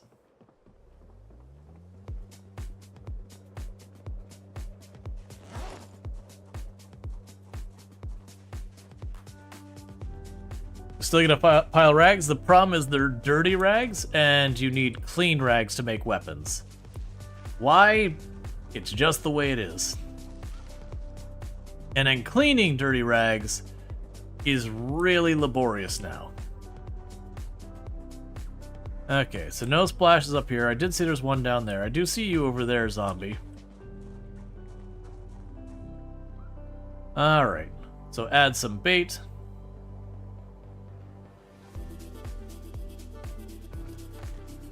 I canceled it too early.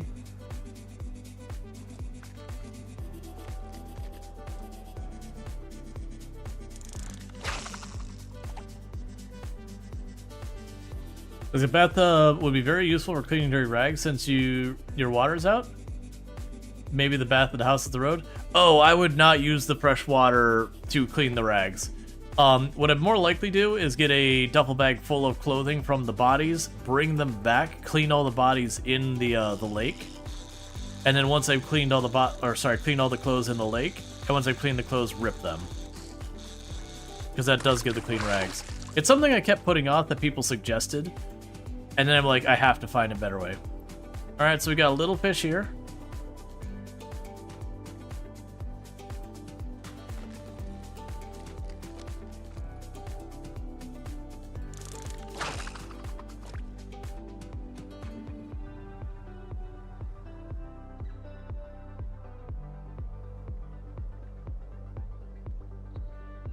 So you can still clean clothes in the rag, but not just rags? Yeah, I don't know if that's a deliberate thing.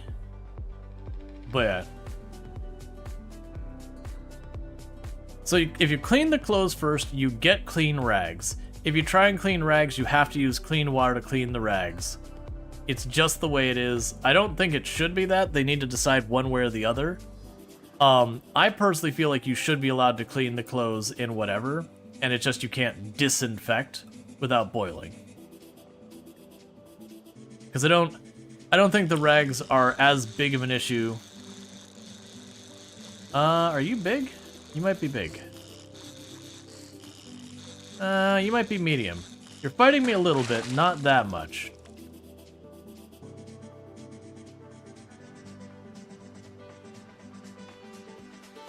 That's at least an okay fish.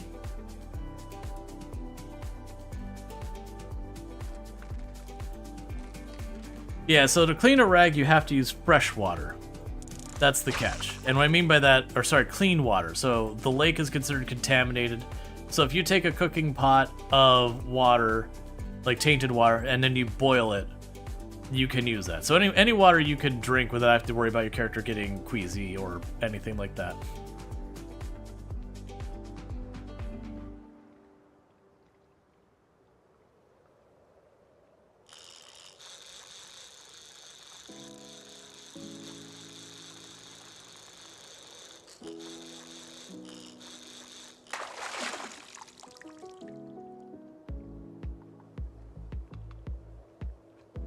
Let's see, do you see the calories because of some mod, or is that something I can carry with nutritionist? If you have nutritionist, you can see the calories using nutritionist.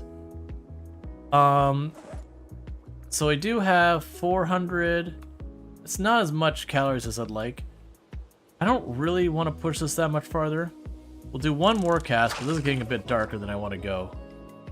Especially this shortly after a helicopter.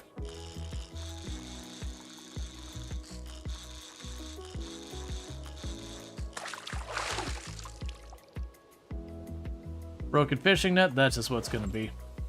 Alright, so drop that. Switch to an actual weapon. Put that away.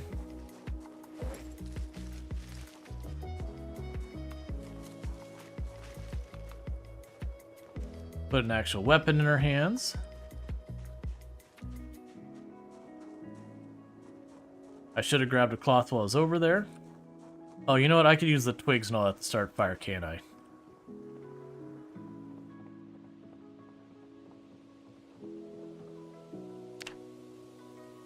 Right. You know what? We'll cut the fish up in the morning.